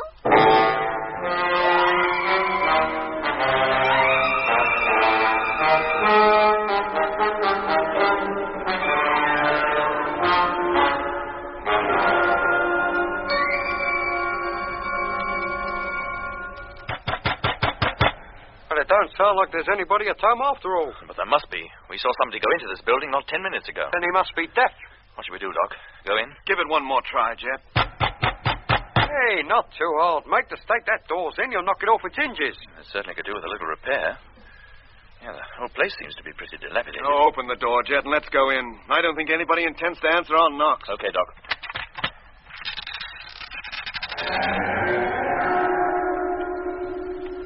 Oh, blimey. What's the matter, Lemmy? I don't know. I just felt a kind of foreboding as that door opened, that's all. I'll lead the way now. Keep close together. Okay, Jet. This place feels so cold, like a tomb. What kind of people could possibly live in here? From what we saw up on the sand dunes, ordinary human beings like ourselves. And for ordinary human beings, they seem to have an extraordinary taste in furniture. What's this contraption supposed to be? It looks like a table, but very crudely made. Yeah. Oh, I suppose this is meant to be a chair. I should think so. No, Lemmy, don't touch it. I just wanted to see what it was made of, that's all. Don't touch anything. Just look at the state of these walls. This place is virtually a ruin. And yet it seems so clean and tidy. Hey, Jet, over here on the wall. What is it, Lemmy? Well, a photograph it looks like, but it's so faded you can hardly see the picture. What's it a photograph of? Looks like a man and a woman on a beach, in bathing suits.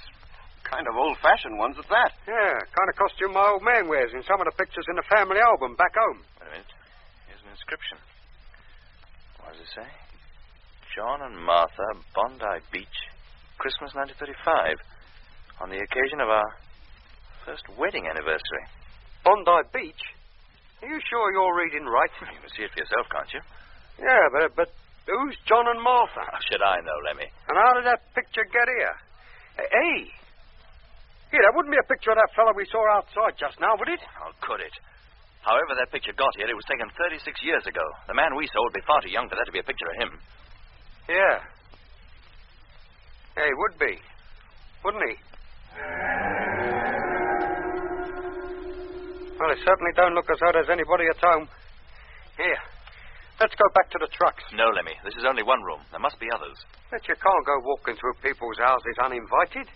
How would you like it if you were sitting at home back on Earth and 3 Martians walked through the kitchen while you was having your dinner? I hope they'd been well-mannered enough to knock first, in which case I'd have been well-mannered enough to answer them. But, Jet, mate, that fellow we saw, maybe just what he wants is for us to come in here. Maybe that's why he showed himself when we were up on the sand dunes. He was leading us into a trap. He intends to make Whitakers out of us, like they've done to McLean and even Mitch, possibly. Look, Lemmy, if you can't go through with this, you're welcome to go back and wait for us in the truck. I'll stick with you, mate. Then don't let's have any more argument. No, just putting a point of view, that's all. Then let that be the end of it. Now, come on. There's obviously nobody here, so let's try the next room. Some people are never satisfied. Hey, listen. They keep a canary. Or is that Martian language for come in? What do you make of it, Doc? I don't know, Jet. Sounds to me like some kind of an insect, a cricket. Or it might, as Lemmy says, be a kind of... Oh, whatever it is, it doesn't seem to like us knocking at the door. It makes no attempt to open it either. Hey, Jet, what are you doing? I'm going to open the door, of course. What, before you know what's behind it? How do you suggest we find that out unless I do open it? Jet, better be on the safe side. Open it just a little way. Oh, I will, Doc. Don't you worry. God, grief. What is it, Jet? It's that beetle we saw outside. Oh, don't just stand there with the door off. Open, shut it before that thing takes a seat out of our flying suits. Oh, I don't think it will, Lemmy. He seems more scared of us than we are of him. There, you see. Look how he backs away from me. Oh, what a horrible-looking animal. Yeah, to us, Lemmy, maybe, but to whoever owns him, he probably looks extremely handsome. Yeah. Hey, then what must his owner look like? Come on, I don't think it'll give us any trouble. In you go, Lemmy. But me? Yes, and hurry up. Good beetle. Good boy. No, I won't hurt you. Go on, Lemmy. It couldn't be further away from us if it tried. Good boy. Down now. Down. Hey, that thing understands English. It got down, it folded up its back legs and sat down on the floor. Must be a fox terrier beetle. Here, up you get. Up. Come on. Yep. Oh, no, blimey, he's coming. Oh, Jet, mate, keep him all. Down, boy. There, that stopped him. He seems to be trained just like a dog. He must have excellent hearing, too.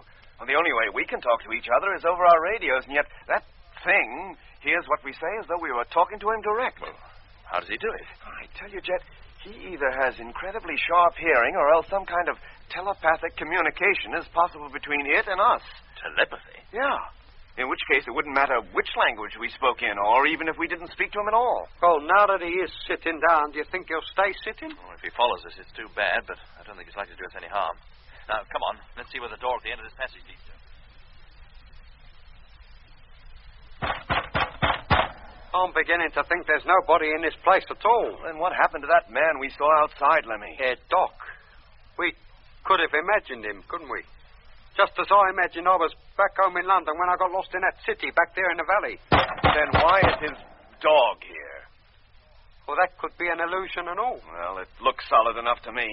I believe that 6-legged poodle is real. Well, why don't you go and tickle behind his ears just to make sure? No, thanks. My eyes are good enough proof for me. I think we've drawn a blank again. Still no response to our knocks. Look, give it one more try, Jet. If you still get the same result, we'll just have to walk in again without being asked. Who's there? Hey, Jet, did you hear that? Somebody answered. Hello? Who's there? No, it can't be. Can't be what? What? It sounded like Mitch's voice. What? Yes. Mitch? Here? Hello? Hello? Pete's sake, cut out that banging. If you have anything to say, say it. I can hear you. It is Mitch. And this door's locked. Hello, Mitch. Mitch, answer me. If you've nothing to say, go away and leave me alone. Oh, he can't hear you, Jet. But why not? We can hear him, can't we?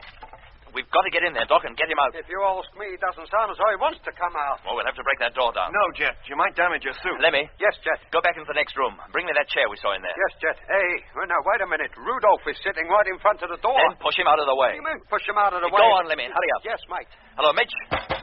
Mitch, it's Jet. Mitch, can you hear me? It's Jet.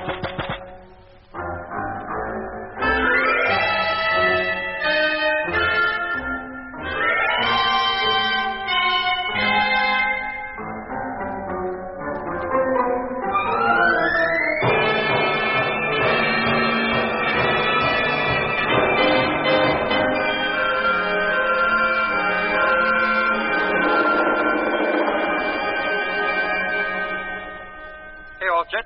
The chair. Thanks, Lemmy. Now stand back. And you, Doc. Take it easy, Jet. Go on, mate. Couple more blows should do it. That's it. It's too dark to see anything. Let me get over that window. Draw the curtain. Yes, Jet. Look, it looks like a bed over there in that corner, though. Yeah, and somebody lying on it, too. Come on, Doc. Sorry, Jet. What happened, Lemmy? I just gave the curtain a tug and the whole lot come down. The condition this place is in, I'm not surprised. Well, at least we can see now. Mitch! Land sakes, Jet, I think it's too late. What do you mean? Oh, look at him. No helmet, no suit. And he doesn't even seem to recognize us. Mitch! Don't you know us? You took your time getting here, didn't you? Took our time. We didn't even know you were... Did you bring the ambulance with you? Ambulance? Well, you must have done. Why else would you have two other fellas with you? But don't you know who we are, Mitch? How should I? Now, come on. If we're going, let's go, and I won't be sorry. That sheep farmer and his wife are scared of me.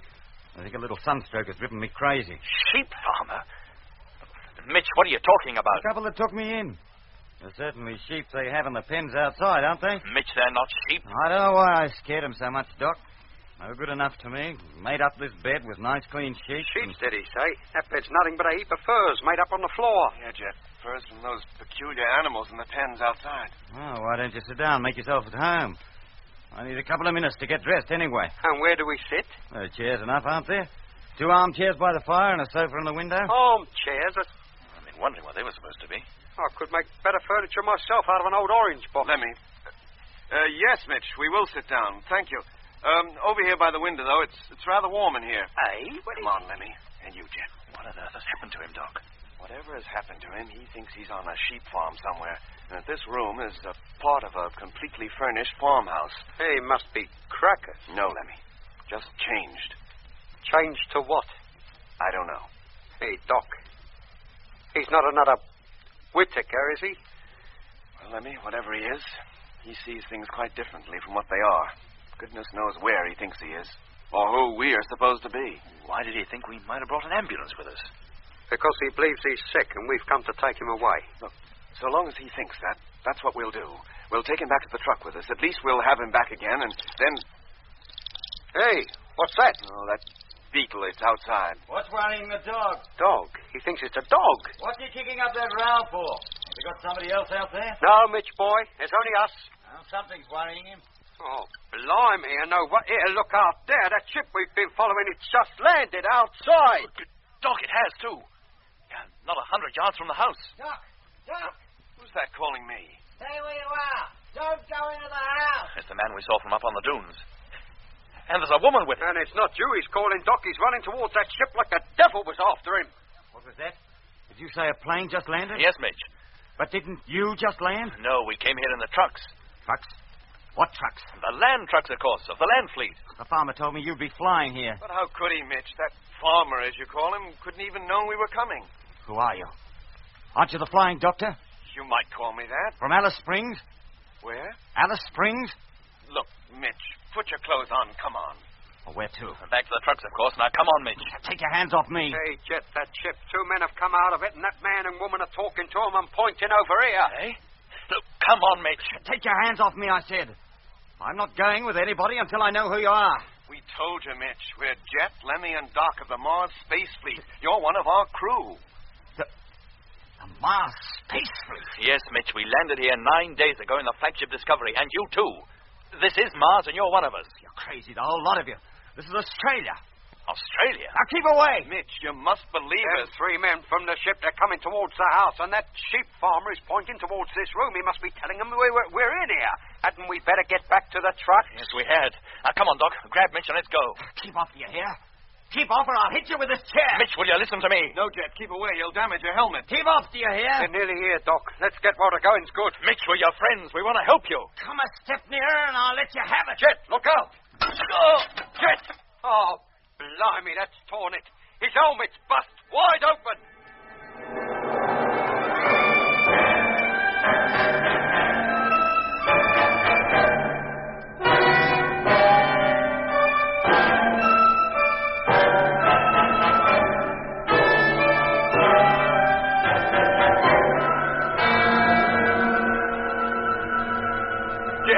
Jet, are you hurt? No, Doc.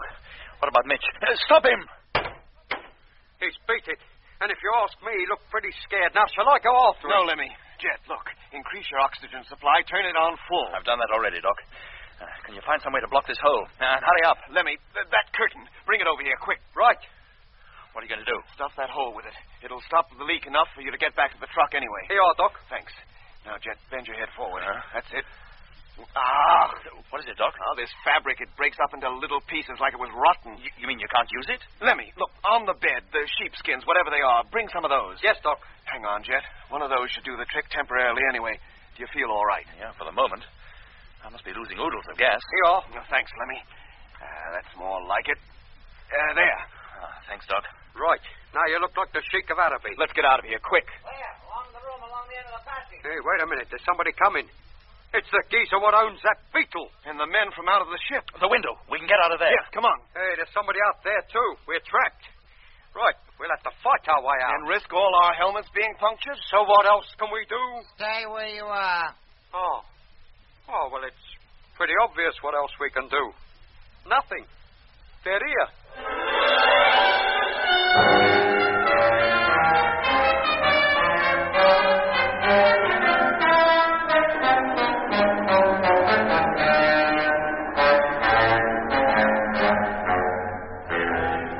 In episode 16 of Journey into Space, you heard Andrew Folds as Jet Morgan, David Kossoff as Lemmy, Guy Kingsley Pointer as Doc, Bruce Beebe as Mitch, and with David Jacobs and Matty Head.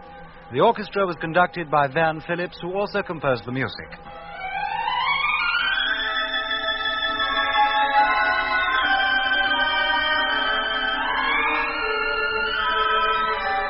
Journey into Space is written by Charles Chilton and produced by him in the London studios of the BBC.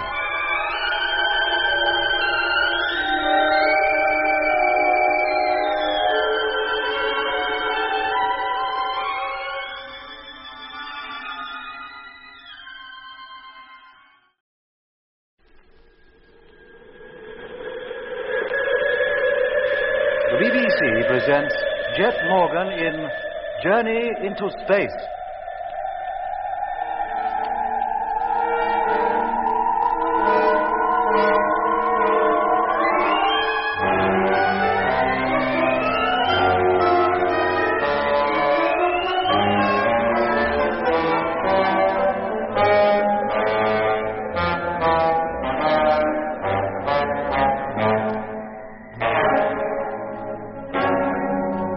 Jet, Lemmy, and I had headed across the southwestern half of the great Argier Desert in pursuit of the mysterious ship in which we believed the rest of the crew of number 2 and Mitch, our chief engineer, were held prisoner.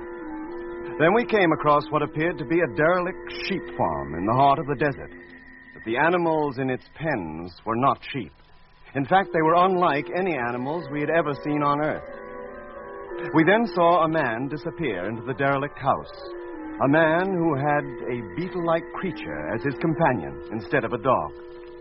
We decided to investigate the house. Much to our surprise, we found Mitch sleeping in one of the rooms. A changed Mitch who no longer needed a helmet to breathe and who thought he was back on Earth, in Australia. When we tried to persuade him to return to the trucks with us, he attacked Jet and made a hole in his helmet. Lemmy, that curtain. Bring it over here, quick. Yes, Doc. What are you going to do? Stuff that hole with it, Jet. It'll stop the leak enough for you to get back to the truck anyway. Here you are, Doc. Right. Okay, Jet. Bend your head forward. That's it. Now. What is it, Doc? This fabric, it breaks up into little pieces like it was rotten. You mean you can't use it? Lemmy, on the bed, the sheepskins, whatever they are, bring some of those. Yes, Doc. Hang on, Jet. One of those should do the trick temporarily anyway. Do you feel all right? Yeah, for the moment. But I must be losing oodles of gas. Here you are. Thanks. That's more like it. There. Thanks, Doc. Now you look like the Sheik of Araby. Now, let's get out of here, quick. There, in the room along the end of the passage. Hey, wait a minute. There's somebody coming. It's the geezer what owns the beetle. And the men from out of the ship. The window. We can get out of there. Yes, come on. There's somebody out there and we're trapped. All right. We'll have to fight our way out. And risk all our helmets being punctured? So what else can we do? Stay where you are. Oh. Well, it's pretty obvious what else we can do. Nothing. They're here. That's them, Doc. Appeared from nowhere, frightened the wits out of my wife, and then began to search the house without so much as a by your leave. I see. Now, Who are you? We might well ask you that. That's easily answered. I'm the flying doctor in this part of the territory. I received a report that there was a man here suffering from overexposure to the sun. I came to pick him up. If I may say so, Doctor, he's not suffering from overexposure to the sun. Who are you? My name's Matthews, Dr. Matthews. A doctor of medicine? Yes. And of space medicine in particular. Oh, what? Space. Astronautics. Well, that's a branch of medicine I never heard of. What are you doing here? Where did you come from? We came looking for our chief engineer, Stephen Mitchell. The man you say has had an overdose of the sun, but, well, he was fit enough when he left us. Have you ever seen these men before? Not that I remember. Mitch, what do you remember? How did you get here? That's a funny thing. I don't remember that either. Everything that happened before today seems vague and uncertain. In your condition, what else do you expect? The sooner I get you into bed and under proper medical care, the better. Sorry to disagree with you again, Doctor, but that's not the reason. Yesterday, he was one of us, and like us, he couldn't even walk around on this planet without a spacesuit. Now look at him. A spacesuit? Is that what those get-ups you have on are supposed to be? And where are you supposed to be from? From Earth. Earth, eh? What are you laughing at? Had you said Mars or Venus or some other planet, I wouldn't have had any reason to laugh. Well, this happens to be the Earth. And as for you being creatures from another planet, you don't look any different from the rest of us. Now, if this is a joke, it's gone far enough.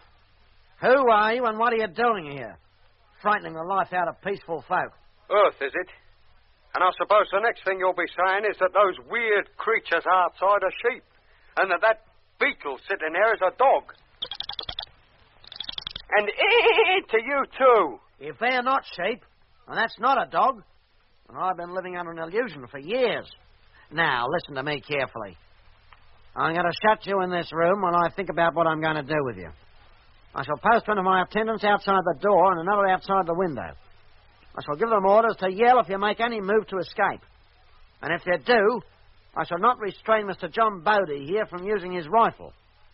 Is that clear? Look, you can't keep us here. Captain Morgan's helmet is punctured. His oxygen is escaping. Then tell him to take that goldfish bowl off his head and behave like a normal human being. He can't, I tell you. The oxygen in the atmosphere is far too low for us to breathe. Is it?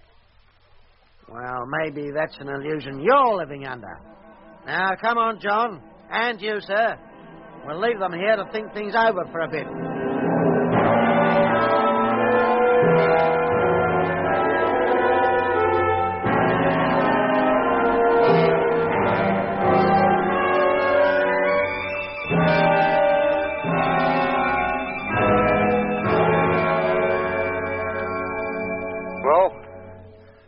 Who's crazy? Us or them? Not us, Lemmy. Not for one moment must you imagine it's us. Well, it's me, then. He said we're on Earth, and he and that sheep farmer and Mitch act exactly as though they was. I can't even be sure that even you and Doc are what you seem anymore. Take it easy, Lemmy. We're all in this together. What is the explanation of it, Doc? What does it all mean? Well, let's begin by assuming that we are mentally stable anyway. All right, let's assume that. Well, in that case, it must be the others who are unbalanced in some way, not us.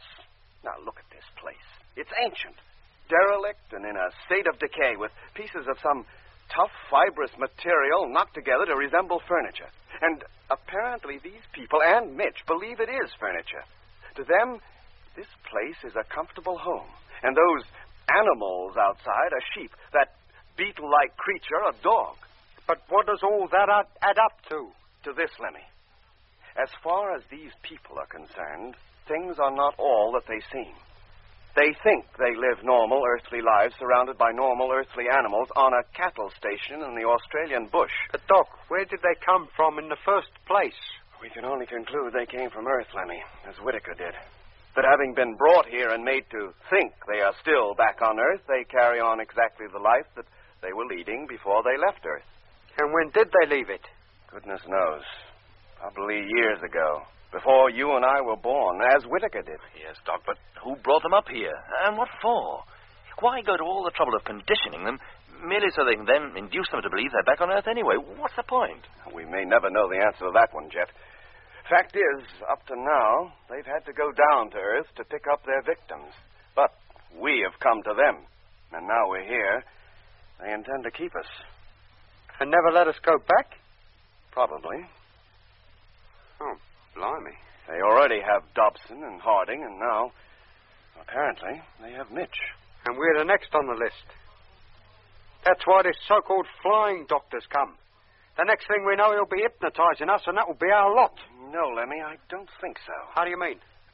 No, he's just as bewildered about us as that farmer is. I honestly think he believes himself to be down on Earth, and that, to him, we are the peculiar ones. Well, he's going to have a hard job figuring out how we got here. Mitch, too, for that matter. Well, you'll probably conclude that Mitch is a dingo hunter or a gold seeker who lost his memory, but what do you make of us? I don't know. It's my guess he'll report it to somebody. Well, who? Well, I'd give a lot to know, Jet. He'll probably be under the impression that he's reporting our case to the police or some other authority. But it'll be only an impression, you mean? In actual fact, he'll be reporting to the people who conditioned Mitch, and are probably going to try to condition us. That's right. And then? Well, that remains to be seen. They might come and get us. They might, Lemmy. But I'm hoping by the time they get around to it, we'll have figured out some way to get away from here and back to those trucks. You gotta hope. We must get you back, Jet. I don't know how much oxygen is escaping from your suit, but it must be considerable. Unless we get back to the truck soon, your chances of survival are going to be very slim.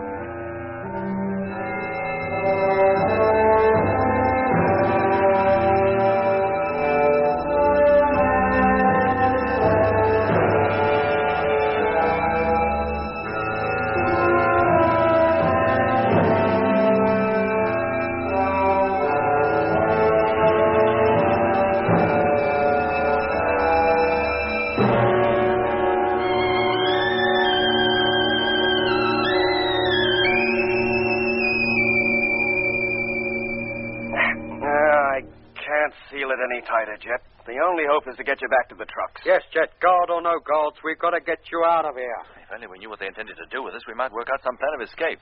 Well, why wait? Let's get to work now. Hey, Lemmy, where are you going? Only to the door.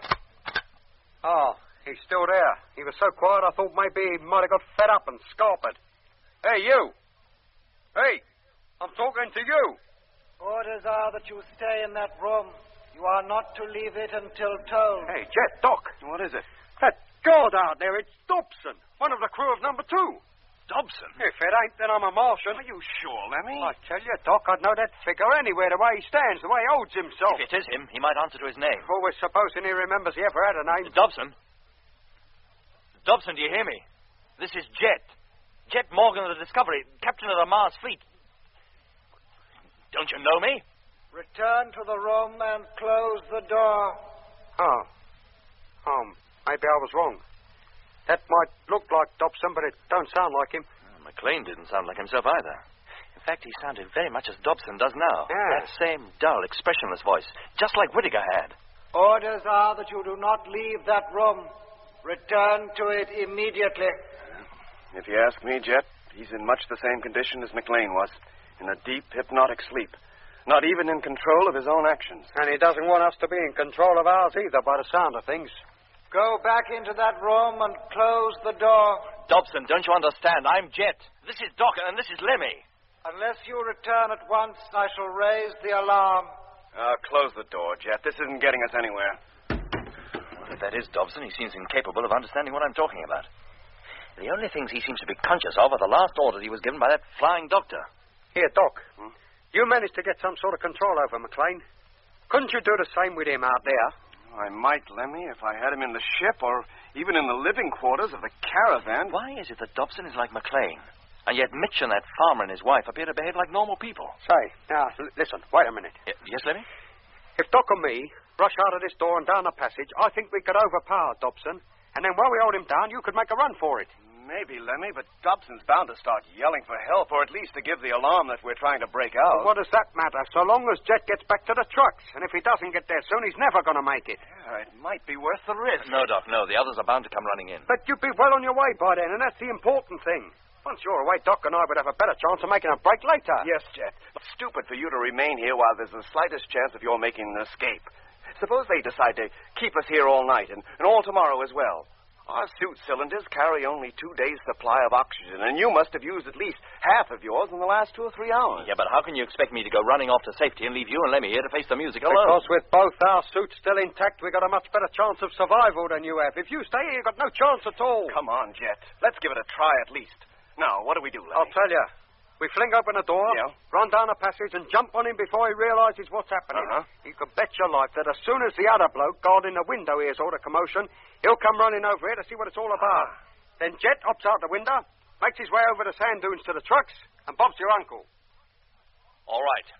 And if I make it, I'll call up Frank and get him to head this way with all Never the... mind what you intend to do when you get there, mate. Get there first. All right, Lemmy, all right. All right. That's settled then. Now get over to the window and watch the other guard, who, I'll lay 10 to 1, is holding. Yeah, more than likely. Okay, let's go. We'll open the door wide, Lemmy, but keep close to the wall and out of sight. Right. With any luck, Dobson will be coming walking down the passage to see what's going on. I gotcha. As soon as he gets close enough, I'll signal. Right. Then you go for his legs. If he doesn't begin to yell, then you yell for him. Good idea. Make all the row you can. Okay, Doc. Now you all set, Jet? Yeah, Lemmy. Now let's open the door for a start. No, I'll do that, Lemmy. You get up against the wall, and I'll... Oh. All right, gentlemen. On your feet. You're coming with us. Oh, let's put pay to that little idea, isn't it? Come along. We're taking off almost immediately. Where to? Our orders are to take you with us. And orders must be obeyed without question at all all times. Blimey, he's at it now. Where's Mitchell? What have you done with him? He's already on his way out to the plane. Plane? That thing out there is the funniest plane I've ever seen. Now, come along. We have no desire to harm you, but if you're troublesome, remember that Mr. Bodie is walking just behind you and that he's carrying his gun. Isn't that so, Mr. Bodie? Yes, Doc. Now, away you go. My 2 attendants will walk either side of you, and Mr. Bodie and I will walk behind you, as far as the plane anyway. Now, get going.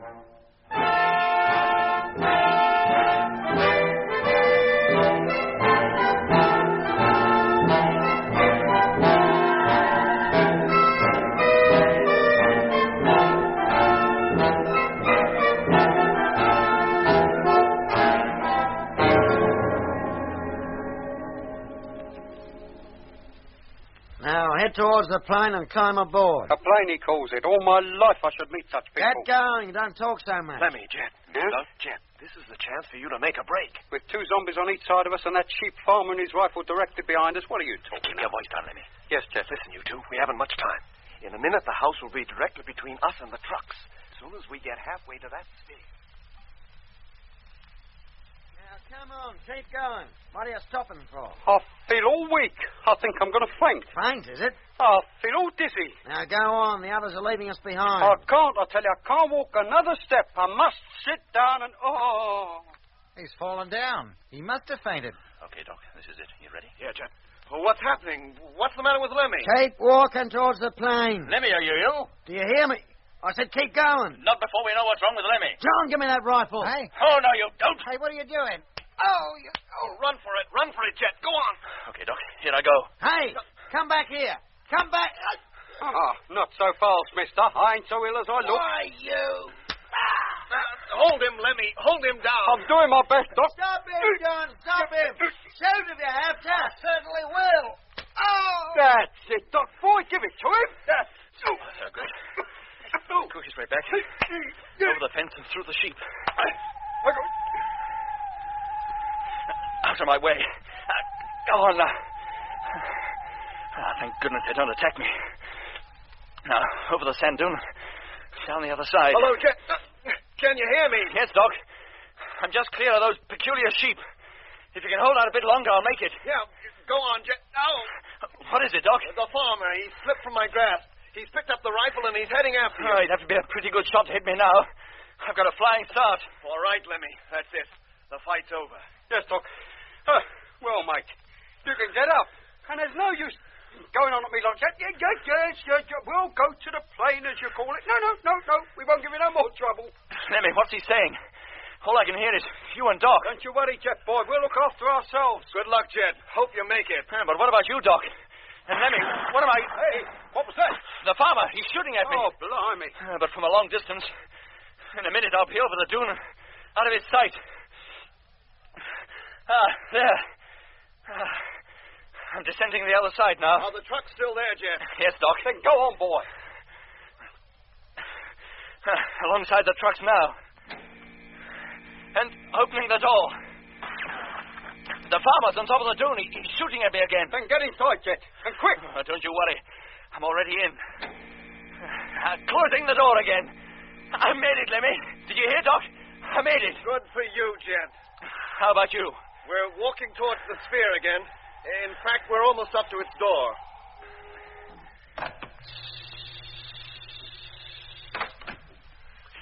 Well, I'm in the driving cabin now. Removing my helmet. There.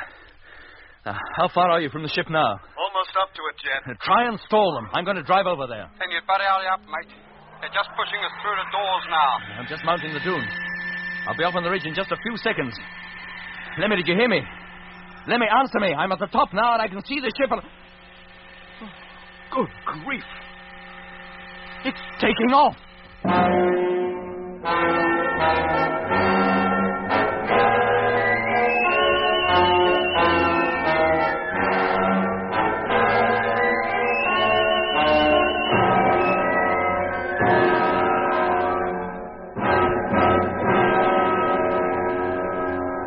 Dobson and Harding once more on either side of us, and the so-called flying doctor backed up by the sheep farmer and his rifle behind us. There was no longer any opportunity for Lemmy and I to escape. But at least Jet, with his punctured helmet, had reached the safety of the caravan, and for the time being, at any rate, his life was saved. Meanwhile, Lemmy and I had no choice but to enter the large sphere as ordered by the flying doctor. Although the craft was spherical in shape outside, it was cylindrically shaped inside, with circular walls and flat roof and ceiling. Joining the center of the floor and ceiling was a large pillar, about 4 feet in diameter. Once the entrance to the ship had been sealed, Dobson and Harding seated themselves at the control table and began to manipulate various levers. Almost immediately, a deep, almost musical vibration started up beneath our feet, and we felt the ship take off. A few moments later, the doctor came over to where Lemmy and I were standing near the pillar in the center of the cabin. Dobson, open the door of the upper cabin, will you?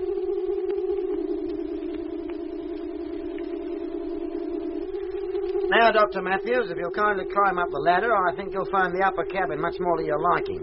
And you, Mr. Barnett. What, me? Go up there? That's what I said, didn't I? But what about Mitch? He's one of us. Where's he going? He's stopping down here with me. Oh, he is he? Well, I expect you'll have something to say about that. About what? Mitch, this bloke is trying to separate us, to get Doc and me to go to another part of the ship while he keeps you down here. What's wrong with that? You think I want to travel in the upper cabin alone with a couple of crazy loons like you? Mitch, boy, I'm Lemmy. This is Doc. Your old crewmates of the Discovery. Of Luna. I never clapped eyes on either of you before. You never... Now, listen, Mitch. Doc, Jet, and me risked our lives trying to find you. I tell you, I don't know what you're talking about. Doc, you talk to him. Oh, there's no point, Lemmy. You better go up, as the doctor here says. Very well, if you say so. When you get up, you can take your helmets off. There's enough oxygen up there for unconditioned personnel like yourselves to breathe. Unconditioned? And hurry up. I have to close this door before I can open the other. That's it. Thank you.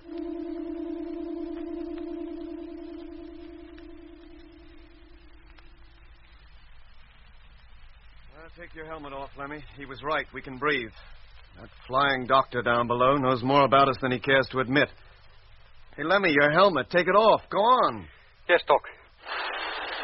And there's no need to make a thing of it. The atmosphere is okay, I tell you. I've been breathing it for the last 5 minutes. Huh. Well, what is going on, Doc? What are those Martians trying to do to us? Send us crackers? And are they Martians, Doc? And are we still on Mars? I'm so confused, I just don't know where I am anymore. Lemmy, come over here. Look out of this porthole. There. Look at that landscape. At the pink desert down there. Did you ever see anything like that down on Earth? No, Doc. Of course you didn't. Because we're not on Earth. This is Mars, all right. But that farmer and his wife, they seem to think they were back on Earth. And so did Mitch. Now, why, Doc? What does it all mean? Somehow, someone has been traveling between here and Earth and picking up human beings from all parts of its surface and bringing them here. And on the way back, they've been conditioned. So that it's not only possible for them to live in the Martian atmosphere, but for them to believe they're still living normal lives back on Earth. I see what you mean. There are even animals here for them to raise. Oh, they're not sheep, but they think they are. They even think another type of Martian animal is a dog. Then what about that flying doctor down below? What is he? He seems to know what's going on all right. Why else would he put us in this special oxygenized chamber? Hey, and why does this ship carry a special oxygenized chamber suitable for Earthmen like ourselves to live in? Well, that's a point. Yeah. Do you think this is one of the Martian ships that goes to Earth to pick up victims? Oh, I doubt it, Lemmy. It hardly seems big enough for that. Well, unless it were carried in a bigger ship, which waited above the Earth while this one and others like it made the descent down to the surface. Hey, Doc, look down there. What? We seem to have left the desert behind. We're flying over greeny brown country now. Yes. Well, we've been traveling in a northwesterly direction. So this must be the Mare Erythraeum. The what? The dark region south of the Argea Desert. Ah. Hey, look, there are buildings down there. What? Yes, Doc. Like a couple of square boxes. Yes, Lemmy, and there's another one over there, and another. And the ground, it's cultivated. Cultivated? Yes. And those box-like buildings must be the homes of the people who look after it. Earthmen, you mean? Brought here from Earth and put to work as farmers. If there are thousands of Earthmen and women up here, as I think they are, then they have to have food. Somebody has to grow food for them, and probably for their masters, too. Yeah. Oh, they seem to have things pretty well organized up here, don't they? Hey, look. There's another canal down there, directly below us. Yes. We seem to be following its course. Where does it lead to? And when they get us there, what do you think they'll do to us? I can't imagine. Well, they'll never make a farmer out of me. I know that. I don't doubt it, Lemmy. Doc, why haven't they conditioned us? Like they have Mitch.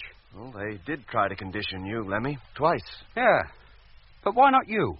Well, maybe because I'm not a good subject. At the medical college, even the director of the Department of Hypnotic Medicine failed to put me to sleep.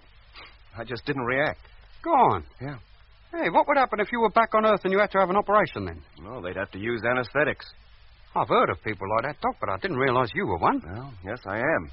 And that's probably why, of all of us, I'm the only one that's not been affected by orange lights or sleep-inducing sounds. Then from now on, I'll stick close to you. And then if I start hearing that weird noise, you can help me. Hey, Doc, listen. Huh? Am I imagining things, or do I hear it now? Yes, Lemmy. You do. And so do I. Oh, blimey, Doc. They're at it again. Now, Lemmy, keep calm. Tell yourself that whatever happens, you will not go to sleep. Yes, Doc. Whatever happens, I will not go to sleep. Whatever happens, I will not go to sleep. Whatever happens, I will not go. Lemmy, walk up and down. Stay on your feet and keep moving. Yeah. Yes, Doc. What are you doing? To keep you awake, Lemmy. Now, don't go to sleep. It's all right for you, Doc. It doesn't seem to affect you. And I'm going to see that it doesn't affect you either. Now, come on, start walking.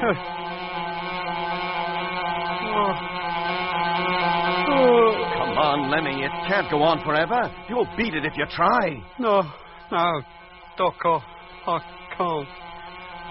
I've got to go to sleep. No, Lemmy, no. Do you hear me? No. Get up. Come on. Oh, Doc, I'll talk. That's more like it. Now, start walking again. But I'll get giddy walking around this Come place. on.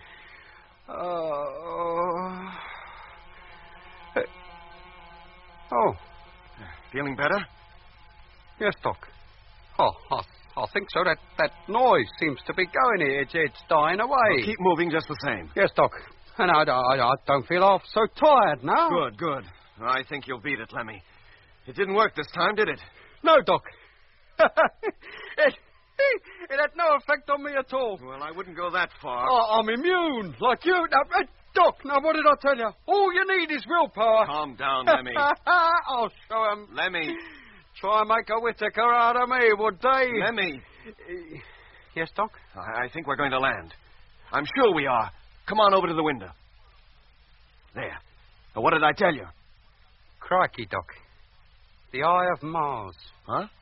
The place where lots of the canals meet at one point. Like the spokes of a wheel. But when we looked at it through the televiewer a couple of weeks before we got here, it looked just like an eye. It's the Lacus Solis, Lemmy. The Lake of the Sun. Well, why are they bringing us here? How should I know? Hey, wait a minute. Look down there on that oasis. The green patch. Another city, but a huge one. Much bigger than the one you got lost in. And there's no doubt about it, Lemmy. This is where we're landing. And what happens to us now? And what about Jet? Stuck back there by that farmhouse with only a Whittaker McLean for company? I don't know, Lemmy. We can only wait and see.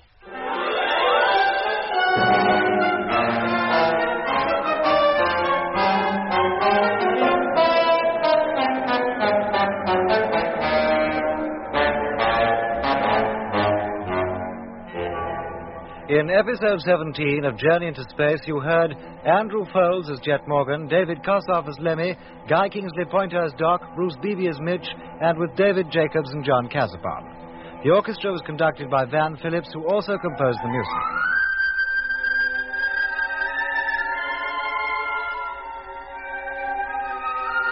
Journey into Space is written by Charles Chilton and produced by him in the London studios of the BBC.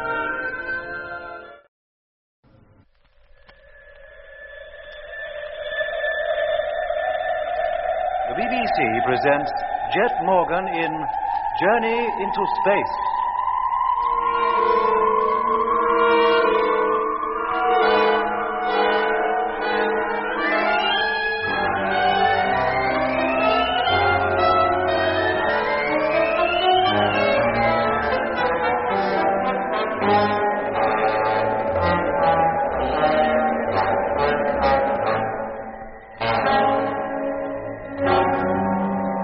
Lemmy and I were prisoners. During the struggle with Mitch at the strange farm we had found on the edge of the Argyre Desert, Jet's helmet had been punctured. It was imperative that he should get back to the land fleet parked on the other side of the high sand dune about 100 yards away. But his return was delayed when the man who called himself the Flying Doctor ordered us to board the sphere-shaped craft in which he had landed. However, on the way to the ship, Lemmy pretended to faint, and in the confusion, while Lemmy and I kept our guards busy, Jet was able to make the break and get back to the trucks. Dressed as we were in our bulky spacesuits, Lemmy and I were no match for the four men with whom we fought, and we were unable to effect an escape ourselves.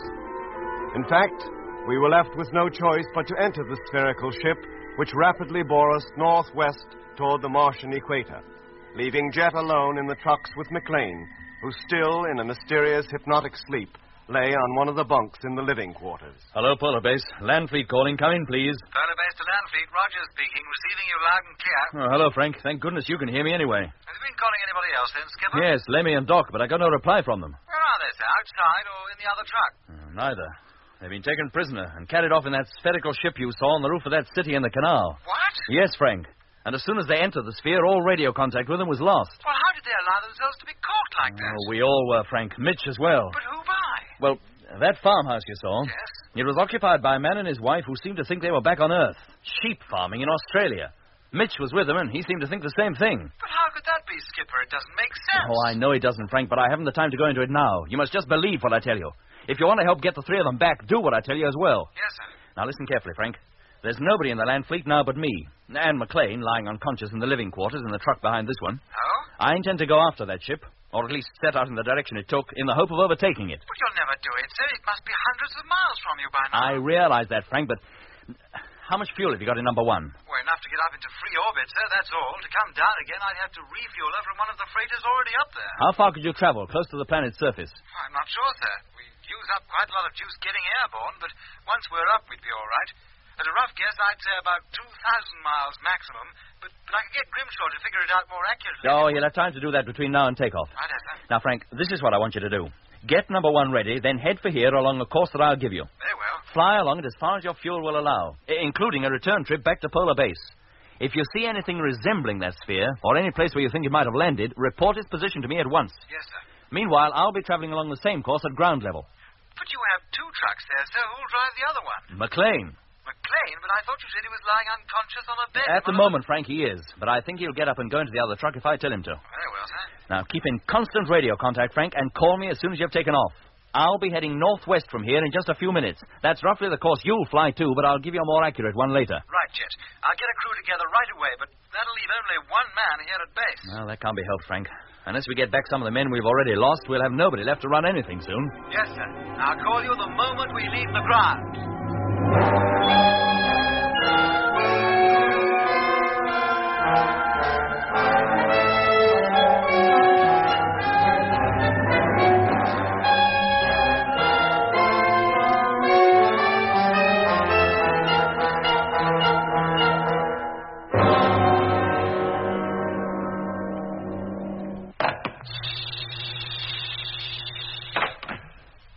McLean. McLean. McLean, can you hear me talking to you? I hear you. Do you know who I am? What are your orders? Orders are that you get off that bed. Do you hear me? Get off that bed. That's it. Now listen carefully. You're to leave this truck and go into the next, into the driving cabin. Once you're there, you'll switch on the truck-to-truck radio and seat yourself in the driving seat to await further orders. Do you understand these orders? I understand them, and orders must be obeyed without question at all times. See that they are. Now leave this cabin and go into the next truck. He's going, too. When he's in this state, Doc's not the only one who can control him. How about your suit, McLean? I do not need a suit. To me, the atmosphere is perfectly breathable. Airlock anyway. Oh, let's hope this works. It's got to work. Now he's opening the main door. And he's going outside. Oh, let's hope he doesn't take the chance to escape. Hello, McLean? Hello, McLean, can you hear me?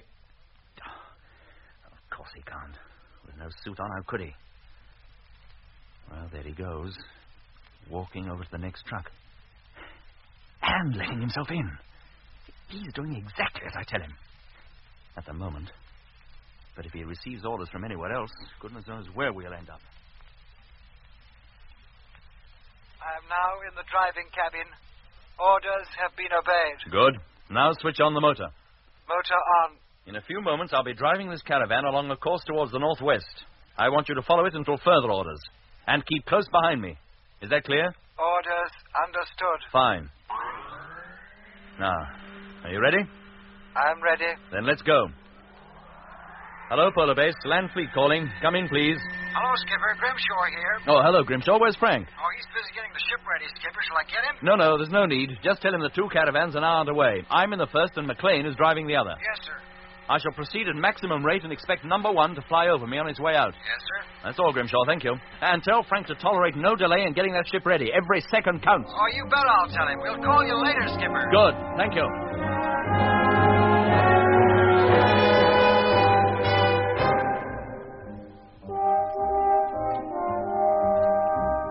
And so Jet set out in what could only have seemed a hopeless search for Lemmy, Mitch, and myself.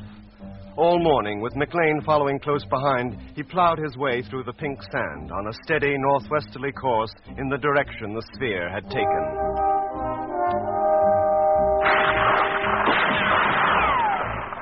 As he passed by the farmhouse, he was greeted with a round of shots from one of the windows. It was the sheep farmer's parting gesture. If he thought he could prevent Jet's departure by this method, he was very much mistaken. For the bullets from his gun were certainly not powerful enough to penetrate the tough, if light, outer skin of the Land Fleet vehicles. An hour later, the farm was out of sight, and for the first time since we got underway, Jet had a call from Polar Base. Hello, Jet. Frank Rogers calling. Oh, hello, Frank. We've taken off, sir, and are heading in your direction now. Good for you. Should be flying over you in a couple of hours. You're quite clear about what you're supposed to do. Yes, sir. Don't worry. We understand it perfectly. Incidentally, sir, we now find we have enough fuel for a flight of 2,300 miles maximum. That should take us a considerable way beyond you and back to base again. Very well, Frank. I'll keep a lookout for you.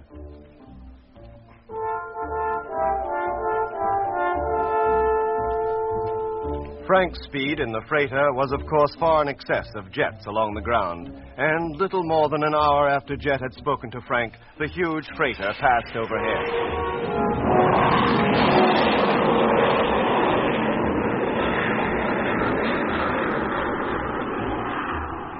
And within a few moments had become a mere speck on the horizon in the direction the sphere had taken. It was about then that the sphere in which Lemmy, Mitch, and I were traveling, Mitch in the lower cabin and Lemmy and I in the upper one, reached the city of Lacus Solus, the great oasis where a number of canals crossed each other. What kind of place is this, Doc? And look at the size of it. It makes the other city we saw look like a back street. It's composed of a great number of pyramids, Lemmy, with wide streets running between them. And the biggest pyramid of all is in the middle of the lot. Yeah. This must be the Martian capital. Hey, Doc, do you think it's populated with people brought from Earth, or the real Martians live down there? We're much too high to see people of any kind, Lemmy. Well, we won't be for long. Not at the rate we're descending. Hello up there. Hey, there's that quack doctor calling from downstairs. This ship must have some kind of intercommunication system. Well, if it has, I didn't see any sign of it. Hello up there. Can you hear me? Of course we can hear you. And if we could find any instrument to talk into, you might get a reply. You don't have to find anything. Just talk, that's all. Oh. We're about to land. Orders are that you come down to the lower cabin immediately. Orders? Who do you think you're talking to? Quiet, Lemmy. Hello, this is Matthew speaking. Orders, did you say? You heard. The door will be open and you will come down. But supposing we don't choose to come down? The orders have been given and orders must be obeyed without question at all times. We know all that, but we're not used to taking orders from anybody but Jet, and he doesn't happen to be here. You mean you are still able to resist orders? What does he mean by that, Doc? I know exactly what he means. You do? That noise we heard, Lemmy. It was supposed to stupefy us, put us under the control of that flying doctor so that whatever he ordered us to do, we'd do it. Oh, like McLean, you mean? Yeah, but it didn't work. First, because I seemed to be immune to it anyway, and second, because you fought against it and overcame it. Oh, so that was his little game. That was why he sent us up here, apart from the others. Yeah, and that's why he didn't send Mitch up here either, because he's already been treated. You mean Mitch will do whatever that doctor bloke tells him? All right, you needn't discuss it any further. You're not the first case we've had of this kind. They won't make any difference. Any difference to what? To your future. When you know a little more about this place, you'll be glad enough to submit to any treatment. We don't intend to submit to anything, from you or anybody else. That remains to be seen. But meanwhile, if you won't take my orders, I suggest you take my advice. Come down here as soon as we land. And don't forget to put your helmets back on, or you won't get very far. Did he think we'd go without them, then? Yeah, Lemmy, he probably did. If we'd been in the condition he expected us to be, I'm sure we wouldn't be needing the helmets. Now, come on, put your headgear on. We must be almost down to ground level anyway. Yes, Doc. But they have us now. And what hope is there for us? Plenty, Lemmy. So long as we can keep control of our own minds. And what about Mitch? By all accounts, he hasn't been in control of his since yesterday. If we could only get him away from here, we could bring him back to normal. Get him away? You're right.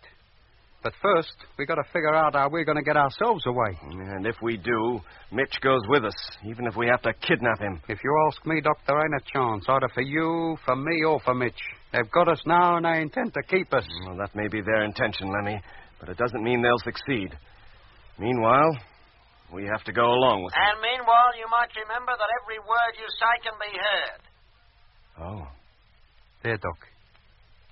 You see what I mean?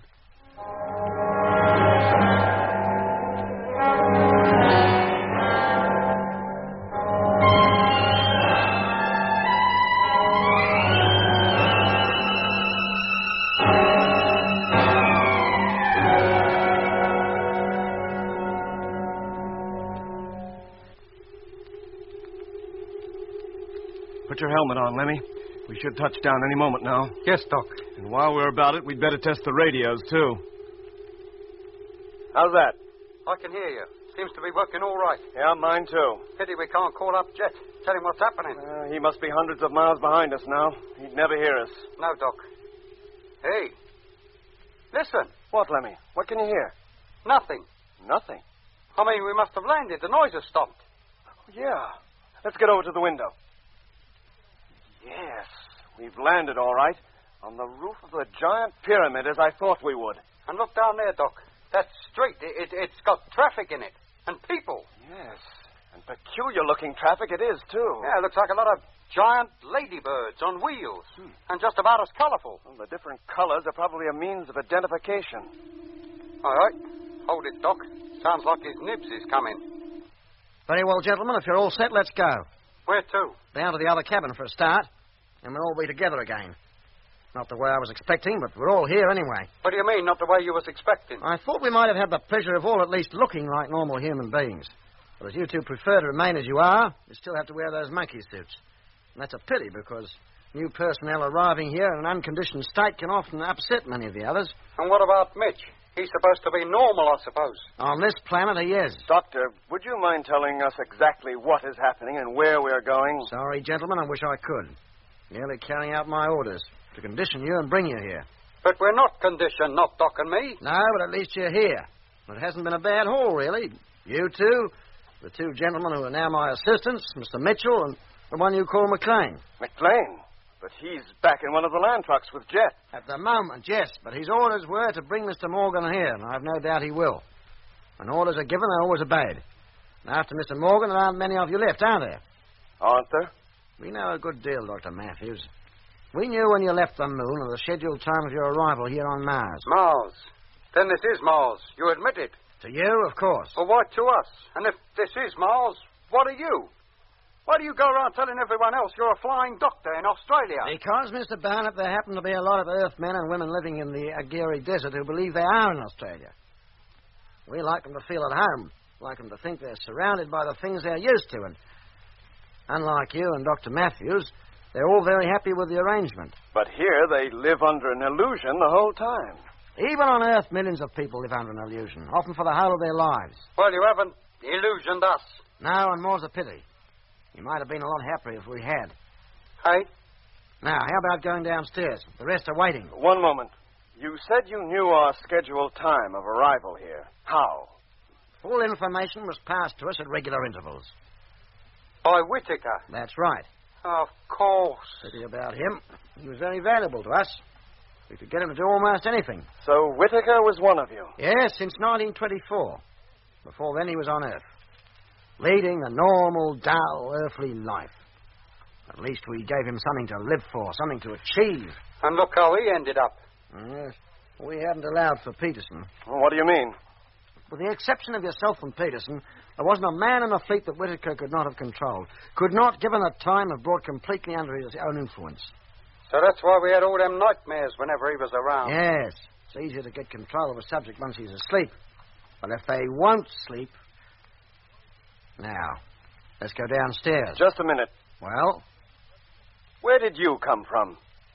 From Earth. How long ago? 15 years. Until then, I was what I now pretend to be, a flying doctor in the Australian bush. But the way you talk, you might be a Martian. I decided a long time ago that there's no point in fighting the inevitable. I threw in my lot with them. As a trained doctor, I have a way with people. Might be a bit rough and ready, but it serves. I'm the go-between, between them and the people who've been brought here. I see to it that their illusion, as you call it, is not shattered. Them? Who are them? The Martians, for whom and by whom the rest of us exist up here. But who are they? What do they look like? I wouldn't know. I've never seen them. Oh. Doctor, supposing you had a chance to go back to Earth, would you go? If I were on Earth now, I'd be 15 years older. I was no chicken when I came here. What prospect is there for me if I return? But how much longer do you expect to remain as active as you are now? I don't know. But I do know that in the city of Orpha, are people who came here from Earth during the opposition of 1879. The opposition? Of what? The opposition of Mars, of course. When it is close to the Earth. That is when our ships leave to pick up new personnel. Approximately every 15 years. Of course. Whittaker in 1924, that sheep farmer and his wife in 1939, and I expect we'd find people on this planet brought here in 1896, 1909, 1956. And 1971. Yeah, and we, the clever lot, we brought ourselves here. And you were the first. The others came by the usual method, as I did. How did it happen? In those days, there were lots of reports of flying saucers being seen, particularly in America. Yeah, that's right. I remember when I was a kid, a fellow in California wrote a book about it. Said he'd not only seen a flying saucer land, but he'd actually spoken to one of the crew. That's right. And a lot of eyewash, or so I thought at the time. And then I saw one myself, actually down on the ground in the Simpson Desert, west of Bandama. Go on. Well, naturally, I was curious and approached close enough to photograph it. Then the door opened and a man came out.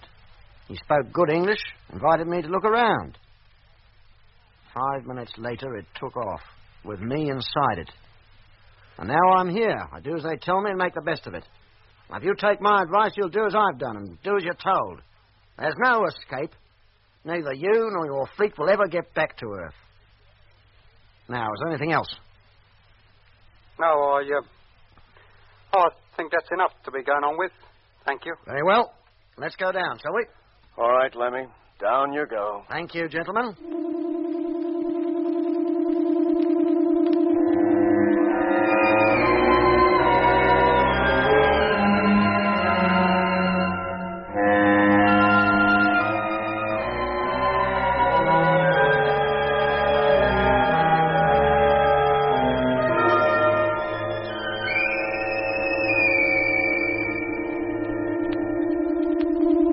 Now, gentlemen, if you wouldn't mind stepping outside, I'll take you down to the intake section, where you'll be categorized for the work most suited to you. Work? You don't think this is a free hotel, do you? Once you're here, you have to work for your keep. What's that? That is something I don't decide. But you're more fortunate than most people. You're all very skilled in your own particular professions and should be very useful to us. Your long stay could be extremely pleasant. Who are you kidding? Come over here to the terrace wall. Well? Look down at the city. What do you think goes on down there in all those buildings? How should we know? Well, I tell you. Each pyramid is a little city within itself, has its own citizens, a couple of hundred in each. With their domestic staffs and their own medical staffs and directors of culture, leisure and sport. Our aim is to see that every worker is happy, well-fed, properly trained, and highly efficient. Sounds marvelous. Just like a colony of ants. But what are they working for? To go back to Earth, eventually. Hey? For nearly 100 years, they have worked to that end. And when they return, they will carry the true Martians with them in the largest space fleet the universe has ever seen. You mean they're building a space fleet to invade the Earth? Mars is a dying planet. If its inhabitants are to live, they must move elsewhere. The nearest and best place for them is the Earth. And what about the people who already live on the Earth? And the people brought up here from Earth, what about them? They will be rewarded for their part in making the invasion possible. And how long before this invasion is possible? The next close opposition. 1986. That should see the beginning. Good grief. So you see how important it is that none of your expedition gets back. It's all too horribly clear. If the Earth knew what was in store for them, they might make preparations to resist. And... what's that? Sounds like a plane of some kind. Hey, Doc! Doc, look! It's one of our freighters. It's number one. Wait!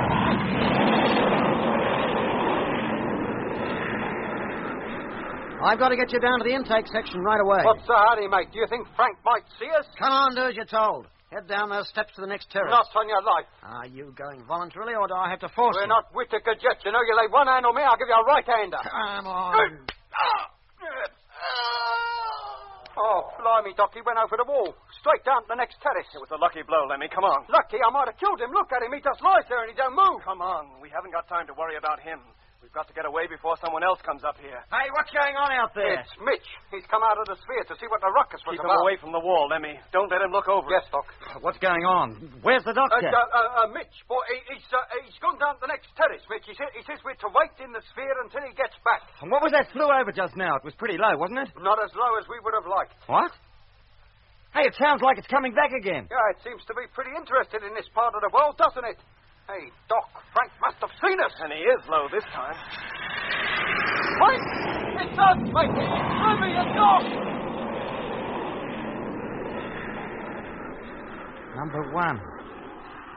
Freighter number one. Hey, Doc, did you hear what he said? Mitch, do you recognize that ship? Does it mean anything to you? I don't know. I never saw a plane of such size, and yet it seems vaguely familiar. Has its picture been in the paper or something? It certainly has, but not on this planet. On this planet? Mitch, go back into the sphere. But the doctor told you to wait there, didn't he? I'm all mixed up. Hey, what place is this? It's not Adelaide, is it? No, Mitch, no. Now get back to the sphere. Yeah, I guess I'd better. All right, Lemmy, come on. Where are we going? We're getting into that sphere, too. This is our chance to escape, to get back to Jet at least. Hello, Jet. Number 1 calling. Hey, listen, that's Frank, calling Jet up on the radio. And we can hear him. Hello, Frank. Hello? Hello, Jet. Will you repeat that, please? It wasn't Jet, Frank. It was me, Lemmy. Hold it, Jet, will you? I could have sworn I heard Lemmy's voice then, and pretty strong, too. I couldn't hear what you said. Hello, Lemmy. Come in, please. Hello, Frank. It was Lemmy you heard, and this is Doc. We can hear you, but not Jet. Can you hook us up, please? Yes, Doc, you bet I can. Where are you? On the roof of the highest pyramid. You just flew over it. Hello, Doc, I can hear you now. What pyramid? In the Lacus Solis, Jet. A whole city of pyramids. Lemmy, Mitch, Dobson, Harding, and I, and the sphere we came in are up here on the roof. A whole city, did you say? Yes, mate, and we've got to get out of here and get back home. Quick, the Martians are planning to invade the Earth. What? And they've got some happy little ideas lined up for us It's and all. true, Jet. Stay away from this place, whatever you do. Yes, mate, if they get you, you've had it. You might never get back to Earth again. And, Jet, watch McLean. He's been instructed to bring you here. But he does everything I tell him. Well, watch out for him just the same. The Martians aim to get us all, to prevent our warning Earth of their intentions. Doc, look. Are you quite sure you haven't been conditioned? Oh, blimey, mate, do us a favor. Do we sound as though we have? Jet, you must believe us.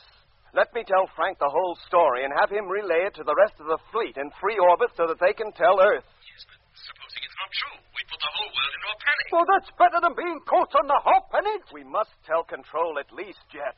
What they do after that is their concern, but at least we'll have done our part. Very well, Doc. Go ahead. Frank, did you hear that? Yes, sir. Then hook Doc up. Right. I'll call you as soon as I've established contact. Jet. Yes, Doc? Where are you now? Still crossing the Argyre Desert in your direction. Well, don't.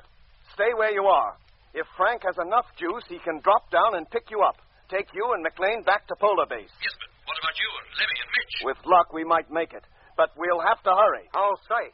Hey, Doc, look. Coming up the steps, 4 men. Into the sphere, quick, Lemmy. They'll just come in there after us. Go on. Yes, Doc. Hello, Doc. What's happening? Don't worry, Jet. I'll call you again later. Keep listening out. Right. Come on, Doc. They're running now. Be right with you, Lemmy. There. And how do we close the perishing door? We haven't a clue how this ship works. We haven't, Lemmy, but Dobson and Harding have. Yeah. Dobson, close that door. Will they take orders from you? We'll soon see. Close the door, Dobson. Oh. And only just in time and all. Now what? We'll get them to take us off, Lemmy. Here, what's going on? Where's the doctor? Why have you shut him out? Sit down, Mitch, and keep quiet. Hello, Jet. Not before you tell me what's going on. Hello, Frank. Sit down, Mitch. We're all hooked up now, Skipper. Doc can go ahead just as soon as he likes. You hear that, Doc? Go ahead. Thanks, Jet. Oh, no. Listen. Look, we ain't got enough trouble yet. Must be their way of trying to stop us taking off.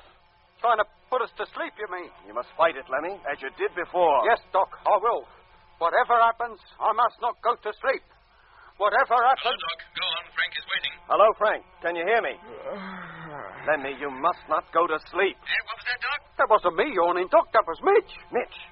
And Dobson. Oh, good grief.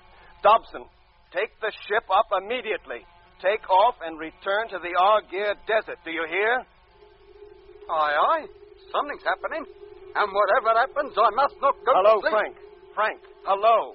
Doc, Mitch is out, asleep on the floor. Hello, Frank. Hello. Hello, Doc.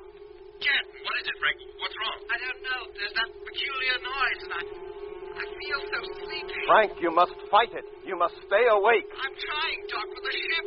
What about it? She doesn't seem to respond. I can't control her. Oh, no. Take a hold of yourself, Frank. Frank, do as Doc says. You must stay awake. But we're off.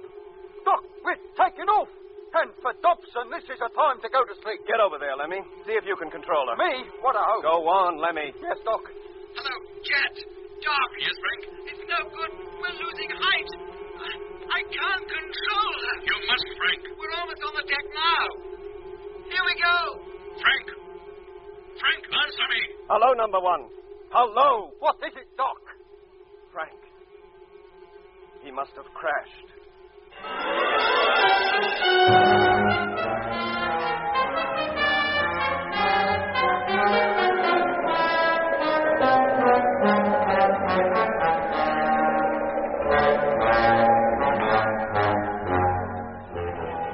In episode 18 of Journey into Space, you heard Andrew Foulds as Jet Morgan, David Kossoff as Lemmy, Guy Kingsley Pointer as Doc, Bruce Beebe as Mitch, and with David Jacobs and John Casabon. The orchestra was conducted by Van Phillips, who also composed the music.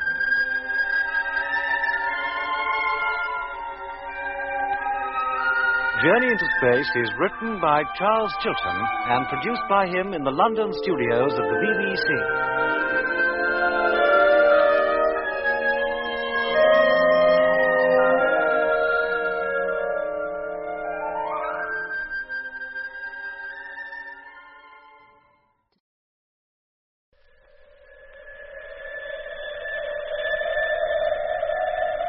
The BBC presents Jet Morgan in Journey into Space.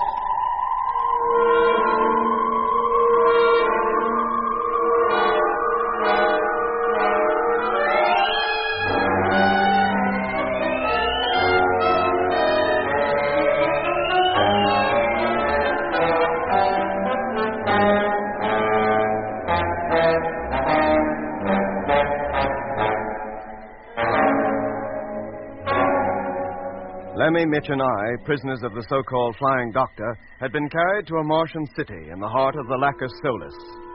And then suddenly, freighter number 1, piloted by Frank Rogers, who was looking for us, passed overhead. During a struggle which ensued, the Flying Doctor fell over the wall and onto the next terrace, where he lay motionless. Lemmy and I at once returned to the sphere and took off in the hope of getting back to Polar Base. Meanwhile, through freighter number 1, we had re-established contact with Jet. When he learned what the Flying Doctor had told us about the Martians' plans to invade the Earth, he agreed that I should tell the whole story to Frank. He could then relay it to the fleet in free orbit from where it could be passed to control. And then... Hello, Doc, Jeff. What is it, Frank? What's wrong? I don't know. There's that peculiar noise, and I feel so sleepy. Frank, you must fight it. You must stay awake. I'm trying, Doc. The ship, What about it? she doesn't seem to respond. I can't control her. Oh, no. Take a hold of yourself, Frank. Frank, your doc says you must stay awake. We're off. We're taking off. And for Dobson, this is the time to go to sleep. Get over there, Lemmy. See if you can control her. Me? What a hope. Go on, Lemmy. Yes, Doc. Hello, Jet. Doc. Yes, Frank? It's no good. We're losing height. I can't control her. You must, Frank. We're almost on the deck now. Here we go. Frank! Frank, answer me. Hello, number 1. Hello. What is it, Doc? Frank. He must have crashed. Hello. Frank. Hello. Hey, he's not replying, Doc. Hello, Jet. Can you hear me? Oh, if Frank has crashed, we've lost contact with Jet and all. Without number 1 to relay our calls, he can't hear us, mate. And meanwhile, this ship is steadily climbing. Well, there's nothing for it but for us to learn how to control it if we can. Drag Dobson out of the way, Lemmy. You take his panel, I'll take Harding. Right. Now, you lie there, mate, and you have a nice little 40 winks, eh, Doc? Yeah? That noise, that go-to-sleep noise, it's stopped now. Oh, never mind that, Lemmy. What have you got on your panel? Row of buttons and 3 levers. No indication of what they do? Not that I can see. One of the buttons here is depressed.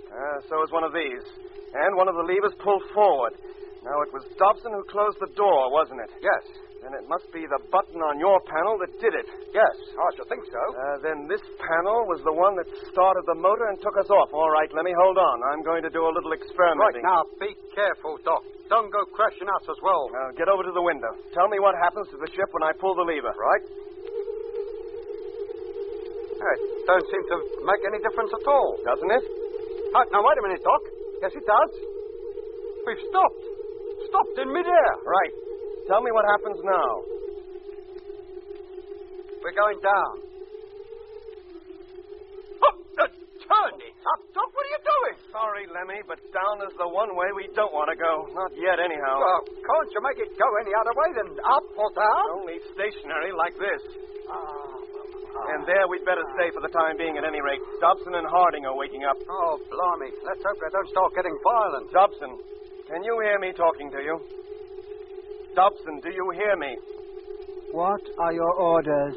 Hey, it doesn't seem to be any different from when he went to sleep. My orders are that you get back to the control panel immediately. Doc, he's getting up and going. Just as McLean did back in the truck. Keep your eye on him, Lemmy. See that he touches none of the controls on the panel until we tell him to. Right, Doc. Now, Harding. Harding, can you hear me? Get up, Harding. Get on your feet and go back to the control table. Oh, it gives you a funny feeling when they do exactly as you tell them, Doc. Not half the funny feeling we'd get if they'd stop doing what we told them. Oh, what do we do now? Hey, and what about Mitch? And it is turn to wake up. Oh, let him sleep. We have enough trouble, Lemmy. Now, which way was number 1 heading the last time it passed overhead? Southeast. Back towards where it came from, towards the desert. Harding, Dobson, here are your orders. What are they? The ship will proceed at moderate speed in a southeast direction. He's doing it.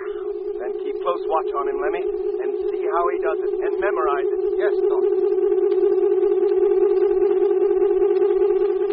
Where are we now? We just left the city and we're headed out over the cultivated area again. Any sign of number 1 anywhere? No, Lemmy, not yet. Maybe he didn't come out this way after all. We'll go a little further. Oh, Jet must be going up the wall wondering what's happening to us. Hey, Doc, you don't think after what we told him he's still heading this way, do you? Knowing Jet, he probably is. But he mustn't. We got to get out there and stop him. We will at the first opportunity, but we must find number 1 first. Yes, Doc. We'll make a complete circuit of the Lacus Solis. And what if them Martians down there come up after us? When they do, we can decide what to do about it. Meanwhile, we'll continue the search. Yes, Doc.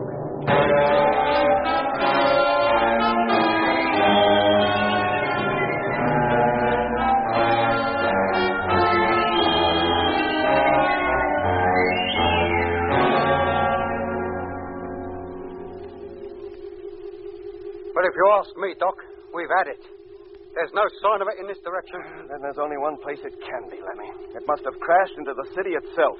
That's just what I was thinking. We'll change course. Head back towards where we came from. Fly back over the city, you mean? Yeah. But if we show ourselves over that place again, they might send somebody up after us. Try and get us to crash and all. They could have done so any time in the last hour. But there's been no sign of any sphere or anything else that's looking for us. No, there ain't, is there? I wonder why there ain't. Maybe they just can't be bothered. Their one aim is to prevent our getting back to Earth. So long as we're flying around up here, there's no chance of that. Besides, they know we have to land sometime, or starve. Oh, yeah.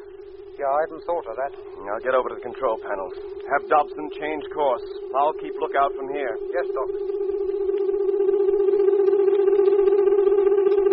Let me stop the ship. I can see it. I can see the freighter. Hey, Dobson, did you hear that? Stop the ship, but keep her at this height. Come over here, Lemmy. Coming, Doc. Where is it, mate? Here. Down there. Crashed into the base of one of the pyramids, see? Oh, blimey, yes, I do. And look at that great mob round it and all those ladybird cars or whatever they are. It looks like they're tearing the ship to pieces, ripping out all the gear and carrying it away. And Frank and his crew as well by now. Doc, are we going down there? If we did, we'd be delivering ourselves right into their hands. But, mate, we just can't leave him down there. We have no choice, Lemmy. The first thing we've got to do is to pick up Jet. If we ever find him. Have Dobson change course. We're heading for the Argyr Desert. Yes, Doc.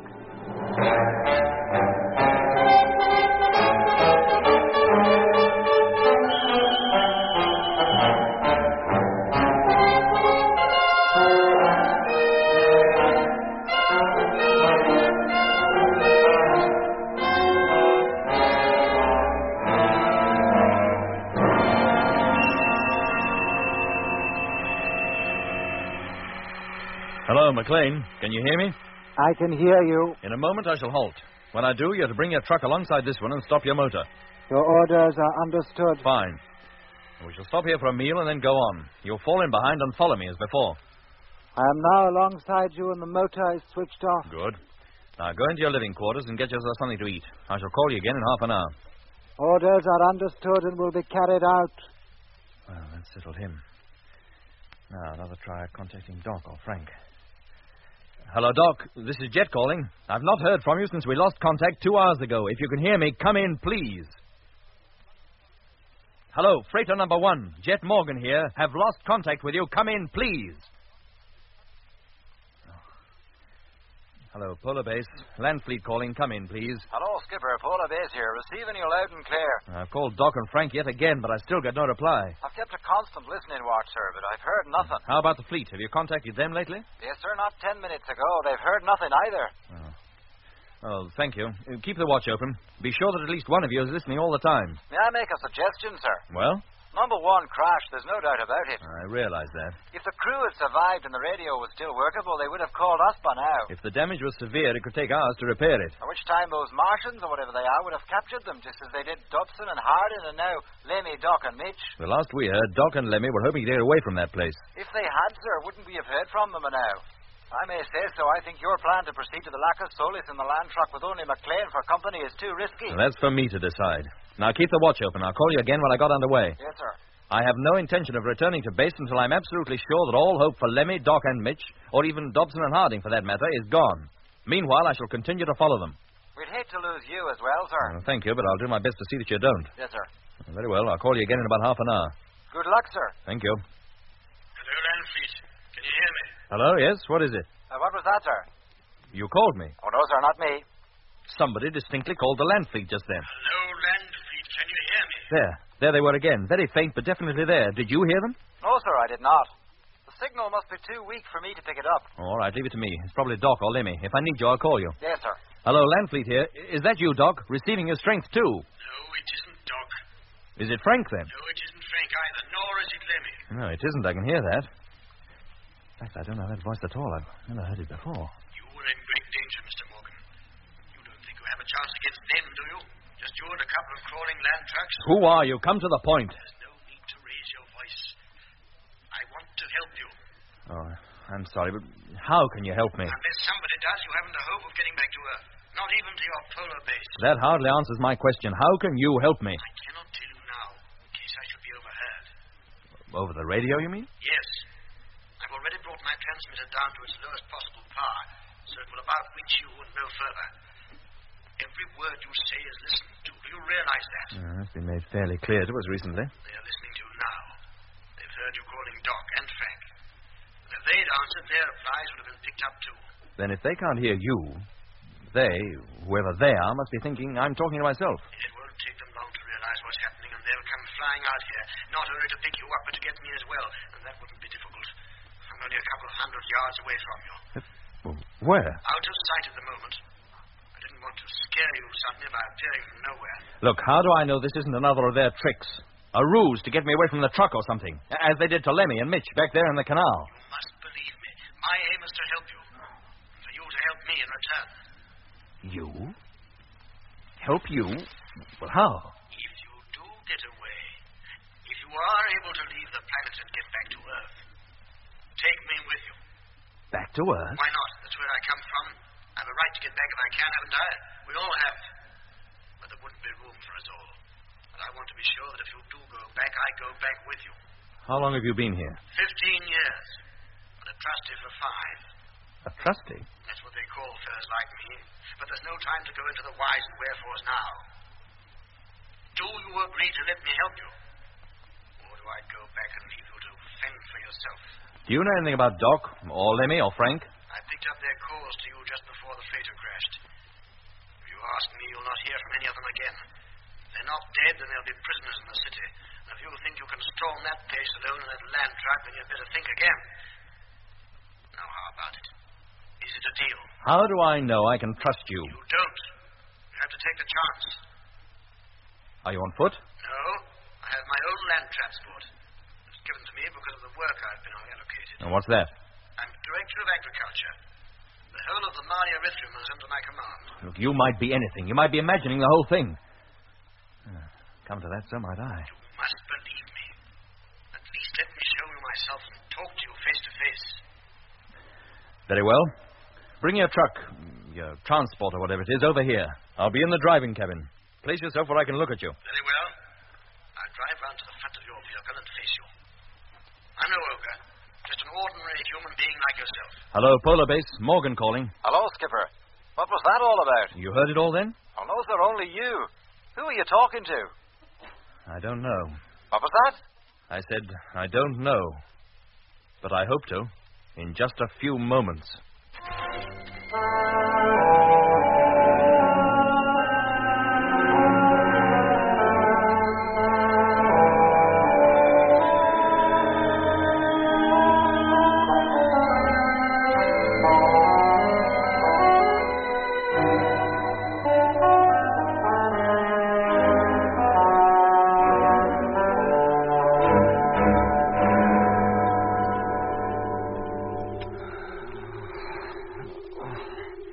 Hey, Doc. Yes, Lemmy? Mitch, he's waking up. Are you sure? Yes, Doc, he's just moaned and moved his head. There he goes again. Get over to the window, Lemmy, and keep lookout. So far as I can calculate, we should be halfway across the Argyre now, and you can expect to see the land fleet almost any time. Yes, Doc. Are you going to be able to manage him on your own? Sure, why not? But supposing he's no different from when he went to sleep, he might start getting aggressive again. I think I can handle him if he does. Now get over to the window, or we may pass over Jet and not even see him. Yes, Doc. What a time to choose to come round. Mitch. Mitch, are you awake? Yes. Can you hear me, Mitch? This is Doc. Doc? Yeah, Doc Matthews. Oh, I'm so cold. What's happened to the heating system in the ship? So far as I know, it doesn't carry one. What are you talking about? All ships carry a heating system. You'd better get one of the engineers over to look at it. Grimshaw for number 3, and quick before we all freeze to death. Mitch, there's nothing wrong with the heating system. It's you that's cold. Cold? Well, that's putting it mildly. My inside feels like it's frozen solid. Listen to me. Do you know who I am? Oh, why shouldn't I? Hey, what's the matter? What are you wearing your suit for? Lemmy and I have to, Mitch. Well, the heating system has failed. You're wearing your suit to keep you warm. Now, what's the idea? Why didn't you wake me up and tell me? Look, we're not wearing our suits just to keep warm. It's because the atmosphere in here is too thin for us to breathe. How the dickens can I breathe it? Now, what is going on? You can breathe it, yes. So can Dobson and Harding. Look at them. They haven't any suits on. Dobson and Harding? Here? Oh, well, why aren't they in their own ship? And where's Jet? Somewhere out on the Argyre Desert, we hope. We're trying to find him and pick him up. On the Argyre Desert? On Mars, you mean? Of course. But we're not due to reach there yet. Not for 2 weeks. We landed here nearly 2 weeks ago. Look, Doc, will you please tell me what this is all about? Why don't you tell me what you think this is all about, Mitch? Where do you think you are? Where else would I be? In the Discovery, of course. Nearly 6 months out from the moon. But Discovery? You mean you think we're still on the way to Mars? Oh, cut it out, Doc. You know darn well that's where we are. No, Mitch, don't get up. I'll get up if I want to. How do I come to be lying on the floor anyway? And what's happened to the bunks and the cabin? It looks all different. Where am I? What? Doc, my chest, it feels tighter. I can't. Lemmy. Breathe. Yes, Doc, come over here, quick. What's the matter? Is he all right? He's far from all right, Lemmy. I think he's coming back to normal, but he can't breathe the atmosphere in here. Oh, blimey, and we've got no suit for him. That oxygenized chamber upstairs. Yes. Harding, open the door to the upper cabin immediately.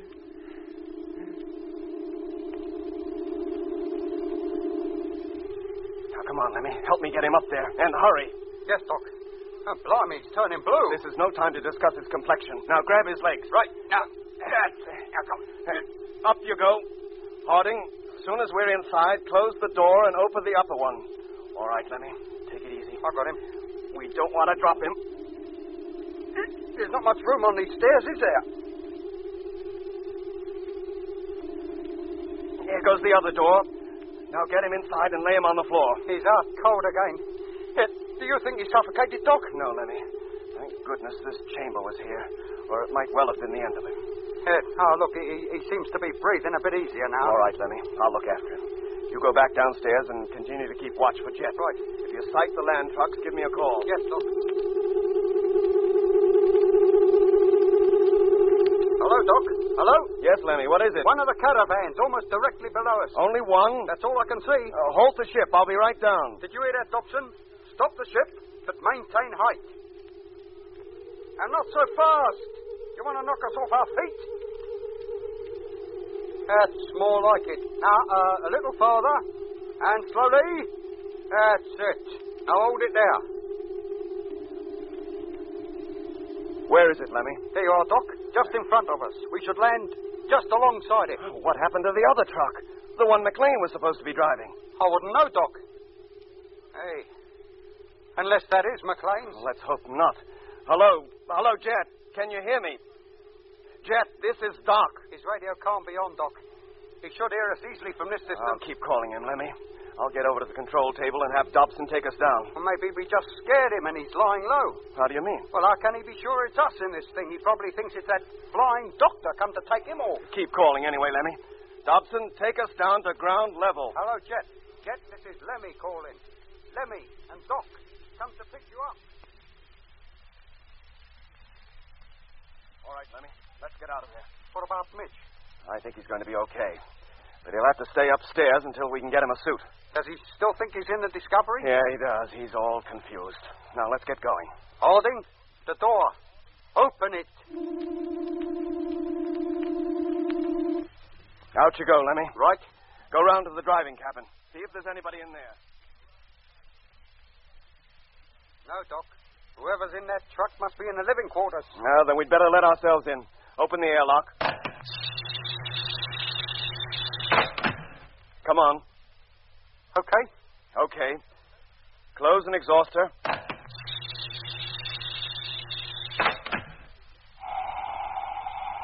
Maybe he's having a sleep. What a surprise for him when he wakes up and sees us standing over him.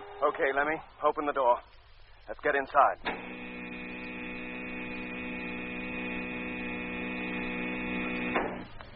Right. Hey, Jet! Jet boy! It's me! Doc and Lemmy. There's no one here. The truck's empty.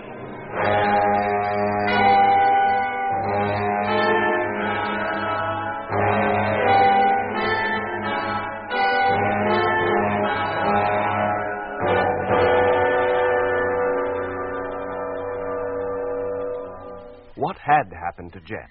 And what had happened to McLean and the other land truck which contained so much of our valuable stores and equipment? As we learned later, Jet had agreed to talk to the owner of a mysterious voice that had called him on the radio. Well, here I am. So I can see. Fine. Now do you believe I'm from Earth? All the people we've met on this planet seem to be. But I know where I am and what I'm doing. Most of the others don't.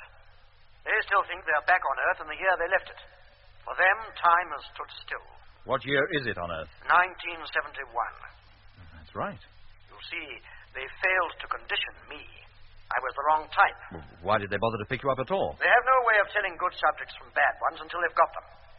But it makes little difference. Once we're here, they put us to work just the same. But if you're not conditioned, well, how do you breathe? Same way as you. I carry an oxygen supply. A spacesuit? No. A spacesuit is unnecessary. If you have the right kind of equipment. The kind they gave me is ingeniously designed. You'd hardly know I was wearing anything. The conditioned people never even suspect. Oh, they don't even suspect they're on Mars. That's right. Are there any more like you that know the truth? Dozens of us. And where are they? Scattered all over the planet. Some like me with roving commissions. Others working in the factories. What at? All manner of things. But the main objective is the completion of the invasion feat. Good grief, then Doc was right. They do intend to invade the Earth. Yes, they do. I must get a message back home. Give me full details of how and when the invasion will be made, and I'll pass them on to Polar Base. You'd never do it. The moment you began to give your Polar Base any information of that kind, your transmissions would be jammed. Oh. Your only hope is to get up to the fleet and tell Earth yourself. And what hope is there of that? There's a 50-50 chance, providing you do all I tell you, without question. That very phrase makes me suspicious. Very well, if you doubt my sincerity, I'll get on my way. No, wait. What do you want me to do? Come with me now. It's fairly certain that your side of the conversation has been heard anyway. We haven't much time. Very well. You lead the way, I'll follow. That's no good. You You have to come into this truck. Your own is too slow. But what about McLean in the other one? What state is he in? He seems to be in a deep state of hypnosis. He does everything I tell him. Does he indulge in any kind of conversation? No. Then leave him. Leave him? Oh, not on your life. If I'm going back to Earth, then he comes with us. You'll be wasting your time. He's too far gone. How do you mean, too far gone? Of all people brought here, his type is the most unfortunate. They have no recollection of anything previous to the time they were hypnotized. They do nothing unless told and have no control over their actions. Yes, but they could be revived, couldn't they, once we got them away from here? No. They may appear to revive, but they don't. Not even when they are sent back to Earth. What? You mean they are sent back? Of course. Some are there now. To all appearances, normal people, except for an odd way of speaking and a few eccentricities that nobody on Earth would regard with any seriousness. Whitaker was one of those. Didn't you find him a little odd? We certainly did. There are plenty of others like him, too, already down on Earth. The Martian fifth column, as you might say. They're in the factories, working on secret governmental projects. How do you think the full details of your journey to this planet were known? Well, why didn't they just wreck the whole project before we set out? That would have proved the presence of an antagonistic power on Mars. Something they are trying to keep secret. But an effort was made to turn you back. But when that failed, I suppose it was thought better to let you land and then make use of you when you got here. I see. Now, time's running out. Do you join me, or do you propose to fight it out alone? If I do, what chance have I? With Doc and Lemmy and Mitch missing. Half the fleet's crew already in the hands of the Martian. Alone? None at all. But if you come with me, there is a chance of your getting Mitch, Doc, and Lemmy back. Even Frank. And what if you are one of them, like the Flying Doctor? That's for you to decide. Oh, very well, I'll take the chance. I'll come. Good. But McLean comes too. All right, if you insist. Hello, McLean. Can you hear me? I can hear you. You are to leave that truck and enter the vehicle in front of this one. Orders were that you and I proceed to the Lacus Solis. I have changed those orders. The orders were not yours to change, and orders must be obeyed without question at all times. Now do you believe me? McLean, I order you to leave that truck and to come over here. McLean, do you hear me? Hey, what's he doing? He's pulling out. But where's he going? Only he knows that. I must get after him. If you do, you go alone. But I can't leave him. You're not leaving him, he's leaving you. There's nothing you can do, Mr. Morgan, believe me. Follow him and your chance of getting back to the fleet is gone. Completely.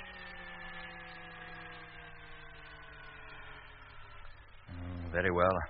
I'll put myself in your hands. Good. Give me just a few moments while I tell Base what's happened. No, don't do that. Tell him you'll call him later, but give no specific time. Right. When I've done that, I'll put on Mitch's suit and come over there. I shall be waiting.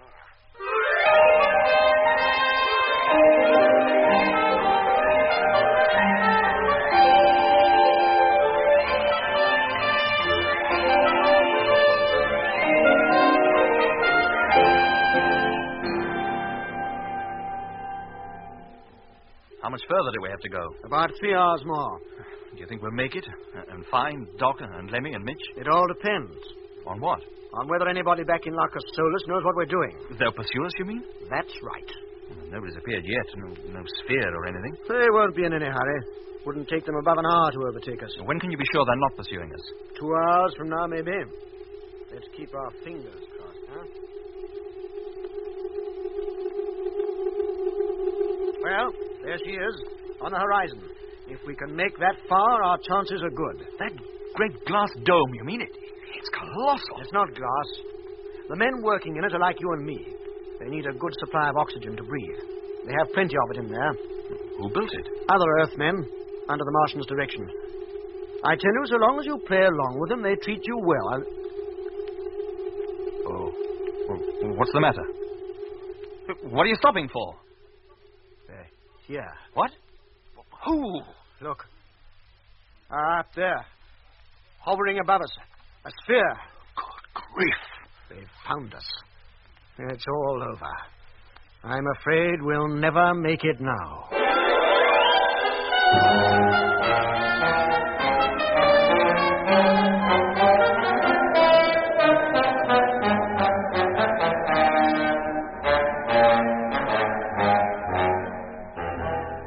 In episode 19 of Journey into Space, you heard Andrew Foles as Jet Morgan, David Kossoff as Lemmy, Guy Kingsley Pointer as Doc, Bruce Beebe as Mitch, and with David Jacobs and John Casaubon. The orchestra was conducted by Van Phillips, who also wrote the music.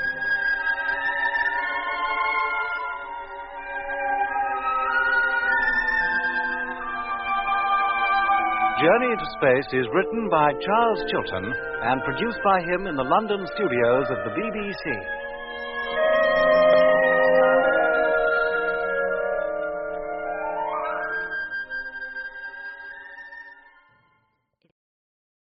The BBC presents Jet Morgan in Journey into Space.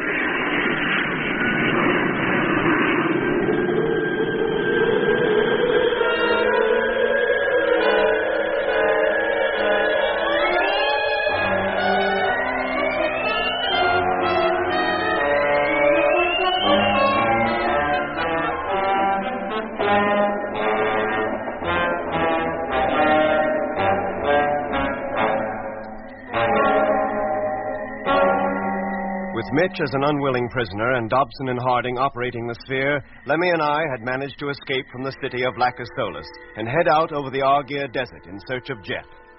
Meanwhile, Jet had left the land fleet for a Martian truck, the driver of which had declared himself willing to help Jet get back to Polar Base if he would take the man back to Earth with him. This Jet agreed to do, and so the two men set out in a westerly direction towards the Mare Erythraeum. Oh, what's the matter? What are you stopping for? They're here. What? Who? Look, up there, hovering above us. A sphere. Good grief. They found us. It's all over. I'm afraid we'll never make it now. Well, couldn't we make a dash for it? Oh, there'd be no point. But don't worry. No physical harm will come to you. The Martians rely on other methods, and I gather you're immune to the hypnosis. No, I'm not. They hypnotized me the first day I landed here out on the ice. Eh? Then why didn't they... Look! The door's opening. And somebody's stepping out. He's wearing a spacesuit. Well, it's Doc. Hello, Doc. Lemmy, this is Jet. Hello, Jet boy. Then you are in there, mate. It's not McLean. No, it's not. Stay where you are, Lemmy. We're coming out. I'll explain everything when we're safely inside the sphere with you. Okay, Jet, come on.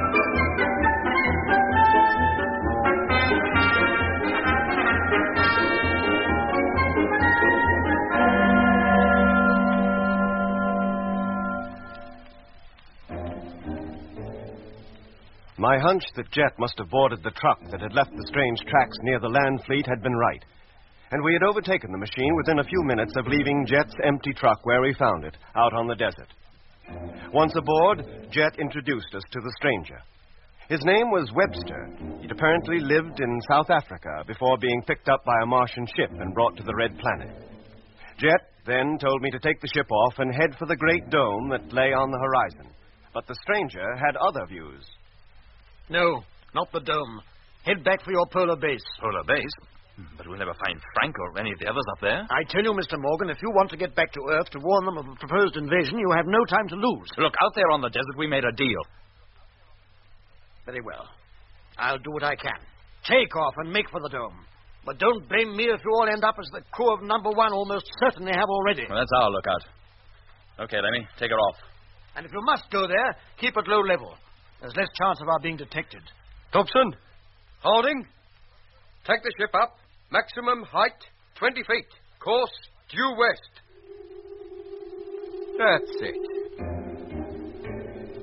Once we were underway, Webster examined Dobson and Harding and pronounced them beyond hope, so far as ever getting them back to normal was concerned. He then asked to see Mitch, so Jet and I took Webster to the upper cabin.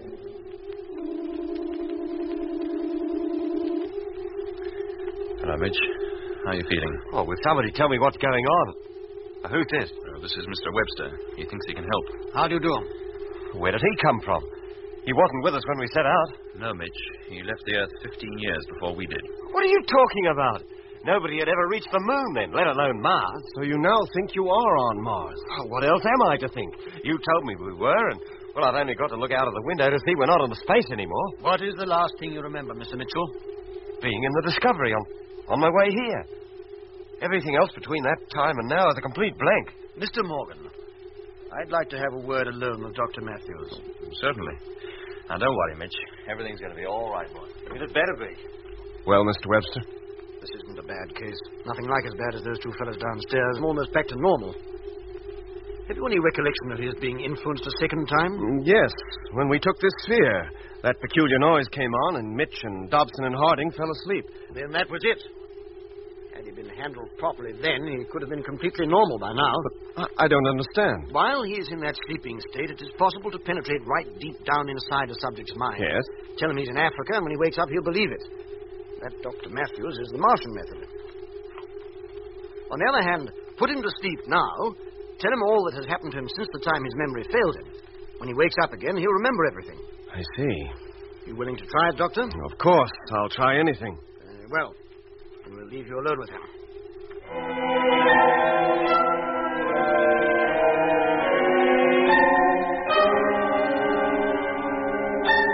Well, it worked all right. I put him to sleep just as Webster suggested, told him everything, and when I woke him up, he was quite normal. Oh, let's thank our lucky stars for that. If only we had a suit for him, he could come down here. Dobson. Harding, stop the ship. Have we arrived already, then? Yes, now, open the main door. All right, Mr. Morgan. If you care to wait here, I'll go and see what I can find out about Frank Rogers and the rest of his crew. And at the same time, bring a breathing apparatus for Mr. Mitchell. You're going alone? You look rather conspicuous in that spacesuit. Other people here might begin to ask awkward questions. That's all very well, mate, but how do we know what you're up to once you're out of our sight? You don't trust me? We've learned not to trust even our own eyes on this planet. Very well. If it makes you feel any better, I'll get breathing sets for the rest of you, and you can all come. Oh. And then once we're in there, you've got the lot of us. You don't seem to like any of my suggestions, Mr. Barnett. That's right. Leave this to me, Lemmy. Mr. Webster, you may or may not be in a position to help us. We cannot be sure as yet. So? So whatever you do, we must have some say in the matter. And what are you saying now? That you go into that dome and bring 4 sets of breathing apparatus with you. Yes? When you return, I'll have decided whether all or any of us will be coming back with you. Very well. Now, how long will it take you to get them? About 10 minutes. Right. But if you're not back in that time, we shall take off. What, and leave me here? But you promised you would take me back to Earth with you. Be back within 10 minutes, alone. You can expect me back well within that time. Harding, close the door. Hey, Jet, what's the idea? I'm taking no chances, Lemmy. What if his plan is to get us in there? But, Jet, if we don't go with him, how do we find out about Frank and the rest of the crew? Or even if Webster's speaking the truth about him when he does get back? 2 of us will go with him. We'll put a time limit on our return. And if we're not back within that time, you take the sphere back to Polar Base, board the Discovery, and head for home. Oh. From which I gather you will be going and I'll be staying. Yeah, Doc. Me and Lemmy. If we don't return, it's up to you and Mitch. Right? Yeah, Jet. That dome must be at least a mile wide in diameter. And there's lots of buildings scattered all over the ground it covers, like pillboxes. Ah, never mind the scenery, Lemmy. What's happened to Webster? He's just disappeared through a circular door in the base, which I can only take to be a form of airlock. Well, keep your eye on it and let me know the minute he comes out again. Yes, mate. Webster returned in 7 minutes, and, as he had promised, brought 4 sets of breathing apparatus with him. They were so compact that at first I couldn't believe they would be of any use, but a test proved that they were efficient enough. While Lemmy and Jet were taking off their suits prior to going outside, I took one of the breathing apparatuses up to Mitch. A few minutes later, he was down in the cabin with us and breathing its thin atmosphere quite normally. Well, that's it. Thank goodness I don't have to stay upstairs alone anymore. Are you ready, Mr. Morgan? The more time wasted, the less chance we have of getting away. All right, Doc. If we're not back in an hour, you know what to do. Yes, Jet. And good luck. Take care of yourself, Cotter. Come along, Lemmy. Yes, Jet. But I'd feel a lot better if I was carrying my spacesuit over my arm. Hey, what happens if this thing gives out on me? It will last you more than 48 hours. In any case, you need wear it only for a few minutes.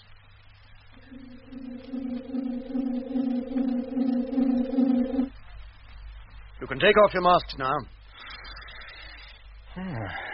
The atmosphere is breathable, all right. Oh, smells just like the London Tube. Now, this way. Where are we now? Inside the wall on which the dome rests. Deep down underground is a factory. Its workers are all conditioned types, but it is run by unconditioned men like myself, on orders received from Larcus Solus. And now we go through here.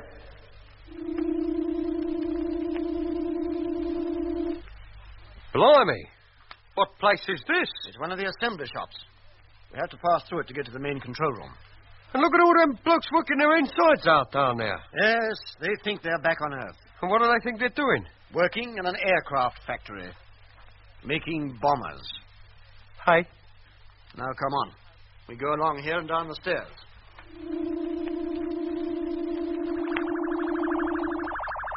Now, in you go.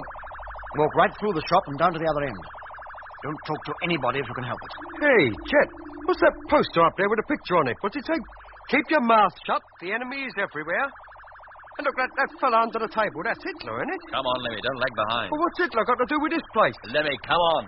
Hey, chum, got a match? Hey, what was that? Have you got a match for my fag? I've got 5 minutes for a spit in a drawer. Sorry, mate. Right out of matches. Oh, well, never mind. I'll get one from Tom. You going to work here? Maybe. I'm not sure yet. Oh, you didn't give up a good job just because of the war, did you? Because if you did, you would have mugged. Oh? Why? Oh, because it'll all be over by Christmas, that's why. You work on aircraft before? Not the kind you're making. Not a bad life, really. Foreman's a bit of an... Is he?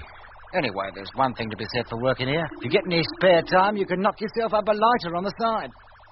Then where's yours? Lemmy, come on. What are you hanging back here for? I'm sorry, Jet. I couldn't just walk away from him. He thinks he's back in the 1940s, working in an aircraft factory. That's what they all must think. And all the time they're making spheres for the perishing Martians.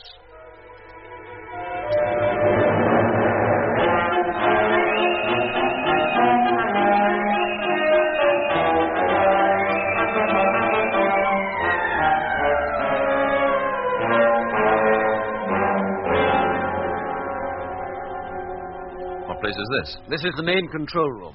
It's in constant touch with Larcus Solus. And if there's any news to be had about Rogers and his crew, it will come from here. I see. Now, remember, both you and Mr. Barnett are new personnel. You were picked up from Earth and you landed here only a couple of days ago. Uh-huh. You are condition-resisting types. I'm showing you over the place. Is that clear? Perfectly. Then let's go in. Oh, hello there, Bill. Thought you were out on the Murray. I was. I was called over to HQ and told to bring these gentlemen over here and show them a few things. They're newly up from Earth and haven't quite got used to the idea yet. Oh, welcome to the fold, gentlemen. You have my deepest condolences. Where did they pick you up? The crew of the Sphere, you mean, that brought us from Earth? Who else? From London. London? It's not the habit of the Spheres to drop down on populated districts. Oh, not London exactly. Hampstead Heath. I should have thought that even that would have been a little too crowded. Well, it was late at night, and it was foggy. And they weren't the only ones. I know. There were 4 newcomers landed in Lacasolis this morning. I was talking to them a few minutes ago. Talking to them? Were they called Rogers and Grimshaw? That's right. Good subjects, too, by all accounts. 3 of them grade 3 types, capable of being put into the deepest sleep. Oh, no. Would you care to see them? Where can I see them? Now, when the screen warms up, they'll appear on it. They're undergoing their initial training, learning to obey orders by remote control. There they are. That's Frank. In a few days, they'll be coming to work here. By then, they'll be used to my voice and to doing exactly as I tell them. Rogers, stand up. Oh, blimey, Jet. Look at him. He's doing it. Can you hear me, Rogers? I can hear you. Are you prepared to take my orders and to act on them? Orders must be obeyed without question at all times. Very good. Sit down, Rogers. Now, Grimshaw. I can hear you. Turn it off. What are your orders? Turn it off, do you hear? I tell you, turn it off! What are you getting so excited about? Do you think it's funny parading Frank and Grimshaw around like that, like I was Whittaker exhibits in a circus? Mr. Barnett. You knew Whittaker? We'd heard of him. Mr. Webster told us about him. Where is Frank? How far away from here is he? Too far for you to get at, Mr. Morgan.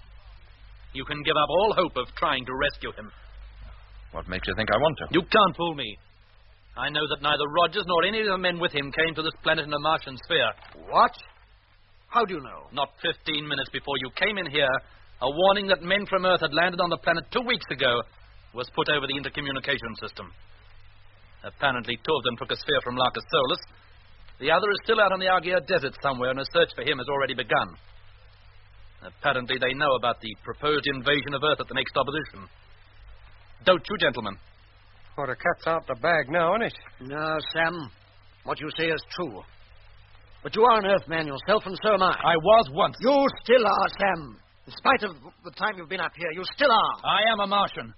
It is my duty to report the fact that 2 of the Earthmen are here. You mean Nobody knows we are here but you. Yes, that is Look, so. Sam, you'd like to go back to Earth, wouldn't you? I came here in 1896. What would be the point? When I left Earth 75 years ago, I was 35 years old. You know what would happen to me the moment I left this planet. I have no wish to die yet. But if we don't get back to Earth, they'll know nothing about the invasion. And how are they going to defend themselves? It is not intended that they should know of the invasion or how to defend themselves. And you cannot be allowed to return to tell them. No, you traitor! Webster, take these men to the living quarters. I'll report their presence here to Larcus Solus immediately. No, Sam, wait. They've promised to take me back to Earth with them. You? What do you want with Earth? You who came here in 1910. I didn't. It was 1956. And I wasn't old. Look at me. Am I old? I could still spend a few more years on Earth, couldn't I? Couldn't I? Don't make me laugh. You'd fade to nothing the moment you put foot on the place. You're not conditioned for Earth, you know. You're not a Whittaker. You've got to believe me, Mr. Morgan. I did come here in 1956. Oh, shut up and get out. And take these Earthmen with you. I have a report to make. Lemmy. Yes, Jet. No, Sam, don't. Don't tell them. Okay, Lemmy, now. Right, now. All right, Lemmy, now. Go on, yes, mate. Go on. Captain. Oh, what have you done? Give me the tickets to pay. Never mind. Now, you want to get back to Earth? Help us get out of here. All right, Lemmy, that's enough. If anybody could get that gear to work now, he'd be a genius. Right, mate. Now what? Now, back to the sphere. I'm right with you, boy. Come on, Mr. Webster. If you want to get back to Earth, this is your last chance.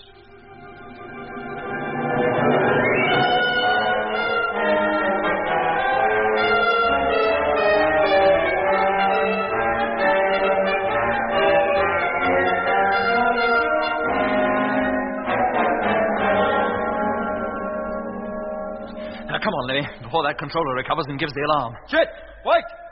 Webster! What about him? He's fainted or something, mate. Hold on, I'll be right with you. Now, what's wrong? Oh, look at him. Go on. Leave me and go on. What happened to you, Webster?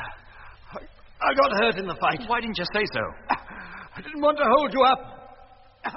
Now, do as I say. Go on. Put his arm on your shoulder, Lemmy. Right. We haven't far to go now. Right. Come on, quick as you can. The airlock's just along that corridor. Put on your mask, Lemmy. You'll need it when we get outside. Right. There they are. Hey, stop. Oh, blimey, they're here. Wait. Stay where you are. Come on, Lemmy, inside. Quick. And carefully. That's it. Wait, Mr. Morgan. Wait. I'm sorry, chum. We got a train to catch.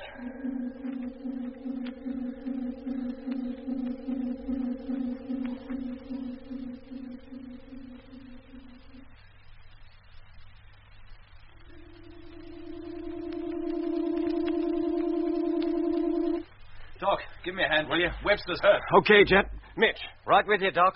Okay, Lemmy. We got him. Right. Take it easy, Mitch. Right. Lay him on the floor. We've got to get out of here, Doc, and quick. They've already got a search party out after us. What about Frank and Grimshaw? I'm afraid there's nothing we can do about them now, Doc.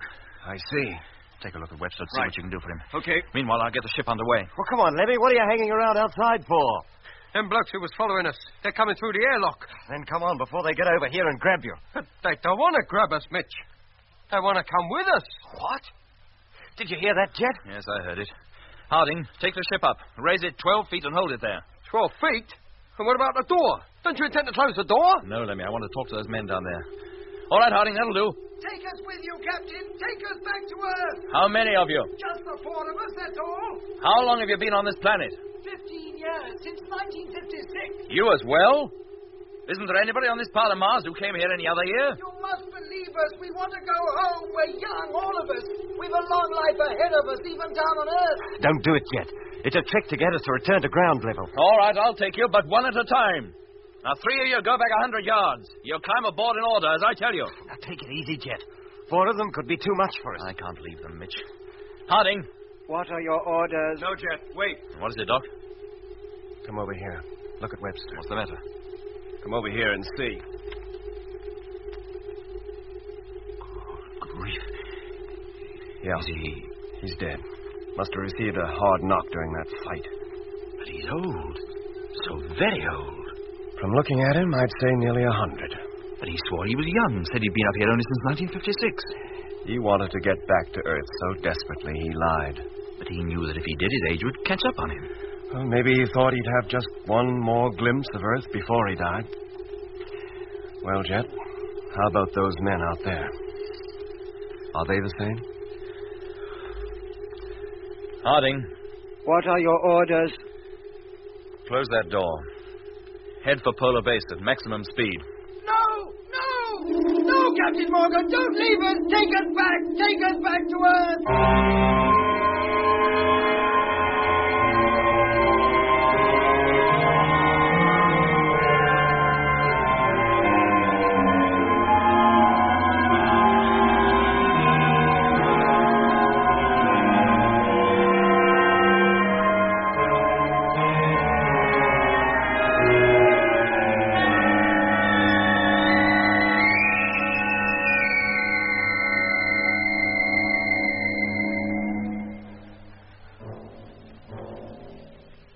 We hated leaving those men behind, but what could we do? Our one thought now was to get back to Polar Base, the springboard for our long journey back to Earth. The distance to base was covered in less than 2 hours, and it was with a sigh of relief that we sighted the Discovery, standing upright on the ice, ready to take off. Half an hour later, we had left the sphere, were in the flagship, and almost ready to fire the motors. And, up to now at any rate, there was no sign of any machine in pursuit of us.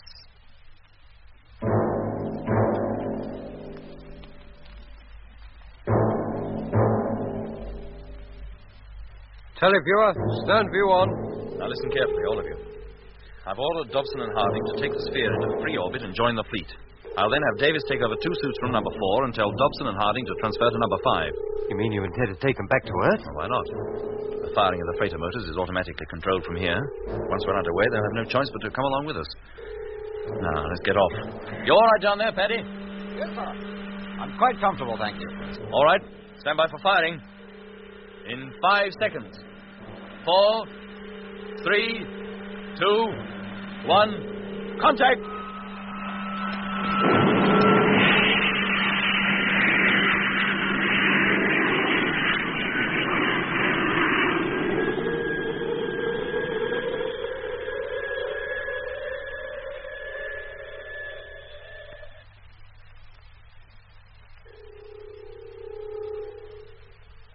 Okay, Jet. Discovery in correct position and traveling in free orbit. Right. Now, we'll have to wait an hour before our position is favorable to fire the motors and head for Earth. Lemmy, let Paddy out. As soon as you're settled in your own ship, Paddy, give me a call. I will, sir. Can you see the sphere, Doc? Yes, Jet. It's alongside number 6. There, see it? Yes. 9 ships we set out with, and only 4 are returning. And with Dobson and Harding to man one of them, perhaps only 3. Our trip can hardly be called a success. 13 men lost, 2 ships wrecked, and 3 abandoned for want of crews to man them. Jet, for Pete's sake, look! Martian spheres, a whole fleet. What? Yes. Where, Doc? Almost directly below us. Dozens of them. Paddy now drifting across to number 3. Hey, listen. There's that music. They're here. They aim to stop us, Jet. Put us all to sleep. How far and fast can those spheres travel? According to that flying Dr. Jet, not very far. Then we'll try to outpace them. Lemmy, let me know as soon as Paddy's entered his ship. He's just reached the airlock now. Call up the ships, Mitch. Have them stand by for takeoff. Right. So it will be only 3 ships after all. Hello, Space Fleet. Discovery calling. Stand by for takeoff. Repeat, stand by for takeoff. Number 3 is a flagship, standing by. Number 4 to flagship, standing by. Oh, blimey, they're giving out with a vengeance this time. Whatever you do, don't go to sleep. Fight it. Photo, Mitch. Okay. And stand by. Position. 3 degrees. 2 degrees. Firing imminent. 1 degree. Contact!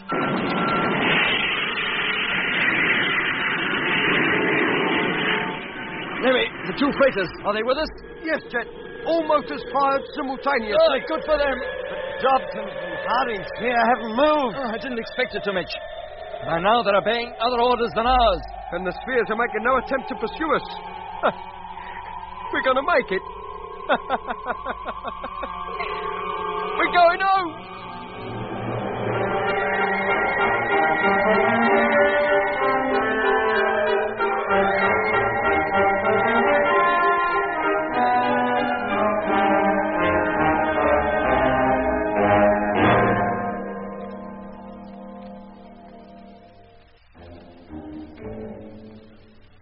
We established contact with Control a week after takeoff, and as we suffered no interference or jamming from Mars, we were able to tell them the whole story of our landing, of the loss of most of our ships and half our men. The main object of our trip, the exploration of Mars, was virtually unaccomplished.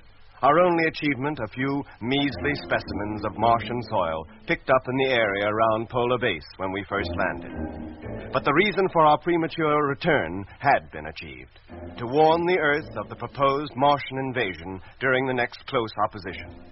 At first, our story was not believed, but as we passed more and more details of our incredible adventures back to Earth, the truth slowly began to sink in.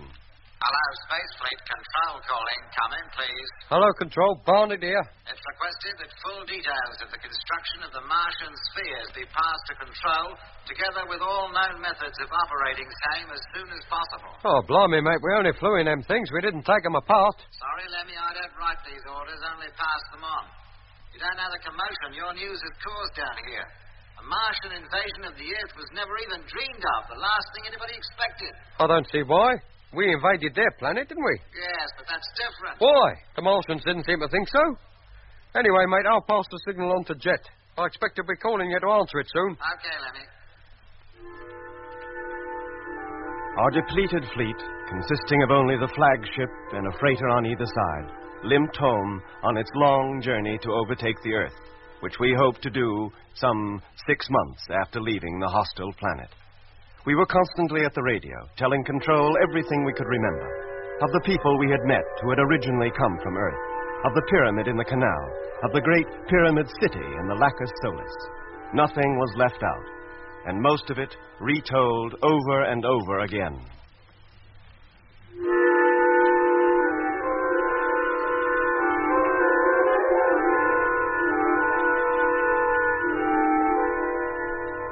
And then, at last, after 6 months and 2 weeks' flight through space, the ships were turned over, and we prepared to make the moon landing. Hello, Space Fleet. Your call received. Course X723, Track E. Platform is now cleared and ready for touchdown. And good luck. Thank you, Control. Landing imminent. Doc, gyro. Contact. Motor, Mitch. Okay. And stand by for firing. Height, 10,000. Position, Lemmy. Hang on. 9,000. Well, we made it. That's something. I only wish it was good news we was bringing home. 8,000. And when we do land, I expect we'll go straight into the interrogation room and stay there. We'll be lucky to get home in a month of Saturdays. 7,000. Stand by, Doc. Okay. Lemmy? Yes, mate. All right on my end. Freighter's turned over an information. 6,000. 5,000. Contact!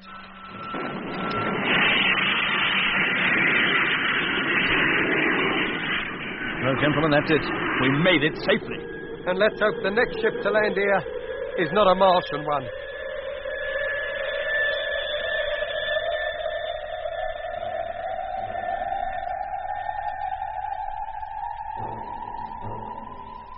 And so man's first trip to Mars was over. But it marked only the beginning of man's dealings with that fiery planet. The invasion of Earth did indeed begin 2 years later, 13 years before it was intended. No doubt after their plans had become known, the Martians thought it best to strike immediately, and the first ships of the Martian invasion fleet landed in Asia on September 23rd, 1973.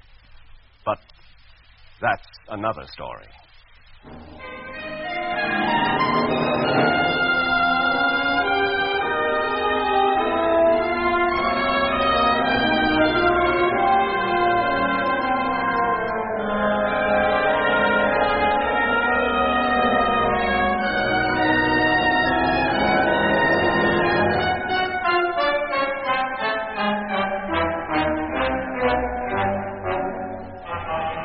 In episode 20 of Journey into Space, the last of the present series, you heard Andrew Folds as Jet Morgan, David Kossoff as Lemmy, Guy Kingsley Pointer as Doc, Bruce Beebe as Mitch, and with David Jacobs and John Casapan.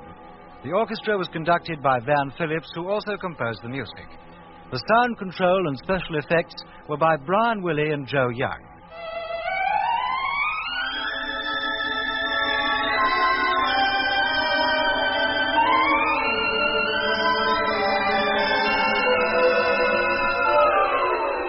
Journey into Space is written by Charles Chilton and produced by him in the London studios of the BBC.